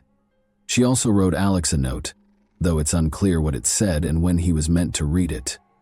At first, it seemed as though she wanted to do something to herself while on vacation. However, how did she intend to exact revenge on Alex? Kill him too? It's feasible, particularly considering that she could have brought the sword with her if she had checked it in with her bags, rather than bringing it on her person. One evening, though, Alex came home at about 9. He wanted to go to bed and hardly gave his girlfriend any attention. Emily became emotionally unstable as a result of this. She taped 2 additional knives to her side of the bed in case her sword plan didn't work, and she concealed the katana there because she felt she could no longer stand such treatment. She went back to her boyfriend after completing her preparations and offered him a drink to help him fall asleep more quickly while intoxicated. Emily hid the man's phone, which he would need to call for assistance after he fell asleep quickly. She illuminated his neck with the light from her own phone so she could see better and aim more precisely. Her hand went to the katana, but just as she was about to attack, she unintentionally struck Alex in the head with the katana's back, waking him up. An adrenaline rush helped Alex quickly regain his sense of direction and start using his hands and feet to block Emily's next blows. At last, he was able to hold her tightly. He exclaimed in his final moments that he loved her and was shocked that she was attempting to murder him. Alex was on the verge of fainting and begged her to call for assistance or he would perish. Emily, oddly enough, listened. A dispatcher received a call from a girl who was hysterical at 1:54 a.m. on March 3rd. She was yelling that her boyfriend had been hurt. When she inquired as to where the girl had hurt her boyfriend, Emily exclaimed, "Everywhere! Everywhere!" The dispatcher wanted to know where the knife was. The girl responded, shocked, that she had used a samurai sword to attack her boyfriend.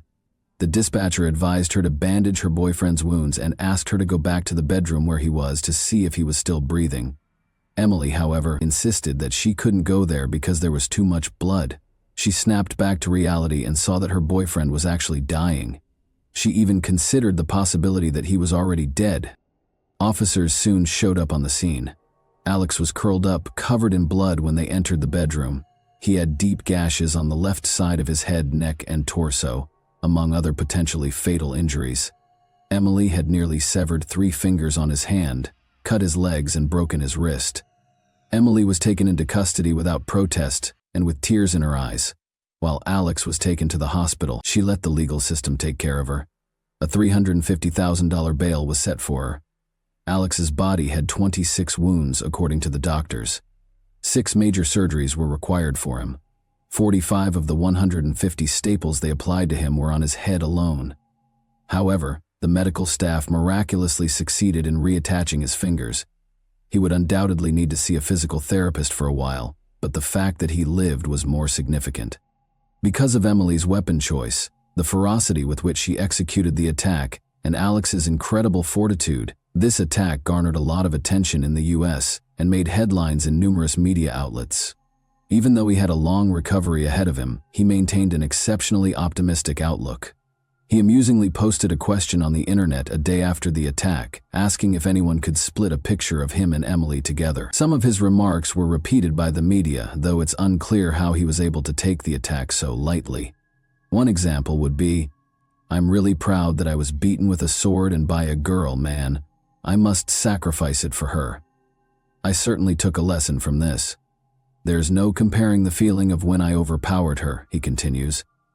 "I've participated in sports, taken first place in major competitions, and more. I've performed snowboard tricks. This is superior. I believed it was right to defeat someone who was determined to do me harm. I had spent my entire life anticipating this." Alex credits his love of kung fu movies and his habit of competing against other gamers with helping him win. He says he never cheated on Emily, but acknowledges that he likely spent too much time in front of the monitor. He remarked, "I hardly had time for one girl, much less another. He simply was too worn out to give her the affection she so richly deserved." Tinder was on his phone, he clarified, but he hadn't used it since it became apparent that he and Emily were seriously dating. Alex even acknowledged that the exhaustion from playing video games all day was the reason for his low libido. This might have persuaded Emily that he no longer wanted her, but he says that numerous times before, even when another girl merely liked his picture on social media, she had falsely accused him of cheating. All of this is denied by Emily. Regarding the red hairs, they might have come from his dog's fur or his own beard. Emily found it challenging to defend herself in court. Everyone could see that this was a carefully considered and planned crime. Emily told police that she wanted to kill him for cheating. "That was my objective." She was convicted of attempting first-degree murder. Her sentence was lowered from a potential 20-year term to 19 years because of Alex's survival, her lack of prior convictions, and her own decision to call 911 for assistance. This result did not sit well with Alex's family. They felt that because she tried to kill their son, she should be punished more severely. Emily countered that because of her history of childhood trauma, which hindered her ability to form relationships, her sentence should be shortened. Although her psychologist acknowledged that she had PTSD, he said it had no bearing on the case. The judge ultimately decided that she should receive almost the maximum sentence because of the severity of the attack. She must also receive treatment for her aggression and mental health issues. She must pay $30,000 in reparations and is forbidden from getting in touch with Alex or his family. To help Alex recover, his gaming friends set up a crowdfunding page and raised thousands of dollars. He is presently recuperating and has largely resumed his regular activities. He says he hasn't spoken to Emily since the attack. When asked how he feels about her, he admits that she saved his life by calling 911, which is significant, but it's difficult to sum up his feelings for his ex-girlfriend in just 2 words. In any case, he thinks she needs significant assistance. "I didn't expect this, but something like this had to happen," he continues in his characteristically light-hearted tone. "She reached for the samurai sword because she obviously didn't want me to end up in the wrong hands." And that wraps up today's chilling story. If you enjoyed this video, don't forget to like and subscribe so you never miss a new upload. Also, let me know in the comments what part of this story shocked you the most. Thank you for watching, and I'll see you in the next video.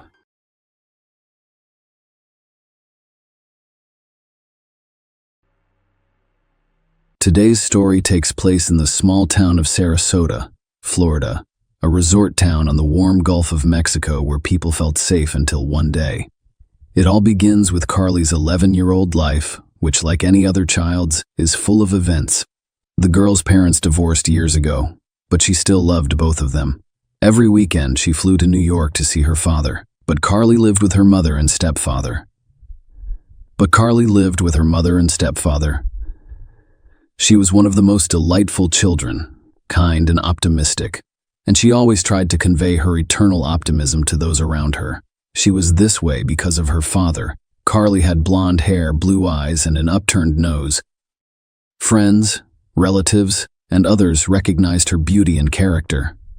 Everyone predicted that she would one day become a well-known model or actress. However, Carly's relatives and she were unaware that this would not occur. January 31, 2004, was an ordinary day. On her weekend, Carly decided to spend the night at a friend's house. When the girls spent the night at each other's house, they did everything that any girlfriend would. They painted one another's nails, listened to music, and gossiped about their classmates. The girls were so engrossed in their visits that they didn't realize it was already evening. As is customary in all families on Sunday nights, the entire family gathered to watch the Super Bowl game. Carly desperately wanted to get home by then, so she informed her friend's mother that her parents were waiting for her at home and that she could go home alone. The friend's mother was concerned, but Carly insisted on going home at 6 p.m. for 13 minutes. That is how long it took to get to the street with the Bruches. It was just 750 meters. After Carly left, the friend's mother contacted the parents because she was concerned and informed them that Carly had left alone. Susan, Carly's mother, was very concerned about her daughter, who had gone alone, despite the fact that the distance was only 2 blocks. So a concerned Susan asked Stephen, her husband's stepfather, to come out and meet her. Stephen immediately goes outside to meet Carly. They were to meet halfway and enter the store. Stephen was always spoiling his stepdaughter, and the night before the match, he promised to buy her a bunch of sweets.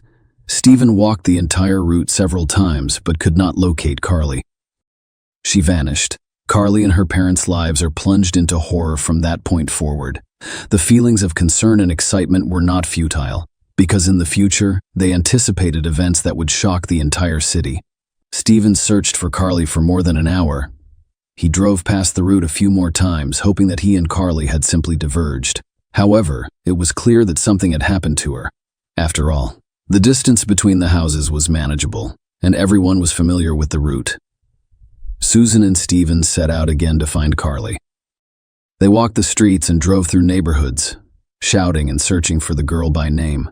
They looked through all the suspicious areas, including a wooded landing, and then noticed something strange. A red tow truck was driving slowly past them, so they decided to follow. Susan and Stephen continued to follow the tow truck and discovered that it was headed to Carly's friend's house, which surprised them. The same red tow truck that they had seen earlier was parked outside her friend's house, where Carly had exited a few hours before and vanished. It was parked outside Carly's friend's home. The red tow truck struck the parents as unusual. Susan calls 911 after realizing Carly is nowhere to be found. When an adult goes missing, police typically wait 24 hours before conducting a search. Searching for children always necessitates immediate action. As a result, the officers immediately divided into teams and began interviewing Carly's friends' family and Carly's own parents, Steve and Susan. Detectives investigate the route in the immediate area.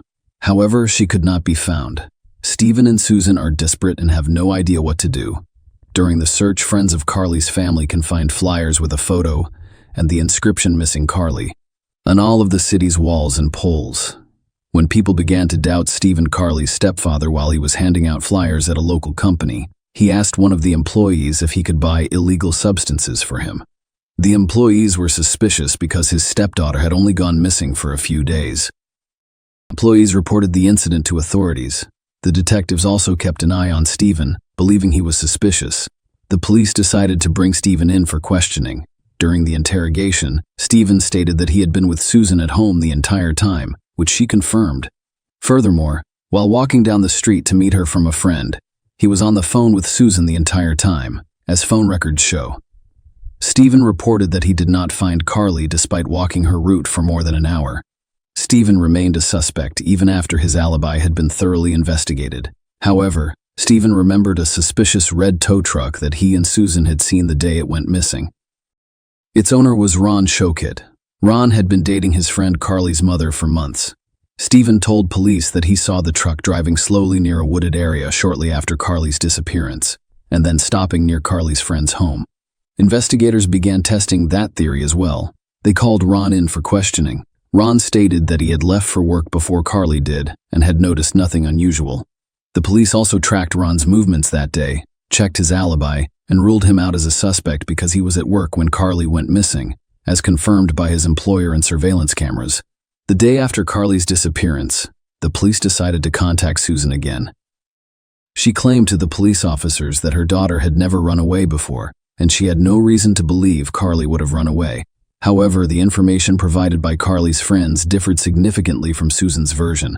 Carly's friend reported to the police that she had been extremely depressed and upset the day before. In her conversations, she expressed reluctance to return home, claiming that she had too many responsibilities.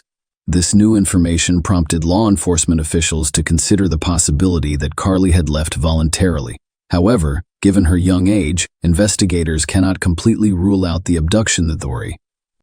In order to provide complete clarity, investigators have asked Susan to contact Carly's dentist and obtain dental records, which could be useful if identification is required. The next morning, police officers used police dogs to search for Carly. Susan and Stephen allowed the dog's canine handlers into their daughter's bedroom. The dogs sniffed the bedroom linens and the girl's clothes before picking up the trail. They followed Carly's planned route from her friend's house to her own. Carly's tracks led police to a car wash, where she apparently attempted to take a shortcut. The dogs lost track of Carly near the car wash's back entrance.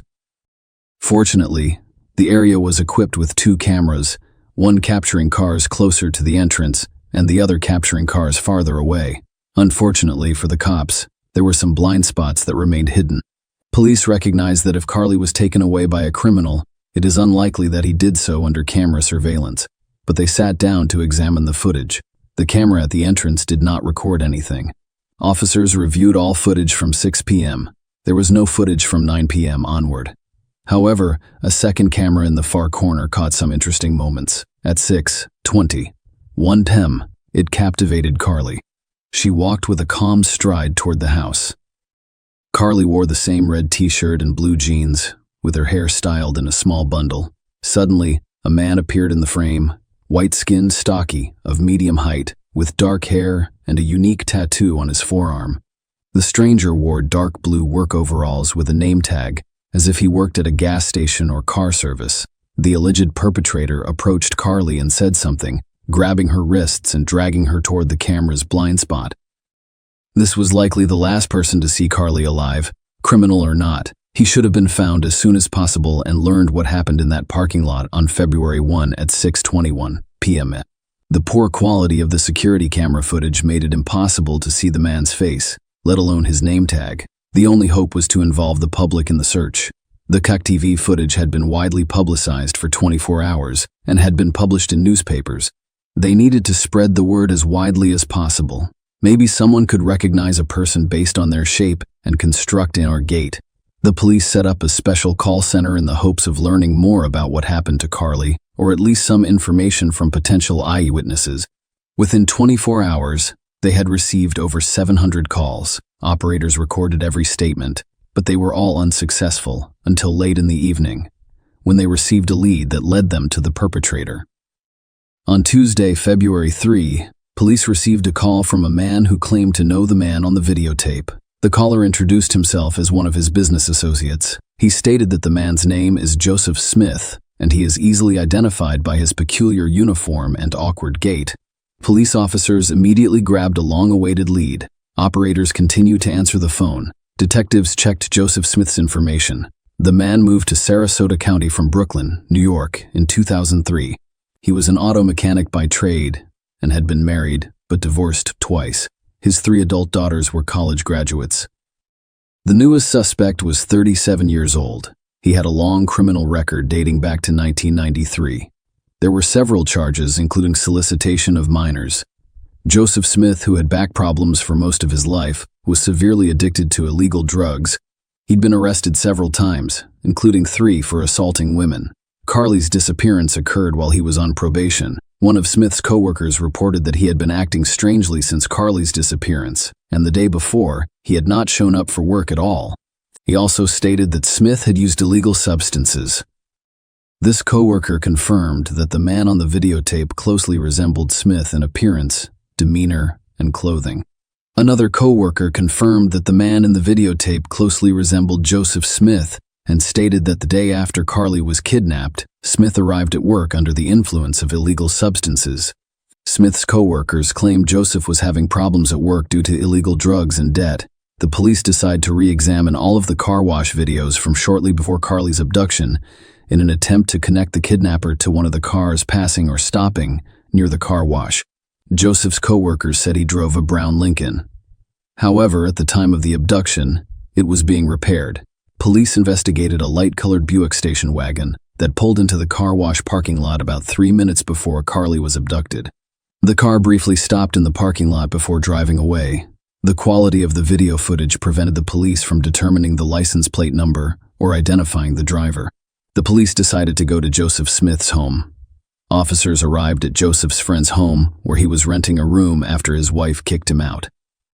Joseph opened the door, surprised and shocked that he had been mistaken for the kidnapper. The police officers continued to question Joseph, focusing on the specifics of his alibi. Joseph insisted that he was at home watching the Super Bowl when Carly went missing, and that his friends confirmed his presence at the time. However, when shown a video camera image of a man who closely resembled him, Joseph abruptly admitted that the man looked like him. However, he insisted that he was at home that evening and couldn't have been near the car wash. The detectives decided to conduct additional checks by having Joseph show his hands and roll up his sleeves. During this check, it was discovered that Joseph had tattoos on his forearm that matched those seen in the surveillance footage. Additionally, investigators discovered several fresh scratches on his face and hands. During subsequent interviews with investigators, Joseph admitted that he did borrow a light-colored station wagon from his friends that day.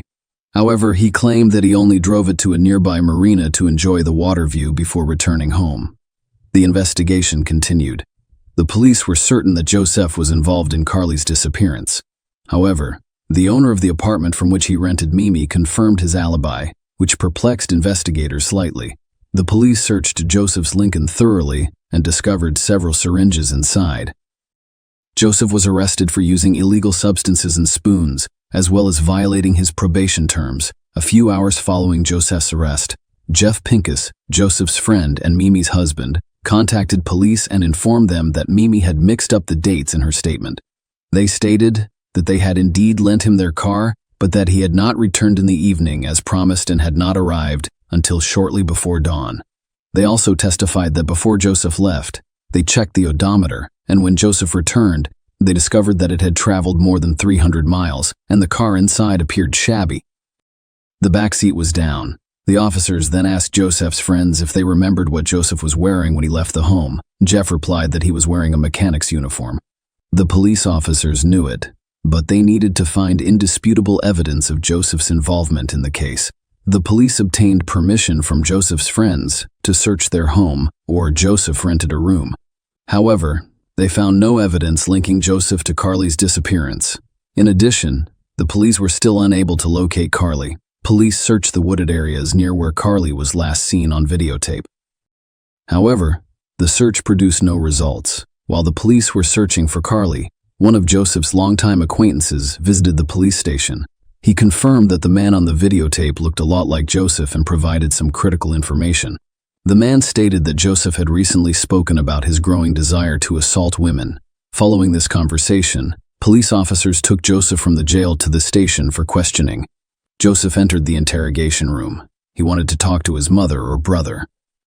The detective persuaded Joseph to contact the public defender's office and have an attorney come to him. During the interrogation, the officers were unable to extract any information from Joseph, so he was returned to jail. He was finally able to speak to his brother John. What he told his brother confirmed all of their worst fears. 5 days after Carly disappeared, Joseph's brother John decided to contact the police and reveal a terrible secret. He showed the police where Carly's body was. He led them to the church on Proctor Road in the woods. John revealed that his brother had confessed to kidnapping and brutally attacking Carly. John claimed that Joseph had killed Carly, beaten her, and strangled her with a shoelace. He admitted that he wanted to use sharp instruments but was afraid he'd be unable to wash the car afterwards. The confession was so cruel and disgusting that the brothers were unable to express their feelings and were deeply shocked by such a terrible secret. Here's his brother's secret. John suspected that he had used forbidden substances or committed theft, but he never imagined that he would get to this point. Then Joseph's mother informed the police that her son had contacted her and confessed to his actions. The police discovered Carly's remains precisely where John had pointed. Carly was clearly struggling and fighting for survival. The investigation determined that the death was caused by strangulation. Detectives also confirmed that Joseph assaulted Carly's body. A forensic examination revealed traces of Joseph's DNA on Carly's body, as well as fibers from Joseph's clothes and hair. That is, the perpetrator's guilt was fully proven in the car that Joseph borrowed from friends that day, as were Carly's hair and several fibers of clothing that matched the one she was wearing at the time. Joseph was charged with murder. The defense attorney attempted to argue that the police officers framed his client, but Joseph's bodily fluids and hair were discovered on Carly's body. According to the prosecution's version, Joseph Smith took a large dose of psychotropic drugs that day.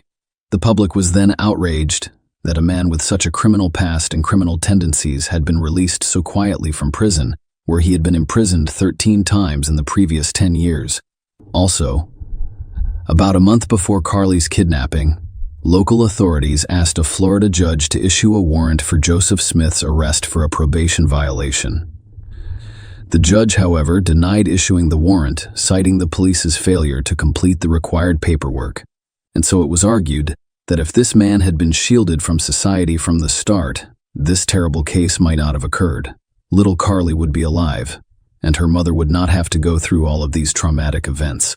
The day everything was decided was October 24, 2005. Joseph Smith was convicted of first-degree murder and sentenced to death via lethal injection. He remained in prison, waiting for his death sentence. Smith was also suspected in the 2000 murder of Tara Riley, 25, who was discovered dead and naked in a pond behind a Walmart store. But the case was never solved, although John, who opposed his brother in court, claimed that Joseph was the one who killed Tara. He is a coward and refuses to admit it. John was certain that his brother was also guilty of this. John stated, "My brother is the ultimate coward. He has spent his entire life insulting and humiliating those who are weaker than him. He will never admit what he has done, and if he is released, who knows how many innocent lives he will take. He's always been like this, which is why his wife left him. But his parents believed until the end that he was a good man." On July 18, 2017, Joseph's death sentence was overturned, and a new legislation was signed. It stated that the jury would vote 10 out of 10 in favor of the death penalty. Joseph was scheduled to have a new sentencing hearing. However, it was postponed.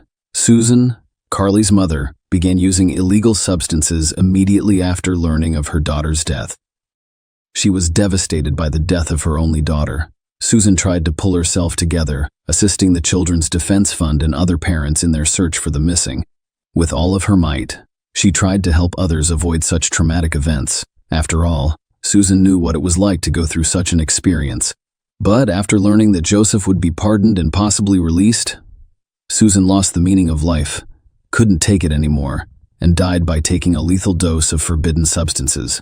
Smith was awaiting a sentencing review hearing scheduled for 2019, which could have saved his life. Joseph Smith managed to avoid the death penalty. However, in March 2021, the Attorney General's office confirmed that he should face a new sentencing hearing. Smith died in prison on July 26, 2021, aged 55. His cause of death could not be determined. At the end of the story, we'd like to state that the perpetrator killed little Carly and ruined the lives of Susan, Carly's family, and friends. He also committed other heinous crimes that can never be justified. Share your opinion with us in the comments and subscribe to the channel for more.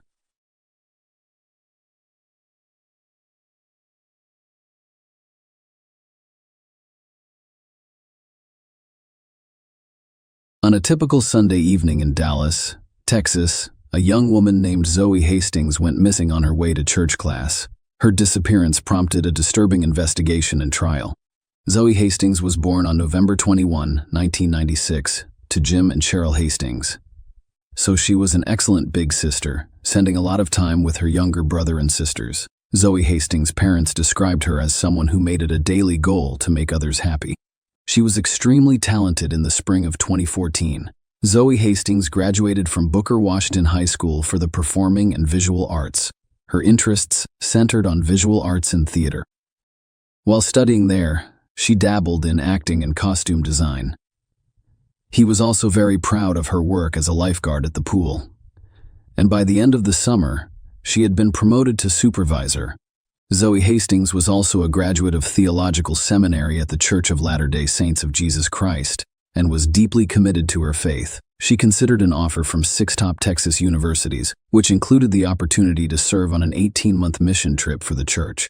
She genuinely cared about others, sometimes neglecting her own needs. She liked to give small gifts. Zoe Hastings aspired to be a doctor and to assist people in gaining theoretical knowledge by watching documentaries and surgical videos. On that fateful Sunday, October 11, 2015, Zoe Hastings set out to attend a Bible study class at the Church of Jesus Christ of Latter-day Saints in Dallas, Texas. Zoe, a young and enthusiastic 18-year-old, had recently graduated and was looking forward to a mission trip with her church in November. Her departure that afternoon was no different from any other day. She bid her parents farewell and promised to return home for their traditional family dinner. Dinner together was a treasured tradition. But Zoe's excitement about her upcoming mission trip caused her to prioritize the Bible study class that day. So we left her house around 4:30 p.m., driving the family minivan, with the Bible study class beginning at 5 p.m. Her parents expected her to return around 6:30 p.m. Her parents expected her to return around 6:30 p.m. and became increasingly concerned as time passed with no sign of their daughter. Not only was her absence unusual, but she also missed the 5 p.m. Bible study class, which added to their concern. They are anxious. Jim and Cheryl attempted to contact Zoe Hastings via text messages and numerous phone calls. However, their efforts were met with silence. They contacted friends in the hopes of finding out where she was, but none of them could provide any information.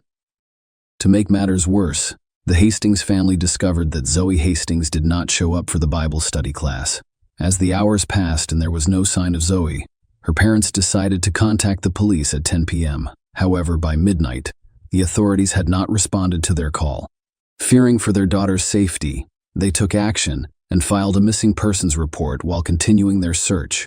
The breakthrough came in the early hours of Monday morning when Zoe's parents discovered she needed to find My iPhone app, which was installed on her phone. They used this tool to track her phone's location, which led them to a nearby creek only a 5-minute drive from their house. They rushed to the scene full of urgency. They found a scene of chaos and concern. Police, paramedics, and flashing lights surrounded the area, which was cordoned off with police tape.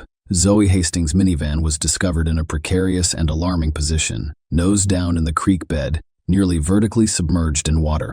The tragic events that occurred on that fateful Sunday evening and early Monday morning shed light on a disturbing series of incidents. The chain of events began when Kurt Rem, a concerned member of the public, was walking his dog near Easton Road and Lippett Avenue. He came across a man who approached him urgently, reporting a car crash involving a young girl in the creek. The stranger, visibly shaken, asked Kurt to join him in investigating the scene. Together, they went down to the creek, and the man informed Kurt that the girl would later identify Kurt, immediately dialed 911 after Zoe Hastings tragically died, fearing the worst. However, the mysterious man who had initially alerted him fled the scene before police arrived. Upon their arrival, the police discovered Zoe Hastings' lifeless body. She lay face down in a pool of blood about 10 to 20 feet from the driver's door of the minivan.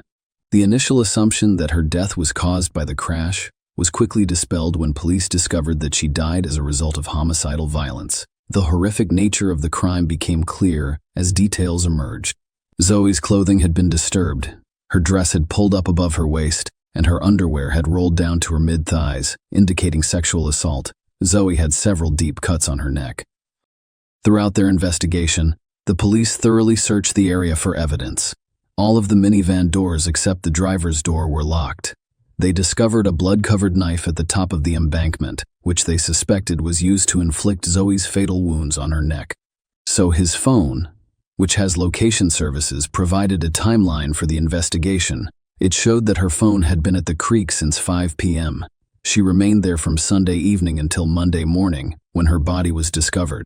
As the investigation progressed, it was discovered that after leaving her house, Zoe Hastings stopped briefly at a Walgreens on Garland Road to return a Redbox movie on her way to the Bible study.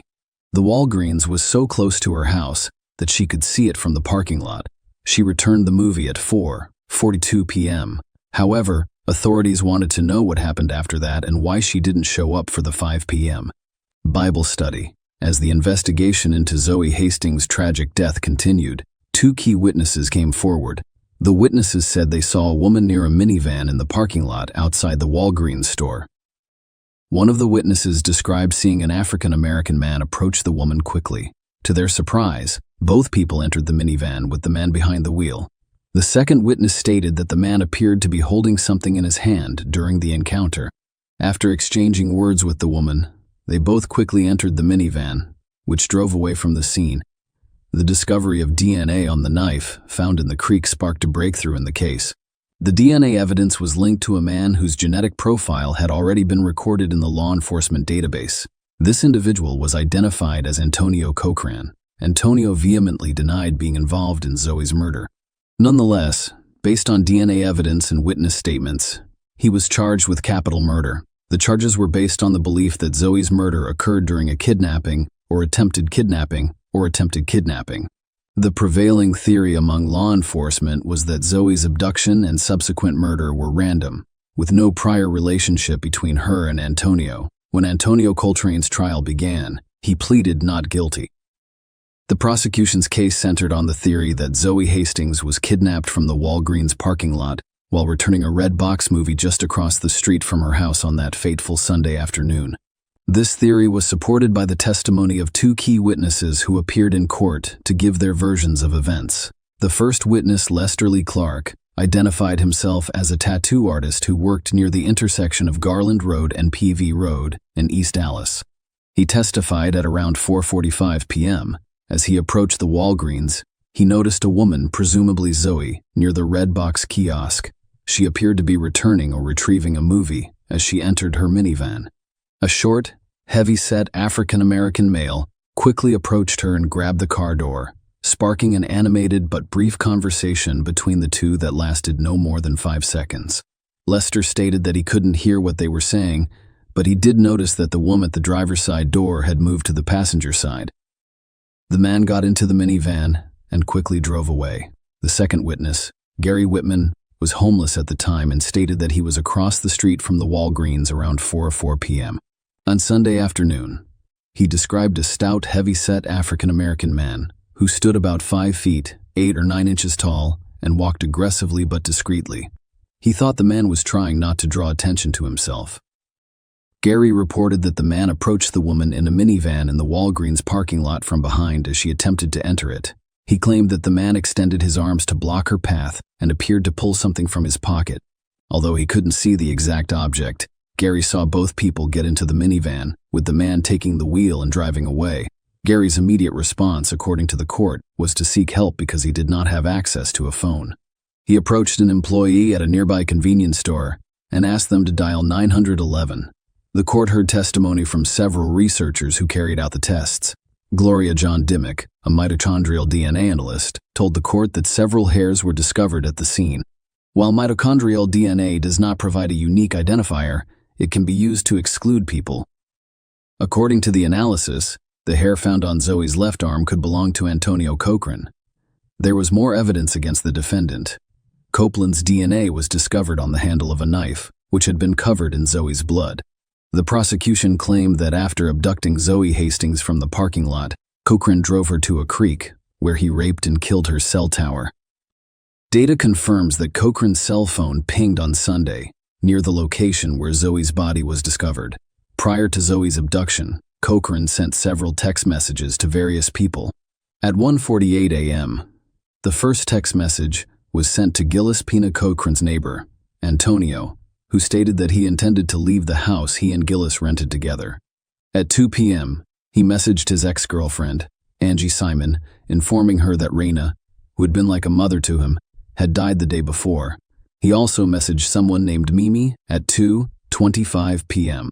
and 3:19 p.m., telling her that he had been crying, drinking alcohol, and driving aimlessly around town. At 4:34 p.m., Antonio's cell phone communicated with a specific transceiver on a Dallas radio tower, which covered the Walgreens store. Antonio sent another text message from his smartphone. This time, it was addressed to Frank Torres, Gillis Pina's brother. "I really need you, brother. I'm not sure what's wrong with me, Frank. A lot has happened. I need you, brother." Antonio, according to the court, began working as a checker at a Fiesta Mart grocery store just 2 days before Zoe's murder. He was supposed to work the day after Zoe died, but he did not show up for his shift. The prosecutor also informed the judge that a detailed search history was conducted on Cocker's cell phone between October 13 and October 23. He searched for local and crime news 32 times, 5 of which were about Zoe's death. Prior to that, Antonio had shown little interest in crime stories, having only opened the news once in the previous month with a report on local gang crimes. The defense presented a compelling case, attempting to cast doubt on the prosecution's claim that Antonio Cochran was responsible for Zoe Hastings' murder. They questioned the DNA evidence's validity, as well as the witnesses' reliability. Paul Johnson, Antonio's defense attorney, stated that, at the time of Zoe's murder, Antonio was assisting a friend in presenting an alibi that placed him in a different location. He challenged the testimony of 2 key witnesses who claimed to have witnessed Zoe's abduction. Lester's timeline and description of the man involved were called into question, raising concerns about the veracity of his story. The defense also questioned the credibility of the second witness, Gary, who had a criminal record and a history of illegal substance use. Paul Johnson questioned how Gary could have witnessed the events from across the street and suggested that his testimony might be suspect. Despite the potential consequences for himself, Gary insisted that he had come forward to do the right thing and was later apprehended due to an active arrest warrant. The defense's challenge included the DNA evidence. They acknowledged that Antonio's DNA was discovered on the knife handle, but proposed an alternative explanation. They speculated that his DNA could have been on the knife from a previous occasion, possibly while working at a local movie theater and coming into contact with it. Furthermore, the absence of fingerprints on or inside the minivan called into question the witnesses' claims that Antonio grabbed the door during the alleged abduction. The defense also pointed out that the medical examiner found no evidence of sexual assault and that Antonio was not charged with sexual assault, implying that this information was used to incite the jury. Finally, Paul Johnson urged the jury to find Antonio not guilty, emphasizing the importance of making a decision based on the evidence presented, rather than reacting to popular sentiment. He encouraged the jury to do what they thought was right. The prosecution disagreed and urged the jury to find Antonio guilty. The jury deliberated for nearly 23 hours over several days. During this time, they requested additional information and clarification from the judge on 3 specific issues, including a photo of the Walgreens store, mitochondrial DNA, and the timeline of police interviews with the two witnesses. Ultimately, the jury convicted Antonio of the lesser offense of murder, rather than capital murder. Antonio was sentenced to life in prison without the possibility of parole, with a $10,000 fine. Share your opinion with us in the comments, and subscribe to the channel for more.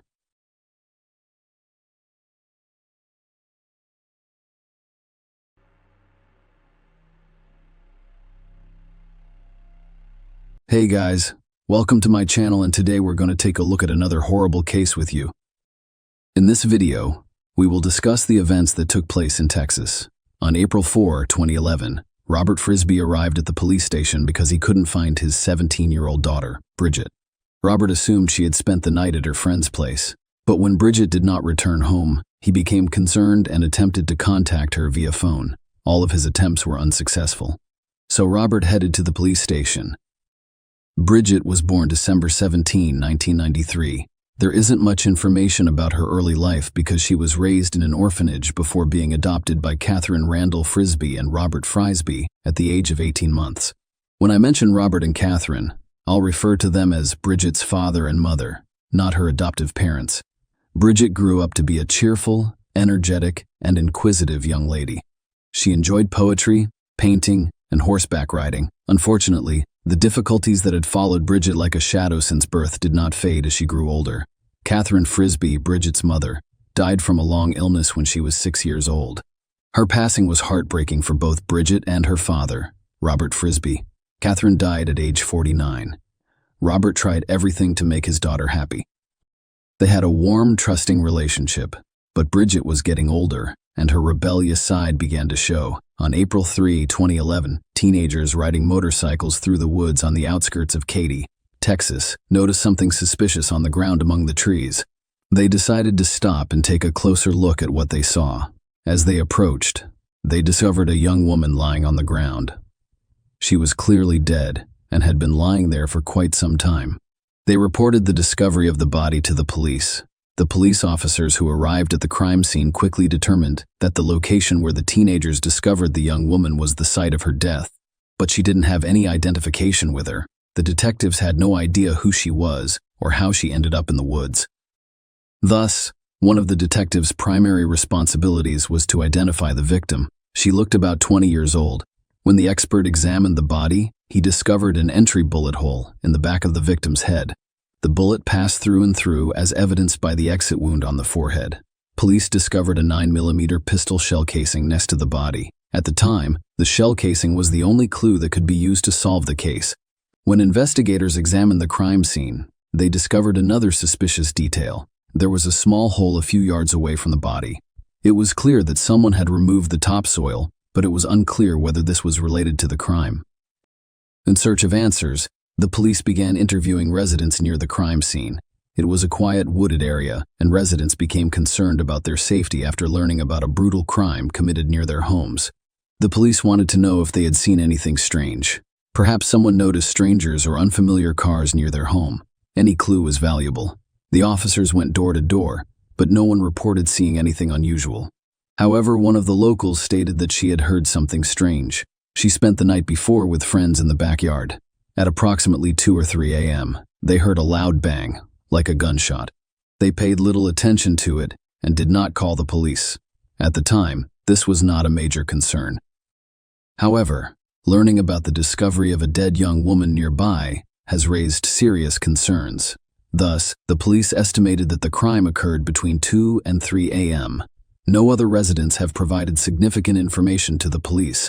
To solve this case, detectives first had to identify the victim. In most cases, the perpetrator and victim know each other's names, occupations, social circles, and enemies. The police were able to track down the criminal detective, who began reviewing missing person reports in the hopes of finding someone who matched the description of a young woman found in the woods, but no one did. The following day was April 4, 2011. Robert Frisby visited the police station. He became concerned after learning that the police were investigating the death of a young woman whose identity had not yet been determined. Robert couldn't contact his 17-year-old daughter, Bridget. He informed detectives that he had last seen his daughter 2 days ago. She thought she was spending the night with a friend. He began to worry when she did not return home. Robert's worst fears were confirmed when the detective showed him photos of the crime scene. He recognized Bridget among them, and this, of course, caused him unimaginable emotional distress. Many years ago, he lost his wife, and now he's lost his daughter, whom he loved despite her rebellious nature. The investigators asked him to describe everything about the last time he saw his daughter and the events leading up to his visit to the police station. The police now knew the victim's name, giving them hope that they would be able to find the person who killed Bridget quickly. Robert Frisby testified that he had last seen his daughter on April 2, 2011. That day, he bought her a new rave outfit, including blue, green fox fur leggings, a skirt, and a top. Kendall Suto, Bridget's friend, visited them in the evening and stayed for dinner. Robert drove Bridget and Kendall to a rave party, but it was closed, so they returned home shortly after 10 p.m. Kendall's ride was supposed to pick him up at midnight, so he and Bridget settled in to watch a movie. Bridget was still dressed in her new rave outfit when Robert went to bed and set the alarm for midnight. When he awoke, Bridget informed him that the candle ride had not yet arrived. When Kendall left, Robert wanted to lock up the house. When Robert awoke at around 3 a.m., he discovered the back door and garage door open. Bridget could not return without the man's knowledge because he was locked up. Then he realized his cell phone was missing.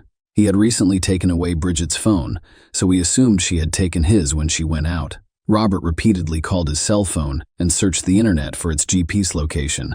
He gave up waiting for her to return after being unable to contact her or locate the phone. The next day, he called several of Bridget's friends, but none of them knew where she was. Later that evening, April 3, he read on the internet about a body discovered nearby and began to suspect it was Bridget. He therefore decided to contact the police. Thus, based on Robert's information, investigators had their first potential suspect, Bridget's friend, Kendall Suto, but Robert Frisby didn't think Kendall could hurt Bridget.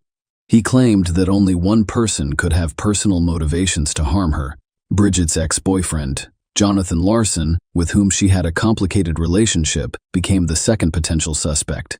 Bridget's boyfriend, Zach Richards, was also considered a suspect by investigators. They needed to know what these three people were doing and where they were during the crime. The first person investigators decided to speak with was Bridget's friend Kendall Suto, who was at Frisby's house and may have been the last person to see her alive. Kendall had no prior issues with the law. When the police called, he agreed to meet with them. During a conversation with detectives, he admitted to watching TV with Bridget on the night she died. However, Kendall allegedly left Frisby's house shortly after Bridget's father went to bed. He denied involvement in Bridget's death, claiming they were friends, and he had no reason to harm her. The man was prepared to provide the investigators with any assistance they required. He mentioned it while he and Bridget were watching television. She was upset due to a disagreement with her ex-boyfriend Jonathan Larson. They were together for several months, but the relationship was troubled and they eventually split up. Investigators checked Kendall's alibi, which appeared to be confirmed. Nonetheless, he was not removed from the suspect list because the case was still unclear. Next, the investigators decided to approach Jonathan Larson, whose name they had already heard from several people, in the hopes of catching him off guard. They showed up at his house without warning. However, they were not expecting a pleasant surprise. The house was empty. Larson's family apparently left the house quickly. The most surprising thing, however, was what the investigators discovered outside the windows. The front door and walls were bullet-ridden, as was revealed 3 weeks prior to the police visit. Someone fired all of those bullets at Larson's family home in a drive-by shooting. The police department investigating the murders was unaware of the shooting because no one was injured. When someone shot the house, the owner called the police, but the case remained unsolved. The police only had shell casings and bullets, but they had no idea who was responsible for them. After interviewing the neighbors, the investigators discovered that the next day after the drive, they shot Larson and fled because they felt unsafe. Detectives were now investigating whether Bridget Frisby's death and the shooting at her ex-boyfriend's house were connected. Let me remind you that Bridget's body was discovered on April 3, 2011, and the drive-by shooting happened 3 weeks ago. On March 14, Jonathan Larson was identified as the primary suspect, so the police began searching for him. During the investigation, police went to Bridget Frisby and Jonathan Larson's school. The school administration stated that Jonathan had not attended school in several days. When they couldn't find Jonathan, they decided to speak with Bridget's classmates. They wanted to know who she was feuding with, who might wish her harm, and if she had any enemies. Alexander Olivieri was among those with whom the investigators spoke. He claimed that he and Bridget were friends who frequently spent time together. Alexander claimed that Jonathan Larson was the only one with a motive to harm Bridget. When the investigators asked Alexander about the last time he saw Bridget, he stated that they were supposed to meet on the night she died. They agreed to meet at her house, then travel to Houston together to pick up Bridget's boyfriend, Zach Richards, at the bus stop. Alexander stated that he arrived at Frisbee's house with his friend Alan Perez, but Bridget was not present. She was supposed to be waiting for him on the street near the house, but she was nowhere to be found. Alexandra Olivieri stated that he and Alan Perez returned to Frisbee's house a few hours later, but Bridget was still not present. According to him, it was around 5 a.m. No wonder Bridget was not at home. She had already died by that time. Olivieri stated that he learned about Bridget's death from a news report. After visiting the school, the investigators added 2 new names to their list of potential suspects, Alexander Olivieri and Alan Perez.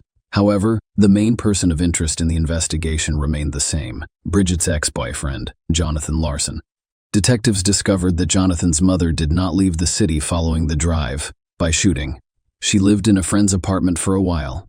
During a conversation with investigators, she stated that she sent her son to live with relatives in Austin, Texas.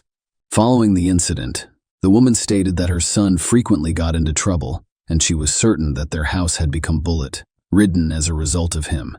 That incident, she believed, was a form of vengeance against her son. She also claimed Jonathan fought with another man shortly before the drive-by shooting. She was certain there was a connection between the fight and the shooting at their house. The woman's relationship with her son was not ideal. She had no idea where Jonathan was at the time of Bridget Frisbee's death. She gave officers the address of her relatives in Austin, where she claimed Jonathan was supposed to be. However, the case's breakthrough came before the investigators discovered Jonathan. A lawyer representing the Perez family approached the police. He stated that his client, Alan Perez, has important information regarding Bridget Frisbee's death. When the investigators spoke with Bridget's classmate, Alexander Olivieri, they learned the name Alan Perez. The latter then stated that he came to Frisbee's house with Alan Perez. Alan was now prepared to share important information, but only under certain conditions. He was willing to discuss Bridget's death in exchange for an immunity agreement. The authorities needed answers, so they accepted this condition. Alan Perez claimed that the drive-by shooting at Jonathan Larson's house was linked to Bridget Frisbee's death. This shooting occurred just 1 week after Jonathan and Bridget split up.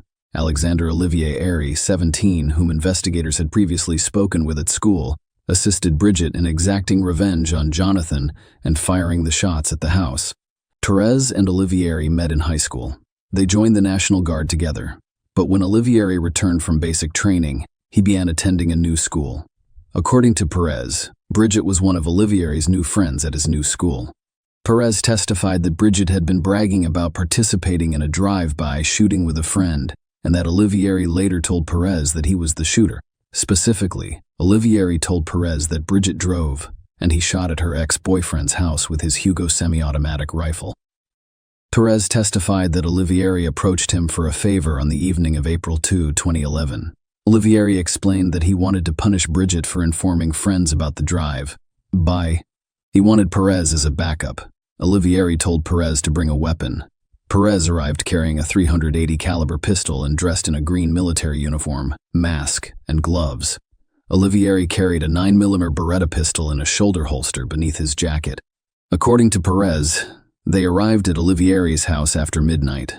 Olivieri then called Bridget and asked her to accompany him to pick up her boyfriend, Zach Richards, from the bus station. Bridget declined, citing her busy schedule. Olivieri went to Bridget's house and instructed Perez to hide under a blanket in the back of his Suburban. Olivieri informed Perez that he wanted to get Bridget into his car. That's why Perez had to sit under the covers and remain silent. Perez was supposed to follow them from a distance once they arrived at their destination and exited the vehicle. Bridget was leaving on her four-wheeler to meet friends when they arrived at her house, so they left.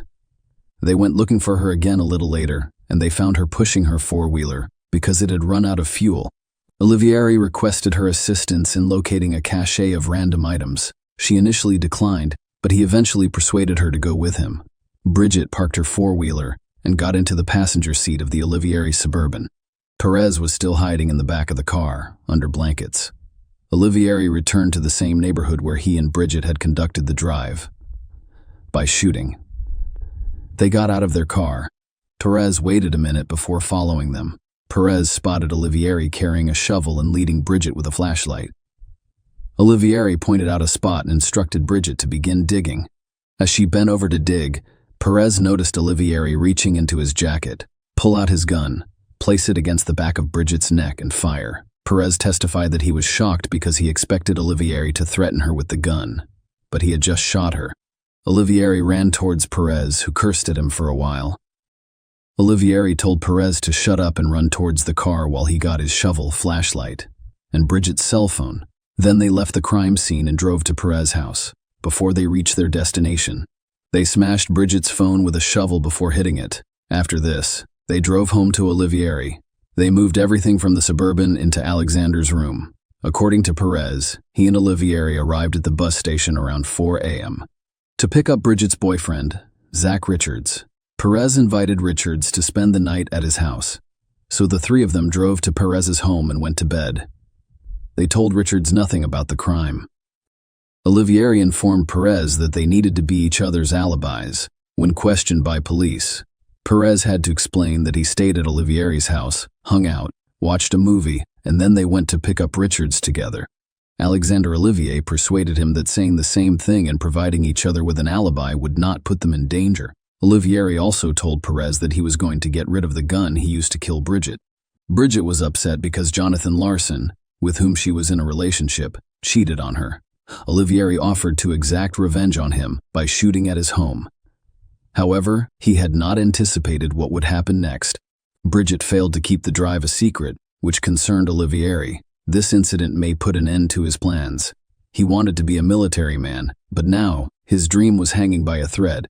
That's why he went to great lengths to keep Bridget quiet. He decided that the only way out of this situation was for Bridget Frisbee to die. During the investigation, the police heard the name of Bridget's boyfriend, Zach Richards, several times. So they decided to speak with him. They wanted to know whether Richards would confirm Alan Perez's testimony, or if the latter was attempting to absolve himself of responsibility. The situation seemed perplexing. Bridget's boyfriend Richards testified that in March 2011, Alexander Olivier Airy said he was going to deal with something, grabbed his AK-47 and left with Bridget in her car. Later, Olivieri told Richards that he shot at Bridget's ex-boyfriend's house from her car as she drove by. Olivieri told Richards that he participated in the drive-by as a favor to Bridget and simply because he could. Richards testified that Bridget continued to brag about the shooting, and Olivieri confronted her and told her to stop telling people. On April 3, 2011, Olivieri agreed to drive Bridget to the Houston bus station to pick up Richards around 1 a.m. When Olivieri did not show up, Richards took a ride to Denny's and finally called Olivieri at around 2:30 or 3 a.m. Olivieri informed him that he was at home, but would come pick him up.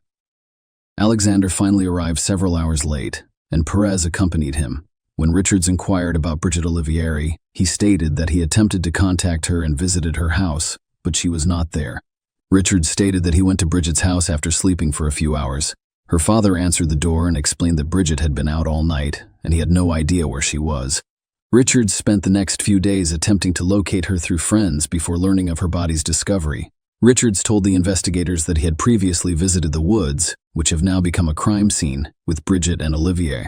According to him, Olivieri was familiar with this area, and it was not unusual for him to carry a weapon at all times. Thus, everything pointed to Alexander Olivieri being responsible for Bridget Frisbee's death. 4 days after her death, police issued an arrest warrant for Olivieri. Given that the suspect possessed a variety of weapons and was proficient in their use, the police requested assistance from SWAT teams in apprehending him. After the surveillance team confirmed that Alexander Olivier was at home, the SWAT team began their work. Fortunately, they did not have to use weapons, and Olivier surrendered without resistance. He was calm and emotionless. He understood why he was arrested, but he denied having any involvement in Bridget Frisbee's death.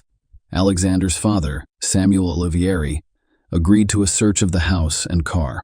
The police discovered neither the AK-47 nor the Beretta, but they did find an instruction manual for a 9mm Beretta pistol. It matched the shell casing discovered at the crime scene. In Olivieri, police discovered a blanket, a shovel, a rifle, and shotgun shell casings, as well as trace evidence samples such as fibers from the passenger seat and floorboard. Ballistics testing revealed that the shell casing from the Suburban match was recovered during the drive by shooting at Larson's home. Fibers lifted from the car's passenger seat matched Bridget's new Rave Fox fur outfit, which she was wearing when her father last saw her on the night of April 2. During his trial, Alexander Olivieri claimed that he did not see Bridget on the night she was killed.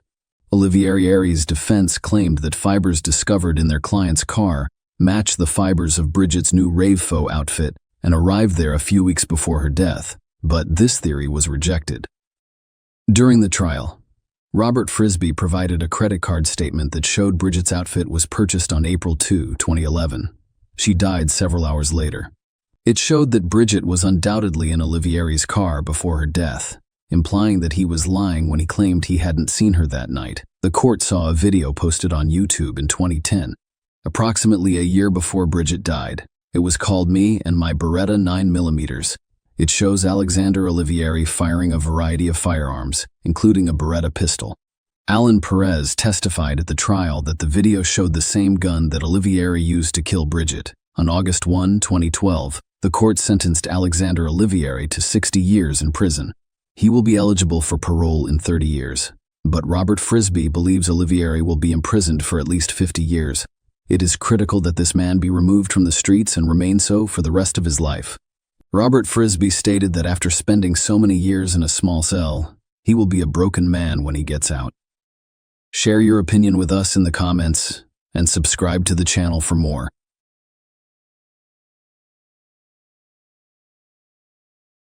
Hey guys, welcome to my channel, and today we're going to take a look at another horrible case with you. We're delving into yet another horrifying situation today. The most pernicious manipulators are frequently highly persuasive and articulate. They can easily frighten, lull the victim's alertness to sleep, and subjugate it entirely to their will. Being in a relationship with someone like that can pose a major risk to one's bodily and emotional well-being. The manipulator typically seeks out a victim who is vibrant, ambitious, and energetic, so that even the strongest, smartest, and most independent members of his network frequently fall into his trap and become submissive, unassailable puppets. He was referred to in the media as an Australian stalker from Tinder, who hunted down young, accomplished women and first won them over with his charm, humor, and good looks before turning their life into a living hell. Paul Lambert was the man's name, and he was extremely smart, seductive, and equally mad. Tortured, intimidated, maimed, and ready to kill, he stalked his victims with frenzied insistence. He was only stopped by a bullet that was intended to kill. On August 10, 1980, Paul Lambert Nay Scales was born in Brisbane, Australia's capital and largest city in the state of Queensland. He grew up with his older sister Dorothy and was the youngest of two children in Margaret and Oliver Scales' household. The boy's parents separated when he was only 5 years old. Despite providing financial support to his previous wife, his father abandoned the family and essentially stopped interacting with the heirs. The man soon got married again and had 2 more kids. He then started going to see Paul and Dorothy, only to wish them a happy birthday or Christmas, and occasionally he would even contact them. The youngster was bitter against his father for leaving since he missed him so much, and when he was already in junior high school, Paul started to struggle with behavior and discipline as he considered losing his love for him and his sister. Neither his mother nor his professors were able to restrain him, as he became nearly unmanageable. The youngster acted violently toward other kids, didn't acknowledge any authority. His mood fluctuated a lot, and he was impulsive and angry. The boy was diagnosed with attention deficit hyperactivity disorder, or ADHD, by a child psychologist after Margaret, worried, made the decision to take him to a specialist. The doctor at the time, however, did not consider it to be anything serious and came to the conclusion that the issue had arisen against the backdrop of the parents' divorce and would eventually go away on its own. Hall allegedly went through too much pain when his father left, which led to behavioral issues and focus issues. In the belief that the youngster will eventually outgrow his neurological behavioral condition, the psychologist at the time did not prescribe any medication, but the problem simply became worse over time. By the age of 10, the youngster had lost all self-control and was acting irrationally and aggressively. His mother made the decision to seek assistance once more, and this time she saw a psychiatrist who diagnosed him with ADHD, as well as a number of other mental health conditions, such as bipolar illness and obvious symptoms of dissociative identity disorder, DID, usually referred to as multiple personality disorder. Because of this disorder, the patient's identity is disjointed, giving the appearance that they are a single person with several unique personalities.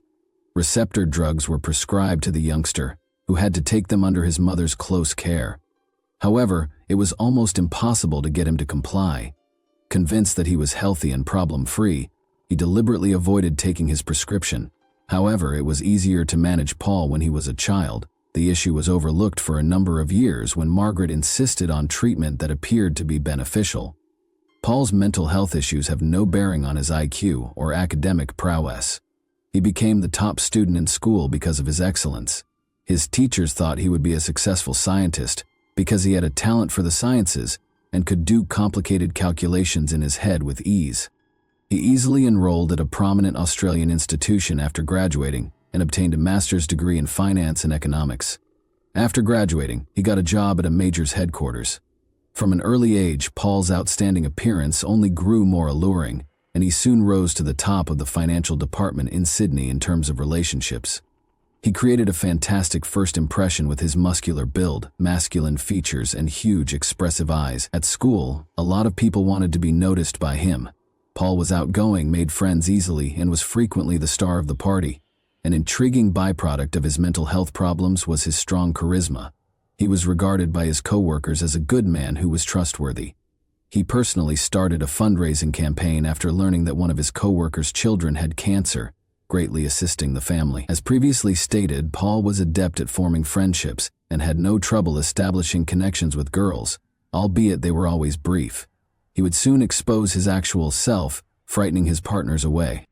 He would make their life into a nightmare by stalking, threatening, lying, controlling their emotions, and causing terror after his relationships, which usually lasted only a few months. And this was only the beginning. Notably, he consistently selected extremely attractive girls whose appearance matched his own model. Paul has a number of preferred techniques for controlling his victims in order to maintain their intimacy. Being very convincing and well-spoken, he frequently exploited their empathy by making up fatal illnesses for himself and his loved ones, which made the females feel bad about leaving their ailing boyfriend. The only people who actually knew Paul's true nature were his mother and sister. He was challenging yet controllable when he was younger. He vehemently opposed treatment and psychiatric visits as an adult, despite his mother's insistence on therapy. He used threats and blackmail to accomplish his objectives, with the threat of death being the most successful strategy from 2002 to 2016. Paul was subject to restraining orders that prohibited him from getting in touch with or approaching 6 different women. He continued to stalk each victim for a long time after that, damaging their lives and pushing them to the verge of insanity. One of them even fled to another continent, but after she denounced him to the authorities, he was deported and prohibited from entering the nation. But let's take a step-by-step look at this. First, love. Paul fell in love with Samantha while he was a college student. They started dating, but their relationship didn't last long. Through manipulation, pressure, stalking, and total deprivation of her autonomy, he attempted to dominate every aspect of her life. After graduation, everything ended when Paul relocated to Sydney due to his professional goals, while Samantha remained in Queensland. After their breakup, they remained in contact despite the problems in their relationship. They were both young when their romance began, and it was their first love for each of them. Maybe that's why Samantha was hesitant to cut off all contact. On occasion, the ex-couple spoke on the phone, sent texts, and engaged on social media. Paul frequently contacted Samantha to tell her that he missed her, couldn't forget her, and hadn't met someone better, but Samantha was unaware of his other connections. Although this was obviously a ploy, Samantha felt that he had improved during the years they had been apart, and that he genuinely loved her endeavor to establish a family. The pair resumed their relationship in January 2014. over 10 years after their split. Paul proposed to Samantha a month later, and she gladly accepted. On March 2nd of that year, they were married. But only a few weeks after their marriage, the new husband's actions started to cause problems. Paul started to lose control of his emotions and became easily agitated by the slightest things. He tried to control Samantha's will by continuously applying emotional pressure. He turned to physical aggression when that failed. Samantha's oppressive husband promised to consult a specialist and get therapy when she tried to leave him. She thought he was telling the truth, but it was simply another ploy. When tensions reached a breaking point 6 months after their wedding, Samantha once more raised the possibility of a divorce. Paul vowed to get aid again, but she didn't trust him this time. He then recommended that they go on a trip together to work out their emotions and give it some thought. Samantha was surprised to find that this was a viable answer, and she consented to begin organizing the trip. The pair went to the United States, which is on the opposite side of the world, in late September 2014. Days a long-time dream of Paul's, he insisted on going to Florida. Samantha gave in to pressure from her cunning husband, who always got his way, even if she liked Hawaii. On the Atlantic Ocean's shores, they reaffirmed their vows to one another. The vacation and the event, however, were unable to preserve their marriage in spite of the romantic atmosphere. After coming back to Australia, Paul demanded that they relocate to Florida, where he had had a great time hunting. Samantha resolutely opposed it. She was not planning on moving abroad or carrying on their relationship. Paul had no intention of approving Samantha's request for a divorce. He grew so fixated on the thought of relocating to the United States at this period that he just gave up on all other plans. Samantha packed up his belongings, left his lucrative job, and took a plane to Florida. The girl persisted in pursuing a formal divorce, but her husband disregarded her attempts. After moving to a foreign nation, Paul was able to treat himself because of his substantial savings from years of work at a large corporation. He purchased pricey, fashionable clothing, frequently went to the gym, rented a large apartment in a desirable neighborhood, and took care to keep himself looking presentable everywhere he went. Although he attracted women's attention, he was searching for something unique. During the unresolved divorce, Paul made profiles with his best images on a number of dating websites. Many women messaged him almost quickly, praising his appearance and wanting to learn more about him. But it took him a while to reply before he came across Brittany Ann Kill's profile. A local news anchor, this 32-year-old blonde looked like she was straight out of Hollywood. Paul was immediately drawn to Brittany and was the first to message her, proposing that they get together. She agreed right away, and they scheduled a date. Paul's charisma, eloquence, and excellent looks won her over a day later. He did more than merely compliment her. He brought Brittany to a fine dining establishment in the city. She fell in love with Paul on their first date because he left such a lasting impression on her. Brittany was thrilled to tell her closest friend that he was the man of her dreams, with all the best attributes. But Paul saw her as a trophy, something he wanted to make himself feel better. This woman had enormous professional potential, was a well-liked TV personality, and was extraordinarily beautiful. Paul made up some significant business to explain returning to Australia to complete his divorce because he didn't want to lose her. He proposed to Brittany and intended to return to the United States immediately thereafter. Given that he had previously refused to give her a divorce, Samantha was astonished by Paul's unexpected visit, and even more so by his desperate wish to dissolve their union.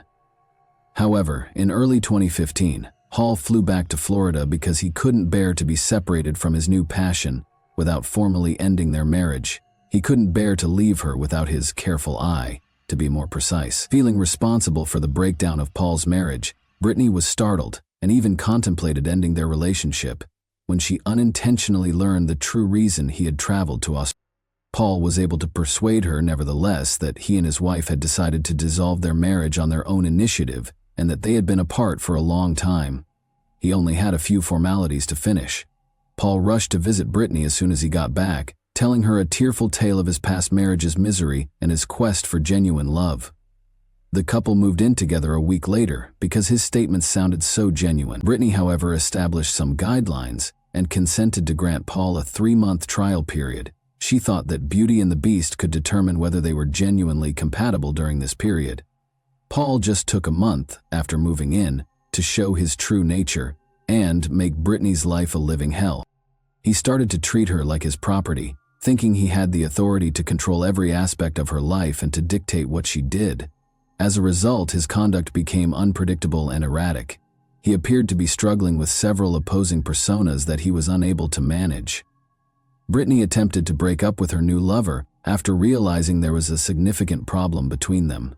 This was a call to action for Paul. He began to place the blame on her, saying that he had flown halfway across the world for her after divorcing his wife. He maintained that she was ruining his life because he had given up everything for her. He urged them to look. Brittany packed up her belongings and moved out to a different apartment, but they stuck to their initial plan of living together for at least 3 months. She tried to move away from her troubled lover, but it didn't work. Paul started pursuing Brittany, never letting her be alone for long. He really followed her everywhere, called her from many lines, emailed her, and sent her hundreds of texts every day. His communications ranged in tone from vows of love and forgiveness to threats of damage to herself or to others. Paul's strategy modified a few weeks later. With a shaky voice, he called Brittany and informed her that he had no one in the U.S. to talk to after his father passed away. Brittany felt her heart relax. Someone lying about something so important was unthinkable to her. Being kind and understanding, she consented to see her ex-boyfriend because she sincerely wanted to help him and thought he needed to vent, hence manipulating her emotions and appealing to her sympathy. For a while, Hall was able to keep in touch with Brittany, giving the impression that they were back together. But he was unable to control himself. He reverted to his violent behavior, frightening her with his erratic behavior. He threatened to hurt himself and said he wouldn't endure another shock when Brittany tried to end their relationship again. To be honest, Brittany was terrified of her unsatisfactory partner, but she was unsure of how to leave him. Paul responded that psychotherapy and medication would not help him because he was diagnosed with an incurable brain tumor that is developing and the reason for his breakdowns and weird behavior. She gently suggested that he get help from a psychiatrist.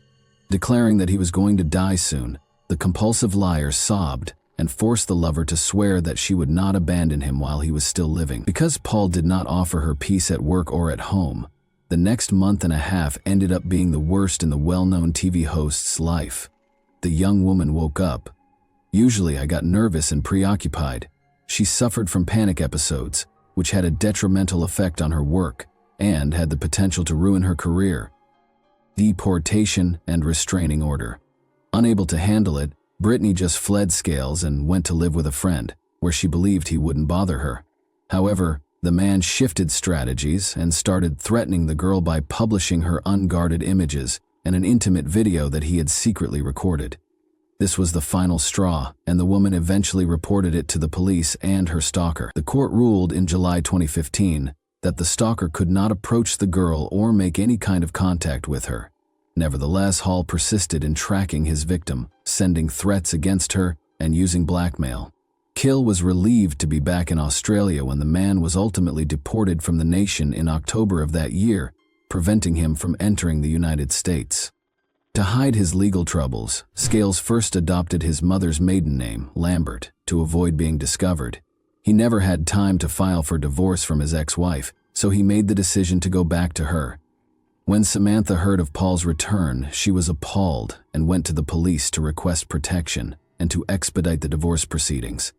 Even though Samantha knew this dangerous man well, she believed him when Paul called his wife in February 2016 and told her that he had agreed to grant her a divorce. After persuading her to see a lawyer together to resolve some issues, Samantha was already looking forward to receiving the long-awaited divorce certificate. Everything went smoothly when the man picked up the girl in his car, but as soon as they left her house, he started pleading with her to end the divorce and move back in together. When she firmly refused, he insulted Samantha and threatened to smash the car so they would die together. Paul drove the automobile so fast that it nearly sped beneath the truck in the approaching lane. They went off the road after the girl was able to twist the steering wheel. After that, the man started beating his wife, but she was able to flee the cabin and start calling for assistance. Samantha accused Paul of kidnapping, physical harm, and attempted murder in court following the incident. In addition to being immediately divorced and prohibited from seeing his ex-wife, he was found guilty on all counts and given a 10-month prison sentence. The individual was surprisingly freed on parole, with a 1-year probationary period only a month later. Paul went to another once he was free. State obtained employment and rented a home there without informing the authorities. To ensure that no one suspected, he traveled to the same location each time to check in with the inspector. By the way, Lambert had to see a psychiatrist who discovered that his issues were even more serious than previously believed. Naturally, he did not take the required medication. The man declined the assistance of the specialist and a new victim. After attending the amount of sessions required by the court, Paul created a fresh profile on a dating site almost immediately after being released, and he quickly came across 28-year-old Angela J., who captivated him with her alluring, almost angelic appearance. He was drawn to the elegant, blue-eyed blonde with a flawless form and a brilliant grin. The girl, who was a doctor, recently went through a challenging divorce. She therefore discovered a man who nearly killed her while she was searching for understanding and support. But it all started out sweetly and brilliantly. Paul used all of his charm once more to get the new victim to fall into his trap. He took Angela out on dates, showered her with praise, and appeared to be empathetic, understanding, and focused. A month or so later, Lambert's conduct started to drastically alter. He literally followed the girl as his obsession grew. While Jay was at work, he would visit her home using a duplicate key he had created in secret. She made the decision to end the relationship after speculating about his visits.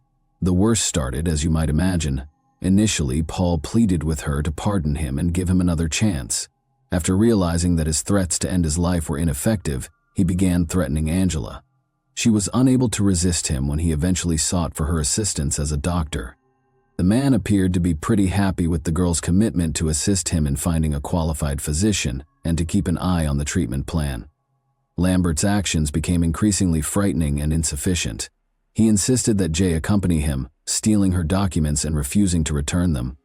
However, the girl did not make a mistake, because she understood how risky it was.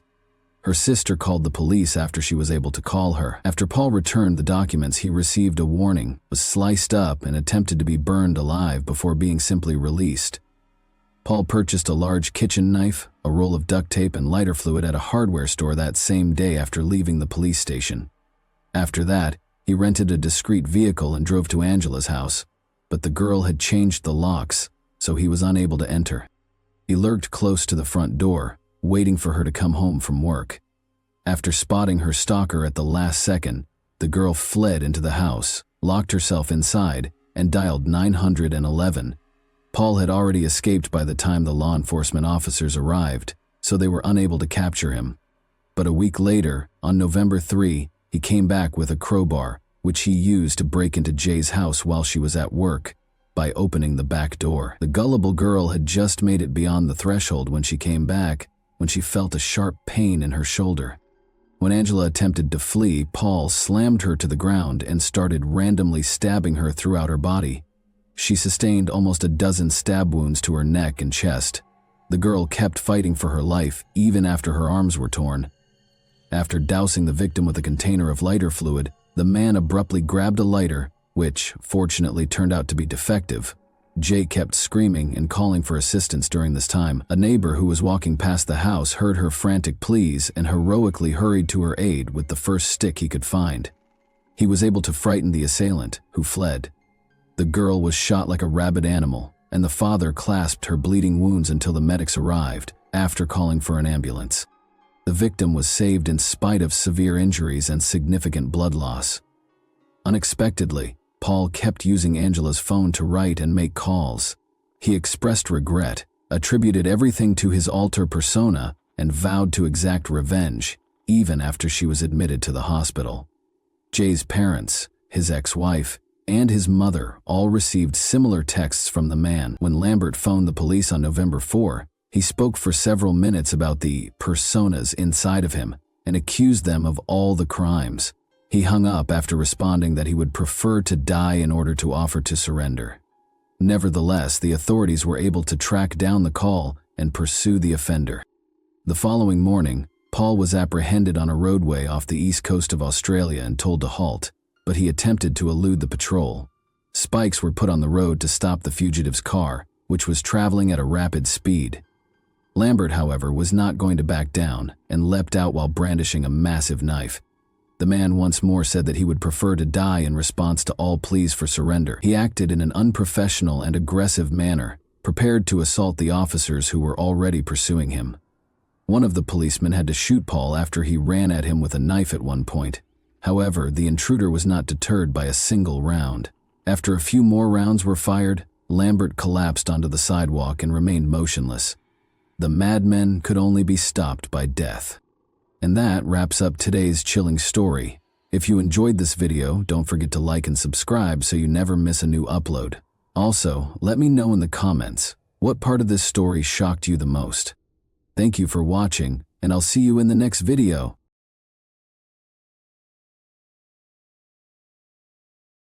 Hey guys, welcome to my channel, and today we're going to take a look at another horrible case with you. There was a foreboding hush after Lisa Holstead, 22, vanished without a trace on August 12, 1986. Authorities began a desperate search when her partner reported her missing, and an hour into the hunt, they discovered something gory. Lisa had been viciously strangled, and her lifeless body was discovered in a marsh in the Kenyers Nature Park. There were no leads or suspects to speak of who may have perpetrated such a horrible act, thus the case remained a mystery for years. Why would somebody choose to take the life of a woman who is so young and active? Today, we'll examine how the 34-year-old Green Bay cold case murder inquiry was resolved. So let's go right to the puzzle without further ado. The incident was committed in Green Bay, a city of around 104,000 residents, in the U.S. state of Wisconsin that is situated on the shore of Lake Michigan. It is renowned for its vibrant football culture and is the third largest city in the state. One of the National Football League's most successful teams, the Green Bay Packers, call Green Bay home. The city's economy is varied, encompassing sectors like as industry, tourism, healthcare, and education. The historic downtown area, Bay Beach Amusement Park, and the National Railroad Museum are among the attractions available to visitors to Green Bay. In 1986, a terrible murder occurred here in Green Bay. A daughter with sparkling eyes was born on April 18, 1964. Lisa Holstead was raised by Judith Karen Peral Thompson, a tough and courageous single mother. Lisa's early years weren't without difficulties.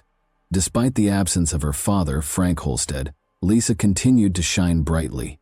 She had a creative spirit and an inquisitive mind from a young age, which shaped her life. She was raised by two devoted elder sisters, Susan, who is 2 years Lisa's senior, and Deborah, who is 3 years Lisa's senior. They were always available to listen to her or to provide a shoulder to weep on. With them, Lisa experienced a warmth and security that was difficult to duplicate. She was protected by her elder brother, Stephen Holstead, who was 5 years older than her. He always made sure his younger sister felt loved and safe. Being raised by a single mother presented financial challenges, yet their love for one another remained constant. Judith loved her kids unconditionally and put in a lot of effort to support them. In addition to her love of horses, Lisa Holstead was artistic and enjoyed drawing in her own time. But when she became pregnant at the age of 17, her life took a surprising turn, and in 1981 she gave birth to her cherished son, Jeremy. Notwithstanding her difficulties, Lisa was a dedicated and affectionate mother who lavished her son with attention. She put in a lot of effort to make sure Jeremy had the greatest life possible. As she raised Jeremy alone, much as her own mother had raised her and her siblings, her compassionate, gregarious, and imaginative nature was evident. Lisa Holstead was a strong, independent woman.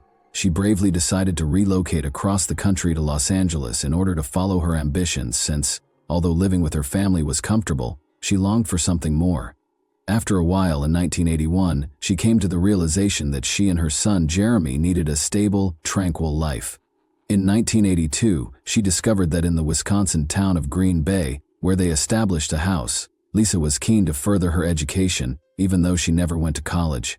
From 1983 to 1984, she enrolled in a goal-oriented non-credit adult learning course at the Northeastern Wisconsin Technical Institute. Lisa was only 22 when she returned to Green Bay in 1986, but she had already achieved a great deal with her now 5-year-old kid at her side. In this new phase of their lives, she was prepared to face any obstacles that could arise. She even fell in love again, this time with John Sott, with whom she lived in a comfortable house in Green Bay. The pair had an oddball array of pets, including an eel and a bird named Herbie, and they relished simple pleasures like fishing and darts. Lisa adored every time she spent with her loved ones, and her passion for life and love for her family were clear in everything she did. But on August 12, 1986, her promising future was sadly cut short by a cruel twist of fate. When Lisa and John set off on a late-night trip in Wisconsin, the moon was high in the sky. As they played darts game after game, Lisa and John appeared to be enjoying themselves immensely, and their competitive nature was evident. However, tension increased as the evening wore on, and it appeared that the booze had taken its toll. At 2:30 a.m., the automobile stopped at the corner of Mason and Taylor Street as they were returning home. She unlocked the door and stepped out into the chilly night air, where she and John had been fighting. She needed to get her thoughts straightened out, because the conversation with John had left her feeling angry and irritated. She informed John that he could go ahead and rest while she walked home. He wished that she would return quickly so that they could reconcile and move past this disagreement. John's concern turned into a bothersome feeling of dread as the hours went by and the sun rose above the sleepy town of Green Bay. He had the unshakable impression that something was seriously amiss, and Lisa had yet to return. Calling her name, he searched the streets and alleys but got no answer. Fear and uncertainty weighed heavily on his heart as he frantically went to the police station and reported her missing. 2 unwary employees in the Ken Years Nature Park made a horrifying discovery an hour after John reported her missing. On a typical day, the workers were walking along the riverside when they noticed a hand protruding from the water's surface. Curious, they halted their truck and walked to the water's edge. They would never be able to forget what they discovered there: a woman's lifeless body lying half-naked, as though she had been discarded like an unwanted item. They phoned the police right away, and when the Green Bay Police Department officers showed up on the scene a few minutes later, they saw a horrifying scene. Surrounded by towering reeds and murky water, the dead body of the unidentified woman lay in the marsh. In order to collect any evidence, the investigators made an effort to secure the area.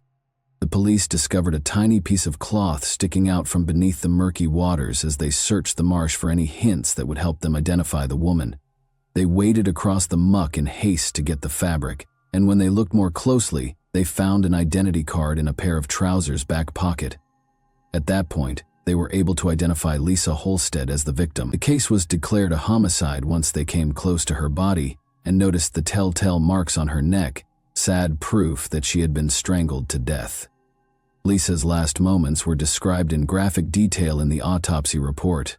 Her blood alcohol content was discovered to be extremely high, measuring an astounding 0.25%, well beyond the legal limit. The autopsy at the time also showed that she had sustained numerous wounds that left her body covered in blood, a sight that could have troubled even the most courageous person. Even worse, the results of the medical examiner indicated that the main reason for her death was a horrific sexual assault. The alien DNA sample they had successfully taken from the victim's body was their only hope. For the police, finding the DNA was like locating a needle in a haystack. They didn't have a suspect to match it to, but they felt it was an important piece of evidence. Like a priceless diamond, the tiny sample was meticulously preserved. The investigators hoped that technology would eventually catch up with this evidence's potential and provide them with the answers they so urgently needed. Like wildfire, the news of Lisa's passing spread, leaving a path of sorrow in its wake. The loss of the lady he loved, the final quarrel, and the knowledge that he could have done more to protect her left her boyfriend John devastated. Her family was thrust into an agonizing and perplexing environment. Investigating quickly, the police spoke with everyone who might have had a reason to hurt Lisa. In the years that followed, investigators questioned every suspect, followed up on every lead, and made multiple trips back to the crime scene, but nothing seemed to reveal the whole truth. In order to piece together any lead or clue that would point to Lisa's killer, they even went back to the drawing board multiple times. However, they encountered dead ends in their endeavors. The situation just seemed to get more obscure with the passing of time. As the evidence eroded, possible suspects disappeared from view. After more than 30 years, the case was finally archived and sat collecting dust on a shelf. However, hope was rekindled in 2020 after the case had been unsolved for 34 years, when GBPD detective David Graff reopened the case and took the lead in the investigation with unwavering resolve. As he and his group went through the old case files, they saw a tiny vial that had been left at the back of the storage container. Inside was the culprit's DNA, which held the secret to solving the case. It was time to use the most recent forensic technologies to investigate her heinous murder. In an attempt to discover the identity of the murderer, he contacted Othram, a pioneer in the field that specializes in forensic genetic genealogy. In addition to revealing more about the suspect, this state-of-the-art technology would offer an intriguing look into the killer's family ties. The detective was finally able to unravel the complex web of this cold case with this new information. When the lab returned the results of the June 2020 study of the DNA, the Green Bay Police Department had a plethora of information about their suspect. The police were getting closer to the murderer with each new piece of information they learned from the DNA study.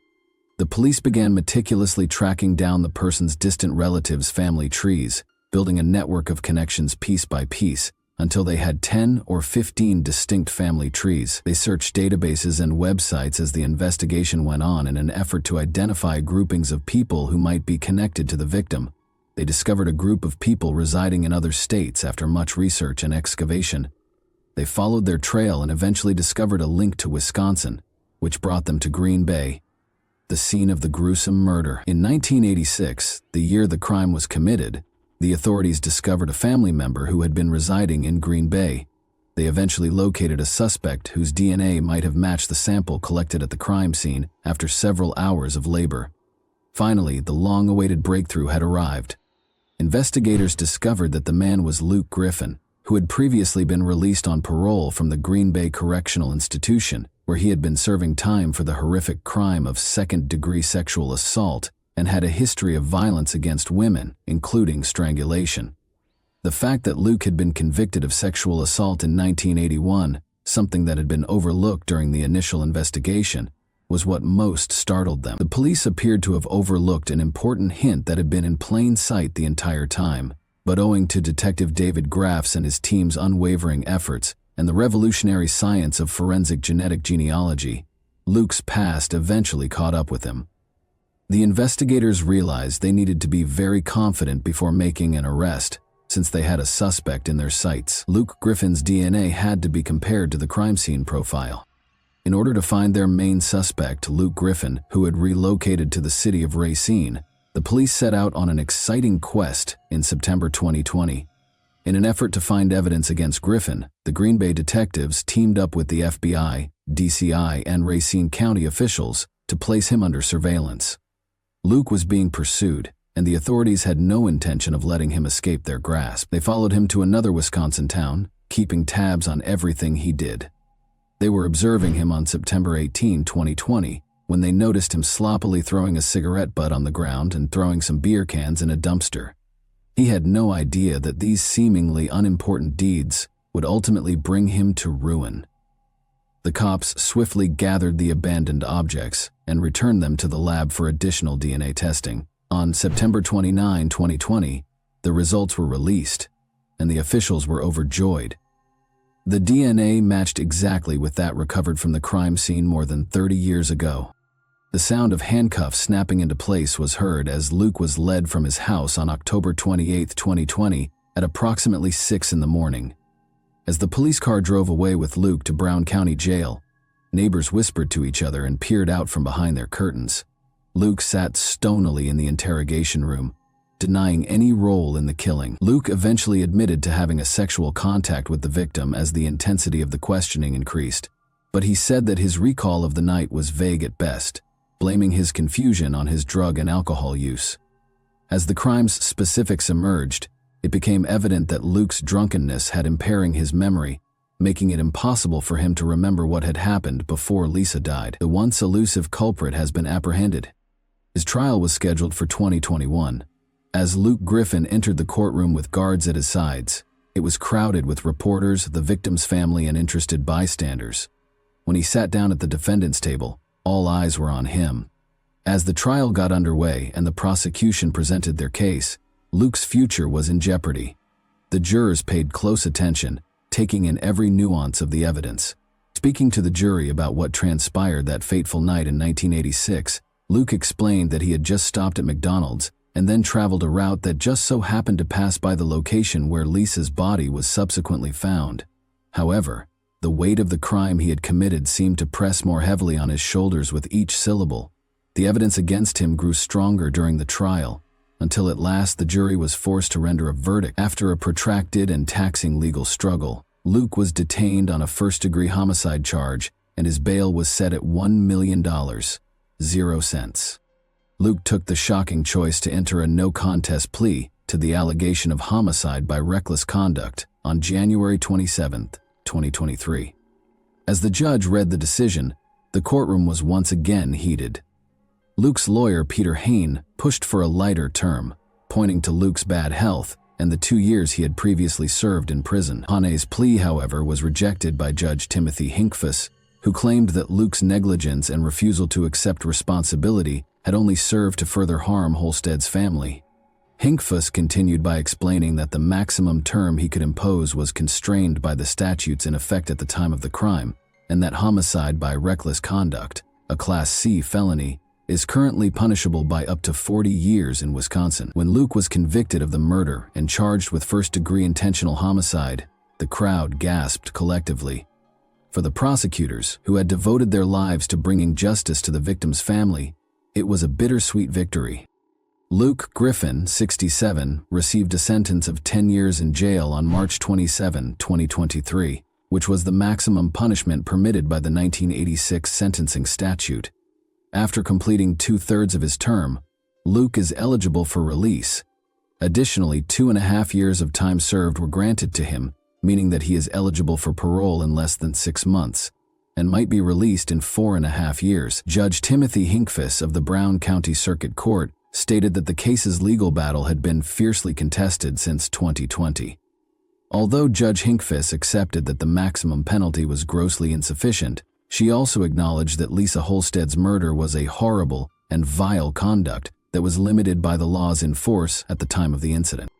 David Lassie, the district attorney for Brown County, urged its imposition, pointing to the seriousness of the offense and its effect on the victim's family. For 34 years, he evaded justice and refused to accept responsibility. According to Lassie, that has had a major effect on the family. The hearing demonstrated the family members' emotional effect, and they made it plain that no penalty could bring back their beloved Lisa. When 5 members of Holstead's family stood before the bench to give their witness testimonies, the courtroom was a hive of emotion.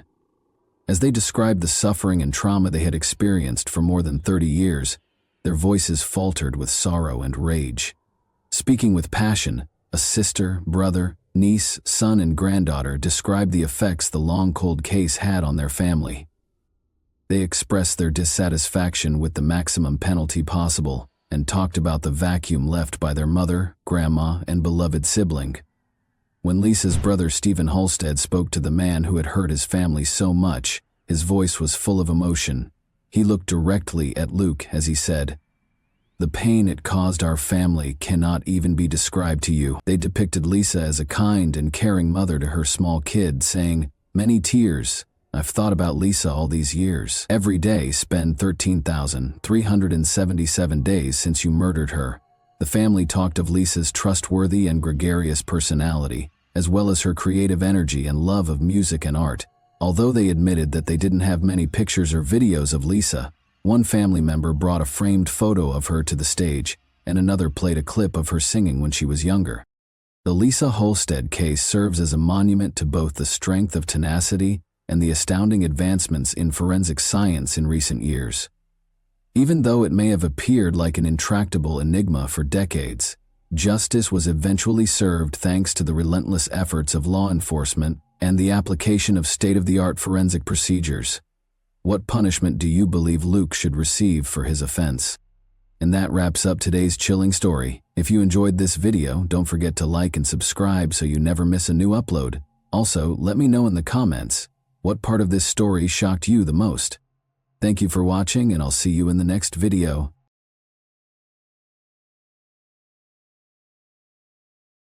Hey guys, welcome to my channel, and today we're going to take a look at another horrible case with you. Genetic genealogy testing has revolutionized cold case investigation by reviving cases that might otherwise have remained unsolved. It had been like trying to capture smoke with their bare hands for the investigators working on the cases of John and Jane Doe.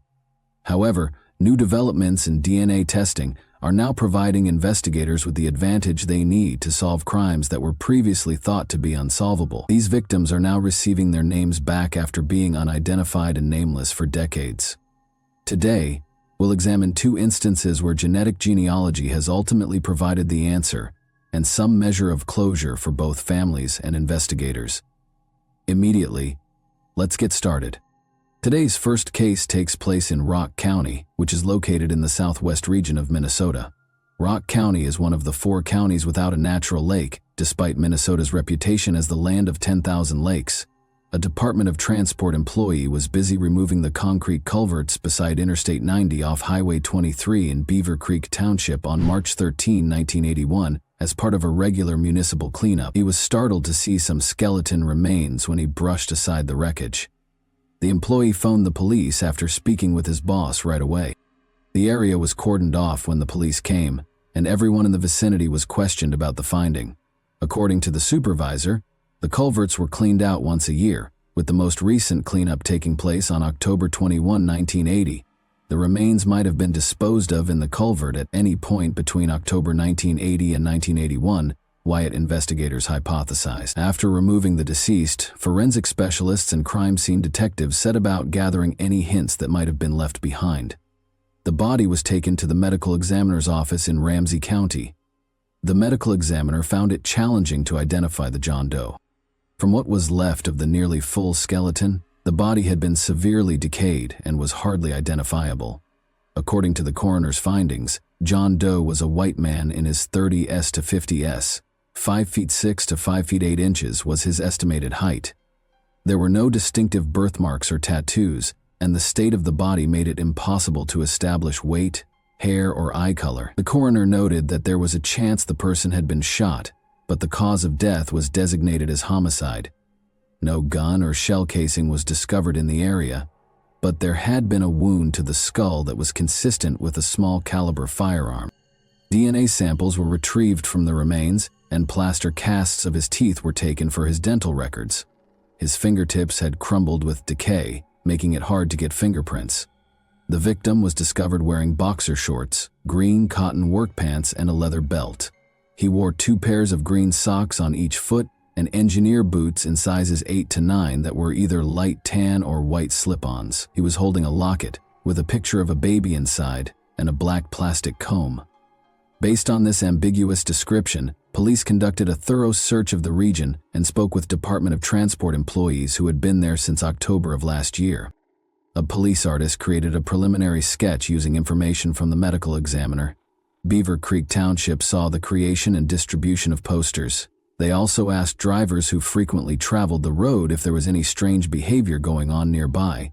When asked about the John Doe who was discovered in the culvert, locals were unable to name anyone who fit his description.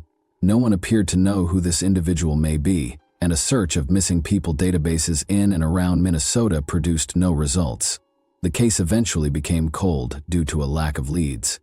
Despite authorities routinely reviewing the case, no one had come forward to report someone missing in the region, and no new information emerged. As technology developed, known criminals' DNA profiles were being converted to digital format so that law enforcement could obtain data more quickly and easily. In 1981, a profile of Rock County John Doe was created, and it was used to look him up in national criminal databases. But this was also in vain, because no victim records could be located. Decades passed with no new information about the case. After using this new technique to find and apprehend the notorious Golden State Killer in 2018, genetic genealogy started to transform criminal investigations. Other law enforcement organizations quickly noticed, thinking that this technology will undoubtedly revolutionize the process of locating unresolved cold cases. In August 2022, the Rock County Sheriff's Office reactivated the Rock County John Doe case in collaboration with the charitable organization, the Doe Network. Using the John Doe's autopsy photographs, they created a digital composite sketch that was posted to their website and all other databases of missing persons. The next step was to organize fundraisers and community projects to generate enough money to cover DNA testing. The sheriff's office met their goal and covered the cost of all the tests required to complete the assignment. Using DNA samples from the sheriff's office, Doe Network volunteers began tracking down family ties using the genealogy websites. In Omaha, Nebraska, they discovered a family match after searching through thousands of family trees for several months. After that, the team contacted the woman, who stated that she was open to meeting with any relatives she knew who had either gone missing or lived in Rock County. In early November 2022, officials traveled to Omaha after reaching out to Rock County Sheriff's Office investigators and agents from the Minnesota Bureau of Criminal Apprehension. The Gateno family members and the woman who most closely matched John Doe's profile were met by Omaha investigators. The family members offered to get their DNA tested. Investigators found that 2 of the profiles most closely matched their John Doe profile on December 20, 2022. Together with her aunt and uncle, they brought the results back to Omaha and met with the woman who had submitted her profile to the genealogy website. Detectives learned during family interviews that the woman's aunt did in fact have a brother called Louis Anthony Gateno who vanished in 1971. They knew they had located their John Doe when they presented detectives with a photo of Louis. Since many of their relatives had passed away, the family was unable to share much about Louis's life. Sometime in 1946 would have been Louis's birthday. Investigators did learn from them that Louis had a history of robbing banks in the 1960s. In his hometown of Omaha, Louis was initially charged with robbing a bank, according to his family and press reports from the archives. At the age of 20, he was apprehended on January 25, 1966, while attempting to rob a First National City bank in New York for $96.40. Reports state that Louis shot the counter after being overwhelmed by the bank teller. In the altercation, he had hurt his hand. According to the report, Louis admitted to detectives that he had been hopeless and despondent and that he just wanted his life to end. Louis was accused of possessing weapons, felony assault, and attempted robbery. Family members have since heard from him occasionally, but since 1971 there has been no communication at all. Because of his tense connection with his family, he was not reported missing at the time. When they learned he had been slain 10 years after he had lost touch with his family, they were equally perplexed. Since Louis had gone missing, no one had ever stepped forward to search for him. Since investigators knew who John Doe was, they had already won half the battle. Evan Verbrugge, the sheriff for Rock County, described the occasion as bittersweet. Finally, Louis Gateno's family has some answers, though it's not news anyone wants to hear. Even though there is still a lot to learn about Mr. Gateno's passing, being able to identify him decades after his passing is a crucial new piece of information in this case. Despite the difficult task, he stated that the case will stay open for Brooks. We'll have a hard time finding out, but it's our responsibility to try and get answers, and it won't cost much. According to him, officials are urging anyone with knowledge about the case or who may have known Louis Anthony Gateno between 1971 and 1981 to come forward and get in touch with the Rock County Sheriff's Office. Rock County, Wisconsin, is the location of our next case. Anyone can enjoy the great outdoors and reestablish a connection with nature in this county, which is full of parks and open spaces. However, a riddle perplexed law enforcement for 27 years until fresh DNA testing provided much-needed clarification. On November 11, 1995, hunters were pursuing a herd of deer in a forested region close to Bradford, Wisconsin. Unaware that he was going to show his nephews a scene from a horror film, Gary Gilbank wanted to share his love of hunting with them. Rather, they came to a halt when they arrived at the southern shore of Turtle Creek. The man's skeleton remains were on the ground. They couldn't understand it. None of them knew who owned the skeleton or how it got here, and they owned the ground it was lying on. They called the cops without hesitation. As soon as they got there, investigators roped off the area to start their investigation. His hands seemed to be over his head as he lay on his stomach. He had been wearing a plaid shirt and a t-shirt with the name of the British band Venom on it, and a denim jacket that partially covered his head and back.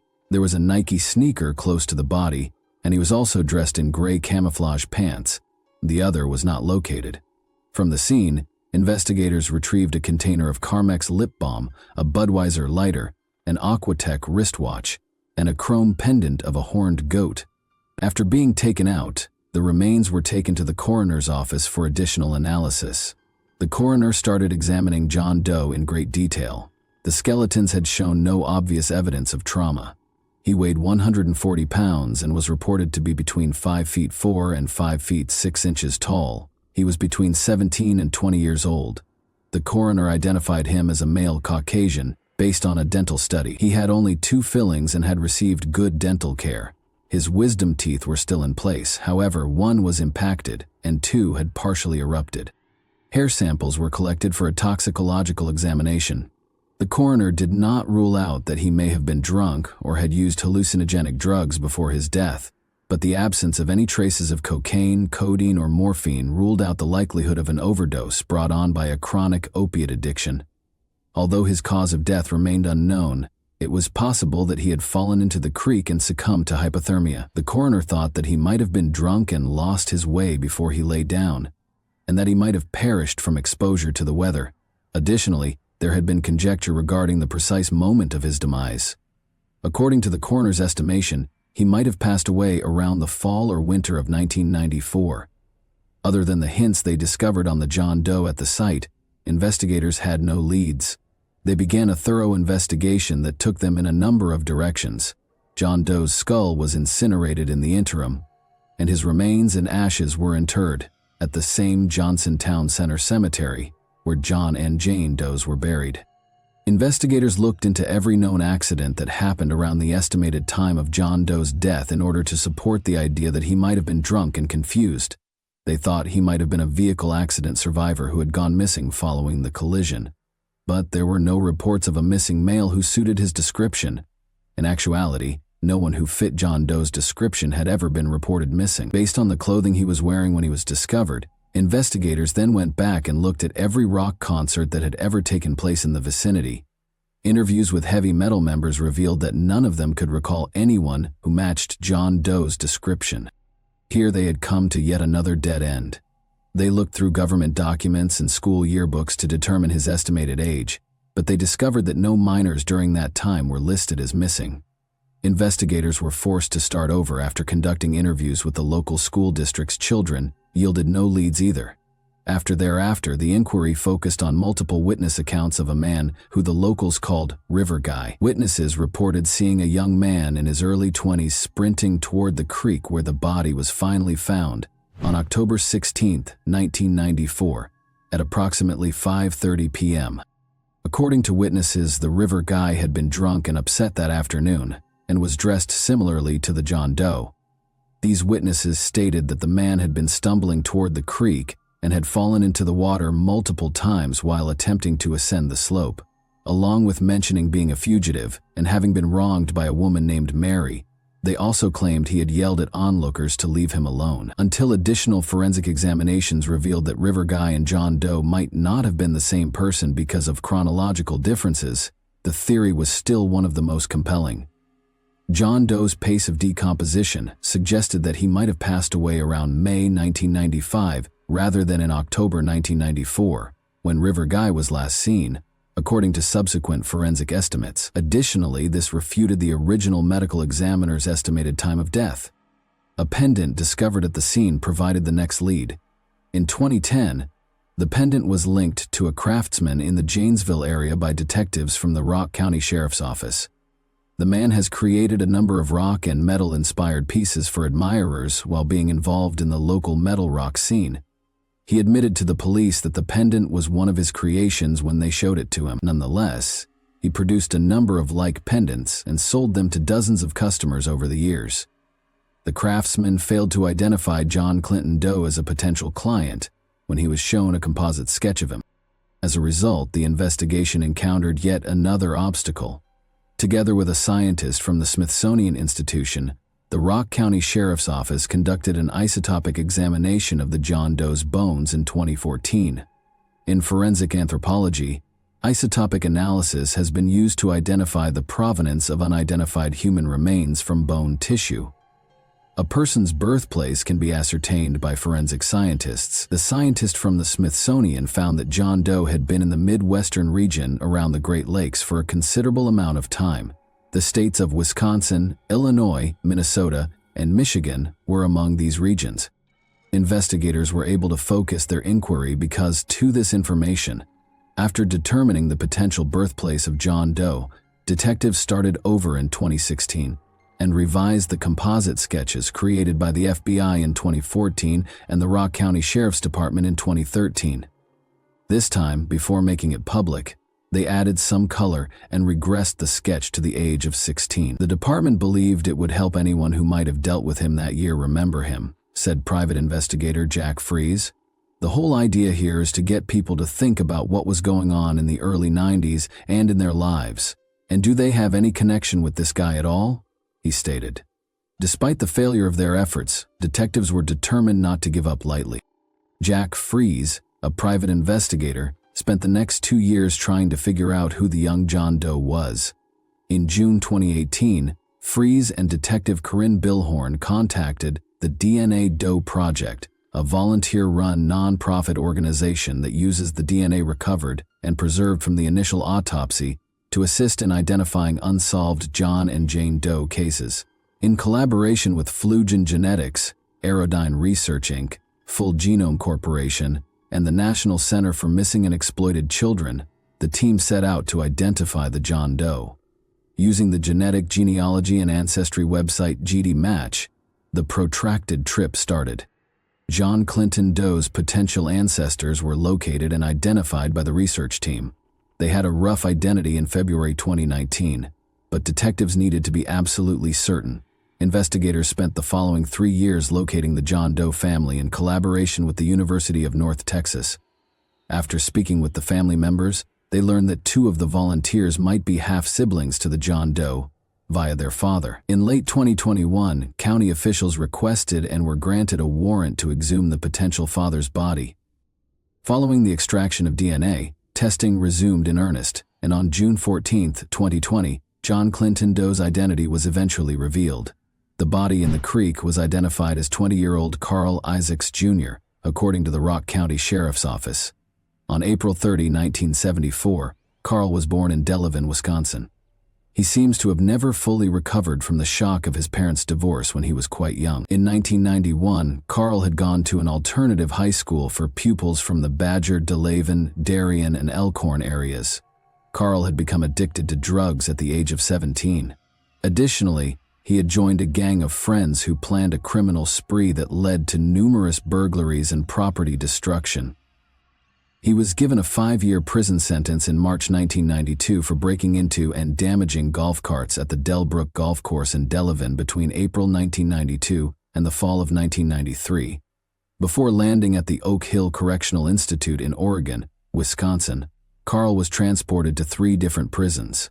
He had been discharged during that time to participate in a Madison halfway house drug rehab program. Under house imprisonment, he was also periodically permitted to visit his mother. Carl occasionally served as an informant for law enforcement and drug investigations. He had been on one of his home arrest visits in April 1995. On April 16, 1995, he had vanished out of thin air. He was never seen or heard from again. Carl's arrest warrant for a probation breach, which had been extended yearly until April 2018, was promptly signed by a county judge. The fact that no one had truly come forward to report Carl Isaacs missing at the time of his disappearance, according to investigator Jack Fries, made their inquiry more difficult. In this case, Mom and Dad were divorced. He was kind of living with his mom, although I don't think he stayed there very often. He was kind of on the streets, basically homeless. I don't think he had a friend, nobody at all, who would have missed him to the point where they tried to find him, according to him. Fries thought that Carl had a reason for leaving his home and violating the conditions of his probation. At the news conference on June 14, 2022, Rock County Sheriff Troy Knutson revealed Carl Isaacs Jr.'s identity, calling it both a tragic event and the answer to a long-standing riddle. Knutson refused to respond to inquiries about why his family never reported him missing or any other information. I'm kind of sad to have to get together and discuss the untimely death of a young individual in our community, but I'm glad to finally be able to bring a little bit of resolution to the individual's identity. However, he did say that the family had been anticipating the news since the DNA matches were found and the investigation was conducted. Rather, he emphasized to everyone that the case was still pending. We're really looking to flesh out exactly who he was and how he found himself in that particular location, That's where we're looking to the community to help provide some of those details for us," he stated. Nansen went on to say that although the inquiry took a long time, the identification was made possible by technological developments. He gave Jack Fries, a former employee of the Rock County Coroner's Office, praise and gratitude for his voluntary assistance on the case. Additionally, he expressed gratitude to the DNA Doe Project, which gave investigators the breakthrough they needed to identify Carl Isaacs. Nick Gilbank, the person who found Carl's body in the creek, can still clearly recall that moment.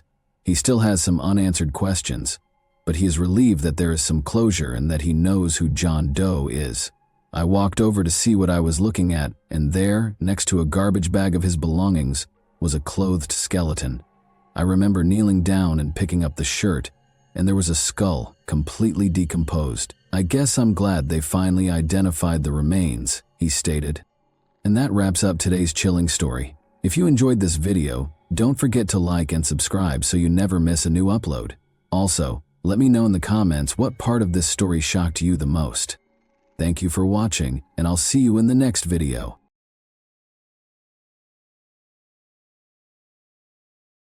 Hey guys, welcome to my channel, and today we're going to take a look at another horrible case with you. The case of Loretta Jones leads us to Price, Utah, in the United States. With fewer than 9,000 residents according to the 2010 census, Price is the biggest city in Carbon County. The majority of its citizens own their homes, giving them a suburban feel. Price is a stunning area for outdoor activities and is well known for its cavernous gorges, expansive deserts, and intriguing rock formations. Statistics show that there is a roughly 1 in 56 probability of becoming a victim of crime in Price. Our story starts here, in this quiet village. Loretta Jones and her 4-year-old daughter Heidi Jones resided at 460 E 400 South in Price. She put in a lot of effort there to support herself and her daughter.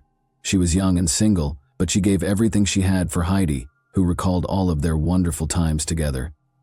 Heidi's dolls and much of her childhood clothing were handcrafted by Loretta. Their wonderful life together would soon come to an abrupt end on the evening of July 30, 1970. Unaware that it would be the last time she would see her mother alive, Heidi bid her goodnight with a kiss on that beautiful July night. When Heidi Jones awoke on the morning of July 31, 1970, she discovered her mother, Loretta, dead on the floor of their living room. Heidi, too young to properly understand, stepped outside. There she noticed Sue Ann Hovert, her neighbor, excavating worms at her flat. Hovert asked Heidi what she was doing after noticing her beckoning her closer. In response, Heidi said, "I can't. I think my mommy is dead." When Hovert heard these words, she instantly stopped what she was doing and went inside with Heidi to see how things were going in Loretta's house. Hovert discovered Loretta laying face down, her back and hair matted in blood, and she was completely nude from the waist down. Police Chief Art Poloni arrived at the site after Hovert phoned the police. On July 31, 1970, at approximately 11:40 a.m., the police arrived and verified Loretta's death. The living room was covered in blood, and Loretta had been stabbed 17 times. Since there was no evidence of forced entrance, the detectives concluded that she had known her assailant. Additionally, Loretta had no defensive wounds, suggesting that she had not attempted self-defense throughout the assault. The medical examiner determined that Loretta had body fluid on her and that she had been slain by a short, narrow knife. Unfortunately, there were no CCTV cameras to record the events, and DNA testing was only in its infancy at the time. Investigators looked to Heidi for answers because a young girl was there in the house when the crime occurred. Heidi informed them that she was warned not to leave her room by her mother after she had put her to bed. She added that on the night of the murder, she didn't hear her mother struggle or scream. The detectives were alarmed by what she said, though. Heidi had told the investigators that Tom did it. "Tom killed my mom." As they searched the house during the investigation, the cops started looking for explanations. This notepad contained an entry from Heidi's grandma, who was recording whatever Heidi said at the time.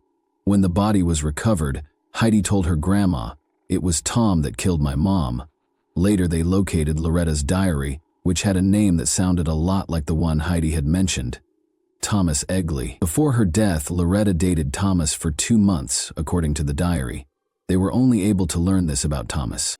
The name that 4-year-old Heidi, who was asleep at the time of the murder mentioned, was the only other clue the investigators had to piece together the case, but the police soon had another lead to pursue. 10-year-old Kula Fennell, who lived 3 blocks from Loretta's home, was outside with her brother at 9:30 p.m. riding their bikes. As night fell, Kula's brother abandoned his bike and entered, and Kula chose to follow suit, leaving her bike outside. A man grabbed her from behind and covered her lips with his palm as she made her way to the main door. Fortunately, Kula was able to release her mouth from the assailant's hold and scream loudly. The man ran away in fear. Kula could see her assailant and the path he took. She informed the cops that he ran toward Loretta's residence. Since Thomas Egley was already a suspect in a murder investigation that same evening, his image was later included in a lineup at the police station. Thomas was taken in for interrogation after Kula identified him as the one who attempted to abduct her. The investigators thought Kula and Loretta's cases were connected. Thomas denied any involvement in either of the 2 occurrences when they questioned him about them separately on August 1, 1970. According to Thomas, he got a lift with other teens the night of the murder and was dropped off at a fast food restaurant in Price, where he ate hamburgers. Around 11:30 p.m., he claimed to have gone to Highway Rendezvous, a pub on Spring Lane Road, before returning home. He said that day, he didn't see Loretta. When the investigators went to the pub to inquire about if they actually saw Thomas that evening, the proprietor acknowledged seeing him. He had red spots on his shirt and appeared frightened and shaky, she observed. Thomas informed the detectives that since he had been painting all day, the red specks on his shirt must have been paint. The detectives took samples of Thomas's hair, blood, and fingerprints, as well as the clothes he claimed to be wearing that evening, regardless of what he stated. They felt they had sufficient grounds to arrest Thomas as a result, and they did.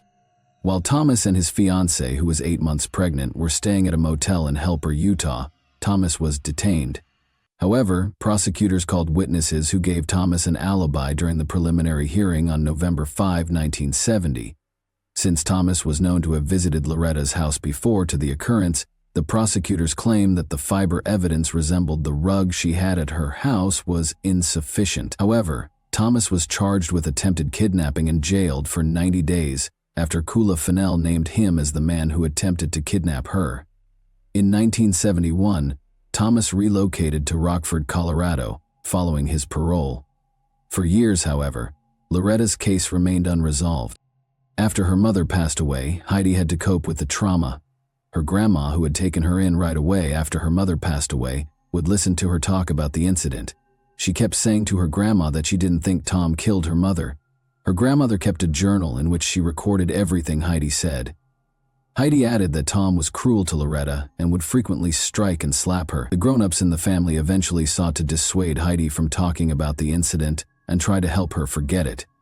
Heidi never forgot what had happened to her mother in 1970, even if she stopped talking about it. As Heidi got older, she realized that Loretta had to have suffered through the attack in order to keep her safe. Heidi decided that she owed her mother justice as a result, and she would obtain it for her. Heidi never forgot her mother's case, even if decades went by and she moved on with her life. Even though she still had a soft spot for her mother, she didn't advocate for the case to be reopened, until one day, after being inspired by the television program Unsolved Mysteries, she launched a large letter campaign, writing to the Carbon County Sheriff, Price City Police Department, and FBI. She wrote letter after letter, but none of them answered. David Brewer, a friend from high school, responded to a social media post made by 43-year-old Heidi in 2009. After a while, the two got back in touch, and Heidi found out that David was collaborating with the Carbon County Sheriff. Heidi saw this as a chance to revive her mother's case. In order to talk about her mother's cold case, she deliberately ran into David at a local arts festival. As David heard Heidi's story, he was struck by her tenacity and shocked that he had never heard of it throughout their high school years. Heidi told the story of how her mother kissed her goodnight, and then, when the door to her room opened, she told her not to leave, as though she knew something terrible was about to happen. She described how she thought her mother had been murdered by Tom. Despite her hazy recall, Heidi vaguely remembered what appeared to be Tom forcing her mother to have sex with him or stabbing her, but she missed her mother's cry. David chose to assist after hearing her story. At last, Loretta's case was reopened. The odds were stacked against David Brewer when he began working on the case. He attempted to use the crime files, but they were no longer there. He just had Heidi's hazy recollection and previous media attention. For additional interrogation, David located Thomas, who was residing in Rockford, Colorado. In response to his question concerning the evening of July 30, 1970, Thomas described his meals and activities for the day, but stated that he was unable to recall Loretta's name. Although David was certain that Thomas might be the murderer at that very moment, he was forced to depart without making an arrest, since there was insufficient evidence to indict him. In order to question her, David Brewer also located Thomas's ex-girlfriend, Marcia Hidalgo. When Thomas arrived home late on the night of the murder, Marcia informed David that he immediately showered while still clothed. When Thomas got home from the laundromat the following day, a number of his clothes were gone. Marcia claims that Thomas told her that he gave hamburgers to a woman and her daughter when she questioned him about his whereabouts. Despite his inability to understand the material, David grew increasingly certain that Thomas killed Loretta. Exhumation was the final remaining choice after David had exhausted all other options. After David expressed his opinions, Heidi unexpectedly stated that she would even fetch a shovel to dig the grave herself if it would bring justice for her mother. He wasn't sure how Heidi would feel about exhuming her mother's body. Heidi sobbed several times as they carried out the exhumation, but when the body was excavated, they found that the entire body had been ruined by water, which prevented them from getting the necessary evidence. In spite of this, they inflated the results for the public, saying they had discovered fresh evidence that offered a lead. After the news spread widely, David soon got a call from a woman named Linda. Linda clarified that she made the decision to contact the detectives after recalling the details of the exhumation she had seen on television. She informed David Brewer that Loretta had used her blood to write the murderer's name. David was shocked and inquired as to how she knew this, given that the police had forbidden anyone from entering the scene of the incident. Linda clarified that throughout her high school years, when the murder occurred, she resided at Heidi's grandmother. Heidi's grandfather instructed Linda and one of Heidi's aunts to go to Loretta's house and pack Heidi's things the day following the event. Linda claimed that after the police let them in, she spotted a capital T and a O with her own eyes. This was a significant development in the case, but they required a picture of the crime scene to support their claims. David visited with Heidi and gave her the update. He complained about how difficult it was to locate any pictures of the crime scene because they were all gone. Heidi instantly recalled that a picture might be in a box of items her grandma had stored for so long. Everything connected to the case, including the notebook in which her grandmother recorded everything Heidi had said about the case, was discovered when they searched her grandmother's home for the box. The picture of Heidi standing close to her mother's body shape was the most eye-catching thing. Although the image was unsettling, it ended up being really helpful. The letters T and O were in Heidi's and her mother's blood in the picture. David Brewer started assembling the pieces. He noticed in the journal that Heidi had talked about how cruel Tom had been to her mother and how she had informed everyone that Tom was to blame. The most significant detail was that while fighting for her life, Loretta was attempting to write her killer's name with her blood, but she was only able to write O. Despite this picture, the detective still needed more to apprehend Thomas Egley, who was now thought to be Tom. The case was put on hold once more until someone made the decision to assist. Lisa Carter, claiming to be Thomas Egley's neighbor, called the police department. She claimed that after watching the exhumation film, Thomas came up to her and asked if she could monitor his dogs because the police could soon face him. Lisa Carter volunteered to assist in the investigation, since she thought Thomas was Loretta's murderer. In order to obtain Thomas's confession, she asked to wear a recording device. After the cops gave their approval, plans were formed. Lisa lied to Thomas, claiming that her husband had been in Utah undergoing detective training. She informed Thomas that he had already been mentioned as the murderer of Loretta Jones. Thomas was shaken by these remarks, but he held off on confessing right away because he still didn't trust Lisa. On July 26, 2016, 2 days after earning Thomas's trust, he started discussing the events of the evening of July 30, 1970, with Lisa. According to Thomas, Loretta opened the door when he knocked. He felt unworthy after Loretta rejected his assertion that he was in her home for intimacy. He claimed that after Loretta returned from leaving him in the living room to fetch something from the kitchen, he grabbed a little knife and stabbed her. Thomas proceeded to have sex with Loretta after stabbing her, saying it was consensual. After Loretta denied, a perplexed Lisa questioned how it was consensual. However, Thomas responded that Loretta never declined him during that period. When she questioned him what happened after, he replied that he slit Loretta's neck because he had lost it all after becoming intimate with her. Lisa claims that Thomas expressed all of this without expressing regret for his actions. He seemed to be concerned exclusively with his personal security. The investigators only needed the confession to take Thomas into custody.